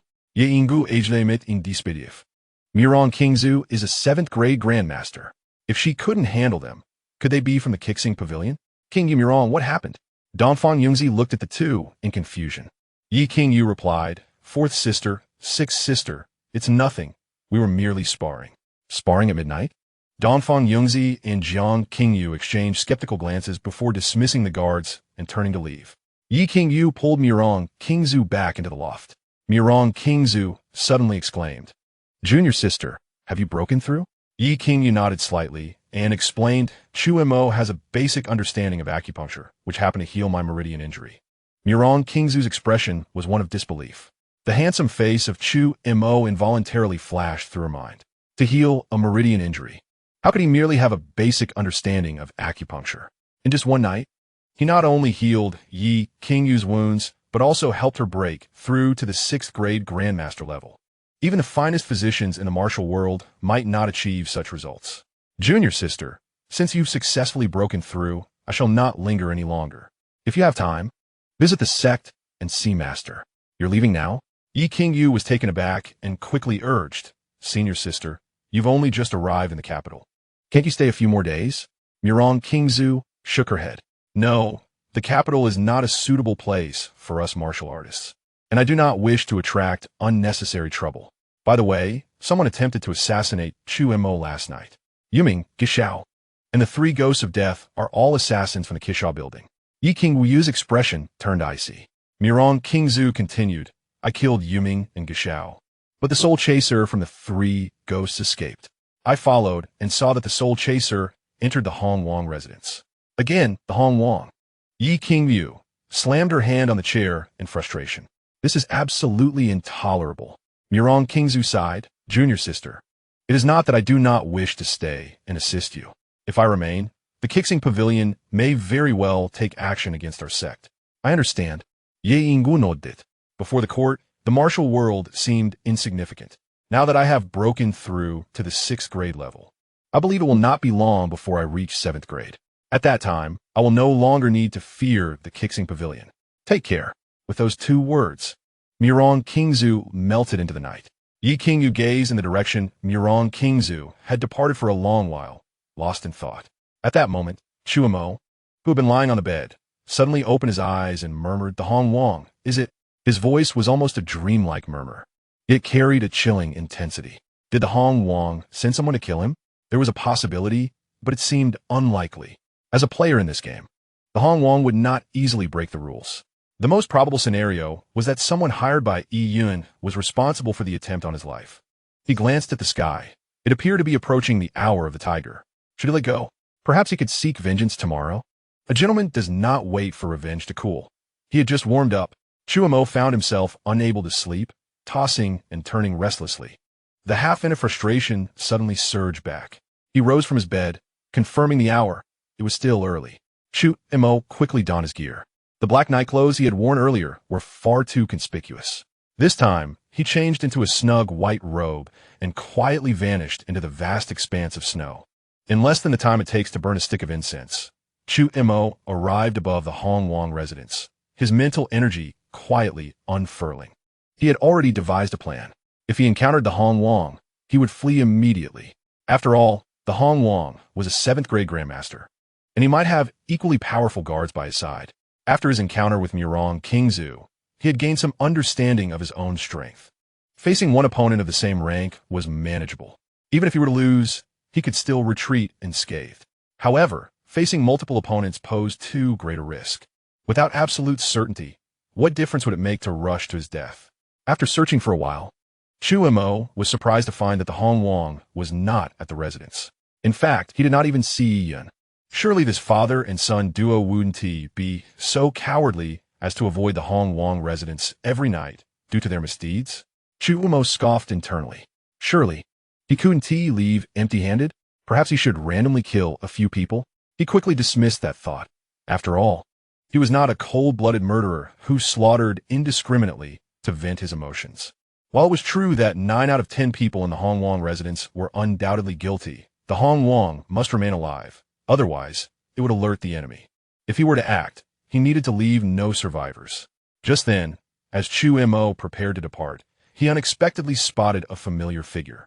This person had not yet fled? Chapter 60. Great news, the Hong Wong is cowardly. Chu Montak. As dawn broke, Chu Mo felt a familiar voice beside him. He opened his bleary eyes to find Yi Qing, who was sitting on the edge of his bed, smiling at him. Chu Mo clutched the blanket tightly, feigning fear. Wife, what do you want? Yi Qingyu's smile instantly froze on her face. Did you not say you wanted me to teach you martial arts? Starting today, you will learn from me. Chu Mo yawned and hastily waved his hand. Let us forget it. With that, he lay back down again.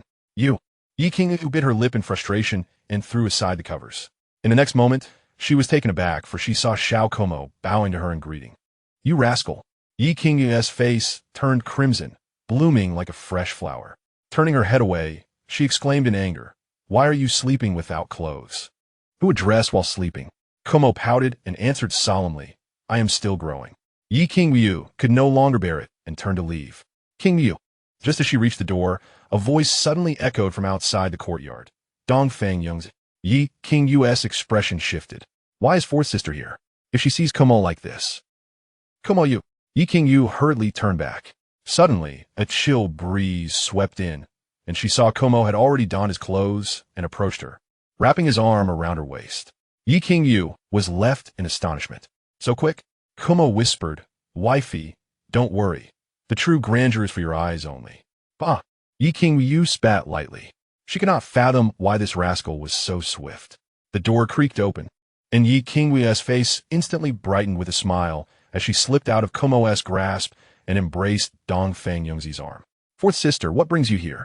Dongfang Yongzi replied. "I came specifically to share wonderful news, but I found you were not in the loft." Her gaze lingered deliberately between Yi, Qingyu, and Kumo. Kumo, feigning weariness, leaned against his waist, appearing utterly exhausted. In truth, he had indeed toiled through the night and had barely slept for half an hour.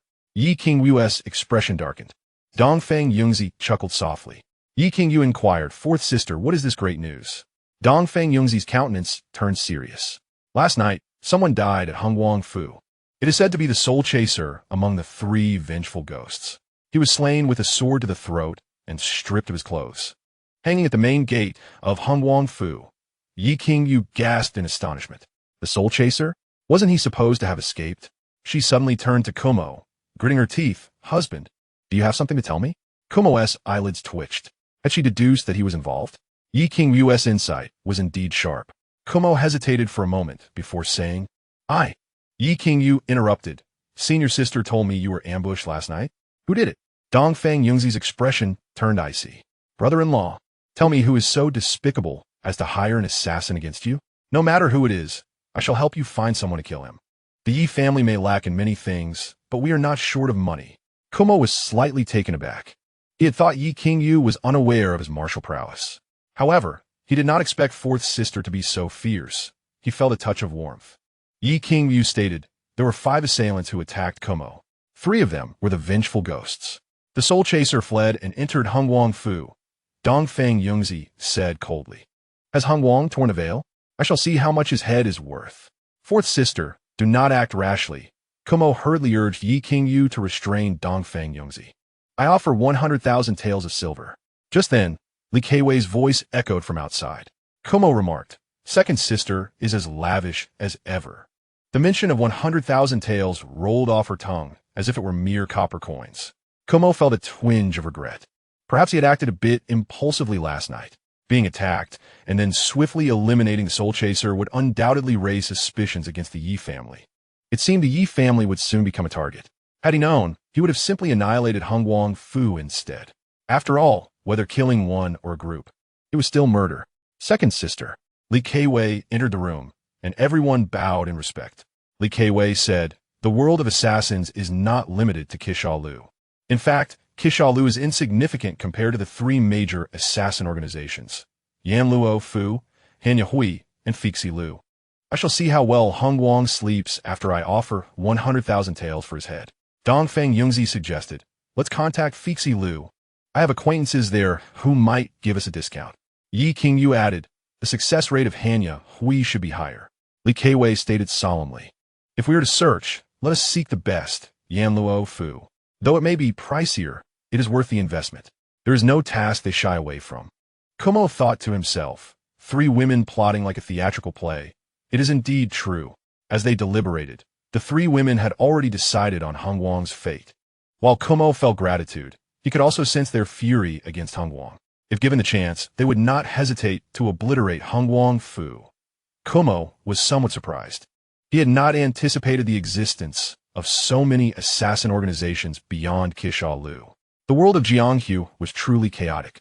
Suddenly, Yi Qingyu appeared slightly taken aback. Dongfang Yongzi inquired, "Qingyu, what is the matter?" Yi Qingyu whispered, "I am wondering if the soul chaser was killed by senior sister." Murung Gunyank. Li Keiwei and Dongfang Yongzi exclaimed in surprise. Yi Qingyu looked at Kumo and said, "Senior sister informed me about your ambush last night. She alone knows that the soul chaser is in Hongwang Fu. Do you think this is too coincidental?" Kumo's eyelids twitched. That was close. He nearly exposed himself. He did not expect Mu Rong Qingzu to take the blame for him. Well, he had struck her twice, and now she bore the blame. He would forgive her aloofness and arrogance. Dongfang Yongzi and Li Keiwei spoke in unison. "Qingyu, you have a good senior sister." Soon after, Yi Qingyu and the 2 women began discussing how to assassinate Hongwang. Nonsense. After a while, a reprimanding voice from Yi Mu echoed from outside. Kumo was somewhat speechless. How could Yi Mu arrive here? Following her was Yi Wushang. Both were dressed in court attire, evidently having returned from the palace. "Mother, esteemed mother-in-law." Everyone bowed, their earlier spirited demeanor replaced by that of children caught in wrongdoing. Yi Mu's face was serious. Do not speak of assassinating Hung Wang again. The Yi family does not lack for this little money, but does Hung Wang fu? Everyone fell silent. If they truly disrupted the rules of the game, they would all perish. Only Yi Qingyu stood up for Como. Mother, Hung Wang sought assassins to kill Como last night. Can we just let it go? Yi Mu replied evasively. The Hu people are advancing south, and Hung Wang previously appointed Wushang to lead troops north. However, today at morning court, Hung Wang unexpectedly changed his mind. Everyone was slightly stunned. Was Hung Wang truly so benevolent? He should not be granting the Yi family any respite. Yi Wushang added, though my health is not yet fully restored. Going north is not an issue. However, Hung Wang's change of heart is likely due to last night's incident, showing leniency. The one who hired assassins against my brother-in-law should not be Hung Wang, but Yun. Hung Wang clearly does not wish for things to escalate. How astute. Yi Qingyu scoffed. Yi Wushang took a deep breath and continued, brother-in-law, the emperor wishes for you to visit King's Hu. Would you be willing? I refuse, Kumo answered without hesitation. King's Hu was thousands of miles from Zhaojing, an unfamiliar land. Only a fool would go. Moreover, having finally escaped to Zhaojing and just stabilized, how could he possibly venture elsewhere? What if someone recognized him? Last night, Mu Rong Kingzu had mentioned that most high-ranking martial artists would not linger in the capital. In comparison, the capital was evidently safer. Yi Wushang did not expect Kumo to refuse so decisively. He contemplated, tomorrow, I shall decline the emperor's request. Kumo was surprised. The emperor is so easy to talk to? Yi Wushang shook his head with a smile. The emperor's word is indeed law. However, Hung Wang's change of heart today. He did not continue. The crowd discerned the implications in Yi Wushang's words. It was evident that the Qian emperor feared pushing the Yi family towards the Hong Wang faction. Hence he refrained from being overly assertive. Although the Yi family is loyal to the emperor, it was impossible for the Qian emperor to permit them to handle every matter. Yi Qingyu inquired, Sixth brother, is His Majesty concerned about the Qingzhou grain transport shipwreck incident? Yi Wushang nodded slightly. Chu Mo, however, displayed little interest in the matter. He was well aware of the saying that curiosity killed the cat. Dongfang Yungziyu asked, what is the Qingzhou grain transport shipwreck incident? Yi Qingyu elaborated recently. Grain transported from Jiangzhou to the capital via the canal was hijacked and sank in the Qingzhou section. This has occurred for the third time. It was during an audit by the Grand Minister of Agriculture that discrepancies between the accounts and the actual transported quantity were discovered. It is said that 200,000 stones of grain have vanished without a trace. Dongfang Yungziyu gasped in disbelief, scoffing, these individuals are becoming increasingly brazen. Yet, that was not all. Yi Qingyu continued. A month ago, His Majesty dispatched personnel from the Internal Affairs Office to investigate the case. And all of them met a gruesome end. Half a month ago, His Majesty sent a captain of the Jinyiwei along with over 20 men to Qingzhou to investigate the case. Not a single one of those 20 returned alive. Therefore, if it can be avoided, one should definitely refrain from getting involved. How ominous! Dongfang Yungziyu exclaimed, astonished, if my brother-in-law were to go. Wouldn't it be akin to a sheep entering a tiger's den? Chu Mo also felt a chill run down his spine. The captain of the Jinyiwei was at least of the 5th rank in innate strength. Could they not even escape? If he were to investigate the case himself, would it not put him in danger as well? Thankfully, he had decisively declined to get involved. This world was far more perilous than he had imagined. Being a 7th rank grandmaster was not entirely secure.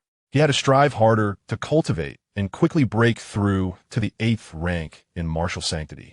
In the entire realm, a 7th rank grandmaster was already a rare martial talent seen only once in a century, a true master. The 8th rank in martial sanctity was even more of a rarity.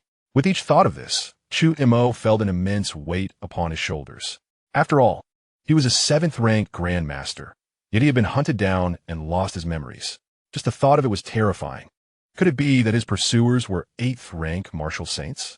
Li Keiwei remarked solemnly, it is best if my brother-in-law does not go.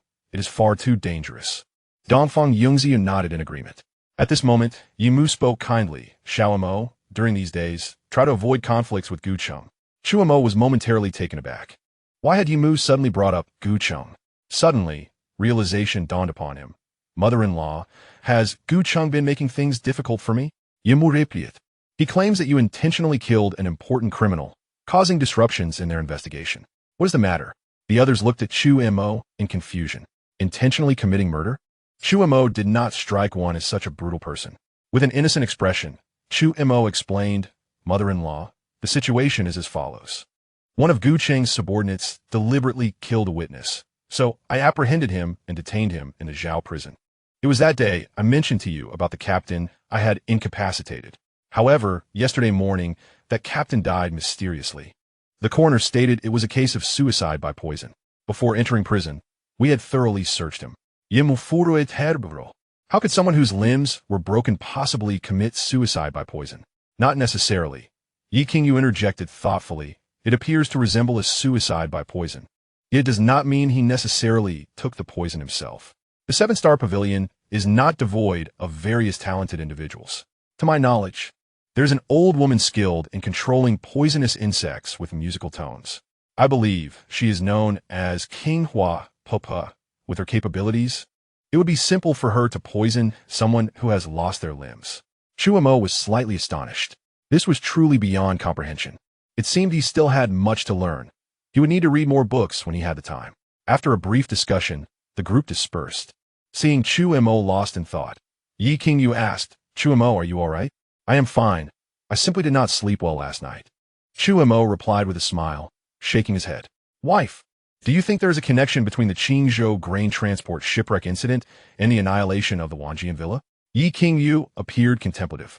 "Perhaps there is indeed a connection. The grain was shipped from the Anhe city in the Tsangshui district of Jiangzhou. Wanjian Villa is situated right in Anhe city, Jiangzhou. The owner of Wanjian Villa, Shun Bosch, is also the leader of the new Jiao gang. He possesses the capability to assist in hijacking ships. Moreover, it is not only Shun Bosch. Other high-ranking members of the new Jiao gang should also be capable of doing so." Chu Mo nodded in agreement, analyzing. The emperor is concerned about the Qingzhou grain transport shipwreck incident and has dispatched individuals to investigate. Some may fear that the investigation will lead to Shun Bosch, who holds the potential to threaten their lives. Thus, they exterminated Wanjian Villa and wiped out the Shun family. Yi Qingyu sighed. While this is a possibility, it is merely speculation at this point. Perhaps His Majesty is aware of this matter, yet those he sent were unable to gather evidence. Never mind, Chu Mo shrugged. Turning to walk towards the inner chambers, I will take a nap and contemplate it later. Yi Qingyu was momentarily taken aback. "Aren't you going to report for duty?" Without turning back, Chu Mo waved his hand. The shift is about to end. Yi Qingyu was left speechless, watching Chu Mo's retreating figure. She felt perplexed as to why he had not mentioned her breakthrough to the 6th rank. Hadn't they agreed? Yi Qingyu shook her head in haste, her cheeks flushed. "Yi Qingyu, what are you thinking?" She stepped into the courtyard and began practicing her sword techniques, casting aside all distractions. Chu Mo lay in bed, not truly asleep, but instead circulating his internal energy through the Hunyuan Gong. After a week, his internal strength had increased further, leaving him feeling refreshed and invigorated. He utilized his spiritual energy to observe Yi Qingyu's sword practice. After one round, he had memorized all the key points of the sword technique. After 2 rounds, he had already grasped the basics of the sword technique. "Ah, my memory is too good, and my comprehension is too strong. Life lacks much joy." As noon approached, Chu Mo had just finished his lunch when Tang the Fat brought several guards to the Yi residence. Among them, 4 guards carried 2 heavy-looking boxes. Upon meeting, Tang Feng clasped Chu Mo's shoulder. "Brother Chu, here are 10,000 taels of gold, your payment for last night's writing." Chu Mo smiled. "Brother Tang, you are too kind." One must admit that Tang Feng was indeed generous.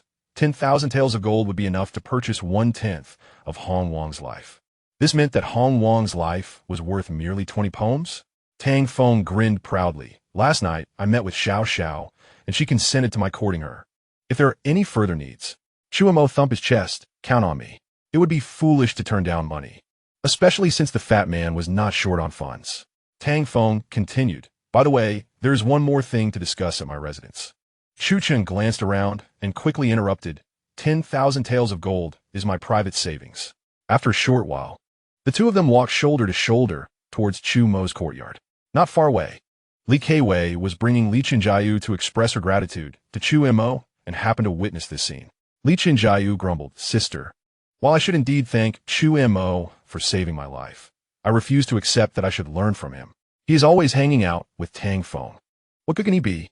Am I to learn from another wastrel to see who can be more extravagant? Li Keiwei found herself at a loss for words.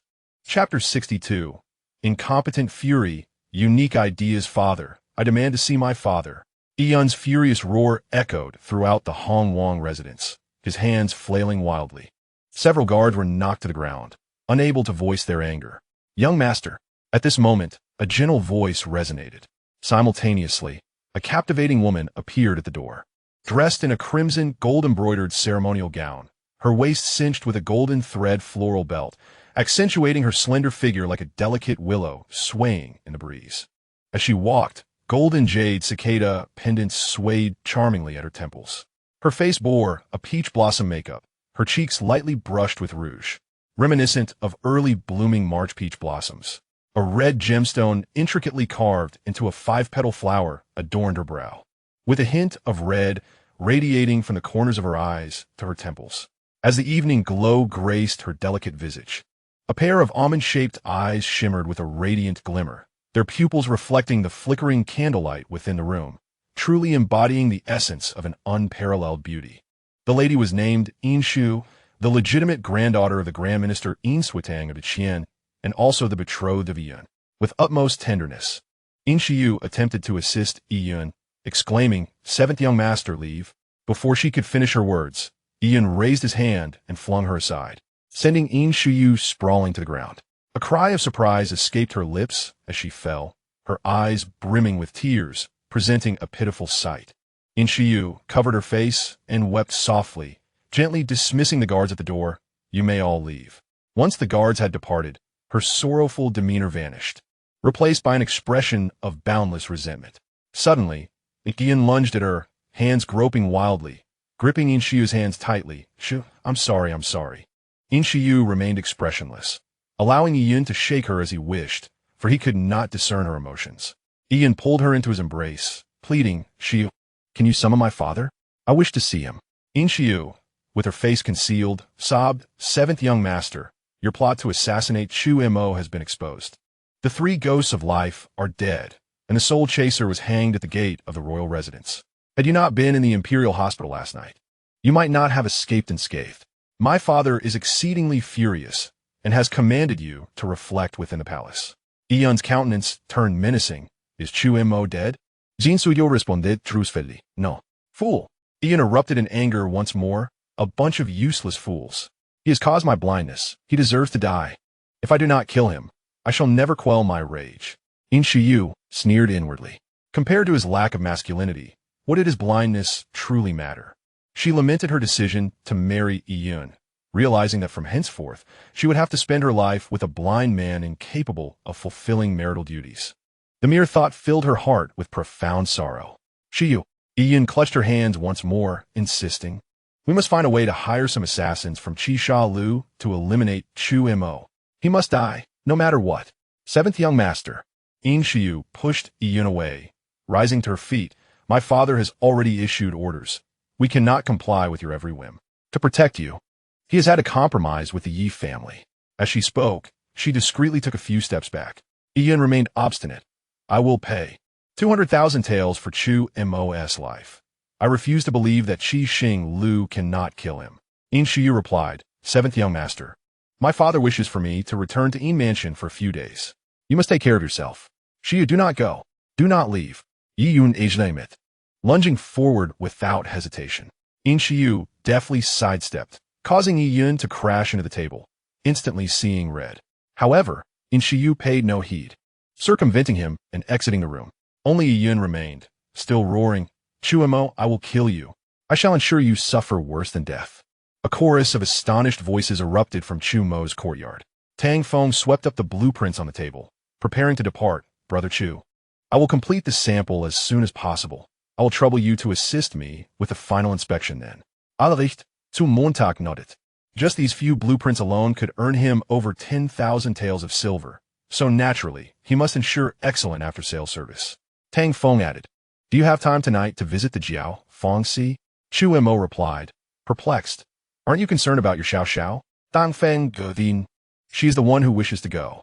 Chu Mo raised an eyebrow. This plump fellow had the audacity to take a goddess to a brothel? Very well. The Jiaofeng Sea was somewhat different from other brothels. Tang Feng explained, for the past few days, the Jiaofeng Sea has been hosting a gathering of literati. Many scholars and poets will attend. Brother Chu, with your talents, I'm certain many ladies would wish to engage in deeper discussions with you. Chu Mo showed little interest, even feeling somewhat speechless. He pondered aloud, are there not gatherings for anything other than poetry? Indeed, Tang Feng replied nonchalantly, in a few days. That fellow Ling Fi Yang wants to organize a kudzu competition with me. Besides kudzu, there are also polo, throwing pots, ball games, cricket fighting, and various theatrical performances. Not to mention the 6 arts of the gentleman. All have their respective gatherings. What would you like to do? I could take you along. Chu Mo was astonished. The affluent were oblivious to the hardships of the poor, while the impoverished could hardly fathom the extravagance of the wealthy. He had not anticipated that the ancients engaged in so many activities. Tang Feng grinned. As a cultured individual, one must certainly showcase their uniqueness. However, for me, my favorite is listening to music in the brothel. We share the same sentiments. Chu Mo expressed his genuine admiration. He too was eager to experience the legendary music performances and discover what they truly entailed. Tang Feng laughed. In a few days, I will take you to experience it. That sounds wonderful, Chu Mo smiled. The two exchanged a few more words before Tang Feng departed. Hardly had he left when Li Qinjiayu entered. Chu Mo had long since Li Qinjiayu's arrival. Originally, Li Keiwei had accompanied him, but it was too cold outside, so she had left early. Li Qinjiayu, beaming, said, Brother Chu, are we going to the brothel tonight? Indeed, Chu Mo replied with anticipation. Li Qinjiayu suddenly adopted a serious demeanor, bowing and expressing, Thank you for saving my life. Chu Mo, in turn, replied, We are all family. There is no need for such formality. Li Qinjiayu suddenly covered her mouth, whispering, Brother Chu, I have heard that fool Yun has actually hired someone to assassinate you. Chu Mo raised an eyebrow in surprise. Has this matter already become common knowledge? Li Qinjiayu's gaze shifted. Do you wish to take revenge? Chu Mo's interest was piqued. Did Li Qinjiayu possess a means to deal with Yun? Li Qinjiayu surveyed the surroundings, then closed the door, whispering, I have heard that Yun is now a blind man incapable of performing. I feel that dealing with him would be somewhat unkind.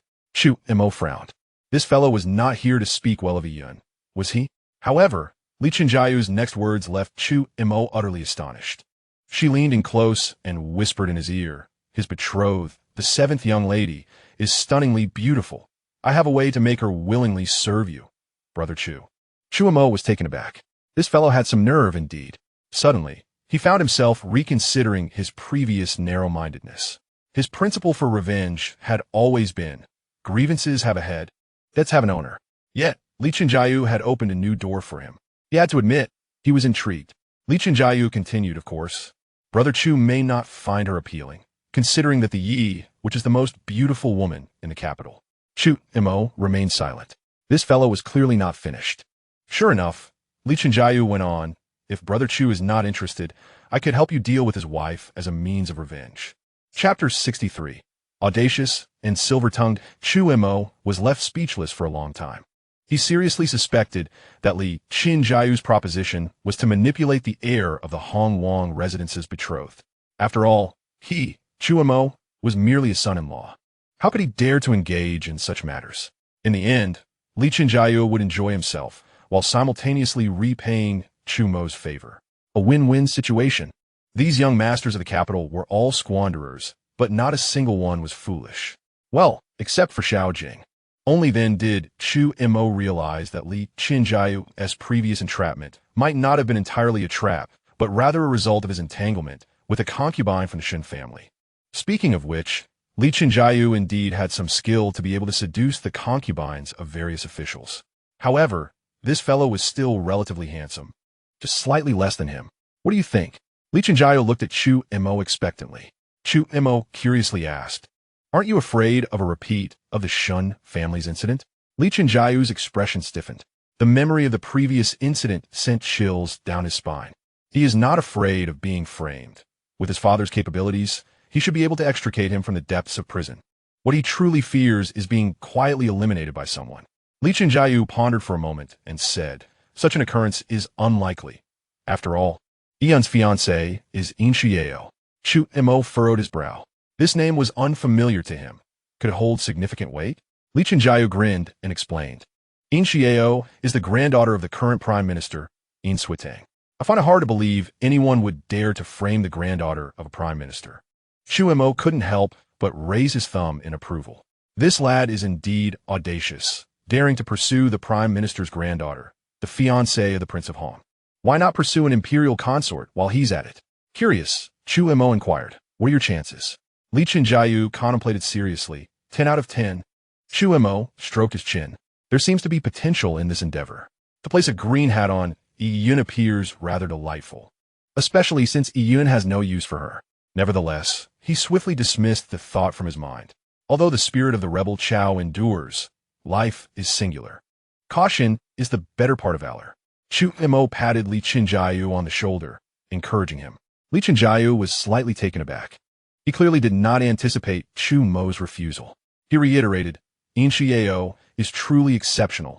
I would be unworthy of her. Chu Mo waved his hand dismissively, saying, I am merely a son-in-law. Good grief, I have not even won over my own wife yet. I cannot covet what is in my bowl while yearning for what is in the pot. Li Chenjiao rubbed his hands together, leeringly saying, Then I shall not be modest. If Brother Chu has a target next time, I will find a way for you. Chu Mo felt speechless internally. This lad is always fixated on such matters. No wonder he appears more one than Tang Fatty. Brother Chu, I must take my leave. Let us meet again at the Listening Fragrance Pavilion tonight. After chatting for a while, Li Chenjiao could hardly contain his eagerness to depart. Chu Mo secretly shook his head. This lad is in such a hurry. Could he really be intent on pursuing Yin Xiao? Whatever the case, if he seeks his own demise, he cannot blame others. Chu Mo carelessly shoved the 2 boxes under the bed, only to discover it was already full.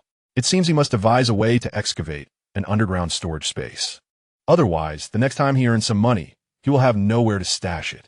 Chu Mo resumed his practice of the Hunyuan Gong.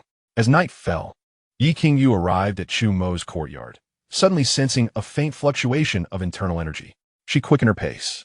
To her surprise, there was no one else in the courtyard. It was Chu Mo practicing his swordplay.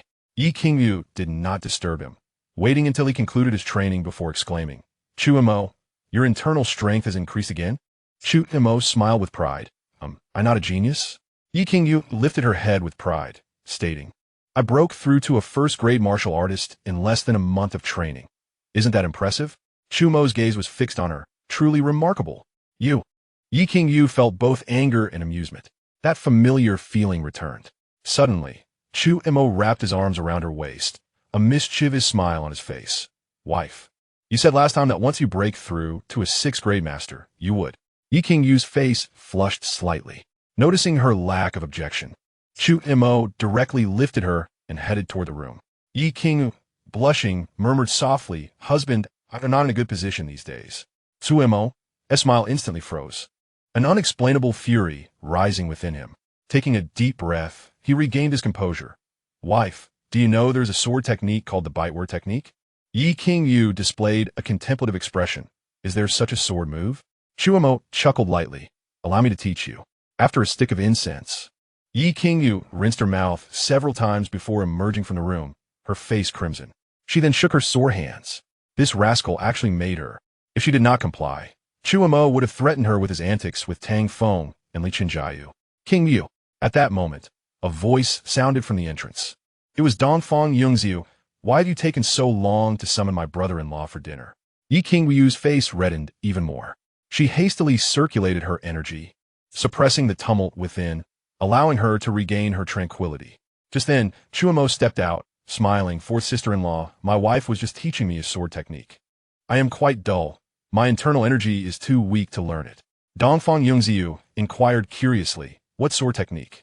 Yi Qingyu shot Chu Mo an annoyed glance. Chu Mo grinned. Fourth sister-in-law, shouldn't the focus be on the fact that I have cultivated internal energy?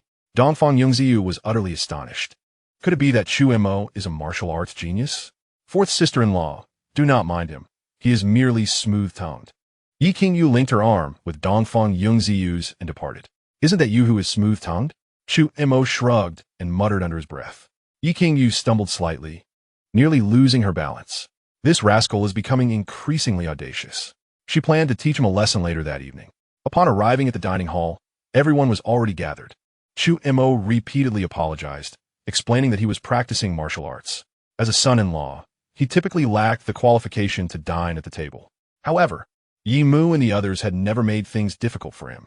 This was something Chu Mo greatly appreciated. After the family finished their meal, Chu Mo stood up voluntarily, preparing to leave. The others seemed to be planning a small meeting, and, as a son-in-law, he naturally needed to be perceptive. However, Yi Mu suddenly called out to him, "Xiao Mo, you are now part of the family. Sit down and listen." Chu Mo sat back down. As he had suspected, everyone was discussing the future direction of the Yi family. Chu Mo learned a great deal about the Yi family's affairs, such as Li Keiwei managing the restaurant and silk businesses, Dongfang Yongziyu overseeing grain and medicinal materials, and Yi Qingyu handling the tea and horse trade. It dawned on him that his wife was also a little wealthy lady. The tea and horse trade is undoubtedly among the most lucrative businesses. No wonder the Yi family is so prosperous. However, ordinarily, the tea and horse trade should be under official monopoly. It seems that the Qian dynasty has truly reached its twilight. Finally, Yi Mu's gaze fell upon Chu Mo. "Xiao Mo, do you have any opinions?" Chu Mo did not feign ignorance, but responded, "Dear mother-in-law, if one day someone covets the wealth of the Yi family and seeks to harm it, how can we protect the Yi family?" Upon hearing this, the room fell silent. According to the laws of the Qian, only dukes and lower nobility are entitled to fiefs and salaries without a guard unit. Hoarding weapons and raising armed forces are serious offenses. The so-called guards of the Yi residence are merely household servants. The entire Yi residence comprises only a little over 100 people. Should such a situation arise, the Yi family would have almost no means of resistance. After a moment, Yi Wushang spoke solemnly, "Brother-in-law, do you have any strategies?" The crowd then shared a few more thoughts. Chu Mo took a deep breath and said, "In truth, I do not comprehend these grand principles either. However, I firmly believe that the Yi family possesses the strength to contend with the Hongwan." "How could that be?" Dongfang Yongzi replied, her face betraying disbelief. Chu Mo turned his gaze toward Fu Wanyu and remarked, "As the Tunjinzuyi, my sister-in-law commands 700 troops guarding the palace. The command of these 700 cavalry cannot bypass my sister-in-law. In a certain sense, these are the troops the Yi family can utilize." Admittedly, such statements might be considered audacious. "Please continue." Yi Mu maintained her composed demeanor. Chu Mo was not one to withhold his thoughts. It was the strength of the Yi family that afforded him security. After a brief contemplation, he continued, "What I just mentioned is the first approach. By leveraging one's position and authority, one can take command of the court's military. Through rigorous training and military drills, one can strengthen control over the army, striving to convert the court's troops into one's own. In this manner, one neither violates the court's laws nor loses the ability to mobilize the military. If one commands hundreds of thousands of troops, anyone wishing to challenge them must weigh the consequences. I believe the emperor will certainly favor Sixth Brother in the future. For instance, during the last campaign against the Hu people, it was indeed a splendid opportunity for Sixth Brother to command the troops. Of course, in comparison, Sixth Brother's life holds the utmost importance. Therefore, I previously advised against him heading north." Upon saying this, Chu Mo took a sip of tea and continued. "The second point is to avoid the title of private troops. The Yi family has numerous businesses spanning restaurants, silk, grain, and tea horse trade. Some enterprises are critically important to the Yi family. Is it not reasonable to arrange for a few armed guards to ensure their safety? Additionally, certain businesses require long-distance transportation. Recruiting more individuals for this purpose is entirely reasonable as well. Moreover, although maintaining private troops is prohibited, we can still support guest retainers. Employing a few hundred managers to assist with family business is even more justifiable." The crowd expressed mild astonishment. These were considerations they had not previously entertained. They had indeed contemplated the notion of guest retainers, but hesitated to act due to fears of imperial suspicion. Yi Wushang remarked, "We could also recruit some domestic servants, but that would require more space than the Yi residence currently offers." Li Keiwei interjected, "That is not a difficult matter. We have ample land deeds, and constructing a few houses would suffice. The first two methods are still insufficient." Chu Mo redirected the discussion and continued, "The best approach is the third, utilizing court assignments to cultivate trusted allies. For instance, in the northern campaign against the Hu, If sixth brother were to assume command, it would be an opportune moment to select soldiers and cultivate loyal supporters.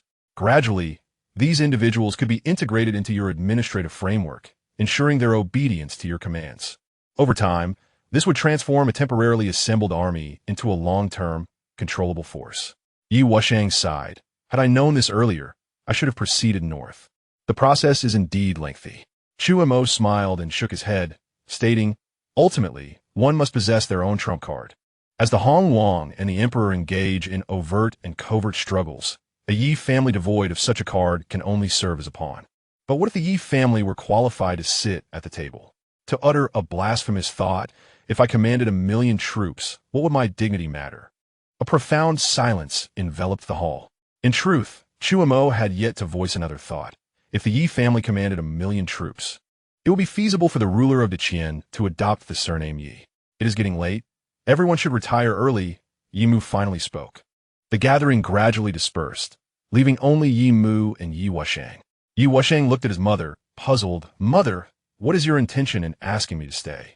Yi Mu's expression grew serious as she asked, Xiao Lu, what do you think of Xiao Mo? Yi Wushang replied calmly, are you suggesting that Xiao Mo, with his eloquence earlier, does not resemble an ordinary person? Yi Mu did not respond. Yi Wushang continued, in truth, from the moment he treated my injuries, I knew he was no ordinary individual. How could an ordinary person possibly master the techniques of the Zhu Maiji, Funjin Qo Gu, and Xianzhu Wandu? It is well known that Qing Nangzi is hailed as a divine doctor. Yet he too is rendered powerless. Yi Mu narrowed her eyes. Are you implying that Xiao Mo possesses martial prowess? Yi Wushang nodded, then shook his head. At the very least, he should have an understanding of martial arts. Of course, I hope he possesses martial skills. As for your question regarding Xiao Mo, I believe that without him, the Yi family is destined for extinction. Therefore, he is a great benefactor to our family and cannot possibly be our enemy. Yi Mu nodded in agreement. Indeed, ever since Xiao Mo joined the Yi family, everything has improved. Yi Wushang seemed to have made a significant decision. Once the time is right, I shall depart from the capital. Yi Mu opened her mouth, but the words caught in her throat. At that moment, Yi Qingyu took Chu Mo's arm, her face filled with suspicion. Husband, what are you smiling about? Chu Mo quickly suppressed the smile on his lips, shaking his head. It is nothing. He had heard every word exchanged between Yi Mu and Yi Wushang. Thankfully, Yi Mu and sixth brother could get along. On another note, the members of the Yi family treated him quite well. It seemed necessary to find a way to help Yi Wushang break through to the 6th rank. At the very least, he would have some means of self-preservation after Chu Mo departed. Yi Qingyu hesitated for a few moments before suggesting, how about we visit my uncle tonight? Just then, a voice from a distance called out, Cousin Miss, young Master Li Si has sent someone to escort you. Young Master Li Si? Chu Mo's face displayed a look of confusion. Li Suanjia explained, from the Wuping Marquis's residence, Li Qinjiayu. Chu Mo felt dazed. Hadn't they agreed to meet at the Tingxiang Pavilion? Why would this fellow send someone to fetch him? It seemed overly courteous. Chu Mo wore a conflicted expression. My dear, Li Qinjiayu insists on inviting me for drinks to express his gratitude for saving his life last time. I cannot decline, no matter how I try. If I refuse, it would be inappropriate. Yi Qingyu displayed great generosity. It is fine. You may go. Li Suanjia, you and Luo Yang must ensure cousin's safety. Yes, miss. Li Xuanjia raplia respectfully. Chu Mo did not expect Yi Qingyu to be so understanding, and he felt somewhat ashamed. However, attending the gathering to listen to music was an opportunity he could not miss. Steeling himself, Chu Mo turned and departed. Ye Ingu pondered uyitui. You should be too exhausted today. There is no chance for any mischief. Humph, if there's a next time, I will certainly not let him out. Not far away. Chu Mo happened to overhear this and nearly stumbled. Goodness, had Yi Qingyu also begun to play mind games? Just twice, and she looked down on him? He was known as Yi Qilang. Chu Mo collected his thoughts and turned to Li Suanjia beside him.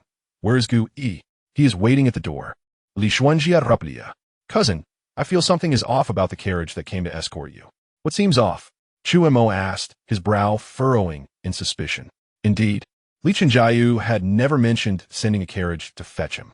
After the recent assassination attempt, Chu Mo had become increasingly vigilant. He could not simply board any carriage. Upon reaching the entrance, Chu Mo finally understood why the carriage seemed unusual. This carriage appeared somewhat familiar. Wait a moment. Was this not Tang Feng's cannon carriage? No wonder Li Suanjia sensed something was amiss. Chu Mo extended his spiritual perception and found no abnormalities aboard. However, the coachman appeared rather clean-cut, seeming out of place. A knowing smile tugged at Chu Mo's lips as he meaningfully patted Li Suanjia's shoulder and boarded the carriage without hesitation. The coachman leaped onto the carriage, lowered the curtain, and cracked the whip. Li Suanjia and Gu rode their horses close behind, vigilantly scanning their surroundings. The carriage moved at a leisurely pace. The road ahead gradually darkened, but the two lanterns hung on either side of the carriage stubbornly emitted a faint glow. After traveling a distance, the carriage suddenly turned, entering a dark and deserted alley. Meanwhile, the lantern extinguished. Gui's expression shifted dramatically as he drew his sword, ready to advance. "Stay still," Li Suanjia commanded sharply, gripping Gui's right hand. "You head to the front and prevent anyone from entering the alley." Gui was utterly perplexed. What was happening? He had been trailing behind the carriage all along. How could there be things he was unaware of? Yet, given Li Suanjia's orders, he naturally refrained from arguing. Gui leapt from the horse's back, utilizing his lightness skill to glide across the rooftops until he reached the end of the alley. Li Suanjia stepped back, tugging the reins, extinguishing the lantern, and guarding the other end of the alley. At this moment, within the carriage, the driver suddenly flung open the curtain and plunged inside. No, to be precise, he crashed into Chu Mo's embrace, whispering fiercely, "Don't move, or I'll scream." Chu Mo retorted, "Is that any way to threaten someone?" Pretending to be horrified, he stammered, "Who are you?" The driver lifted the brim of his hat, letting long hair cascade down, revealing an exquisite visage. Chu Mo was taken aback. What day was it? A beauty had thrown herself into his arms? He shook his head, incredulous. "Am I dreaming?" The woman scoffed lightly. "Chu Mo, stop pretending. You are not the kind of person who loses composure upon seeing a beauty." Chu Mo was utterly speechless. Who was this woman, suddenly coming forth to compliment him? The woman continued, disrobe. Chu Mo exclaimed, "Do you think you are Su Chu?" So demanding, he was truly at a loss. Had he encountered a rogue woman? Was she coveting his allure? Was he really such an easy target? Abandoning pretense, Chu Mo asked firmly, "Who are you?" The woman replied, "It matters not who I am. If you do not disrobe, I assure you, you will not be able to stay at the Yi residence. Not even the Yi family can protect you." Chu Mo was speechless. This woman had quite a bold demeanor. Could she be someone of significant standing? He scrutinized her features with his divine sense. She appeared to be around 20, stunningly beautiful, with naturally soft curves. Her skin was fair and smooth, emanating a faint, captivating fragrance. Her presence was extraordinary, clearly indicating she hailed from wealth or nobility, a veritable beauty of the realm. However, the more alluring she was, the less Chu Mo dared to act rashly. Seeing his hesitation, the woman added, "You may knock me unconscious. I am no match for you. However, I will certainly create trouble for you at the Yi residence. Alternatively, you could kill me, but someone knows I have come to find you. In that case, the entire Yi family would pay the price." Chu Mo was astonished. Who was this woman? Acting as if she had him entirely at her mercy? Could she possibly recognize him from before? Just then, she began to loosen her garments. Chu Mo was left dumbfounded. The cultural openness of the Qian was truly astonishing. At the end of the alley, Li Suanjia and Gu exchanged glances, rendered speechless by the swaying carriage. Would a scuffle break out? Gu struggled to suppress the urge to draw his sword multiple times. Time passed slowly. After a stick of incense, the carriage finally ceased its movement. Moments later, a disheveled Chu Mo tumbled out of the carriage. The woman had already redressed and cast a glance at Chu Mo, saying, "Do not follow me. Forget about me." Chu Mo retorted, "I don't even know you. How can I forget?" He had never imagined that upon arriving in this world, he would find himself in such a predicament. He had been robbed of his virtue. Yet, what was more absurd was that this woman was also a novice. How could he possibly forget such an experience? The woman cracked the whip, urging the carriage onward. Chu Mo initially considered having Li Suanjia follow her, but recalling her words, he hesitated. This woman could indeed seek trouble at the Yi residence. How embarrassing. The esteemed 7th grade grandmaster had been threatened by a woman with no martial prowess. Chu Mo was convinced she must know him. At the very least, this was certainly not their first encounter. Wait, would she come back later with a child to confront him? The thought sent a jolt of anxiety through Chu Mo. Everything about this situation felt surreal. Young master. Li Suanjia's voice interrupted Chu Mo's reverie. He lightly slapped himself. Astonished, I'm not dreaming. Suanjia, I am no longer pure. Li Xuanjia's Li Pzuisha. Regaining his composure, Chu Mo stated seriously, follow her discreetly and ascertain her identity. Understood. Li Xuanjia raplia, departing prumuli. Chu Mo contemplated the situation, determined to uncover her identity. If it escalated to the Yi residence, he would deal with it then. Just then, Gui approached. Chu Mo adjusted his attire and mounted his horse, declaring, to Ting Xiangge. Gui silently followed, internally marveling at the young master's prowess. Such occurrences belonged solely to the realm of fantasy, yet they had transpired in Chu Mo's life. He resolved to forget about it. It would be troublesome if he inadvertently spoke of it in his dreams.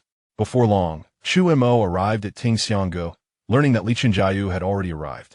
He made his way to Li Qinjiayu's room, only to find him thoroughly intoxicated, cradling a girl. Wasn't he supposed to seek out Yin Xiao? Chu Mo felt a surge of suspicion. Suddenly, he was struck by a startling realization. What if the woman from the carriage was indeed Yin Xiao? Impossible. Yin Xiao was the fiancé of the heir to the Hong Wang Fu. Even if Yi Yun were a waste, he couldn't possibly be that inept. Was it true that Yi Yun was utterly useless? Like father, like son? Was the Hong Wang Fu filled with incompetence? Chu Mo chose not to awaken Li Qinjiayu and exited the room. Never mind. He would find a place to listen to music. Chu Mo and Gu settled into a corner, procuring 2 companions for drinks. However, Chu Mo soon found himself feeling disinterested. It was not that he had become virtuous, but rather, after feasting on delicacies, he had grown unaccustomed to coarse fare. Time passed, and finally, Li Suanjia returned. Chu Mo dismissed the women, and Li Suanjia leaned in to whisper, young master, the carriage first arrived at Ting Xiangge. Chu Mo was not surprised. The carriage was likely borrowed by Li Qinjiayu from Tang Feng. Naturally, it would return here. What he was eager to learn was where the woman had gone afterward. Li Suanjia scanned the surroundings and quietly reported. She changed carriages at a tailor's shop not far from Ting Xiangge and then headed to the palace. Chu Mo's pupils dilated. The palace? This was a revelation he had never anticipated. She was of royal lineage. Her skin was smooth, her hands uncalloused, and the fragrances she used were exquisite. He immediately ruled out the possibility of her being a palace maid. Moreover, palace maids typically did not have the freedom to enter and exit the palace at night. Could she be a consort? If that were the case, was the emperor utterly incompetent? Was the royal family composed entirely of inept individuals? Of course, it was also possible that the emperor had too many consorts to manage. Chu Xiong, what a coincidence. At that moment, a somewhat familiar voice drifted from nearby. Chu Mo paused, a smile instantly gracing his face. Ning Xiong, how have you been? Chu Mo slightly cupped his hands, stepping forward to greet him. Yet he was puzzled. It was one thing to encounter him on the flower boat last night. But how was it that they met again at Ting Xiangge? The city of Zhaojing was quite large. Ning smiled and said, a sleepless night. I came to listen to music. I didn't expect to find you here as well. It seems we are kindred spirits. Chu Mo replied with a smile. Ning Xiong. Shall we join forces? That sounds delightful. Ning agreed without hesitation. Chu Mo was taken aback.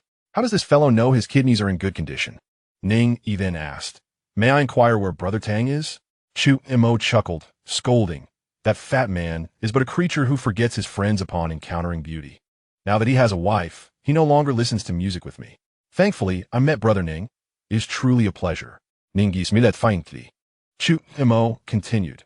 Brother Ning, shall we indulge in a drink? Ning hastily waved his hand, stating, I'm not one for strong drinks. Perhaps it is best if, alas. Chu Mo suddenly threw his arm around Ning Yi's neck. Before Ning could finish his sentence, a robust arm landed heavily on Chu Mo's shoulder. Chu Mo let out a pained yelp, staring in shock at the burly man, Ahu standing behind Ning. Step back. Ning coldly huffet. Ahu released Chu Mo's shoulder and took a few steps back. Ning Yi's face once again broke into a smile. Apologies, Brother Chu. My subordinate is lacking in manners. No harm done, Chu Mo replied, feigning indifference, yet subtly loosening his grip on Ning Yi. However, he began to ponder. His earlier actions were merely a test. The moment the burly man moved, it was unmistakably a reflex of muscle. Such a display is certainly beyond the capabilities of an ordinary guard. His curiosity regarding Ning Yi's identity deepened. Chu Mo remarked, "Brother Ning, as you are new to the capital, do you find anything unfamiliar?" Ning Yi raised his teacup, sipping the hot tea, and replied, "The capital is even more vibrant than I had imagined. It is nearly the hour of the rat, and yet it remains resplendent. Su montak concuit. The wisdom of the emperor has cultivated today's prosperity." Ning Yi gazed at the performers on the stage and softly remarked, "Though the capital flourishes with song and dance, many citizens in the outskirts are left homeless. If the emperor were truly wise, how could he allow the people to suffer from hunger and cold? Brother Ning, tread carefully." Chu Mo gasped, casting a wary glance around, fearful of being overheard. He resolved then and there to treat Ning Yi as a stranger in the future. This man is far too arrogant to speak ill of the emperor in public. Is he seeking a noose for himself? Yet, Ning Yi showed no sign of restraint, continuing, "Brother Chu, here we are, just the two of us. Why should we hold back?" Chu Mo inwardly scoffed.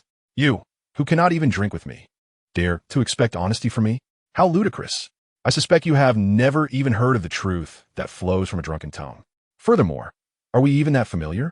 This is only our second meeting." Chu Mo feigned a degree of panic, saying, "Brother Ning, I am but a simple man, lacking an understanding of such grand philosophies." Yet he was filled with suspicion. If Ning Yi were truly from a Ning family of Jizhu, why would he pose such questions? Could it be that the Ning family harbors rebellious intentions? Ning Yi sighed, "With your vast knowledge, Brother Chu, why do you not serve the court?" This left Chu Mo utterly confused. Just moments ago, he had claimed the emperor was flawed, yet now he encouraged him to serve the court? Whose side is this man on? Chu Mo replied candidly, "To be honest, I, Chu, have recently become the deputy Qinhu of the Jinyiwei. Although I'm merely a martial man, I am still serving the court." Ning Yi initially displayed surprise, but quickly complimented with Brother Chu's talents. "You shall surely become a pillar of the court in the future. Even among the 3 dukes and 9 ministers, you would not be out of place." Chu Mo hastily waved his hand, saying, "Brother Ning, you flatter me excessively." Ning Yi suddenly sighed deeply, stating, "I was merely speaking foolishly. Brother Chu need not take it to heart. I, too, lament my own incompetence, unable to alleviate the emperor's burdens." Chu Mo was astonished. To speak of alleviating the emperor's burdens clearly indicated Ning Yi's stance. He chose not to respond to Ning Yi's words. Comparatively, he preferred the straightforward nature of Tang the Fat. What he said was what he meant, devoid of ulterior motives. However, Ning Yi was far too cunning. Engaging with such a person is exhausting. While enjoying the melodies, Ning Yi inquired, "Brother Chu, have you heard that the Hu people are descending upon us, plundering the wealth of our De Qian citizens, leading many to a tragic end?" Chu Mo nodded slightly, uncertain of Ning Yi's intent in asking this. Ning Yi sikit. If only we could resolve this issue once and for all, allowing the people to live without worry, how wonderful that would be. Chu Mo began to understand. Ning Yi was evidently aligned with the emperor. It was even possible that the emperor had sent him to subtly probe his thoughts. Although the emperor was currently allied with the Yi family, Chu Mo had not yet reached a point of open trust with the emperor. Chu Mo agreed. Indeed, Brother Ning speaks the truth, but alas, the Hu people have never ceased their invasions of the Central Plains throughout history. To resolve this issue once and for all is exceedingly difficult. Through this period of understanding, Chu Mo recognized that the so-called Northern Hu bore a striking resemblance to the ancient Xiongnu of the past. Throughout history, this has been a persistent headache. To seek a permanent resolution is akin to dreaming the impossible dream. Indeed, it is exceedingly difficult. Ning Yi continued, "There was once a strategy proposed, 3 steps to subdue the Northern Hu." Chu Mo's curiosity piqued. Ning Yi elaborated. "The first step is to assemble elite cavalry and establish a defensive system based on key border strongholds, control critical pasture areas and trade routes, thereby severing their migration and supply capabilities. Ideally, we should use force to inflict pain and instill fear." Chu Mo remained silent. Ning Yi glanced at him and continued. "The second step, after delivering a heavy blow to the Northern Hu, is to establish mutual markets at these border strongholds. The grasslands are barren and produce nothing. They require tea, salt, iron, and textiles from the Central Plains. If their livelihoods are secured, they will naturally refrain from descending and plundering the citizens." Chu Mo's expression shifted slightly. The strategist possesses some merit. It must be said, this approach indeed holds feasibility. Ning Yi had hoped to hear Chu Mo's evaluation, but disappointment awaited him. He had to proceed. The third step, after weakening the dominance of the nomadic economy, is to confer titles upon the tribal leaders who submit. Then, delineate fixed pastures, restricting their migration. Subsequently, integrate the management of these tribes into the bureaucratic system of Deqian, granting the court the right to confer titles upon tribal leaders. Thereafter, promote the characters, customs, and encourage intermarriage between the two ethnic groups. Impressive. Chu Mo raised his thumb in approval. The three-step strategy proposed by Ning Yi indeed possesses substance, skillfully merging military, economic, and political elements. Were it during the prosperous and flourishing era of Deqian, perhaps, Ning Yi smiled gently. Brother Chu, do you also deem this strategy a good one? Chu Mo nodded in agreement. Though I may not comprehend these matters fully, it certainly sounds formidable. Ning Yi furrowed his brow slightly, asking, so, does this mean the plan is feasible? Chu Mo did not respond directly. Instead, he posed a question back. Brother Ning, allow me to ask you something. Please. Ning Yi gestured for him to continue, sitting upright. Chu Mo inquired. You mentioned in the first step that Deqian would use force to inflict pain upon the northern Hu. Does Deqian possess such military strength? Ning Yi's expression stiffened. Indeed, given the current turmoil in Deqian, does it still possess such military might? If not, is not what he proposed merely a pipe dream? Ning Yi took a deep breath and pressed, Brother Chu, do you have any good strategies? Chapter 67. This fellow is simply a living llama. None. Chu Mo replied without hesitation, his gaze fixed intently on the performers on stage, completely indifferent. What a jest! Even if there would be none. Ning Yi did not take offense and continued. What if Deqian possessed sufficient military strength? Chu Mo was taken aback. He was tempted to say no. Deqian does not. However, he ultimately responded, if Deqian had sufficient military strength, why not eradicate the northern Hu entirely? Have you heard of the ankle chopping? Anyone taller than ankle height was to be killed outright. Ning Yi sleeps taller than ankle height? Are there such short individuals? What sort of ankle chopping is that? He had only heard of the wheel chopping. Furthermore, this young man is rather ruthless, indeed. He even contemplates the annihilation of the Baihu. Ning Yi forcefully calms himself. The expanse of Baihu is vast, and the soldiers of Deqian cannot penetrate deep into the grasslands. It is nearly impossible to eradicate them completely. Chu Mo shrugs. This merely indicates that the soldiers of Deqian are not yet sufficiently powerful. Ning Yi, for a moment, finds himself at a loss for a rebuttal. Chu Mo continues. If Deqian were to assemble a cavalry of 10,000 warriors of third rank, or even fourth rank and above, sweeping through the land, would it not lead to the downfall of Baihu? Ning Yi responds. Do you think third-rank warriors are simply abundant? Furthermore, most warriors are reluctant to serve the court.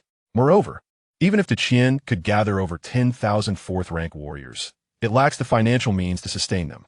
Ning Yi expresses his reluctance. Aside from military strength, do you believe there are other methods? Chu Mo appears thoughtful. Ning Yi awaits in anticipation. After a pause, he exclaims, I have it. Chu Mo snaps his fingers and says, I have thought of two strategies. Ning Yi perks up. I am eager to hear the details. I once heard a tale. Chu Mo reminisces. In ancient times, the state of Qi sought to dominate the central plains. Yet another state, Yin, vowed to resist to the death. Yin was strong, with abundant grain and a wealth of cicadeer. Qi sent emissaries to Yin to spread rumors that its ruler adored cicadeer and was willing to pay a high price for them. The price of cicadeer quickly soared tenfold. Yan's populace, lured by the profits of hunting deer, abandoned their farming tools and flocked into the mountains to hunt cicadeer. Even soldiers secretly exchanged their weapons for hunting gear to join in. The ruler of Yin not only did not stop them, but encouraged the entire populace to hunt cicadeer. At this point, Chu Mo picks up his teacup, takes a sip of hot water, and continues. While the people of Yin were engrossed in hunting, Qi secretly purchased grain at exorbitant prices. They then spread rumors around Yin that grain prices in Qi were soaring. Grain merchants in Yin hastily transported their grain to Qi for sale, exacerbating Yan's grain shortage. By the time Yin realized what was happening, although their treasury was filled with coins, there was no grain to purchase. Additionally, their fields had long since fallen into disrepair. Suddenly, Ning Yi's expression shifts to one of astonishment, and he slams his hand on the table. So that is it. Silence. If you do not wish to hear, then leave. Several angry voices arise. Who glares coldly at a few individuals. Ning Yi apologizes with a smile and sits back down, softly stating, Brother Chu, are you implying that the Qian is akin to Qi, while Baihu is like Yin? Chu Mo remains silent, secretly breaking into a cold sweat. Fortunately, he altered the story's state from Chu to Yin. Otherwise, Ning Yi might think he harbors such ambitions. Ning Yi continues, although Baihu lacks Sikadir, it possesses a multitude of cattle, sheep, and horses. If the Qian were to offer high prices for wool, Baihu would undoubtedly breed sheep in abundance. Their resources are limited, and as the number of sheep increases, the breeding of war horses will inevitably decline. Some tribes may even suffer from a shortage of horses. Without war horses, the Qian would naturally face no threat. Chu Mo chuckles. Brother Ning, it is not sheep we are discussing, but rather goats. I must admit, this fellow possesses some insight. Suddenly, Ning Yi appears confused. Chu Mo calmly utters a few words. Goats eat the roots of grass. Ning Yi's pupils constrict sharply. He even feels a chill run down his spine. Upon hearing the mention of ankle slashing earlier, he thought Chu Mo was already sufficiently cunning. But it seems he has underestimated him. He is even more treacherous than anticipated. Should this plan come to fruition, the proliferation of goat farming would likely turn the grasslands into a desert. Baihu, having lost its pastures, would be bereft of the essential resources for survival. Meanwhile, the Qian would have seized control of Baihu's economic lifeline. Once trade is severed, Ning Yi inhales sharply. At that point, the destruction of Baihu's lineage would be all too simple. Ning Yi speaks with a serious tone. Brother Chu, this scheme is detrimental to the harmony of heaven. Chu Montak, taken aback by Ning Yi's unexpected compassion, quickly responds, Brother Ning speaks wisely. This is merely a last resort. Ning Yi smiles. What then is the superior strategy? Chu Mo's expression wavers with hesitation. After a moment, he candidly reveals, I have heard that cattle and sheep are quite susceptible to diseases such as plagues and hoof-and-mouth disease. Ning Yi abruptly stands, astonished and fearful, gazing at Chu Mo. Even Li Suanjia, Gu Yi, and who beside him are equally horrified. This fellow truly dares to speak such things. Such matters are beyond the realm of thought. They cannot fathom how Chu Mo's warm lips could utter such cold-hearted words. Who would dare to touch upon plagues and hoof-and-mouth disease? This young man is nothing short of a living embodiment of Yama. Chu Mo appears bewildered. Is this method not viable? Ning Yi opens his mouth. It is. It is utterly ruthless. This will surely bring retribution. Ning Yi takes a deep breath. Brother Chu, your approach is truly too. For a moment, Ning Yi struggles to find the right words. Too wicked, perhaps? Chu Mo chuckles, responding with nonchalance. If it were not so wicked, how could I dare to call it a superior strategy? Ning Yi and Ahu's mouths twitch, their eyelids fluttering. So, this fellow evaluates strategies not on their feasibility, but on their efficacy, because this plan will yield faster results than the previous one? Truly a genius of a different caliber, Ning Yi solemnly states. Brother Chu, this plan is even more harmful to the harmony of heaven than the last. It not only harms heavenly harmony, but also human relations. Brother Chu, please do not mention it further. Chu Mo shrugs. I merely spoke. Did you not ask me how to resolve Baihu's issues once and for all? Ning Yi is left speechless. Thankfully, you, Chu Mo, are merely speaking. If you were to act, I fear that all of Baihu would have to pay respects to your ancestors for generations. Perhaps it is best if you forget I asked? Chu Mo suddenly inquires. Brother Ning, did you come to the capital specifically to relieve the emperor's concerns? Ning Yi is momentarily taken aback, then nods woodenly. More or less. Chu Mo glances around and quietly states, Brother Ning hails from the Ning family of Jizhu? Ning Yi does not deny it and smiles, asking, and from which lineage does Brother Chu hail? Chu Mo waves his hand. Brother Ning, you flatter me. I am but a humble son-in-law of the Duke of Qin, barely scraping by with this face of mine. Ning Yi is astonished. With such talent, why would Brother Chu choose to be his son-in-law? Is there some underlying reason? Should it be possible, I would be willing to assist. Please no. Chu Mo quickly interrupts Ning Yi. I simply wish to avoid exertion, and I quite enjoy my current life.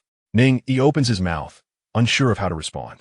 Chu Mo suddenly lowers his voice. By the way, I heard that the emperor originally intended for my sixth uncle to command the northern expedition against the Hu.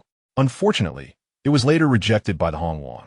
Ning, he secretly breathes a sigh of relief. Thankfully, the court did not appoint Yi Wushang as commander. What if this living embodiment of Yama, Chu Mo, were to offer strategies to Yi Wushang, and Yi Wushang actually adopted them? The two continue their conversation for a moment. Ning, he stands to take his leave, when suddenly, a familiar figure appears at the entrance. Chapter 68. Distinct taste, gratefulness. Tang Fatty, what brings you here? Chu Mo is quite puzzled.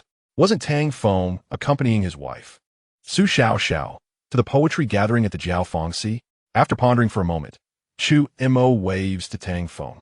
Tang Feng strides over, flanked by several bodyguards. Brother Chu, Brother Ning, you are all here? Chu Mo replies, did you not go with your wife? How did you end up here? I just escorted Xiao back. Tang Feng raises an eyebrow, a proud grin on his face. Chu Mo finds this somewhat perplexing. This fellow seems quite experienced in matters of romance, showing such care for Su Xiao. It seems he is truly in love. However, Tang Feng, smiling brightly, suddenly felt a chill replace the warmth on his face. Brother Chu, have you encountered that rascal Li Qinjiao? Chu Mo shook his head. That scoundrel, Tang Feng cursed vehemently. Gritting his teeth, if I lay eyes on him, I shall surely strip him of his skin. Chu Mo blinked in confusion. Did he offend you? Dan Feng snot gun li. That scoundrel has no idea which lady's concubine he has entangled himself with. He promised to borrow my cart for merely an hour. Yet the hour of the rat is nearly upon us. With his meager strength, how could he possibly require such an extended period? He may be enjoying himself, yet I am left to endure the biting wind. Chu Mo mused, indeed. The cart was borrowed by Li Qinjiao from Tang Feng. But how did it end up in the hands of that woman? Thoughts raced through Chu Mo's mind. Firstly, Li Qinjiao borrowed the cart presumably to meet Yin Xiao. It remains uncertain whether he actually met her. If the woman in Li Qinjiao's arms is indeed Yin Xiao, then the woman with whom he shared a fleeting moment of intimacy could not possibly be her. Nevertheless, her acquisition of the cart must have some connection to both Yin Xiao and Li Qinjiao. Conversely, if the woman in Li Qinjiao's embrace is not Yin Xiao, the woman who threatened him is highly likely to be her. Although he does not stand to lose, a lingering discomfort settles within him. Even Yi Yun has been thoroughly subdued by him, now rendered a mere shell of his former self. How could Chu Mo possibly be manipulated by Yi Yun's wife? At that moment, one of Tang Feng's guards approached, whispering, Third young master leads upstairs. Let's go. Tang Feng, with gritted teeth, ascended the stairs. Brother Ning, until we meet again. Chu Mo exchanged pleasantries with Ning, Yi, and promptly followed. He did not know Yin Xiao, but surely the corpulent Tang would. Before long, the group arrived at the third floor of Tingxiang Pavilion. Tang Feng, without a hint of hesitation, kicked open the door and strode inside. Chu Mo closely followed. A gasp echoed from within the room, revealing a woman hastily retreating under the covers, astonished as she beheld the intruders. Who are you? Suddenly, a furious voice boomed from the adjacent room. Tang Feng shot a cold glare at the two figures by the door and commanded, Go wake your master. Yes. Third young master, the two responded, hurrying toward the grand bed. Li Qinjiao, still in a daze, mumbled Xiao. Tang Feng's ears perked up. What was he just saying? One of Li Qinjiao's guards quickly seized a water jug from the table and splashed water onto Li Qinjiao's face. Startled, Li Qinjiao sat up. Who the hell? Upon noticing the crowd, his face paled dramatically. Without a moment's hesitation, he grabbed his clothes from the bedside and dashed toward the window, ready to leap out. Fourth young master, Li Qinjiao's two guards, horrified, rushed to restrain him. This is the third floor. Jumping down could be fatal.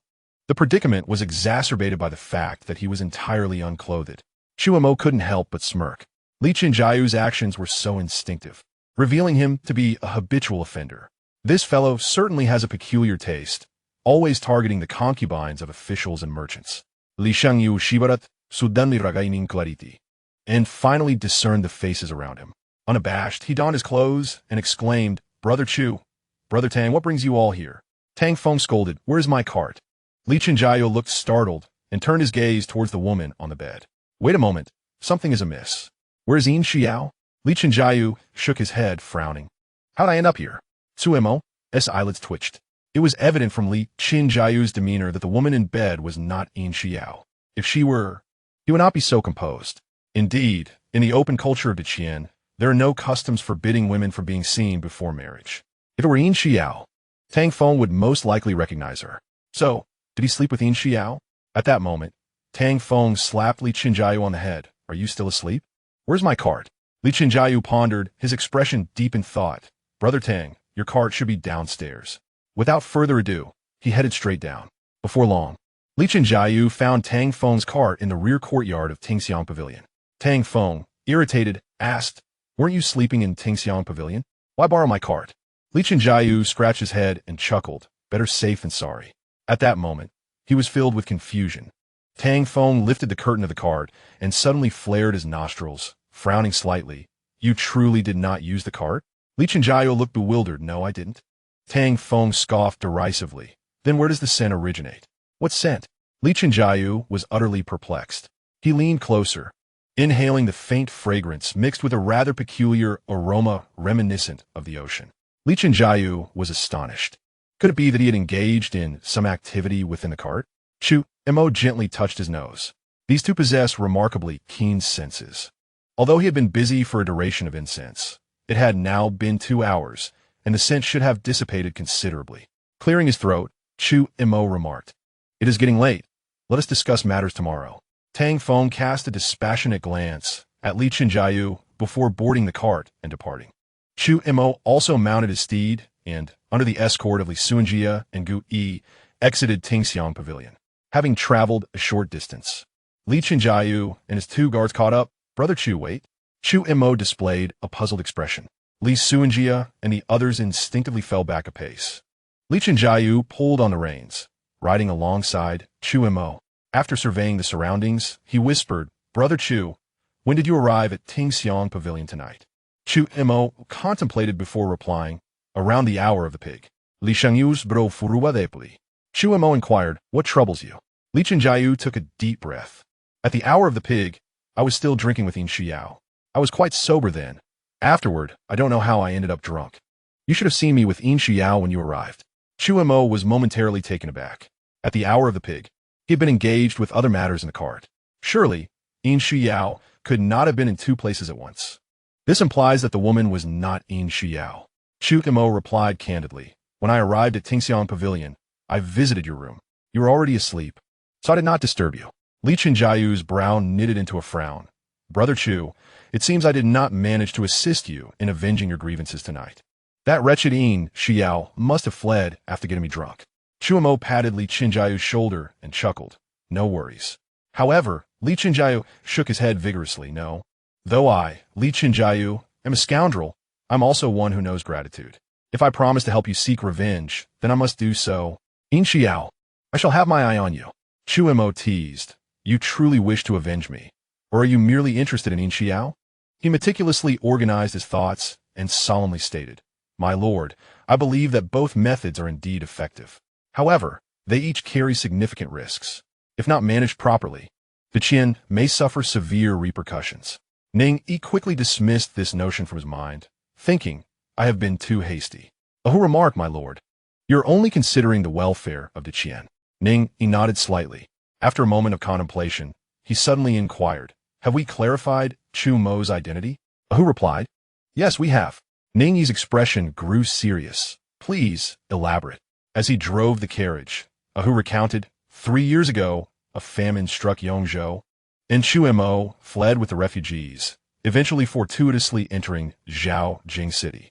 Upon his arrival, he faced starvation and nearly perished. In desperation, he infiltrated a medical establishment known as an Lantang to steal food, where he was caught by the owner. Out of kindness, the owner allowed Chu Mo to stay and work at the clinic. For the past 3 years, he has diligently studied medicine, rarely leaving an Lantang. Over a month ago, the owner passed away and entrusted the clinic to Chu Mo. The neighbors speak highly of him, not only for his exceptional medical skills, but also for his integrity. Integrity? Ning Yi furrowed his brow. Do you truly believe that Chu Mo is associated with integrity? Who lowered his head, hesitant to respond. Indeed, this was the opinion of the neighbors. Yet during their 2 encounters, Chu Mo exhibited no semblance of integrity. While he possessed some talent, he was more of a debauchee, malicious, and a true tyrant. Ning Yi urged, continue. A Hu shook his head. That's all. That's all. Ning Yi's voice sharpened with confusion. You have gathered merely 3 years of information. What about before that? A Hu shook his head again. No one knows his exact origins. Anything prior to those 3 years is a complete blank.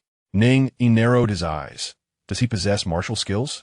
Yes, A Hu answered honestly. There are very faint internal energy fluctuations. He appears to have just begun cultivating inner strength. Ning Yi nodded thoughtfully. Suddenly he asked, if you were to investigate the Qingzhou grain transport case, do you believe he could uncover any results? A Hu's actions froze. My lord, hasn't the Yi family already refused? Moreover, this case involves numerous factions. The 2 6-tier masters by Chu Mo's side cannot guarantee his safety.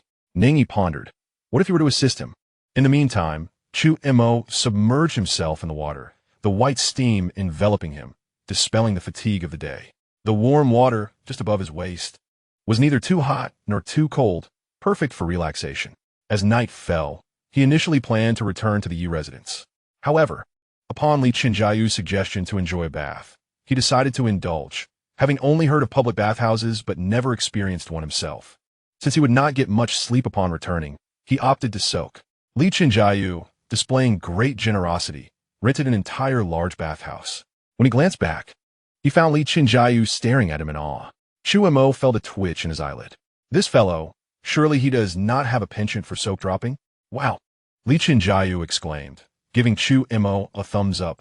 Brother Chu, I humbly bow to your superiority. From now on, you shall be my leader.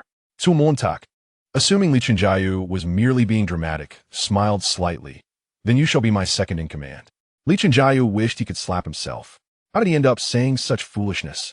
Hey, would you like a wash? At that moment, a short-clad attendant approached, swinging a scrubbing towel that snapped in the air. Give me a scrub, Li Qinjiayu said as he leaned against the stone edge of the bath. Chu Mo took a step back. It wasn't that he was unaccustomed to others scrubbing him. Rather, he was uncomfortable with other men doing so. In the adjacent bath, Li Sunjia and Gu Yi, along with Li Qinjiayu's 2 guards, were soaking in the water. Yet their gazes remained vigilant, scanning their surroundings. As guards, they performed adequately, though Li Qinjiayu evidently lacked the boldness of Tang Feng, who could afford 6-tier master guards. His 2 guards were merely 3rd-tier warriors. However, Li Qinjiayu's audacity certainly surpassed that of Tang Feng. Fearing that his little secret would be discovered, he often sneaked into others' homes for such escapades. One could say he was skilled yet reckless. Chu Mo closed his eyes, slightly inebriated. After an indeterminate period, he felt a slight tremor in his ears and abruptly opened his eyes. Li Suanjia and the others had already dressed and were coldly staring at the entrance. Get lost. A furious voice rang from outside. I have money. Why can't I soak? As the words fell, footsteps approached. The door curtain was lifted and a chilling wind swept in, revealing a burly young man in a fur robe squeezing through the entrance. He was broad-shouldered, nearly blocking half the door, his dark robe dusted with fine snowflakes, and his stubbled chin glistening with frost. He brushed the snow off his shoulders, his thick fingers revealing prominent knuckles. Standing at a height of 7 feet, with a chiseled face and bushy eyebrows, his sharp gaze emitted a commanding presence that weighed heavily on those around him. Li Shengyu, is it you who barred me from entering? The young man with the stubbled chin sneered, striding confidently toward Li Qinjiayu, looking down upon him. Following closely behind him were 6 or 7 individuals, all clearly not of ordinary standing. Ling Fiyang? Li Qinjiayu retreated several steps, glaring at Ling Fiyang. I have rented this bathhouse. Surely there must be a principle of first come, first served? Ling Fiyang scoffed disdainfully. Now that I am here, this bathhouse belongs to me. Will you leave on your own, or shall I throw you out? You. Li Qinjiayu's expression darkened. Ling Fiyang, do not think that just because you are a 4th-tier warrior, you can act with such arrogance. 4th tier? Ling Fiyang grinned broadly. I am now a 5th tier. Li Qinjiayu's expression shifted. No wonder Ling Fiyang was so arrogant. A 5th-tier warrior was indeed a formidable presence, even within the Li family. Ling Fiyang continued. What nonsense about the 4 great debauchees. I am truly ashamed to be associated with you. Today I am in a good mood, so I will not make things difficult for you. Just leave. At that moment, a cold voice interjected. Whose pants are improperly fastened, exposing themselves? Seeking death. Ling Fiyang's eyes narrowed.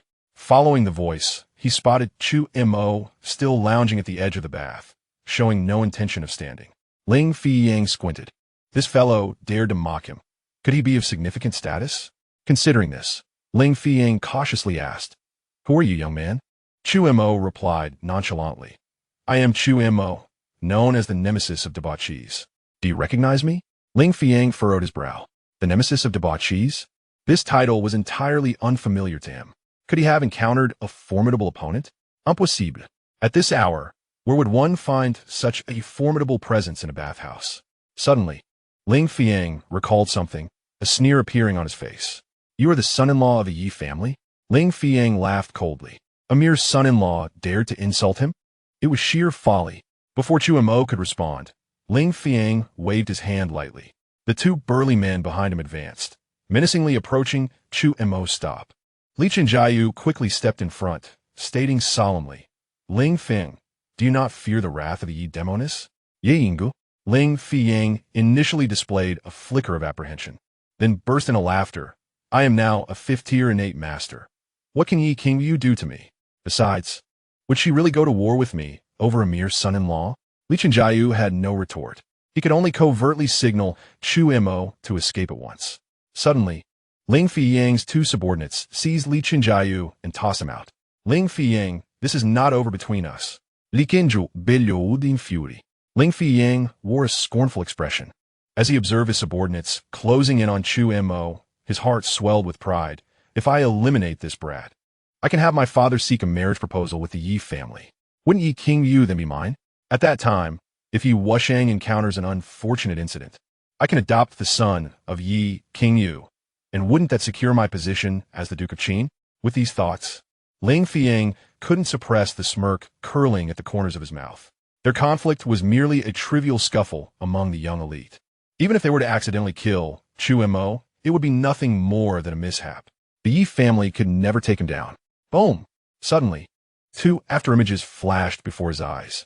His subordinates crashed heavily into the wall, blood gushing from their mouths, and by the time they hit the ground, they were already lifeless. Ling Fiyang stared in astonishment at the emaciated man beside Chu Mo. He couldn't comprehend how the gaunt Li Suanjia could possess such terrifying strength. Not only was he confused, even Chu Mo and Gu Yi displayed expressions of disbelief.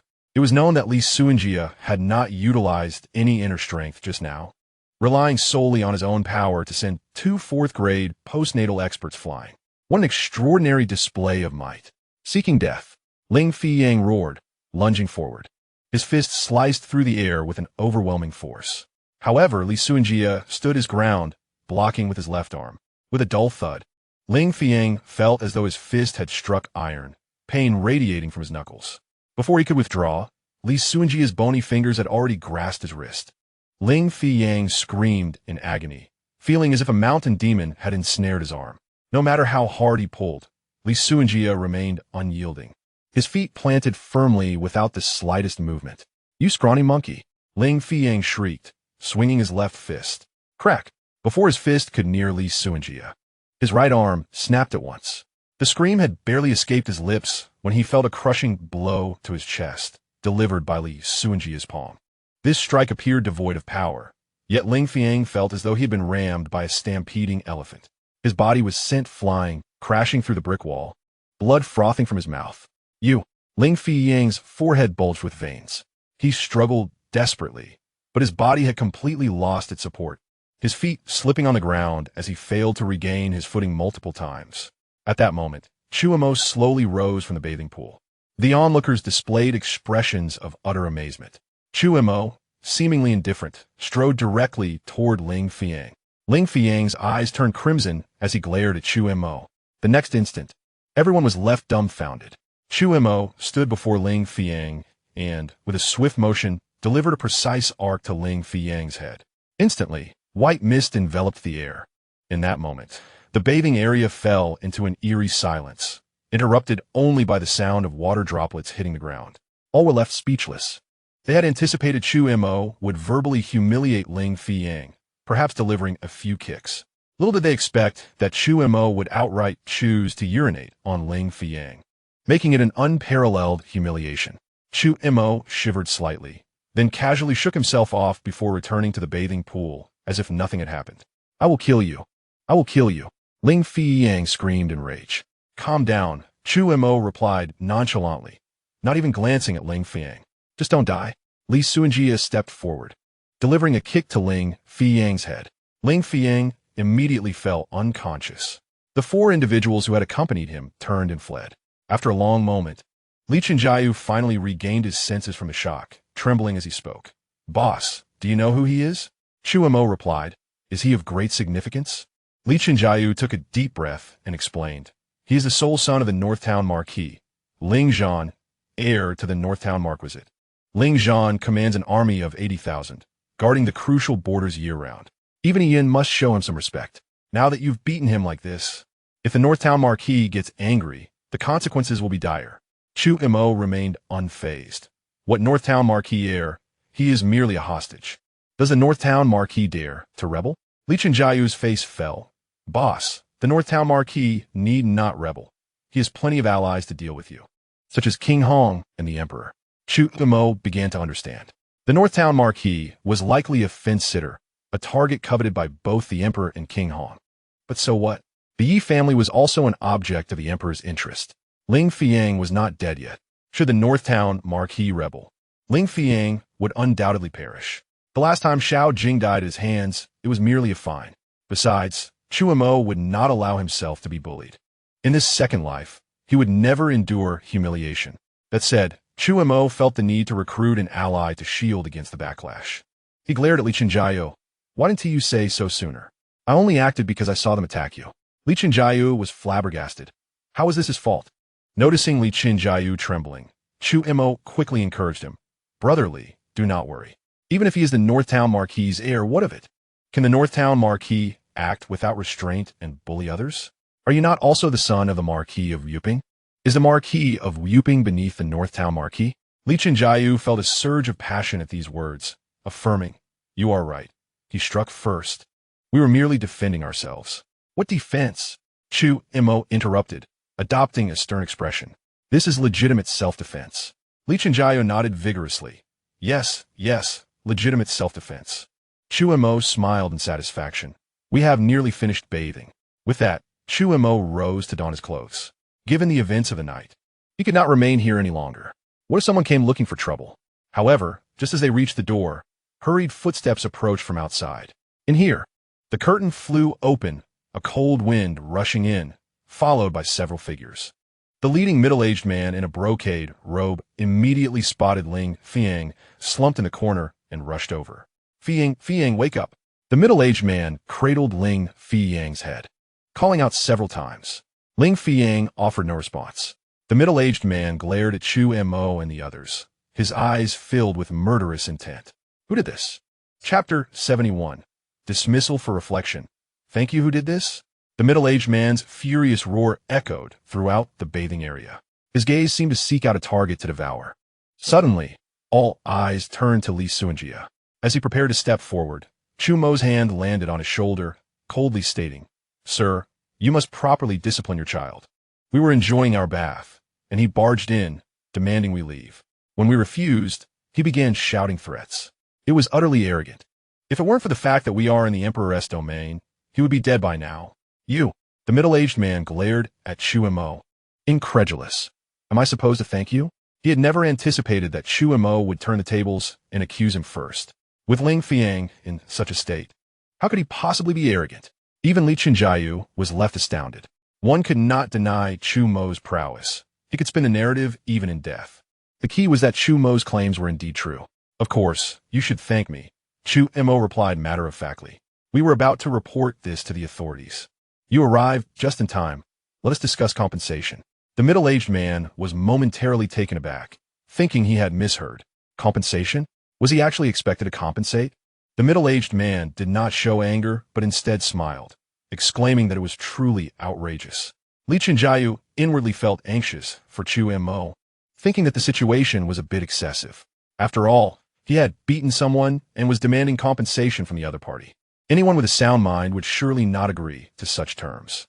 Suddenly, Chu Mo produced a piece of broken jade from seemingly nowhere, declaring that it was a treasured heirloom from his ancestors. Although it held little monetary value, its history was profound. A fortune teller once claimed that it was linked to the prosperity of their entire clan. Thus, he proposed that a compensation of 10,000 taels of gold would suffice. The expression on the middle-aged man's face gradually morphed into a sinister scowl. He abruptly turned to face another man in a brocade robe at the doorway, asking Lord Yen, "If I refuse to pay this 10,000 taels of gold, will you imprison me, Lord Yen?" Chu Mo furrowed his brow slightly. Shifting his gaze to the man in the brocade robe, the man stood tall and straight, approximately 6 feet 7 inches in height. His sword-like brows arched sharply, and a faint scar beneath his left brow bone, while not grotesque, added an air of authority. His gaze was piercing, reminiscent of a hawk, seeming to penetrate into one's very soul. Unlike the pale complexion of civil officials, his skin was dark. He exuded an aura of unyielding authority without having to raise his voice. Another 7th-rank grandmaster? Chu Mo felt a jolt as he sensed the man's vitality. It was no wonder that the capital was teeming with such formidable figures. He had been rather pleased with himself for being a 7th-rank grandmaster. But it seemed he was not so exceptional after all. In truth, he had already deduced the identity of the man in the brocade robe, yet he feigned ignorance, sneering at the middle-aged man, asserting that he must be compensated for the damage done to his possessions. If he refused to pay, he would report the matter to the authorities. The middle-aged man scoffed, questioning how compensation would be arranged for injuring his nephew. "What compensation?" Chu Mo replied, feigning confusion and asserting with righteous indignation that they were merely defending themselves from an attempt on their lives. They had merely given him a beating, sparing his life, which was already quite lenient. How could he demand compensation? Such reasoning was absurd. Even if it reached the emperor, he would maintain this stance. The middle-aged man's eyelids twitched. This young man could lodge a complaint with the emperor? Who was he? Contemplating the implications, the middle-aged man thought that regardless of the young man's background, he needed to provide an explanation for the assault on Ling Fiang. Enough. The man in the brocade robe interjected sharply. "Brother Ling, take young Master Ling back to recuperate. Healing is of utmost importance." The middle-aged man, Ling Xiao, spoke in a low voice. "So, my nephew was beaten for no reason?" Chu Mo.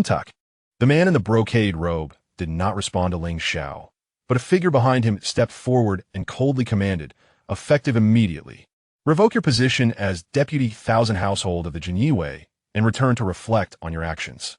Report to the emperor for further instructions." The man in the brocade robe furrowed his brow slightly, revealing a hint of impatience. Gu Cheng, who had noticed this, pretended not to see. "Lord Gu, it's been a while," Chu Mo said with a squint and a smile, as if he were greeting an old friend after many years. It was only now that he realized Gu Cheng was also present. It was indeed a narrow path for enemies. His mother-in-law had repeatedly warned him not to get into conflict with Gu Cheng, yet here was the man, having bumped into him himself, with a smiling face. Chu Mo looked at Gu Cheng and Ling Xiao, saying, "Thank you." With that, he turned and left with Li Sunjia and the others, not glancing back. Gu Cheng raised an eyebrow, perplexed by Chu Mo's demeanor. He had just stripped Chu Mo of his official position, and given his temperament, he should have been furious. Why was he so polite? Thanking him?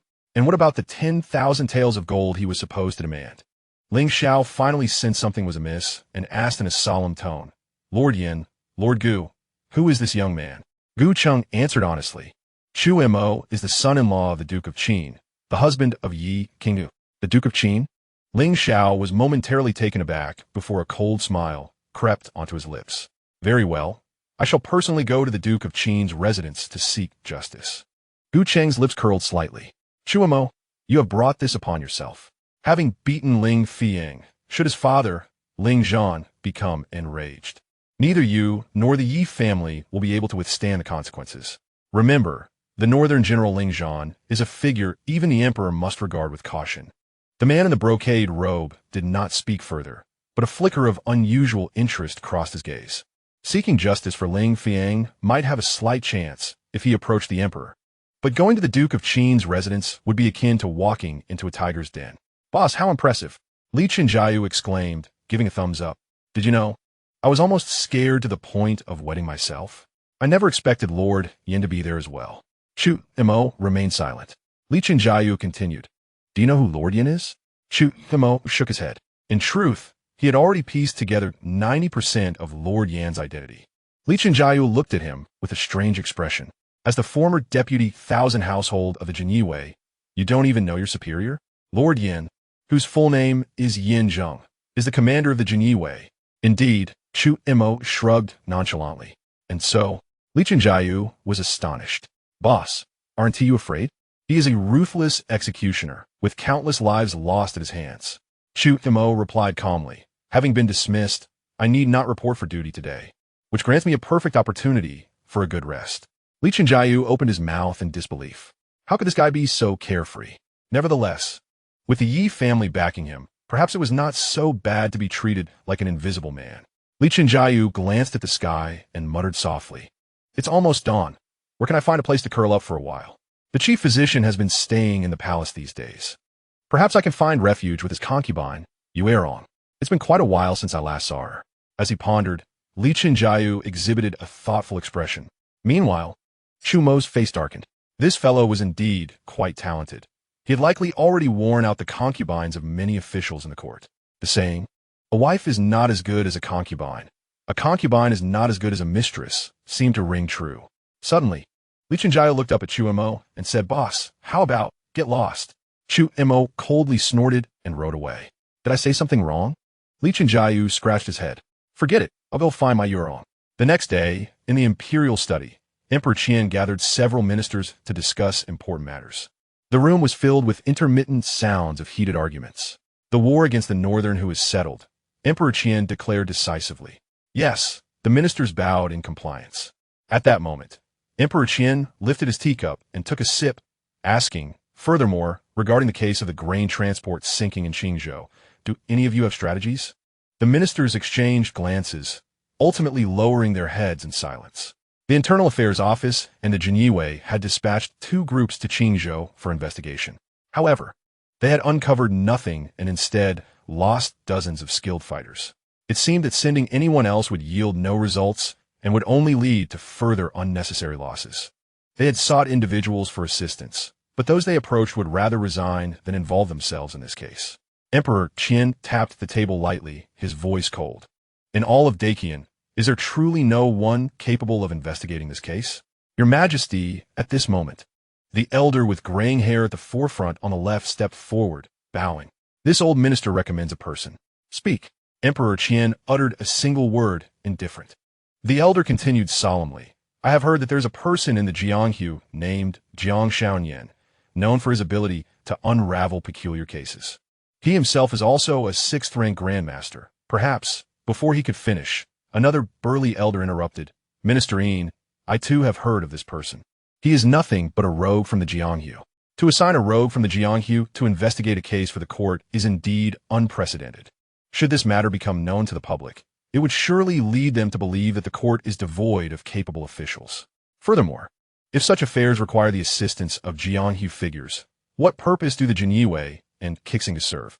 If the Jinyiwei cannot uncover the truth, then let the Kixinga take on the task. The elder's face flushed a deep crimson. He, Yin Suitang, is a dignified prime minister of the Qian. Must you, Guo Gong, prevent me from finishing my words? The Jinyiwei? Did they not lose dozens of men? It is the Kixinga that matters. The Hongwang dispatched several individuals to merely go through the motions, yet they uncovered nothing. Moreover, those investigators returned and promptly resigned. Even if the Qian emperor is displeased with this outcome, he cannot continue to assign the Kixinga to investigate. Continuing would likely yield the same results. Guo Qing is right. The Qian emperor suddenly interjected, his voice steady. Then let the Jinyiwei investigate once more.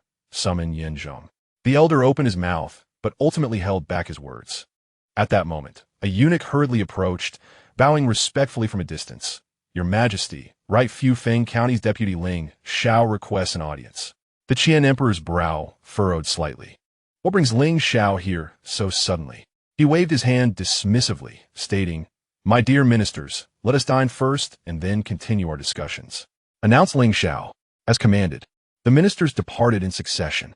Shortly after, the eunuch entered the study with Ling Xiao. Ling Xiao knelt in the center of the room, still several paces away from the Qian emperor, and implored, Your Majesty, I beseech you to take action on behalf of my nephew. As he spoke, Tears streamed down his face as he crawled closer to the emperor's dragon desk. Had the eunuch not intervened, he might have pressed further. The Qian emperor raised an eyebrow at Ling Xiao's pitiful state. Ling Xiao appeared battered and bruised, barely recognizable even to his own mother, who had laid such a beating upon him. The Qian emperor inquired in a low voice, "Ling Qing, what has transpired?" "Your Majesty," Ling Xiao sobbed, embellishing the tale, "that son-in-law of the Yi family, Chu Mo, shows no regard for humanity. After the morning court session, I sought to seek justice for my nephew, Ling Fiyang, at the Qin Duke's residence. Alas, the household was utterly unreasonable. The Qin Duchess and her kin insulted me like a shrew. The Qin Duchess's daughter, Yi Qingyu, even struck me first. Look at this." Ling Xiao touched his swollen face, wailing in agony. The Qian emperor's lips twitched. He had not anticipated that Ling Xiao would be beaten by the Yi family. But what could he do? Would he argue with a horde of women? It was inconceivable. The Qian emperor adopted a stern demeanor. "Did Yi Wusheng or Chu Mo lay hands on you?" Ling Xiao hesitated, but eventually shook his head obediently. The Qian emperor found himself in a quandary. If Yi Wusheng and Chu Mo had acted, he could have administered a reprimand. However, since the Qin Duchess and her widowed kin were involved, he was powerless. They had not even blamed Ling Xiao for bullying a group of vulnerable women. Sensing the emperor's silence, Ling Xiao quickly added, "Your Majesty, my nephew Ling Fiyang has been gravely injured by Chu Mo. He now lies bedridden, in perilous condition. Should anything happen to him, my elder brother will be utterly heartbroken." The Qian emperor's gaze turned icy. Was this a veiled threat from the Jinbei? Ling Xiao realized he had misspoken and hastily corrected himself. "My elder brother has only this one son. Should Fiyang perish, the Jinbei's lineage will be extinguished." The Qian emperor rubbed his temples, feeling a headache coming on. At that moment, the eunuch approached again, bowing.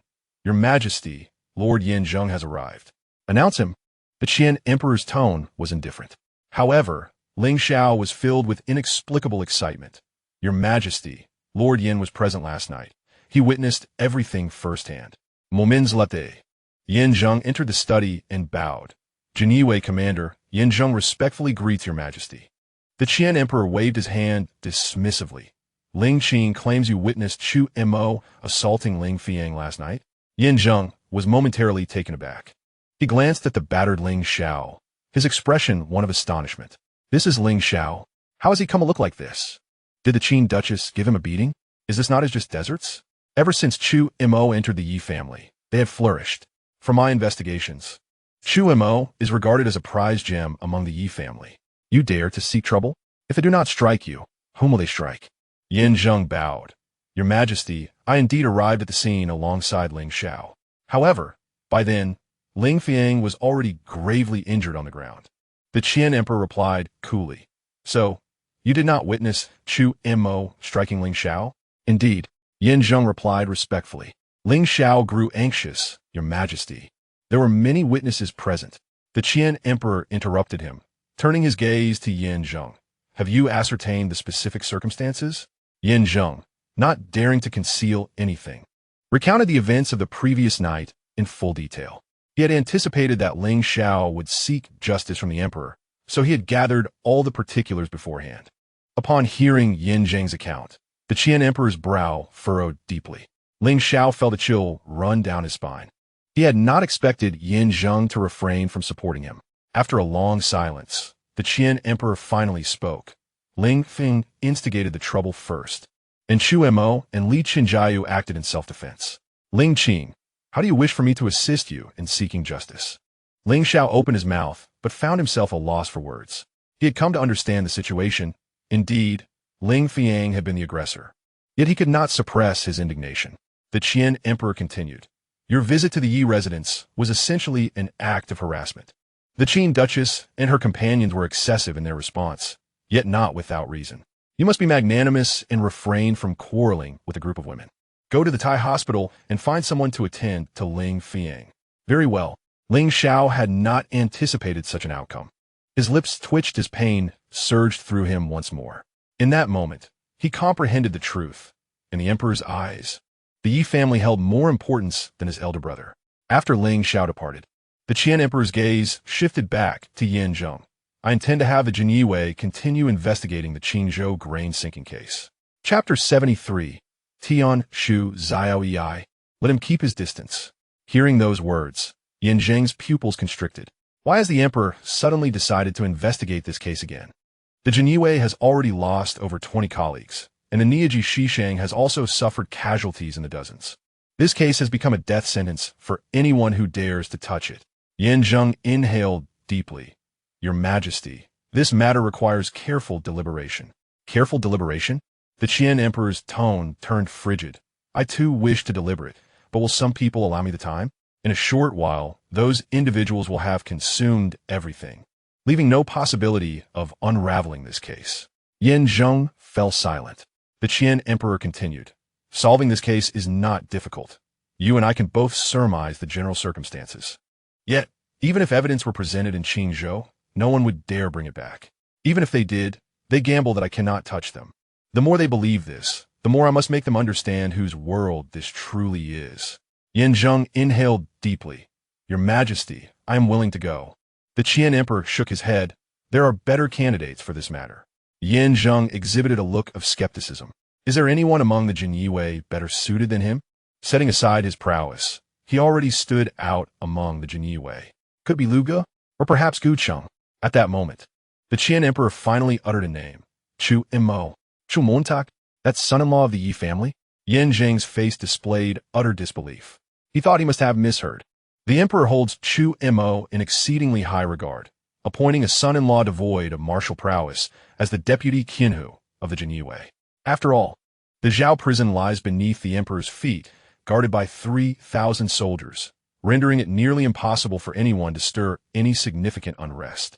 However, Qingzhou is an entirely different matter. Compared to the Zhao prison, it is a place where one could be devoured whole without a trace.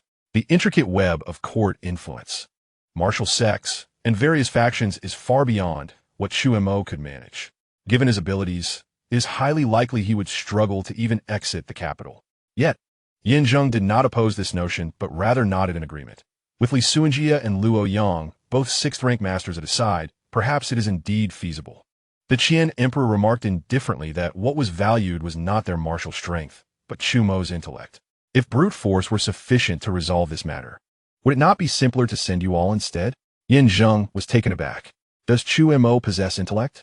In broad daylight, he had beheaded Xiao Jing, acting like a mere brute. Had it not been for the plea of the lady of the Qin kingdom, he would not be alive today. Yin Zheng expressed concern. Your Majesty, what about the lady of the Qin kingdom? The Qian emperor smiled confidently.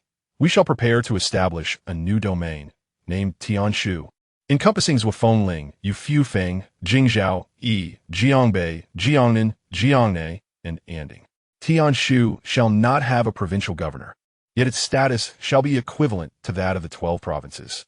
Yi Wushang shall be appointed as the colonel of Tianshu, commanding 1,200 soldiers. The colonel of Tianshu holds a second-rank position, tasked with overseeing the officials of the 7 counties. Do you think the Yi family would refuse such an offer? Upon hearing this, Yin Zheng gasped. The power of the colonel of Tianshu is indeed excessive. To supervise 7 counties? That is tantamount to being an emperor, able to scrutinize anyone. The emperor is being exceedingly generous to the Yi family. At merely 25 or 26, Yi Wushang is already in such a prominent position? No, it is unlikely that the emperor is acting out of pure benevolence. Once Yi Wushang assumes the role of colonel of Tianshu, the Yi family would become the target of all officials. The Hongwang would certainly see the Yi family as a thorn in his side. From that point onward, they would merely serve as a tool in the emperor's hand. If the emperor were to abandon them, the Yi family would face a most tragic fate. Suddenly, Yin Zheng recalled something. Your Majesty, Chu Mo is no longer with the Jinyiwei. The Qian emperor's smile froze instantly. What happened? Yin Zheng took a deep breath. Last night, Gu Cheng was present. He revoked Chu Mo's position as deputy Qinhu. An incompetent fool. The Qian emperor snorted coldly. And given this, Chu Mo could forget about any further involvement. Your Majesty, please calm your anger. Yin Zheng bowed deeply. Your Majesty, the establishment of Tianshu may face opposition from certain ministers. Gu Qing might bring unexpected benefits. The Qian emperor's eyes brightened at this. Indeed, The establishment of Tianshu would certainly encounter resistance from the officials, particularly those aligned with the Hongwang. As Gu Cheng is one of the Hongwang's men, if I can manage him, I could negotiate terms with the Hongwang. The Qian emperor coldly instructed, select a few elite members from the Jinyue and summon Gu Cheng. Yes. Yin Zheng bowed and retreated. The Qian emperor squinted slightly, pondering. I initially intended for Chu Mo to quietly venture to Qingzhou to investigate this case. Now that he has been dismissed, he naturally has a reason to refuse. In that case, let's proceed with fanfare. It is the perfect opportunity to assess your true capabilities, Chu Mo. At the Yi residence, Chu Mo stretched lazily, dressing with the assistance of the servants. It felt delightful. Such a leisurely life was precisely what he had longed for. In a courtyard, the sound of air being sliced through echoed as Li Suanjia and Gu Yi practiced their martial arts. Li Xuanjia excelled in spear technique. His spear work is fierce as a dragon. Gu Yi practiced his swordplay. The previous techniques were no longer applicable.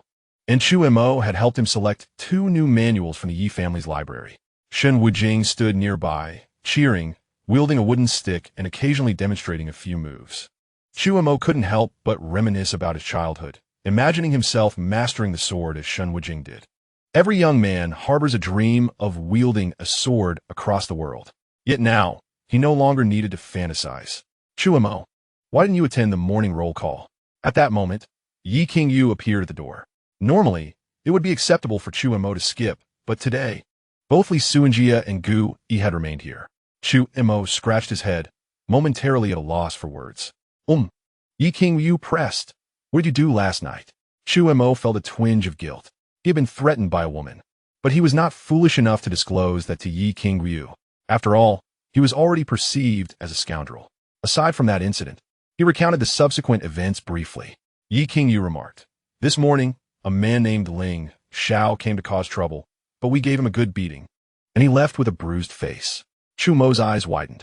He had nearly beaten Ling Fiang to death, and now his wife had thoroughly thrashed Ling Xiao. His wife was formidable. Chu Mo smacked his lips. Yi Qingyu shot him a disapproving glare. There are so many people around.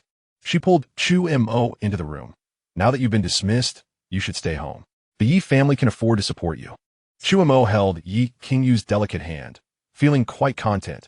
You are truly wonderful, my dear. Yi Qingyu sighed. Originally, I only wanted you to marry into the Yi family as a shield. I never anticipated such significant changes would occur in such a short time. If you find it dull, you can go listen to some music. But you must not behave recklessly in brothels. Chu Mo immediately assured her. I promise, my dear. I will not misbehave in brothels. Well, mischief outside of brothels doesn't count. Yi Qingyu nodded in satisfaction. Husband, do you have any thoughts about reopening on the hall? Chu Mo was taken aback. This idea had crossed his mind a long time ago. Given his medical skills, he could easily support himself. However, compared to that, being a son-in-law of the Yi family seemed much more secure. As for now, he could not possibly attend to patients daily. Brother-in-law. At that moment, Dongfang Yungzi's voice called from the doorway. Chu Mo and Yi Qingyu turned to look, puzzled. Dongfang Yungzi said, Brother-in-law, Jinyue Tongzi Gu Cheng seeks an audience outside. Gu Cheng? Chu Mo's face twisted in disdain as he coldly replied, Do not see him. Tell him to get lost. Chapter 74. Extortion and Coercion, where there's abnormality. There's a demon. Brother-in-law says he doesn't want to see you and wants you to leave. At the Yi family's entrance, Dongfang Yungzi earnestly conveyed Chu Mo's words. Opposite them, Gu Cheng's expression darkened.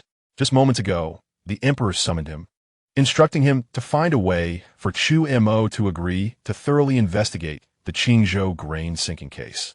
He was stunned by the request. The Qingzhou grain sinking incident had caused countless individuals to steer clear of it. How could Chu Mo possibly agree to such a task? If the emperor were to issue a direct decree, Chu Mo would have no choice but to comply. Yet, the emperor was also unwilling to offend the Yi family. If Chu Mo held an official position, receiving the court salary, he would naturally be obligated to serve the court. But last night, by unfortunate coincidence, he had revoked Chu Mo's position. Gu Cheng recalled Chu Mo's parting words from the previous night. Thank you. A jolt of realization struck him.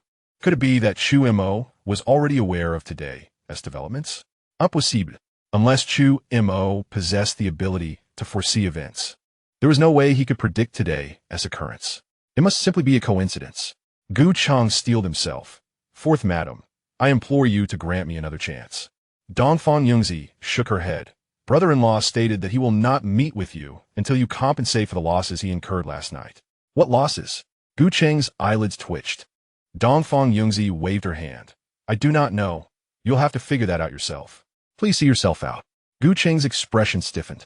After all these years, it was the first time he had been so unwelcome. It is worth noting that he was, after all, the deputy commander of the Jinyiwei, holding a third-rank position. He still hoped to make an effort, but two matron servants had already approached him. I take my leave. Gu Chang dared not linger. He had heard that Ling Xiao had been beaten into a pulp by a woman from the Yi family. Although he was a sixth-rank master, he did not possess the courage to retaliate. After all, the women and children of that household were recognized by the emperor. If he were to injure any of them, he would find it impossible to explain himself to the emperor. Gu Chang departed from the Yi residence, his mind lingering on Dongfang Yungziu's words. Last night, Chu Mo had beaten Ling Fiyang without suffering any losses himself. Wait, it seemed that Chu Mo had indeed damaged something valuable. Upon this thought, Gu Cheng's face turned pale. Could this rascal possibly demand compensation of 10,000 taels of gold? It was merely an ordinary jade pendant. This was nothing short of extortion. What should he do? He could not possibly compensate him with 10,000 taels of gold. Absolutely not. Gu Cheng shook his head vigorously, his expression twisted. If I agree to his demands, I would be a fool. With that, Gu Cheng resolutely left. Half an hour later, he returned to the Yi residence, clutching a small box. Upon entering the hall, Gu Cheng opened the box, and a radiant golden light burst forth. His face was alight with smiles. Fourth madam, this is the compensation for Chu Mo. Additionally, I have petitioned the emperor to restore Chu Mo to his original position. Dongfang Yungziu displayed a peculiar expression. She recalled that Chu Mo had only mentioned breaking a jade pendant, yet the gold within this box easily amounted to hundreds of taels. Please wait a moment. Dongfang Yungziu cradled the box as she walked towards the courtyard where Chu Mo resided. In less than half a stick of incense, she returned, still holding the box. Gu Cheng raised an eyebrow in surprise. Chu Mo refused to accept it. Dongfang Yungziu shook her head. My brother-in-law said this is not enough. You may take this box back. Gu Cheng's expression darkened instantly as he begrudgingly took back the box. The next moment, he stumbled back 3 steps. Something was amiss. Why was the box so light? He hurriedly opened it, only to be left dumbfounded. Inside the box, there was no gold at all. What a deceitful trick. Dongfang Yungziu had returned the box, presuming that Chu Mo had simply rejected his gold. Although refused, at least there was no loss, or so he thought. To his shock, that little rascal returned an empty box while taking all the gold. This was utterly intolerable. Gu Cheng gritted his teeth. I want to see Chu Mo. Dongfang Yungziu replied coolly. Lord Gu, my brother-in-law said he would not see you until you compensate him for his losses from last night. The same words once again sealed Gu Cheng's lips. His eyes reddened. For a broken jade pendant, I have already compensated him with 1,000 taels of gold. And he is still not satisfied? Is Chu Mo not excessively greedy? Dongfang Yungziu's tone remained calm. This is a matter between you two. I am merely delivering a message. As she finished speaking, 2 matron servants approached. Gu Cheng clenched his teeth, flung his robes, and stormed off in anger. Dongfang Yungziu smiled with satisfaction as she turned towards Chu Mo's courtyard. In the courtyard, wisps of blue smoke curled upwards.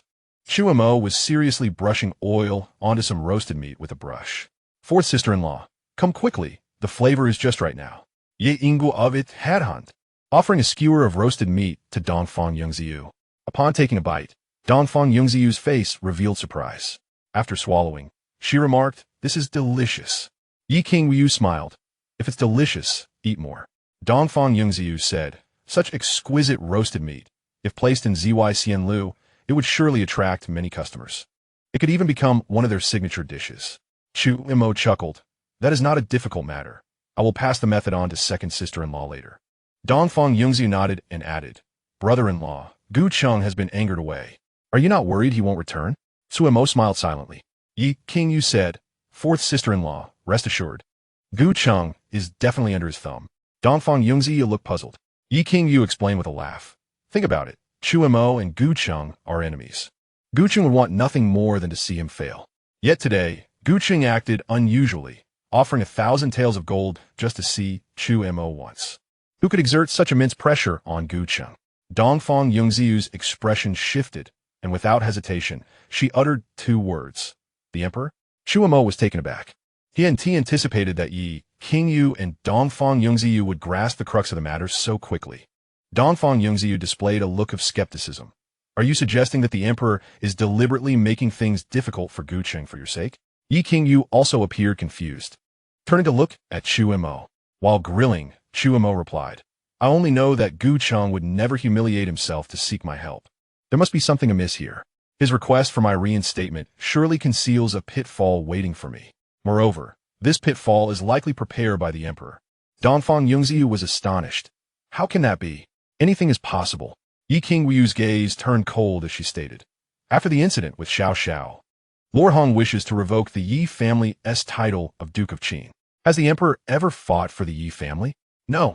My family is full of loyal and valiant members. Yet in the emperor's eyes, we are likely no more than expendable pieces on a chessboard. I believe it is better for Chu Mo to be dismissed from his official position and avoid getting entangled in the court's turmoil. Speak cautiously. Dongfang Yongziyu glanced around and cautioned softly. Chu Mo replied, What you say holds truth. 6th brother's succession to the title of duke merely allows him to enjoy some benefits. But after all this time, he has gained no real authority. If Lord Hong were truly in control of the court, it shouldn't be to such an exaggerated degree, right? Yi Qingyu concurred. This time, the emperor sending Gu Qing to find you is certainly not a trivial matter. Perhaps he does not wish to turn against the Yi family and deliberately sent Gu Qing to vent his frustrations on you. Regardless, do not agree to anything. My dear, when one is in the world, sometimes one is not in control of their own fate. Chu Mo shook his head and sighed. Originally, I was supposed to let 6th brother assume command of the Northern Army, but it was shelved due to Lord Hong's concession. The emperor may not worry about us aligning with Lord Hong, but he cannot refuse every time. A piece that holds no value can be discarded at any moment. Yi Qingyu took a deep breath. The Yi family is still not strong enough. Dongfang Yongziyu watched the couple play off each other with exasperation and quickly interrupted. What do you think the emperor truly wants my brother-in-law to do? I really do not know. Chu Mo shrugged. He could only surmise that things were quite complicated, but the specifics remained unclear. The court was fraught with intrigue. Who could tell what significant events had transpired recently? Yi Qingyu pondered for a moment, her expression suddenly shifting. The only thing I can think of that could trouble the emperor this much is one matter. Chu Mo was startled. My dear, please do not frighten me. Yi Qingyu stated solemnly. The Qingzhou grain transport incident. Chu Mo was taken aback. He had heard of this case before. Could it truly be so troublesome? Yi Qingyu elaborated. The emperor has sent people to investigate this case in Qingzhou 3 times. The first time, the Ministry of Justice dispatched a chief officer with dozens of men, all of whom met a tragic end. The second time, the Jinyue sent 2 officers leading around 20 men to investigate. Likewise, over 20 men returned without a single survivor. Chu Mo's eyelids twitched violently. Was he really being asked to undertake such a perilous task? Was the emperor attempting to use him as a pawn? Yi Qingyu's expression grew grave as she continued. The third time, the 7 Stars Pavilion dispatched 4 6th-rank masters and around 10 5th-rank warriors. Chu Mo was astonished. Did they all perish again? Yi Qingyu shook her head. They all returned alive, but everyone voluntarily resigned from the 7 Stars Pavilion. However, it has been 1 or 2 months since the incident occurred. Why does the emperor still cling to it? Chu Mo furrowed his brow, pondering whether this matter was related to the Hong Wang. Yi Qingyu suddenly turned to Gu Yi, who was not far away, and remarked that it likely involved not only the Hong Wang, but also the Wan Hai gang, some court officials, and numerous Jianghu factions. Chu Mo naturally perceived the underlying meaning in Yi Qingyu's words. The destruction of the Wan Jian Mountain Manor might also be connected to this. Upon hearing this, Gu Yi's forehead twitched with tension. Chu Mo beckoned him and inquired, How much do you know about the Qingzhou grain transport case? Gu Yi stepped forward. Taking a deep breath before responding, I'm not entirely certain of the details, but there are rumors circulating in the Jianghu. The cause of this incident is said to be the unequal distribution of spoils between the Wan Hai gang and other factions. Other factions have hired assassins to kill the leader of the Wan Hai gang and fabricated the Qingzhou grain transport case, aiming to wipe out the Wan Hai gang with the help of the court. Once the Wan Hai gang is destroyed, they can redistribute the profits. Chu Mo considered this thoughtfully. He held firm to the belief that while official history may not always be accurate, unofficial accounts often hold a kernel of truth. If he could ascertain who leaked the information, many of the issues would likely be resolved. He hesitated for a moment before continuing. Did you recall the account books and rosters I mentioned? Chu Mo nodded slightly. He elaborated. These documents are likely related to the Qingzhou grain transport case. This matter concerns many lives, so those involved would never allow anyone to investigate in Qingzhou. Chu Mo rubbed his temples and asked, what if the emperor insists on sending me? He fell silent. Yi Qingwu spoke solemnly. The emperor knows this matter is perilous. Why would he insist on sending you? Dongfang Yungzi also displayed a grave expression. This situation was indeed troublesome. It was an endeavor that even the Niaji Shishang and the Jinyiwei could not handle. And yet they were asking Chu Mo to intervene. Was this not tantamount to sending him to his doom? Chu Mo spoke softly. Perhaps the emperor has his own reasons for doing this. Let's wait a little longer. If the Yi family can gain sufficient benefits, I would not mind going. Yi Qingyu felt a surge of anxiety. Chu Mo, she had initially intended to have him marry into the family merely as a shield. Yet now, all the burdens were being placed upon his shoulders. Going to Qingzhou? Was this not pushing him into a fire pit? Chu Mo gently grasped Yi Qingyu's hand and reassured her, my dear, do not worry. Even if I must go to Qingzhou, I will have Xianjia and Gu Yi by my side. They're both 6th grade masters. Yi Qingyu insisted, I will accompany you. Chu Montak chuckled. That makes 3 6th grade masters. If only we could recruit 1 or 2 7th grade grandmasters, it would be even better. Dongfang Yungzi's expression shifted slightly. Could we ask Miss Mirong for assistance? Mirong Qingzu is a 7th grade grandmaster. Having her help would certainly be reassuring. Yi Qingyu nodded slightly. I will try, but my senior sister may not come. Major sects generally refrain from involving themselves in court disputes. Dongfang Yungzi inquired, why do Jianghu sects not engage with the court? With the court's backing, wouldn't the sects develop more swiftly? The others also displayed expressions of confusion, turning their gazes toward Chu Mo. Why are you all looking at me? Chu Mo replied, somewhat speechless. After a moment of contemplation, he explained, isn't the reason detailed in the texts? While the court and Jianghu are not fundamentally opposed, they adhere to different principles. Jianghu sects value swift justice and respond to grievances, while the court emphasizes strict hierarchy and the supremacy of law. The imperial authority demands obedience, which contradicts the foundational logic of Jianghu. Once a sect aligns itself with the court, it loses its essence and becomes viewed as a tool of the court by the entire Jianghu. He continued, moreover, a sect's survival relies on martial prowess and reputation, commanding respect in Jianghu through martial arts. Engaging with the court would inevitably subject them to imperial constraints, such as being dispatched to quell disturbances or becoming embroiled in political struggles. Ultimately, they would become mere instruments of the court, stripped of their autonomy. The group appeared lost in thought. Chu Mo added, of course, compared to Jianghu heroes, I would still prefer to serve as the court's loyal hound. Yi Qingyu shot him a disapproving glance and corrected him. Do not speak nonsense. We are descendants of loyal subjects of the court. Chu Mo raised his thumb in admiration. Indeed, my lady. Just then, a voice from the entrance announced the arrival of a woman in green, identifying herself as Gu Cheng. The group exchanged glances. Gu Cheng is back. Is he in such a hurry? He wouldn't be coming to deliver more gold, would he? I will go take a look. Dongfang Yungzi left the courtyard with an enigmatic expression. Moments later, Dongfang Yungzi returned with 4 guards, who were carrying 2 large chests. After the guards withdrew, Chu Mo signaled for Li Suanjia to open the chests. A golden light suddenly illuminated their faces. Dongfang Yungzi explained, this is 9,000 taels of gold, combined with the previous 1,000, totaling 10,000 taels. As she spoke, a look of astonishment crossed her face.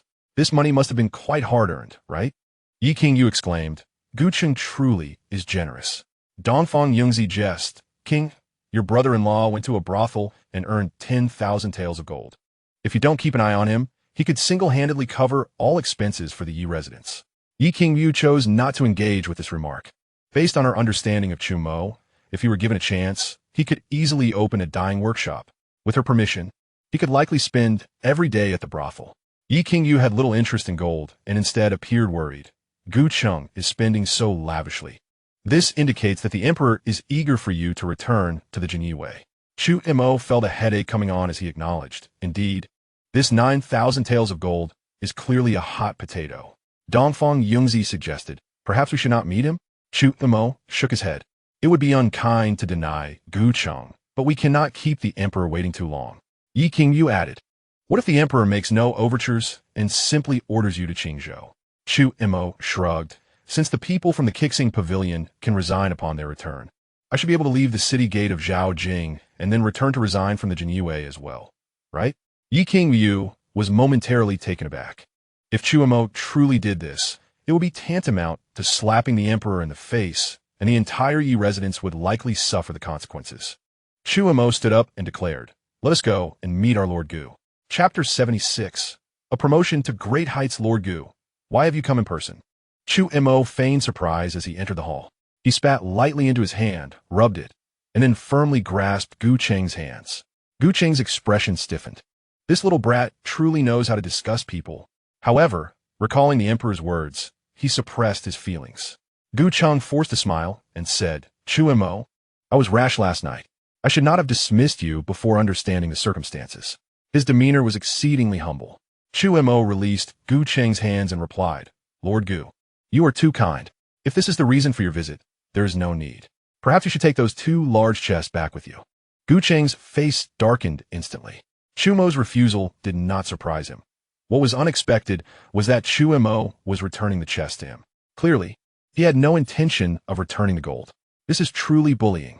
Those 10,000 taels of gold were his savings accumulated over several years. Suppressing his anger, Gu Cheng said, Chu Mo, if you are willing to return to the Jinyue, I can recommend you for the position of Qinhu. Chu Mo felt a swell of pride within. As expected, the limits of his authority were being tested. He feigned a look of difficulty. Isn't that inappropriate? I have only recently been appointed as Deputy Qinhu. Gu Cheng interrupted, asserting, with your capabilities, serving as Qinhu in the Jinyue is more than sufficient.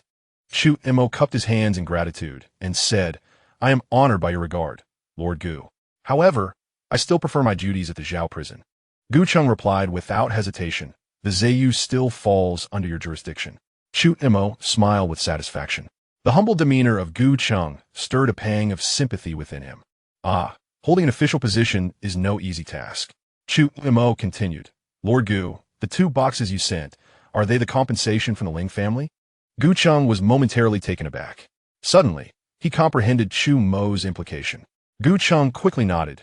Yes, Ling Xiao asked me to convey his apologies to you. Let this matter be put to rest. Damn it, 100,000 taels of gold must at least have the Ling family bear half the cost. If the Ling family refuses, I will not let this go. Suddenly, he felt that Chu Mo was not so detestable after all. Chu Mo chuckled. I have received the Ling family's sincerity. I shall report to the Zayu tomorrow. With that, I take my leave. Gu Cheng wished to linger not a moment longer and turned to depart. At that moment, Yi Qingyu and Dongfang Yungzi entered from the back hall. Chu Mo wrapped his arm around Yi Qingyu's waist and joked, My dear, 4th sister-in-law, do you think he resembles a dog? Bang!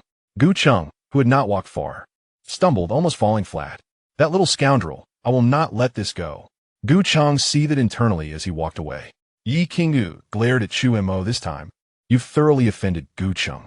Chu Mo remained unfazed. In his eyes, Gu Cheng was already a dead man walking. Dongfang Yungzi remarked, Qingyu brother-in-law, I believe it would be prudent to discuss this matter with mother and the younger uncle. Discuss what? A hearty voice echoed from the courtyard entrance. It was Li Keiwei, supporting Yimu as she approached. Chu Mo stepped forward first, mother-in-law. Here's the situation. The 100,000 taels of gold should be directed to the treasury. This money is yours. Keep it for yourself. Yimu of it, headhunt. If the emperor truly wishes for you to travel to Qingzhou to investigate the case, what are your thoughts? Thoughts? If possible, I would prefer not to go. I am merely a 7th grade grandmaster, not invincible. If there is a chance to avoid risk, I shall take it. However, if the emperor issues a decree, I have no option to refuse. Chu Mo replied, I have no thoughts on this matter. Yimu scanned the others and then gently dismissed the attendants. After a moment, in the hall, only Yimu, Chu Mo, Yi Qingyu, Li Keiwei, and Dongfang Yungzi remained. Yimu stood up and gazed at the dim sky. This matter involves great implications and may very well bring you peril. I hope you prioritize your safety. It is acceptable if the investigation yields no results. At worst, you can simply wander around, treating it as a formality. The others looked at Yi Mu in astonishment. They clearly did not expect her to suggest such a course of action to Chu Mo. Chu Mo expressed his gratitude. Understood. Yi Mu Sikhit again. The emperor summoned me and Wushang earlier, and I directly declined his proposal, which incited his wrath. The others were utterly astonished. Yi Mu continued, since ascending to the throne. The emperor has been entangled with the Hong Wang. Over these years, the Hong Wang has largely held the upper hand. The emperor wishes to avoid further delay. The Qingzhou grain transportation case may deliver a fatal blow to the Hong Wang. Moreover, the emperor presented a condition we cannot refute. Yi Qingyu inquired what condition. Yi Mu replied, he intends to appoint Wushang as the Tian Shu Shao Wei, granting him oversight over the 7 prefectures, including Zhuofengling and Yufu Feng, along with command of 1,200 troops and the authority to execute orders without prior approval for officials below the 2nd rank. Upon hearing this, everyone was left speechless. Should this come to pass, Yi Wushang would ascend to great heights. Chu Mo asked in disbelief, will the officials agree? Yi Mu stated, the military merits of the Yi family will silence them. This statement left everyone in silence, not to mention anything else. The military achievements accumulated by the Yi family over 3 generations in recent decades are remarkably formidable. Across the entire Deqian, none can compare. If they dare to oppose, the emperor would not hesitate to banish them to the borders. After a pause, Chu Mo broke the silence. When do we depart? He understood that Yi Mu would likely have to acquiesce to the emperor's proposal. Yi Mu replied, we will leave after New Year's Eve. Chu Mo was taken aback. This world, it turns out, also celebrates New Year's Eve. Yi Qingyu remarked, just 7 days until New Year's Eve. Is that not too rushed? The emperor is more eager than anticipated. The following morning, the Qian emperor announced the establishment of Tianshu and appointed Yi Wushang as Tianshu Shao Wei during the court assembly. The officials were taken aback. Naturally, the officials aligned with the Hong Wang opposed this. The Qian emperor flew into a rage. Every official present, one after another, was bestowed with the title of duke on account of the Yi family's military achievements. However, the officials were not truly opposed to Yi Wushang's appointment as Tianshu Shao Wei, but rather to the establishment of Tianshu itself. No one desired to have an additional sword hanging over their heads. Yet, in a fit of anger, the Qian emperor abruptly dismissed the court, pushing this matter through amidst the chaos. By the time of the next court assembly, it would already be after New Year's Eve. By then, Yi Wushang would have gathered over 1,000 followers, who would still dare to challenge him. When Chu Mo learned of this, he was equally speechless. The Qian emperor is truly a schemer. Nevertheless, the strength of the Yi family ultimately benefits him. 2 days swiftly passed. The emperor finally issued a decree promoting Chu Mo to the position of Kaini Wei Qinhu, entrusting him with a thorough investigation of the Qingzhou grain transportation case. He was also granted a special privilege: execute first, report later. Chu Mo then smiled with satisfaction. With this privilege, the task would be significantly easier. In the evening, in the dining hall, Chu Mo was busy with the Yi family servants. By the time Yi Mu and the others arrived, the table was already laden with an array of dishes. Everyone was quite puzzled. Aren't these dishes raw? How do we eat them? All eyes turned to Chu Mo. Chu Mo smiled slightly. This is called hot pot. Please take a seat, and I will show you how to eat it. The guests sat down, albeit with skepticism. Soon, Chu Mo demonstrated the process. After the guests had a chance to try, they were all utterly astonished. It was delicious beyond words. Li Keiwei's eyes sparkled as she gently asked, brother-in-law, can this method be popularized? Chu Mo nodded, certainly. Dongfang Yungzi chimed in, sister-in-law, not only is this hot pot delicious, but there is also something called barbecue that is even more exquisite. Li Keiwei immediately donned a serious expression, her gaze flickering between Chu Mo and Dongfang Yungzi. You two have delicious food, and yet hid it from me? Chu Mo was speechless. What does it mean that he and Dongfang Yungzi were hiding it? We are completely innocent. Chu Mo swiftly changed the subject. By the way, second sister-in-law, the new wine you requested has also been brewed. Upon hearing this, Li Keiwei set down her chopsticks. Just then, a maid in green entered and whispered in Yi Qingyu's ear, Miss, there's a woman named In Shiao outside, looking for the young master. In an instant, the dining hall fell silent. Chapter 77. Yun's regret? This is too explosive. Swish. Chu Mo felt several piercing gazes directed at him. He felt as though he were being stabbed by blades, overwhelmed by pressure. Despite the cold weather, beads of sweat began to form on his forehead. It couldn't be that troublesome woman has come knocking. Could it? Taking advantage and still putting on airs? Wait. No need to panic. Inchieo is the fiancé of Yun. How dare she come so brazenly to the Yi residence seeking me? Does she not fear Ian causing her trouble? Moreover, she is the granddaughter of the current prime minister. Surely, she wouldn't want to expose that matter and bring shame to the prime minister's residence. Inchieo's visit could perhaps hold ulterior motives. Chu Mo quickly regained his composure and feigned ignorance. Who is Inchieo? I do not know her. Yi King, skeptical, said, Mother, you all eat first. I will accompany Chu Mo to see what this is about. Yimu no dit siliktui. Yi King Yu pulled Chu Mo away. Li Keiwei scoffed. That fox spirit, Inchieo? How could she possibly know little Mo? Dongfang Yungzi was taken aback. Typically, Li Keiwei referred to Chu Mo as her brother-in-law, didn't she? Why is today so peculiar? Nonetheless, she paid it little mind and remarked, Wasn't my brother-in-law previously a worker at Onlin Tang? Perhaps Yin Xiao sought his help for a medical issue? Li Keiwei pundaratu tifudi. At that moment, Yimu gently urged, Let us dine. Li Keiwei and Dongfang Yungzi promptly fell silent. Meanwhile, Yi King Yu entwined her arm with Chu Mo's as they entered the main hall of Yi's residence. In the hall stood a strikingly beautiful woman with an alluring figure. Chu Mo, as eyelids flickered. Is this Yin Xiao? Though undeniably stunning, she bore a different expression from that night. Sighing with relief, he found himself even more perplexed. Who exactly is that woman? Chu Mo scrutinized Yin Xiao closely. She does bear some resemblance to the woman from that night. Could she be Yin Xiao's sister? Suddenly, a sharp pain shot through his waist. Yi King Yu was gazing at him with a smile. Husband, have you not yet met Miss Xiao? Chu Mo sensed a strong hint of jealousy. So, his wife can be possessive as well? He looked at Yin Xiao with confusion. Miss, have we met before? May I inquire the purpose of your visit? Yin Xiao replied with a charming smile. Chu Guy, we have indeed not met. I am here at the behest of the heir, who wishes to invite you to the Wang residence. He seeks to personally apologize for his previous actions. Chu Mo replied coolly, No need for apologies. If apologies were effective, what use would the police or the Jin Wei serve? Once Yun attempted to assassinate me. His fate was sealed. Yin Xiao slightly inclined her body. As the saying goes, it is better to resolve enmity than to harbor it. Zhu Gui, while the heir was indeed at fault, he has since received his due retribution. He is now blind and filled with regret. My presence here represents his sincerity.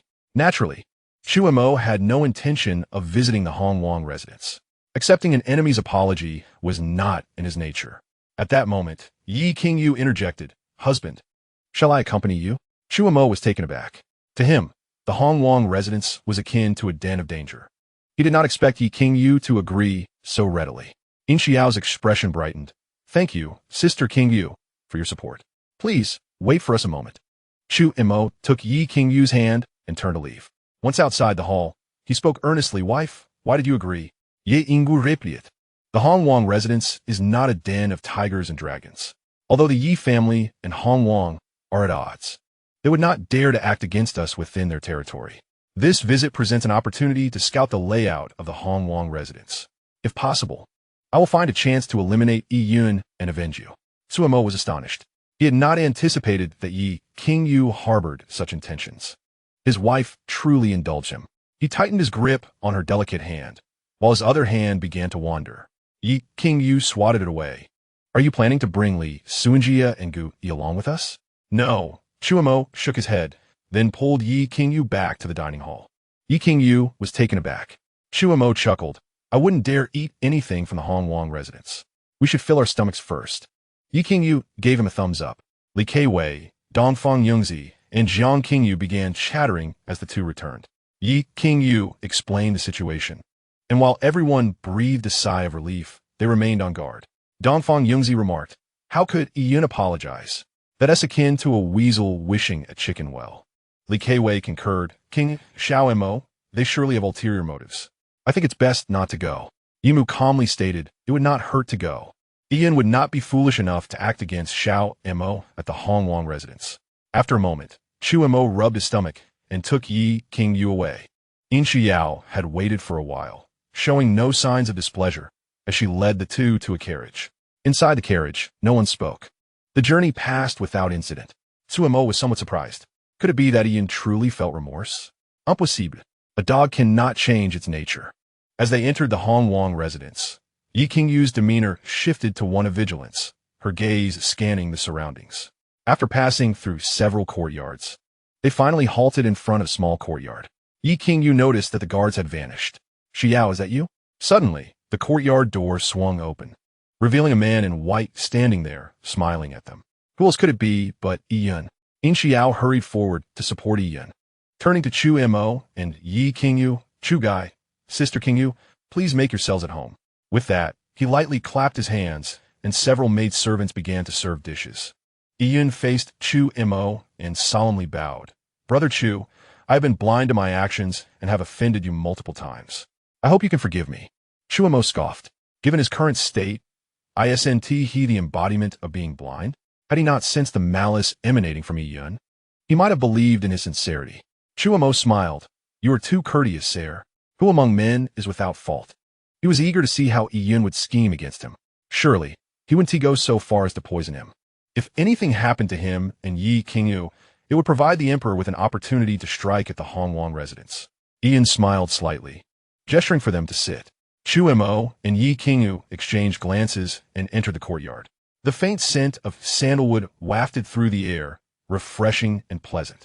Yin Xiao assisted Ian into a seat opposite them. After dismissing the maidservants, she personally poured wine for Chu Mo and Yi Qingyu. Chu Mo quietly released his spiritual energy, detecting no anomalies. After a short while, Ian raised his cup. Brother Chu, I toast to you, offering my apologies. I hope you can overlook my past transgressions. Chu Mo raised his cup. You are too kind, heir. This fellow was quite the actor. Having said that, Chu Mo pretended to drink it all in one go. The wine in his cup was absorbed into his sleeve, using his true energy.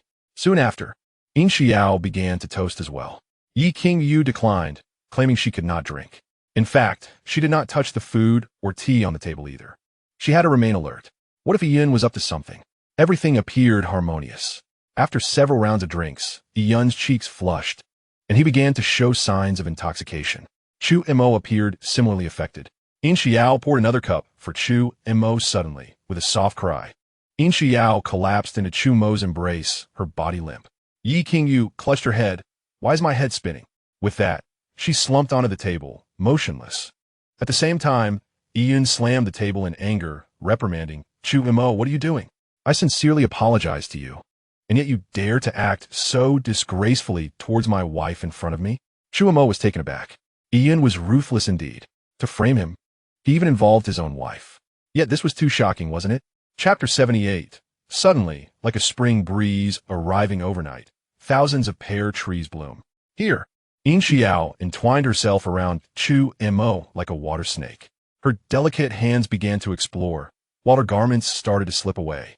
Chu Mo quickly grasped Ian's vengeful tactics. This was a calculated attempt to force him and Yin Xiao to perform for him. This fellow was truly vindictive. If word of this got out, Chu Mo would be in grave trouble. At that moment, Ian could present himself as the aggrieved husband, taking the moral high ground. It must be said this was indeed thrilling. Were it not for Yi Qingyu's presence, Chu Mo would have had no qualms about blurring the lines between pretense and reality. Did he truly think he was a good person? Although he possessed a few bottom lines, they were rather few in number. Otherwise, during his undercover days in his previous life, he would have long been devoured by that group of nefarious individuals, leaving not even a bone behind. Get away. Chu Mo feigned a look of terror as he pushed away Yin Xiao. In that fleeting moment, his heart raced wildly. His spiritual energy distinctly captured the slight upward curve of Yi Qingyu's lips. Indeed, Yi Qingyu was not unconscious. She was merely pretending. Moreover, Yin Xiao displayed a look of disappointment on her face, implying that she too was acting. Damn! Chu Mo nearly let out an expletive. This Yin Xiao was no ordinary woman. In just a few breaths, she had thoroughly assessed him. No wonder Li Chenjiao mentioned that she was easy to handle. It appeared to be true. The thought that she intended to do this in front of Yun was exhilarating. What left Chu Mo speechless was that Yin Xiao maintained her pretense of being poisoned throughout. Clearly, she was aware of Yun's plan, but feigned ignorance. Yun Beiluet. Someone come? Chu Mo's expression tightened. However, after a long pause, no one came. The previously pushed aside, Yin Xiao once again entangled herself with Chu Mo, soft and fragrant. She nestled into his embrace. Chu Mo shook his head, appearing dazed. He forcefully pushed Yin Xiao away again. Yin Xiao licked her lips, as if she had spotted a delectable prey. Stumbling, Chu Mo reached Yi Qingyu's side. "Darling, let us go," he urged. However, he found himself utterly drained, collapsing to the ground. At that moment, Yin Xiao approached him, whispering in his ear, "Don't waste your efforts. She has already fallen into the trap and won't awaken anytime soon." Chu Mo gradually lost himself. As he mounted, Yin Xiao's smile could no longer be contained. "Enough." Just then, a chilling voice echoed. Yin Xiao's pupils constricted, and her smile froze instantly. She slowly turned around to find Yi Qingyu already standing. At this moment, she appeared completely lucid. Yin Xiao quickly regained her composure, becoming as infatuated as Chu Mo. Yi Qingyu lifted Chu Mo into her arms and cast a deep glance at Yin Xiao, saying, "Cleverness will not serve you. Do not presume everyone is a fool." After speaking, she strode out of the room. Yin Xiao trembled slightly. Had Yi Qingyu seen through her thoughts? Impossible. She quickly regained her senses and lunged at Yun. Yun's face was a picture of rage. Although he could not see, he had guessed what had transpired. Chu Mo had been rescued by Yi Qingyu. Yin Xiao's behavior left Yun utterly unresponsive. "Useless trash, get lost." Yun slapped Yin Xiao across the face. Blood trickled from her lips as she glared at him with malice. She longed to shout, "You Yun are the real useless trash. Otherwise, I wouldn't have resorted to such tricks." In the end, she held back, collapsing to the ground as if dead. Zu Montag, Avaken. Yi Qingyu held Chu Mo, utilizing her lightness skill to flee. However, Chu Mo's hands were far from compliant. Yi Qingyu's face turned crimson. This outrageous behavior was terrifying. "No, I must quicken my pace." Chu Mo secretly reveled in his cunning. After all, she had deliberately feigned unconsciousness to test him. Now, it was his turn, and if one must act, they might as well commit fully. Those who can act well are the ones who will thrive. Time flowed by. Yi Qingyu finally returned to the Yi residence. She did not enter through the front door, fearing to wake the others, but instead scaled the wall with Chu Mo in her arms, heading directly to the attic. Upon entering the room, Yi Qingyu exhaled in relief while also puzzled. What kind of poison was this, that its effects were so formidable? Chu Mo's lips twitched momentarily. He hesitated. Should he continue pretending or not? He pondered for only a heartbeat. Of course, he would continue to act. Tonight, it must culminate in triumph. "So hot," Chu Mo murmured, embracing Yi Qingyu and taking a bite. Yi Qingyu hesitated for a moment before reciprocating. Under the candlelight, their shadows intertwined completely. As the poet once said, suddenly, as if a spring breeze arrived overnight, thousands of pear trees bloom. Another poet noted, "Two hearts are like a fire in a furnace, nurturing warmth as deep as 5 inches." And yet another proclaimed, "Stars fade, dew is faint, the morning light first reveals its intent." A night of sleeplessness. Chu Mo genuinely experienced what it meant to turn clouds and rain. One blood, a successful conquest. A 6th grade master was indeed extraordinary. Sensing the transformation of his true energy, Chu Mo was utterly astonished. A day's practice equated to several months of arduous training. At that moment, a cold voice interrupted, "Did you deceive me?" Yi Qingyu's gaze was icy as she fixed her eyes on him. The pride of having claimed one blood dissipated instantly, replaced by a looming sense of crisis. He dared not meet Yi Qingyu's gaze, taking a deep breath to say, "Darling, I should not have concealed this from you. I indeed possess martial skills. And not long ago, I broke through to the 6th grade master level." "You are a 6th grade master?" Yi Qingyu exclaimed in astonishment. "So, you were pretending earlier?" Chu Mo abruptly looked up, incredulity etched on his face. Yi Qingyu bit her lip lightly. "If I hadn't tricked you, you certainly wouldn't have revealed the truth about your martial prowess." Chu Mo hurriedly explained, "I intended to tell you, just hadn't found the right opportunity. I would never deceive you, my darling." Yi Qingyu nodded in satisfaction and added, No wonder sixth sister said you might possess martial skills. That night, fourth sister tested you, and you truly could act. Chu Mo covered his face. Darling, please, no more.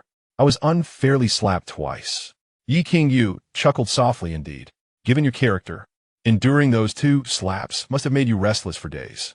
Chu Mo smiled at her, the dark clouds that had loomed over him dissipating instantly with her laughter. Yi King Yu suddenly became serious. Husband, it is best if no one else knows about your martial skills. Chu Mo was taken aback. What a coincidence. He had been thinking the same. Yi King Yu continued. If you lack martial skills, they send a 6th grade master to ambush you.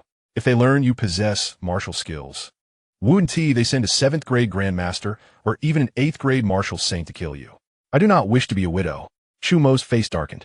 Although he understood Yi King Yu spoke the truth, the matter of his martial skills must remain concealed. After all, his enemies were likely even more terrifying. There was a high probability that there would indeed be an 8th grade martial saint among his foes. Yi King Yu leaned against Chu Mo's chest, puzzled. Husband, since you possess martial skills, why did you not resist when I brought you into the Yi family? Zu Montag site. Who could resist when my darling is the most beautiful woman in Zhao Jing? Even if nothing else happens, just looking at you is a delight. Yi King Yu shot him an exasperated glare. Chu Mo suddenly grinned. Darling, we are both 6th grade masters. Why not spar a little? Let us test our strengths and weaknesses to learn from each other. Chapter 79. You can tell fortunes? Mo long swallows the moon. As the sun rose high in the sky, Chu Mo slowly opened his eyes to find Yi King Yu lying beside him. It was the first time he had seen her sleeping in. Last night's battle had indeed been quite exhausting. Chu Mo got up and personally went to the kitchen to prepare a heartfelt breakfast. As for the morning roll call, let those who wish to attend go. Removing his position as 1,000 households would be even better. Upon returning to the room, Yi King Yu was already awake. In fact, the bedding was completely refreshed. Looking at the breakfast on the table, a radiant smile adorned Yi King Yu's face. Before long, a voice echoed from outside, King Yu. As Yi King Yu regained her senses, Dongfang Yungzi had already arrived in the main hall, pouring herself a cup of tea before collapsing into a chair with exhaustion. Just as Yi King Yu was about to speak, Dongfang Yungzi exclaimed, "Last night, an incessant wild cat appeared out of nowhere, meowing nonstop, leaving me sleepless. This morning I had to train the guards, and I feel utterly drained." Yi King Yu's face turned crimson at the remark, for she was indeed that little wild cat. Noticing Yi King Yu's unusual expression, Dongfang Yungzi asked in confusion, "King Yu, what is wrong? Are you feeling unwell?" Yi King Yu quickly shook her head, "No." Chu Mo, standing nearby, stifled a laugh. Suddenly, a foot stepped on his, causing him to grimace in pain. Dongfang Yungzi looked at the two with suspicion, sensing something was amiss. Suddenly, a thought struck her. "By the way, didn't you both visit the Guo Gong Mansion last night? How did it go? Ian didn't scheme against you, did he?" Chu Mo shook his head. "No, that fellow is quite pleasant. I nearly offered him my future princess." Dongfang Yungzi looked surprised. "Really? You're saying Ian is a good person?" Chu Mo replied. "The couple is exceedingly warm-hearted. If it weren't for Yi King Yu being there, I would have likely delved deeper into philosophical discussions with Yin Shiyu." Yi King Yu coldly interjected. "Both Yi Yun and Yin Shiyu are not to be trusted. They covertly used poisonous smoke." "What?" Dongfang Yungzi stood up abruptly, her expression darkening. "You can tolerate such actions? I shall summon the guards and storm the Guo Gong Mansion." Saying this, she turned to leave. Yi King Yu quickly grasped Dongfang Yungzi's arm. "Sister-in-law, let go. We haven't suffered any loss. If not for Ian, I and Chu Mo might not have broken through our final barriers." In fact, she felt grateful to him. Chu Mo, for once, took a generous stance. "Let it be. I noticed that fellow has a dark aura. He likely doesn't have long to live." Dongfang Yungzi was taken aback. "Brother-in-law, you can tell fortunes too?" Chu Mo rubbed his nose and replied, "I can only predict life and death." Dongfang Yungzi remained skeptical. After some idle chatter, she took her leave, unaware that if Yi Yun did not perish soon, Chu Mo would find a way to ensure his demise. It was that simple. At that moment, Yi King Yu suddenly asked, "Husband, how did you evade the poisonous smoke last night? I saw that you didn't circulate your vital energy at all." Chu Mo smiled slightly. "I kept an eye on Yun while he ate. Whatever he consumed, I consumed as well." Yi King Yu was astonished. "Are you saying the antidote was actually in the dishes?" Zu Montag nodded. Upon entering the room, He had sensed something unusual. Incense was one of the 4 elegant arts, commonplace among the nobility. However, the mixed sky technique he practiced was incredibly domineering. A trace of toxic gas entered his body, nearly triggering the technique to operate autonomously. It was only because Chu Mo forcefully halted it that his cultivation remained concealed. Yi Qingyu expressed her surprise. You truly can tell fortunes? Do you really believe that? Chu Mo nearly laughed, saying, if he survives, I shall accompany him on his journey. Yi Qingyu was rendered speechless. She could predict such outcomes as well, and indeed, she had similar thoughts. The reason she held on to Dongfang Yongzi was to avoid escalating the situation. Otherwise, if Yun were to die, the Hong Wang would undoubtedly seek trouble with the Yi family. Yi Qingyu suddenly said, come, I will take you to a place. Chu Mo looked puzzled. In such cold weather, I don't wish to go anywhere. Yi Qingyu's face displayed a hint of threat. Chu Mo's expression stiffened, and he gritted his teeth. I'll go. Shortly thereafter, a carriage departed from Zhaojing City. Chu Mo was filled with suspicion, wondering where they were headed. After an hour's journey, the carriage finally halted. As the curtain was lifted, an expansive and boundless horse ranch came into view. The snow had gradually melted, and horses galloped across the grassland with the speed of the wind. Chu Mo was astonished. Yi Qingyu explained, this is our family S-horse ranch, housing a total of 13,462 horses, primarily Wu Yu horses, among which there are 13 exceptional steeds. You should select a fine horse for our journey to Qingzhou. Truly, she knew him well. Chu Mo planted a kiss on her cheek. An excellent steed can sometimes be a matter of life and death. Yi Qingyu disdainfully wiped the drool from her face and jumped down from the carriage. At that moment, several figures approached, greeting respectfully Miss Young Master. Yi Qingyu asked, where are the 13 exceptional steeds? Miss Young Master, please follow me. The foremost of them, a burly man, turned and walked toward a nearby stable. Suddenly, magnificent horses were led into Chu Mo's sight. It was his first time witnessing such agile steeds. Some of the war horses were even taller than him, and he was a handsome young man over 6 feet tall. Chu Mo surveyed the area, his gaze landing on a pitch-black warhorse, resembling an unyielding ink. This black hue was not a dull darkness, but rather radiated a lustrous sheen akin to dark jade beneath its fur. As the sunlight cast down, a flowing ink-like aura shimmered across its shoulders, neither blinding nor lacking in texture.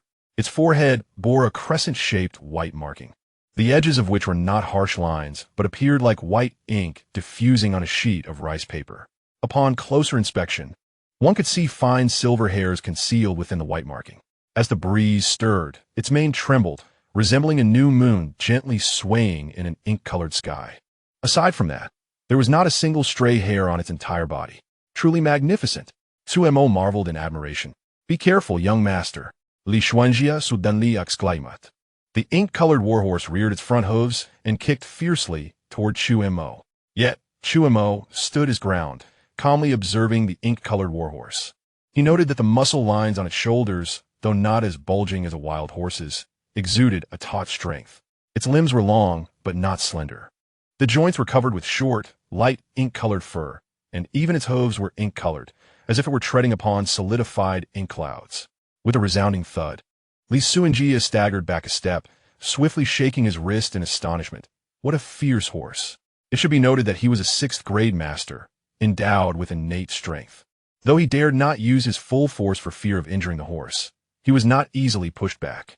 Su Montak chested, Xuanya. Haven't you seen such horses in the army? Li Xuanjia shook his head. Such fine steeds are rare and hard to come by. Yi Qingyu beamed with pride. Husband, this horse, Ink Dragon, swallowing the moon, cost me quite a fortune from Wu Kingdom. I attempted to tame it 3 times, but failed each time. Why don't you give it a try? Young master, you mustn't. Li Xuanjia quickly warned, recalling how he had just barely withstood its strike. Chu Mo, being only a 1st-grade warrior, would be at great risk. Yi Qingyu nodded slightly. Indeed, my husband's physique is too frail. Perhaps it's best to let it go. Chu Mo, feeling defiant, remarked, Xuanjia just said that fine horses are rare and hard to come by. What if it finds me handsome and wishes to be my steed? After saying this, Chu Mo approached Ink Dragon, swallowing the moon. Be cautious, young master. Li Xuanjia and Gu Yi held their breaths, ready to intervene at any moment. The power capable of repelling a 6th-grade master was not something a 1st-grade warrior could withstand. Yi Qingyu's right hand rested on the hilt of her sword at her waist. Chu Mo reached the stable and untied the reins. The ink dragon swallowing the moon emitted a low growl, almost as if it possessed sentience. At first, Chu Mo was puzzled by the inclusion of dragon in its name. But upon hearing its sound, he understood. Its voice was deep and resonant, akin to a dragon's roar. I am Chu Mo, and you're dragon. Chu Mo smiled faintly and remarked, You see, our names both contain the character Mo. Doesn't that create a harmonious pairing? Yi Qingyu and her companions were rendered speechless. Was this truly a matter of name compatibility? However, at that moment, they were all left dumbfounded. To their astonishment, Mo Long Tan Yue knelt down, allowing Chu Mo to mount. Subsequently, amidst the astonished gazes of the onlookers, Mo Long Tan Yue surged forward like a streak of dark light. Quick follow. Li Suanjia did not hesitate and leaped onto a warhorse to pursue. Gu Yi lagged slightly behind, only able to glimpse the shadow of Mo Long Tan Yue. Hurry! It's too fast. Such speed was beyond even the reach of a 7th-grade grandmaster. One could only wonder if an 8th-grade martial saint could keep up. Moments later, Li Suanjia returned, his head lowered and concern etched on his face. Miss, the young master has vanished. Yi Qingyu's expression darkened. Chu Mo's abilities were on par with hers. Surely he wouldn't be outpaced by Mo Long Tan Yue. After all, Mo Long Tan Yue was not equipped with a saddle. Should he be thrown off, he could sustain injuries. Yi Qingyu huffed lightly. If he is harmed, I shall slay it. Li Suanjia and the others were momentarily taken aback. In that instant, they understood Chu Mo's significance in Yi Qingyu's heart. This was a steed of immense value, yet to speak of killing it so readily? Fortunately, after a brief interval, a dark light appeared on the horizon. In mere moments, it reached their vicinity. Refreshing. Chu Mo dismounted, exhaling a breath of relief.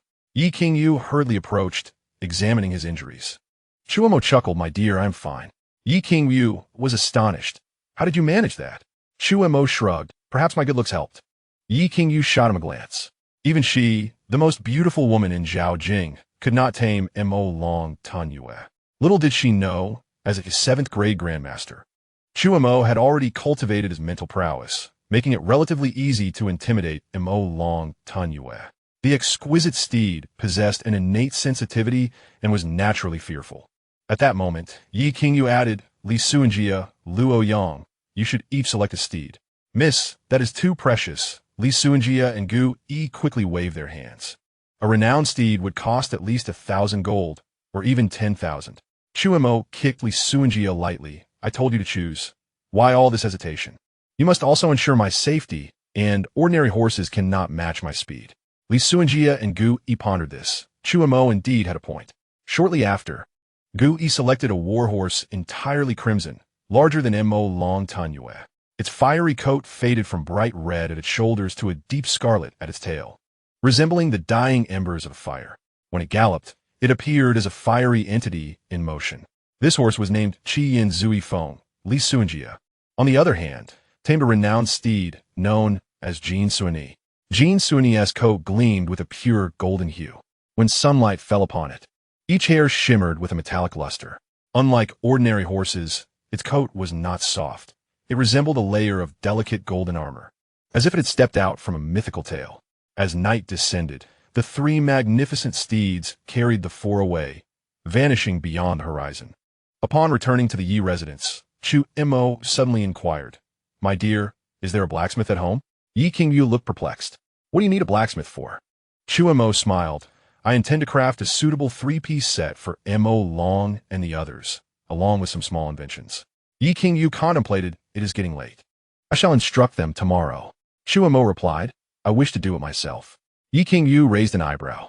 Isn't it merely about crafting a saddle? Do they truly need to do it themselves? Chu Mo added, I also plan to make shoes for Mo Long Tan Yue. Yi Qingyu thought she misheard and reached to touch Chu Mo's forehead. Chu Mo was speechless. In this world, while warhorses had saddles, they lacked horseshoes. Chu Mo had not thought of flaunting such things. Nonetheless, it should not be an issue to have Yi Wushang assist with military achievements. Otherwise, every time he was promoted, he would have to scramble for military merits. just as he had been elevated from the deputy Qinhu of the Jin Yi Wei to the Qinhu. It was thanks to Gu Cheng's efforts that he received credit for 2 cases. Otherwise, he would have had no qualifications for promotion. Husband. You. Yi Qingyu was about to speak when a lady in green approached. Miss, young master. Lord Lu Gu of the Jin Yi Wei is waiting for you in the hall. Lu Ye. What brings him here? Chu Mo wondered. Yi Qingyu said, could it be that something has happened at the imperial prison? You should go check. Chu Mo nodded slightly. Upon entering the hall, he found Lu Gu pacing anxiously. Upon seeing Chu Mo, Lu Gu hurriedly approached. Chu, my dear brother, you have finally returned. Chu Mo asked, puzzled, Brother Lu, what is the urgency? Lu Gu glanced around and then pulled Chu Mo into the hall, whispering, do you recall the person we captured last time at Ningyan Shao? Chu Mo replied, confused. The one who slaughtered the Shun family? Lu Gu nodded solemnly. For some time, I have been interrogating that individual. Unexpectedly, I learned from him that they slaughtered the Shun family in pursuit of a ledger and a roster, yet they found nothing after searching the Shun residence. Chu Mo's expression turned astonished. Brother Lu, do you believe this matter is related to the King's Hu grain transport incident? Lu Gu nodded gravely. Upon receiving this information, I rushed to find you. I didn't dare to inform others, hoping it could assist you. Thank you, Brother Lu, Chu Mo replied with a respectful bow. Suddenly, he recalled something. Brother Lu, weren't there 4 individuals involved in the massacre of the Shin family? Have the other 2 culprits not been captured yet? Lu Gu hesitated momentarily before revealing 2 names. Chu Mo was inwardly astonished. Indeed, they had been located, yet Lu Gu dared not apprehend them. My dear brother, I must take my leave, Lu Gu said, leaving in haste. Chu Mo watched Lu Gu depart, lost in thought. Shouldn't such matters be reported to the emperor? If the emperor possessed evidence against Hong Wang, it would be a significant accomplishment. After a moment of contemplation, Chu Mo quickly understood the reasoning. If this matter involved the King's Hu grain transport incident, Lu Gu could very well be drawn into a massive whirlpool, risking his life in the process.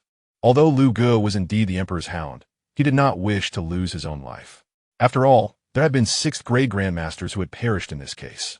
Lu Ji's intent in confiding in him was merely to cling to the Yi family as favor. Originally, Chu Mo had no interest in this matter. Yet now, he found himself entangled in this whirlpool. Gazing at the encroaching nightfall, Chu Mo sighed. It seems I must have an open and honest discussion with them. Chapter 81. So simple. Yun has died as night deepened. Chu Mo sat in the great hall. His shadow danced in tandem with the flickering candlelight. The door to the room opened, and a gust of cold wind swept in. Li Suanjia stood guard at the entrance, his expression solemn. Moments later, 2 figures appeared at the courtyard gate. Upon entering the hall, Gu Yi and Shun Wujiang bowed respectfully. We greet the young master. Chu Mo rose slowly and spoke. I have just received news that the 2nd branch of the Shun family was slaughtered for 2 items. Gu Yi's pupils constricted, while Shun Wujiang looked utterly perplexed. Chu Mo regarded Gu Yi calmly and stated, initially, I was uninterested in your affairs. I had no concern for any ledger or roster. However, this matter now pertains to the safety of the Yi family, and I must inquire further. Where the ledger and roster? What ledger? What roster? Shun Wujiang asked, bewildered. Chu Mo gently ruffled Shun Wujiang's hair, his gaze drifting from the rope on his head to Gu Yi. After a moment of contemplation, Gu Yi unexpectedly unfastened his robe and retrieved a piece of tattered cloth, stained with blood and exuding a putrid odor. In a solemn tone, Gu Yi stated, my brother entrusted this to me. I am uncertain what it signifies, but it may be related to the account books and rosters. Chu Mo took the rag and examined it closely, finding no discernible markings. Li Suanjia inquired, is it possible that a special method is required to reveal the information? Gu Yi shook his head. I have previously tried soaking it in water, scorching it with fire, and even employing various unique invisible materials from the Jianghu. Yet nothing has appeared. Chu Mo expressed skepticism. Is it possible that it is merely a piece of rag? How could that be? Gu Yi retorted without hesitation. Chu Mo interjected. When your brother gave it to you, was anyone else present? After a moment's reflection, Gu Yi replied, the steward of Mingjian Villa and several of my brother's trusted aides. Before he could finish, he suddenly raised his head, disbelief etched on his face. Shaking his head as he muttered, it cannot be, it cannot be. Chu Mo placed a reassuring hand on Gu Yi's shoulder. Though the matter was somewhat cruel, it might indeed be the truth. His brother, Shun Bashu, had intentionally allowed those individuals to witness him handing this item to Gu Yi. Should any present fall into enemy hands and divulge this information under pressure, it would divert attention from Gu Yi, allowing Shun's second son and Shun Wujiang to escape peril. At that moment, Chu Mo turned his gaze to Shun Wujiang and smiled. Wujiang, why have you not changed this headband? With reddened eyes, Shun Wujiang replied, This is the last memento left by my father. Chu Mo chuckled. May I borrow it for a moment? Of course. Shun Wujiang said as he removed the headband and handed it to Chu Mo. Chu Mo held the headband over the candle flame for a brief moment, and several lines of blue script gradually emerged. Is it truly this simple? Chu Mo was somewhat astonished.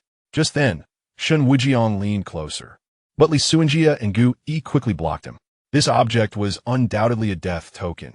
Anyone who viewed it might meet their demise. Chu Mo turned and said, Wujiang, the information on the headband is crucial for me. I shall return it to you afterward. Shun Wujiang remained silent. Chu Mo instructed, Suanjia, fetch some lime water. Suddenly, Shun Wujiang asked, Is this the item that led to my parents' demise? Chu Mo pondered for a moment and nodded. Shun Wujiang snatched the headband back and inquired, Have you memorized the information on it? Chu Mo inclined his head slightly. Shun Wujiang suddenly smiled, igniting the headband over the candle flame, declaring, I shall train diligently in martial arts to avenge my parents. Chu Mo ruffled his hair. I will have your third uncle teach you. Shun Wujiang willingly burned the headband, which was for the best. The headband recorded not the account books and rosters themselves, but their locations. Presently, you should be the only one aware of where the account books and rosters were hidden. Chu Mo had initially believed that if the items were in Gu Yi and Shun Wujiang's possession, he would not need to make the journey to Qingzhou himself. However, it now seemed an unavoidable endeavor. He could not simply inform the emperor of the locations without providing an explanation, which would inevitably expose Gu Yi and Shun Wujiang's identities. Moreover, the Yi residence will be placed in jeopardy. After all, Gu Yi and his nephew had spent an extended period in the Yi residence. Who knew whether they had disclosed this information to anyone there? The crux of the matter was that he did not possess the items. If only there were a trustworthy and formidable individual. Wait a moment. A sudden glimmer of insight crossed Chu Mo's mind as he contemplated. If I were to make a swift round trip, could I bring back the account books and rosters without alarming anyone? After a moment's reflection, he deemed the task formidable. The primary concern was that he had fled to Zhaojing due to being pursued. What if he were recognized upon re-emerging in the Jianghu? The more he thought about it, the more troubled he became. As dusk fell, he gestured for them to return and rest. Once the others departed, Chu Mo made his way to the loft, intending to seek Yi Qingyu's opinion. Upon reaching the loft, he found Dongfang Yungzi already present. Chu Mo felt speechless. He had initially planned to spar with Yi Qingyu, but that plan was likely to be thwarted. Yi Qingyu, aware of Chu Mo's thoughts, quickly said, Husband, fourth sister is concerned for your safety and has arranged for 6 bodyguards, including 2 fifth-tier martial artists and 4 fourth-tier martial artists, to accompany you to Qingzhou. Chu Mo replied, Thank you, fourth sister, but this matter pertains to the court, and there is no need to mobilize family resources. Dongfang Yungzi countered, They are our own people. It is more reassuring. Chu Mo shook his head. This case involves numerous forces. It is best that no one from the court gets involved. Furthermore, the journey to Qingzhou is fraught with danger. The fewer people, the better. Aside from my wife, Li Suanjia, and Luo Yang, I will only bring a few Jinyue. Dongfang Yungzi pouted. Isn't Qingyu also not a court official? Yi Qingyu smiled proudly. Fourth sister, I am now an auxiliary member of the Jinyue. Dongfang Yungzi was taken aback. This couple certainly played their cards well. At that moment, Su Mama gently knocked on the door, interrupting their conversation. Miss, fourth madam, and my lord, young Master Tang Feng from the Jingguo Duke's mansion is awaiting you in the hall. Su Mo was puzzled. Tang Fatty, what brings him here so late? Ye Ingus Jofit. What good could that fat man possibly want? Chu Mo turned to leave. Dongfang Yungzi whispered, King, shall we go and listen? Yi Qingyu's expression flickered. As Chu Mo entered the hall, Tang Feng approached with his 6-month belly, his face beaming with a wide grin. Brother Chu, congratulations. Chu Mo was utterly bewildered. Leaning lazily against a chair, he replied, My promotion to the position of Qianhu in the Jinyue was several days ago. Do you expect me to treat you? Brother Chu has been promoted to Qianhu? Tang Feng expressed mild surprise. Chu Mo was taken aback. Wasn't this visit related to that? If not, what was the occasion for celebration? Tang Feng continued with a smile. Just now, I received splendid news. Ian is dead. Who? Before Chu Mo could respond, Yi Qingyu and Dongfang Yungzi entered, both displaying expressions of astonishment. Tang Feng reiterated the heir of the Guo Gong Mansion, Ian. The three stared in disbelief. Ian was truly dead? Chapter 82. Another frame-up? Ian is dead? Chu Mo and Yi Qingyu exchanged incredulous glances, their eyes silently questioning. Did you kill him? Both shook their heads gently. Upon further reflection, they found it understandable. Since returning from the Guo Gong Mansion last night, they had spent the entire day together, making it impossible for them to have killed Ian. Tang Feng chuckled. We should celebrate. Zhao Jing has lost another scourge. Aren't you too? Dongfang Yungzi interjected with a huff. Fourth sister, you have misunderstood me, Tang Feng replied, not angered but amused. Brother Chu, little demoness, shall we celebrate together? Yi Qingyu was taken aback. Aren't you going to the brothel?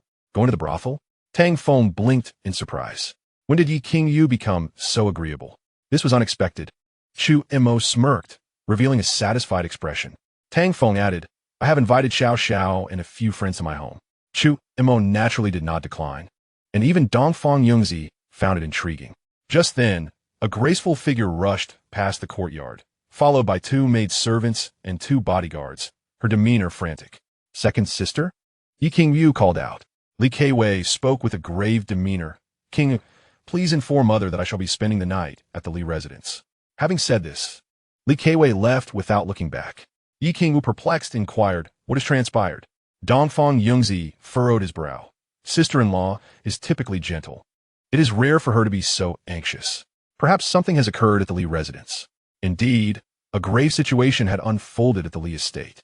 At that moment, the voice of Yi Wusheng echoed from a distance. Chu Mo queried, Sixth brother, what has happened at the Li residence? Ye Usang? Replied solemnly. Li Chenjiao infiltrated the Guo Gong residence and coerced Yin Xiu. After being discovered by Yi Yun, in a fit of rage, he resorted to murder to silence him. He was then apprehended by the arriving guards. Impossible. Tang Feng was the first to voice his dissent. The Guo Gong residence is heavily fortified, guarded by numerous 5th-grade warriors and 6th-grade masters. Although Yi Yun is blind, he is still a 2nd-grade warrior. How could the feeble and cowardly Li Chenjiao possibly kill Yi Yun? Yi Qingyu remarked, if even Tang Fatty can see through this, it must be a frame-up. Tang Feng retorted, Yi Qingyu, do you possess any manners? Alas, who could blame you for being a little demoness, now aligned with the Chu Demon King, making you untouchable? Chu Mo was left bewildered. How could this fellow be framed again? However, upon further reflection, it made sense. Li Chenjiao, who daily assisted others' concubines with their ailments, was bound to face repercussions eventually. It was merely a matter of time. Yi Wusheng added, but Yin Xiu firmly asserts that Li Chenjiao committed murder to silence Ian. Chu Mo, unconvinced that Li Chenjiao would resort to murder, pondered, is it possible that Yin Xiu killed Ian? Tang Feng shook his head. Though Yun is now a pitiful blind man, he remains the heir of the Guo Gong residence. As long as he is alive, Yin Xiu is the esteemed consort of the Guo Gong residence. If Yun were to die, Yin Xiu would be nothing. She would have no motive to kill him. The others nodded in agreement, acknowledging the wisdom in Tang Feng's analysis. Yi Wusheng further instructed, sister, brother-in-law, you two must visit the Li residence to see if you can assist in any way. Fatty, we shall reconvene later. Chu Mo took Yi Qingyu and departed. What a troublesome affair. Tang Feng sighed softly and followed them out of the Yi residence. Just as Chu Mo and Yi Qingyu exited, Li Suanjia and Gu Yi caught up to them. Chu Mo patted Gu Yi's shoulder. You stay here to protect the Yi residence. Understood, Gu Yi nodded. The three of them mounted their steeds and set off. Moments later, they caught up with Li Keiwei at the entrance of the Li residence. Li Keiwei hurriedly led them into the hall. Inside the hall, 4 figures were present. At the head of the table sat a slightly gaunt man in his 50s, adorned in a brocade robe. He was none other than the head of the Li family, Marquis Wuping. Beside him, a woman leaned over the table, weeping uncontrollably. She was Zhang Shi, the mother of Li Chenjiao. To the left, a refined man in his 30s sat sideways in a chair, still clad in his official robe, evidently having not yet changed.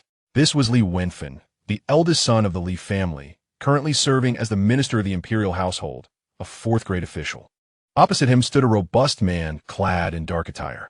His broad shoulders and waist adorned with a jade belt accentuated his imposing stature. This man was Li Wuliu, the second son of the Li family, also a court official, holding the position of commander of the Northern Guards, a fifth-grade official. Overall, the Li family was not particularly remarkable, and Li Chenjiao was more adept at causing trouble than resolving it.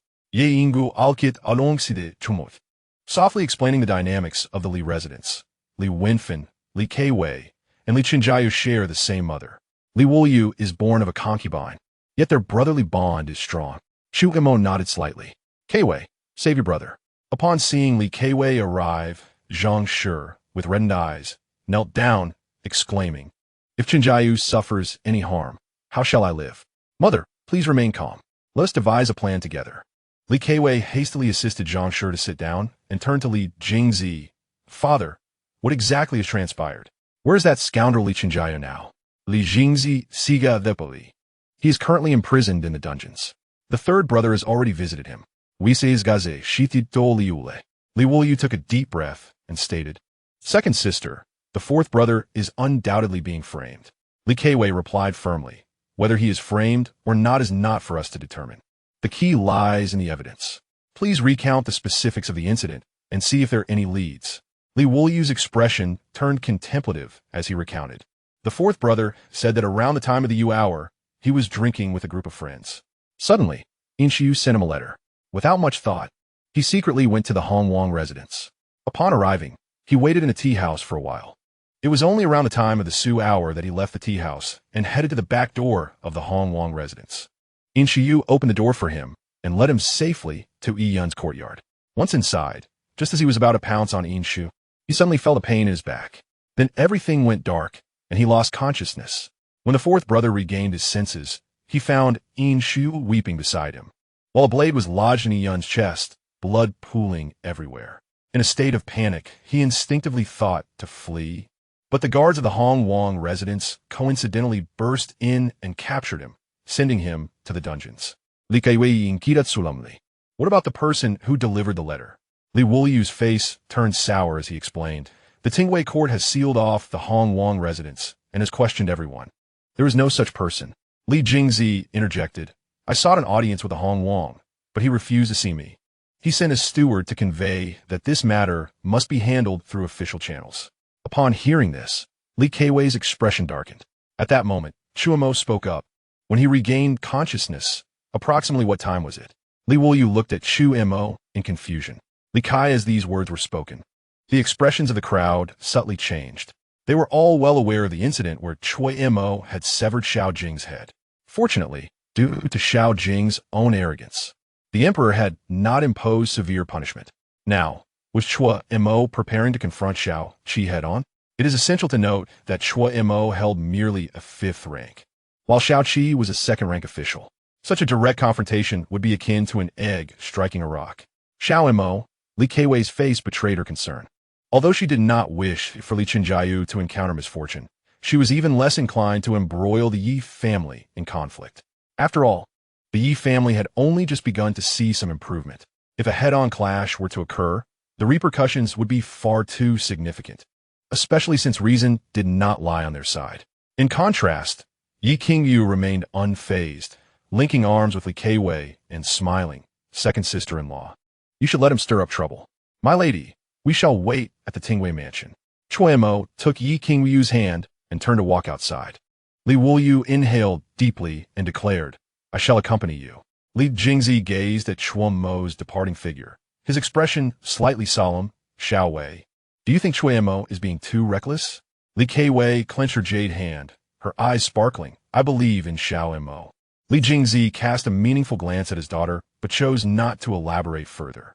Meanwhile, Chu Mo and the two others rode side by side. Li Wuliu looked at Chu Mo with eager anticipation. Brother Chu, are you really going to cause a ruckus at the Tingwei mansion? Guo Mo merely smiled in silence. This fellow appeared rather foolish and dazed.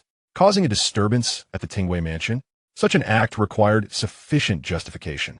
Only by holding the moral high ground could one truly stand firm. Li Wuliu, displaying admiration, continued, Brother Chu, Your act of slaying Xiao Jing last time truly delighted us. He then inquired, do you think I might have the chance to join the Jinyue? Chu Mo turned to look at Li Wuliu. This lad, though not particularly clever, possessed remarkable martial skills. His internal energy surged like a tide, and his vitality was exceptionally robust. He had likely already surpassed the 5th rank of innate cultivation. Chu Mo did not respond directly, but instead smiled. Li brother, are you currently serving as a North Palace Guard commander? Li Wulua Nudda. Guarding the palace gate every day is rather dull. Chu Mo remarked. I have heard that Li Qinjiayu often entices other men's concubines. Has he never sought your assistance to enter the palace for a stroll? Brother Chua, be cautious with your words, Li Wuliu exclaimed in alarm, hastily waving his hand. We wouldn't dare let even a mosquito pass through. Allowing Li Qinjiayu into the palace? What a disaster that would be. How could he be permitted to wreak havoc in the emperor's harem? Chu Mo chuckled. I believe, Li brother, you are better suited to remain at the Waiwei Mansion. In the future, your rise to prominence as a Waiwei officer will be just around the corner. Li Wuliu quickly shook his head, yet his face was filled with a smile. In Chu Mo's perspective, Li Wuliu's martial prowess was more than sufficient for joining the Jinyue. If he were to be reassigned, he would at least hold the rank of 1,000 households. However, Chu Mo felt it would be better for Li Wuliu to stay at the Waiwei Mansion. For him, it would be advantageous. They could share a few more drinks together. As long as it did not involve entering the palace, there were various matters he could assist with. For instance, investigating who entered and exited the imperial palace at night. Had he possessed such connections earlier, he would have unraveled the identity of that woman long ago. As they chatted, the trio unknowingly approached the entrance of the Tingwei Mansion. A few guards, noticing the 3 blocking the entrance, approached with drawn blades. One guard, looking at them with indifference, coldly instructed, this place does not permit loitering. Move along.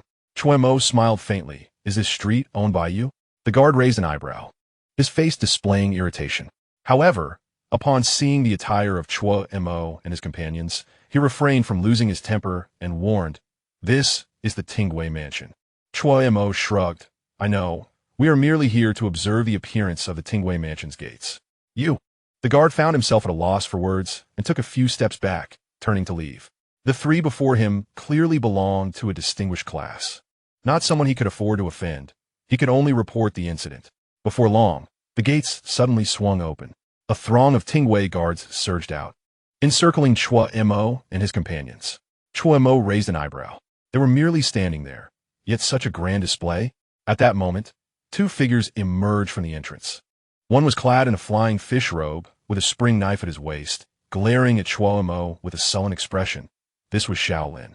The other, dressed in ordinary attire, appeared to be in his late 30s, with a visage somewhat resembling Shaolin's. He must be Shao Qi. Before anyone could speak, a chilling aura swept in from the street's end. A battalion of Jinyue, dressed in black flying fish robes, surged forth, swiftly surrounding the gates of the Tingwei Mansion. Li Suanjia, leading by Li Feng and several others, positioned themselves behind Chu Mo, casting cold gazes at the Tingwei guards. Shaolin bellowed, Chu Mo, you are incredibly bold. Do you even realize what you are doing? Chu Mo smiled faintly and bowed to the heavens. I am here on imperial orders to investigate a case. What do you, Shaolin, intend to obstruct me? Shaolin's face was one of disdain. On imperial orders? Whose orders do you serve? Of course, he served the emperor's decree. Chu Mo's expression remained calm as he mockingly regarded Shaolin. What? Can you, Shaolin, serve anyone else's orders? You. Shaolin's complexion shifted slightly. The Jinyue were the emperor's personal guards, only heeding the emperor's commands. Chu Mo's words carried an implication of profound disrespect. At that moment, a powerful voice resonated. This is the Tingwei Mansion. Anyone who dares to intrude will be executed without mercy. Chu Mo's expression was indifferent. I am acting on the emperor's orders to thoroughly investigate the case of grain transport in Qingzhou that sank into the river. I now suspect that Yun is involved in this matter. Shao Qi's heart sank.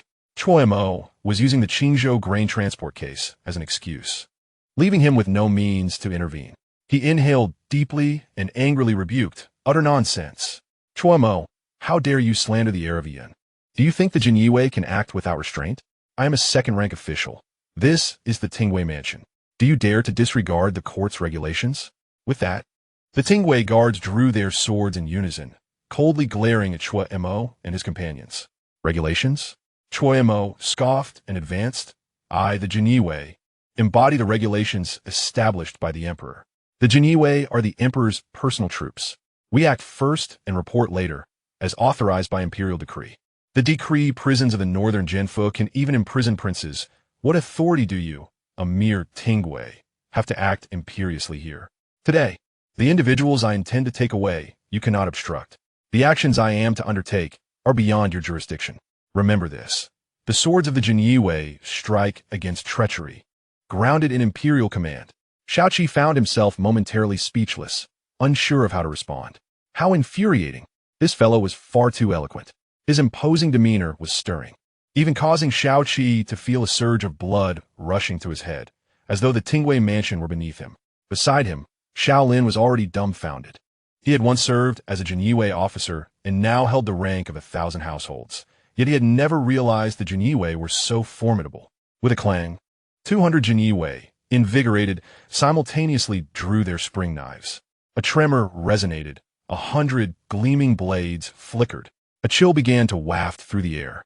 The Tingwei guards felt a prickling sensation on their scalps, instinctively retreating a few steps in fear. Chu Mo advanced on horseback, followed closely by Li Suanjia and by Li Feng leading the Jinyiwei. The Tingwei guards instinctively parted to allow passage, none daring to obstruct them.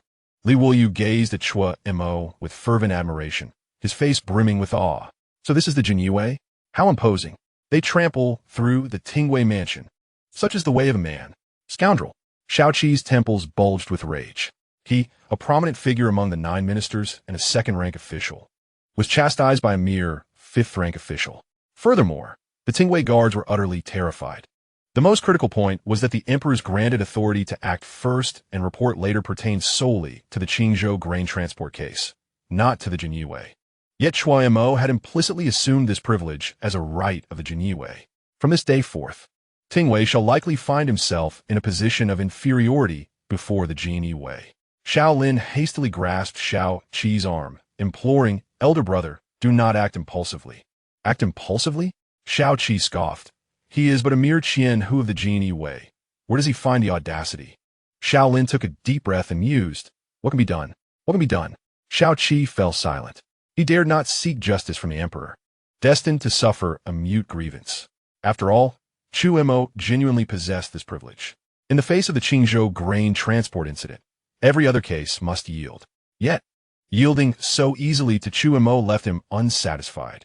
After a long pause, Shaoqi exhaled, "Second brother, you must immediately inform the Hong Wang Fu." Shaolin nodded and departed swiftly.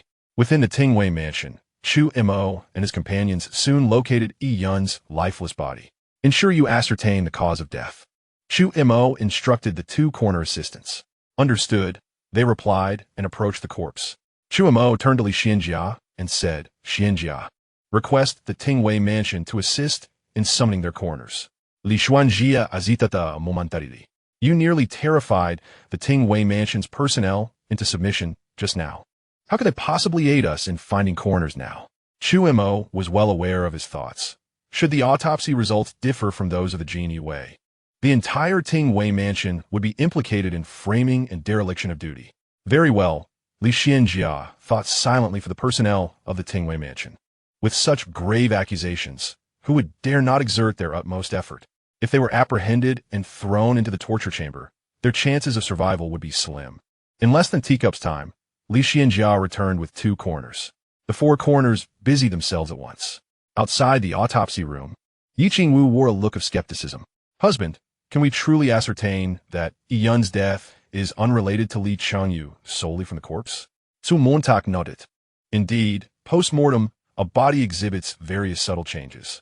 Through meticulous observation and comparison, one can accurately determine the time of death.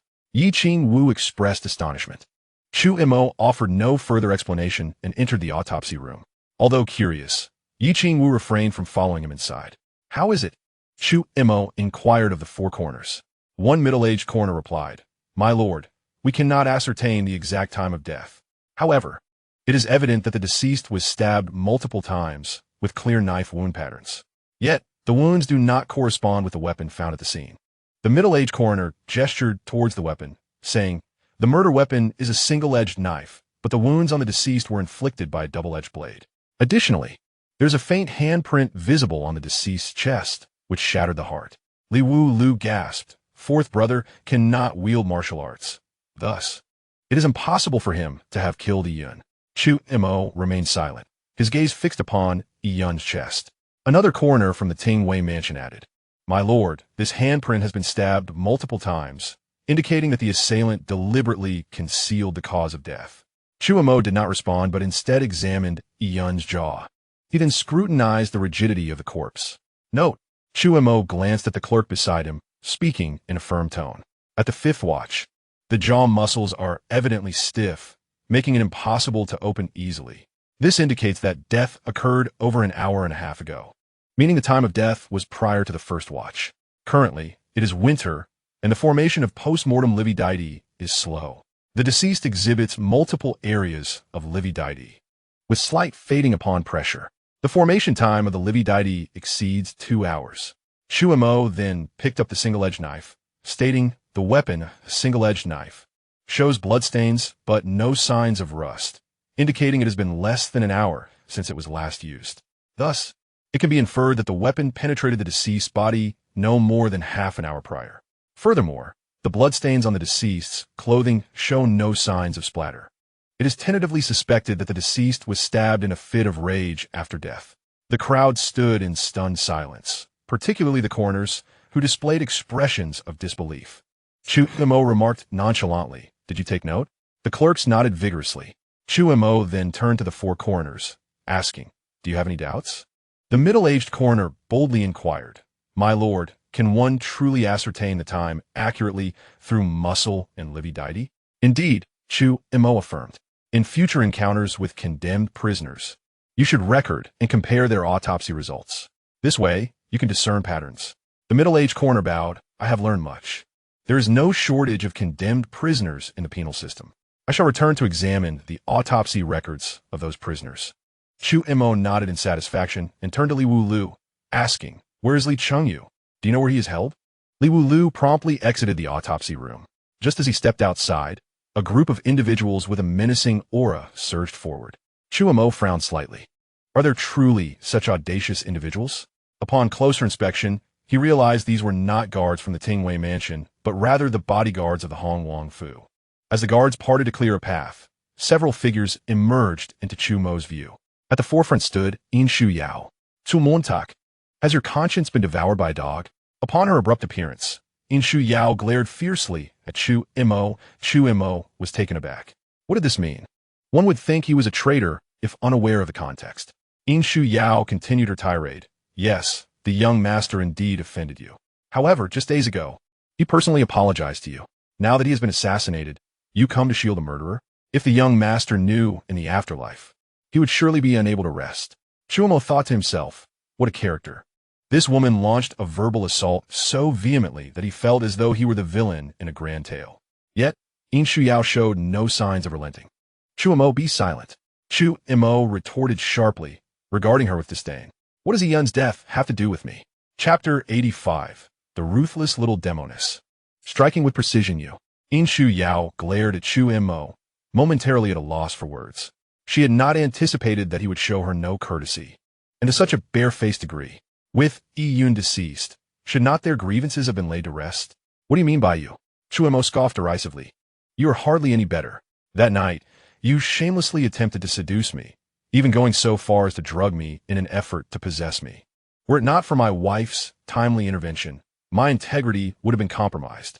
"You speak nonsense." In Shu Yao's eyes widened in horror. She could not believe Chu Mo had aired this scandalous accusation before everyone. Did he have no shame?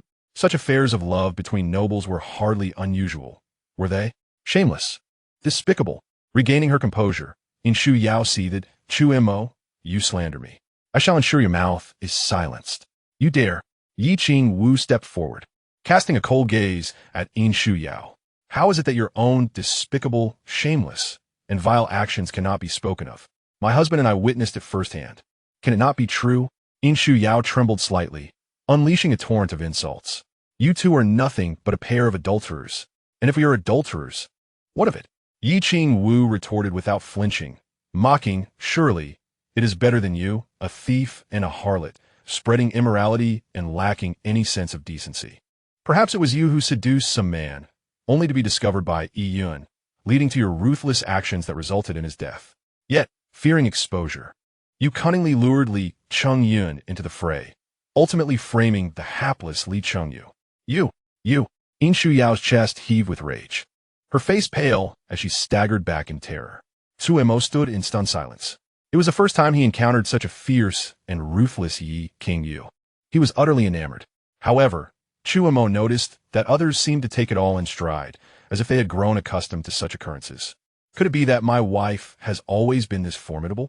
It makes sense. Otherwise, how could Tang Fatty frequently refer to her as the little witch? His wife's words were indeed venomous.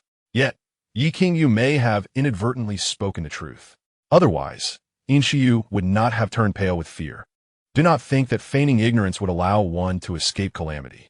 Yi Qingyu showed no intention of sparing In Shiyu and continued her onslaught when Yi Yun was alive. You were the young lady of the Hong Wang Fu. Now that Yi Yun is dead, you are nothing but a mere widow, unless you are pregnant with Yi Yun's child. Upon saying this, Yi Qingyu appeared to have an epiphany. I understand now. You are afraid of losing your status as young lady since you have no child of Yi Yun. Therefore, you sought to borrow seed from others, which is why you tried to seduce my husband last time. In Shiyu, consumed by rage, spat a mouthful of blood and collapsed to the ground. In that instant, the entire venue fell silent. How overwhelming! Who could withstand such ferocity? Chu Mo silently gave a thumbs up. He never imagined that his wife possessed such extraordinary combat prowess. She was indeed a paragon of both literary and martial excellence. Chu Mo stroked his chin, lost in thought, contemplating. What my wife said may very well be the truth. Bringing Shiyu here, Chu Mo gently waved his hand. You dare! Shout! She stepped forward, coldly glaring at Chu Mo. Chu Mo, do you even realize what you are doing? Chu Mo shrugged. I do. I am apprehending a suspect. Bring her in. Anyone who dares to obstruct shall face death without mercy. Clang! Li Suanjia and Bailey Feng unsheathed their embroidered spring knives and lunged towards In Shiyu. Chu Mo's gaze remained fixed on the movements of the guards from the Hong Wang Fu. Who dares to touch the young lady? Suddenly, a burly man brandishing a knife stepped forward, blocking In Shiyu. You shall pass over my dead body. With a swift flash, the man's arm holding the knife was severed, blood spraying everywhere. Quick, precise, ruthless. Before he could regain his senses, Li Suanjia delivered a powerful kick to his chest. The burly man was sent flying, crashing into the courtyard wall, convulsing a few times before falling silent. In that moment, the guard from the Hong Wang Fu, who had initially prepared to intervene, were left trembling in fear. How brutal! They truly would kill. Shaoqi was also dumbfounded. They had come to rescue In Shiyu, but did not expect her to be so thoroughly berated by Yi Qingyu that she spat blood. The strongest among them nearly fell victim to a deadly strike. Shaoqi never expected that the genie Wei would be so audacious as to kill. What difficulty is there in stepping over your dead body? Tu Montauk scoffed, casting a cold glance at the guards of the Hong Wang Fu. You are risking your lives for a mere handful of coins? Li Sunjia approached In Shiyu amidst the gazes of the many guards from the Hong Wang Fu. Young lady, will you walk on your own? Or shall my men assist you? In Shiyu, gritting her teeth, remained motionless. However, her body trembled as if shaken by a sieve. She spat through clenched teeth. If you have the ability, just kill me. Li Suanjia replied indifferently. My subordinates are not murderers who slay indiscriminately. Even if the young lady deserves punishment, it will be handled according to the laws of the Qian. Since the young lady is unwilling to move, so be it. At that moment, Chu Mo suddenly spoke. Shaoqi and the others displayed expressions of astonishment. Was Chu Mo truly willing to let it go? It made sense. For the sake of the Li family, it would be unwise to completely offend the Hong Wang Fu and the Prime Minister of the Qian. Bailey Feng, go to the prison and bring Li Qinjiayu here.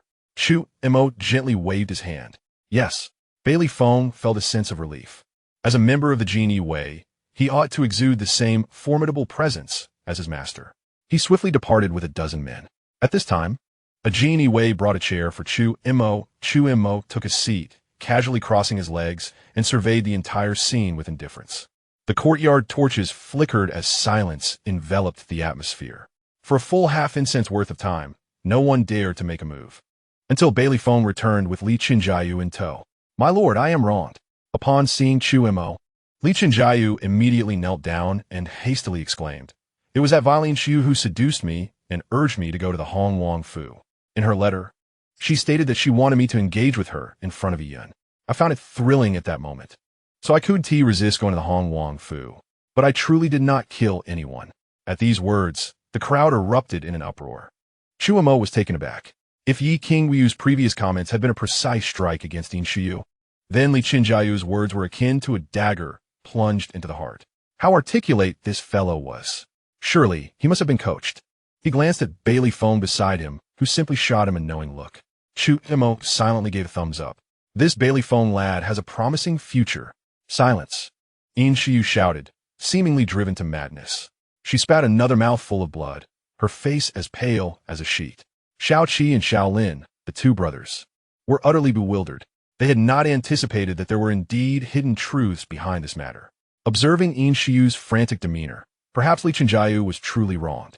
Wiping the blood from the corner of her mouth, Yin Shiyu forced herself to calm down, glaring at Li Qinjiayu like a venomous snake. "Li Qinjiayu, dare to slander me, and you shall not end well." Li Qinjiayu was undeterred, instead laughing. "I still have the letter you sent me." Chapter 86. So thrilling, the truth is revealed? The crowd gasped. This was utterly exhilarating. The lives of nobility were indeed beyond the imagination of ordinary folk. "A letter?" Yin Shiyu sneered, dismissively stating, "What letter? I have never written you a letter." Li Qinjiayu was taken aback. Could it be that the letter he received yesterday was a forgery? That shouldn't be the case. The handwriting matched exactly with the letters Yin Shiyu had written previously. Unless the last time was also a fabrication. Realizing this, Li Qinjiayu's expression darkened. He had intentionally rented a room where he kept letters exchanged with all the officials' concubines he had dealings with. Originally, he planned to go all out. Even if it meant exposing all the officials' concubines, he had to preserve his own life. But now he held back. It was simply not worth it. If those two letters turned out to be false, exposing that room would bring no benefit and would only offend a multitude of officials. Indeed, one should not engage in too many unscrupulous deeds. He would have to be particularly cautious in the future. Setting aside the matter of the letters, Chu Mo interrupted Li Qinjiayu's thoughts and turned to Yin Shiyu. "You say Li Qinjiayu forced you. Then I shall pose a few questions." Yin Shiyu scoffed and turned her face away. Chu Mo replied calmly, "You may choose not to answer, and I shall take it as your acquiescence." With that, he beckoned. An official responsible for documents had already set up a table and prepared ink, paper, and brushes.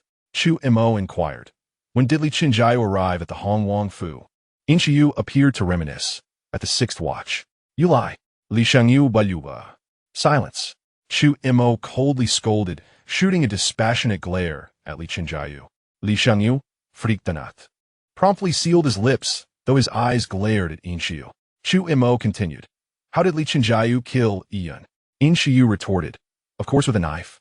The murder weapon has already been taken by you, hasn't it?" Chu Mo extended his right hand, and Ajini Wei placed the single-edged knife into his palm. Before he could speak, Yin Shiyu confidently declared, "It is this very knife." Chu Mo nodded slightly. "Since you claim that Li Qinjiayu arrived at the 6th watch, what did he force you? When did Yun meet his demise?" Yin Shiyu pondered for a few moments before shaking her head. "I do not know. Li Qinjiayu appeared in the room around the 6th watch. The heir arrived upon hearing my cries for help, and Li Qinjiayu intended to silence him. I clung desperately to Li Qinjiayu, but he overpowered me. He forcefully wrenched my arm away, and I accidentally collided with the bedpost, losing consciousness. When I awoke again, I found the air covered in blood." As she recounted this, Yin Shiyu wore an expression of profound sorrow, evoking sympathy and tenderness from those present. At that moment, however, Chu Mo's expression turned serious as he asked one final question. "Did Li Qinjiayu force you inside or not?" Yin Shiyu suddenly lifted her head, astonished as she gazed at Chu Mo. The others were equally taken aback, their ears perked with anticipation. "I can no longer endure this." Yin Shiyu suddenly lunged toward a nearby pillar. Fortunately, a female guard swiftly restrained her, or else the pillar would have laughed at the absurdity. Chu Mo appeared somewhat disappointed, having not anticipated Yin Shiyu's quick reaction and her threat of self-harm. Had she dared to say she was forced, it would have compelled Li Qinjiayu to perform before everyone. Even if she claimed otherwise, it would still tarnish her reputation. Li Qinjiayu, Chu Mo began, directing his attention to him. When did you receive the letter tonight? Around the third watch. Li Qinjiayu replied truthfully. Chu Mo continued. And then you went to Hong Wang Fu? No. Li Qinjiayu shook his head vigorously, contemplating for a moment before stating, at the third watch I was drinking with a group of friends at Tingxiangge. Not only can my friends attest to this, but the maidens present can verify it as well. I left around the fourth watch. Initially, I intended to go to Hong Wang Fu, but she told me to wait for her in the back alley until the latest at the fourth watch. Though I was indeed interested in her, I could hardly wait in the cold at the back door. I stayed at Mingji Cha Lu and did not leave until the third watch. He added, the staff and the owner of the tea house can corroborate my alibi. Additionally, there was the storyteller Chung Ziazi, along with a dozen listeners. I even gave Chung Ziazi 5 taels of silver. Chu Mo waved his hand, instructing Bali Feng, bring the staff and owner of the tea house here. Yes. Bali Feng departed with several genie away. In Xiao's pupils narrowed slightly, clearly caught off guard by the unfolding events. Chu Mo turned back to Li Qinjiayu, continue. Li Qinjiayu, feeling compelled to be honest, recounted, I did not expect that as soon as I arrived at the back door of Hong Wang Fu, that wretched In Xiao would drag me inside. She appeared frantic, and I was prepared to indulge in a moment in the courtyard. However, she insisted on doing it in front of Yun. I found it quite thrilling. Silence. How dare you speak such nonsense? In Xiao, like a frenzied cat, was about to pounce on Li Qinjiayu, but was intercepted by 2 genie Wei. The crowd was left in stunned silence. This tale was becoming increasingly sensational. Li Qinjiayu continued, yet I did not expect that as soon as I entered Yun's room, a hand struck my back, and I lost consciousness.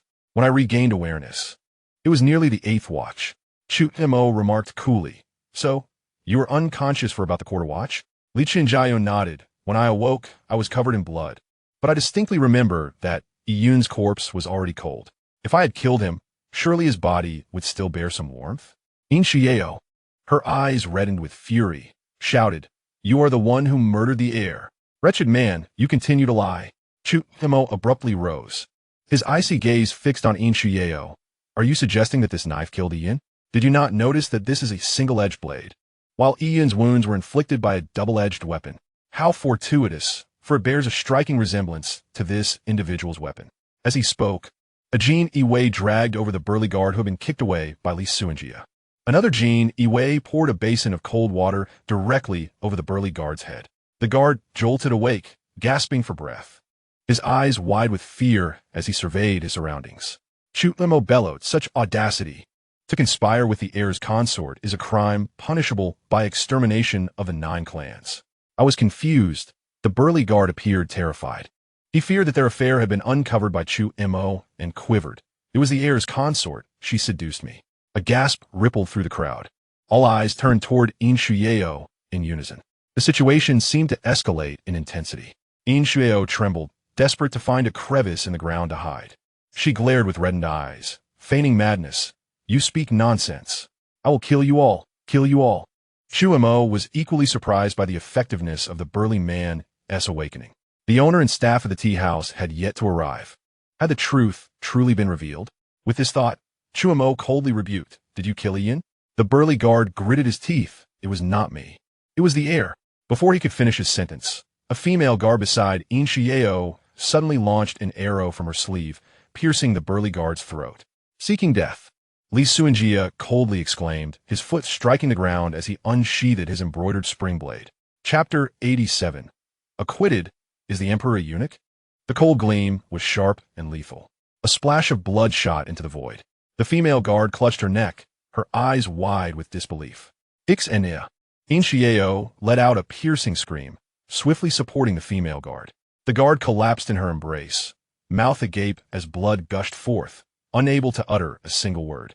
In the end, a faint smile emerged on her face before her head tilted, and she breathed her last. In Xiao wept inconsolably. After a long pause, she suddenly lifted her head, glaring at Li Suanjia. I will make you wish for death. Li Suanjia remained expressionless. You wish for me to suffer? You, In Xiao, should first ensure your own survival upon leaving Ting Wei Fu, based on his understanding of his own brother-in-law. Chu Mo would likely not allow In Xiao to remain a troublesome liability unless Hong Wang and the Chancellor personally intervened. At that moment, Bai Li Feng returned. Accompanied by the owner and staff of Ming Ji Cha Lu, Chu Mo addressed them directly. What time did Li Qinjiao arrive at your tea house tonight? And when did he leave? The owner promptly replied, reporting to you, Sir, young Master Li arrived at approximately the 6th watch. I am unsure of the exact time he departed, but the storytelling by Chang Ziazi concluded after he left, likely around the 3rd watch. If you do not believe me, you may inquire with the guests who listen tonight. Young Master Li even rewarded Chang Ziazi. Upon hearing this, a heavy silence fell over the crowd. The timeline did not add up. In Xiao was evidently attempting to frame Li Qinjiao. At this moment, Chu Mo looked at In Xiao with a detached gaze. The coroner's findings indicate that Yun's time of death was between the 4th and 6th watches. Li Qinjiao had no opportunity to commit the crime. As for you, enough. Suddenly, an elderly voice interrupted Chu Mo. An aged man with white hair, flanked by 4 guards, slowly approached. The Genie Wei and Ting Wei parted to make way. We pay our respects to the Chancellor. Everyone bowed in deference. The newcomer was none other than the current Chancellor, In Suitang. In Suitang gently lifted In Xiao. As he looked up, his murky gaze suddenly sharpened, coldly fixing upon Chu Mo. That gaze was chilling to the core. In an instant, Chu Mo felt as though he had plunged into a frozen abyss. Sensing a metaphorical blade poised at his throat, goosebumps rising across his body. Is this the esteemed Prime Minister of the Qian? Indeed, he possesses an extraordinary aura. Chu Mo quickly regained his composure and addressed the Prime Minister. Your Excellency, do you intend to shield this matter? I shall personally inform the Emperor, allowing him to make the final decision. Upsilon and Xutang coldly interrupted Chu Montak, assisting Upsilon and Shuio in departing. Li Suanjia tightened his grip on the embroidered spring knife. With a mere command from Chu Mo, he would not hesitate to take action, regardless of who stood before him. Just then, a pair of broad hands rested upon his shoulder. Turning to look, he saw Chu Mo gently shaking his head. With In Suitang present, it was evidently impossible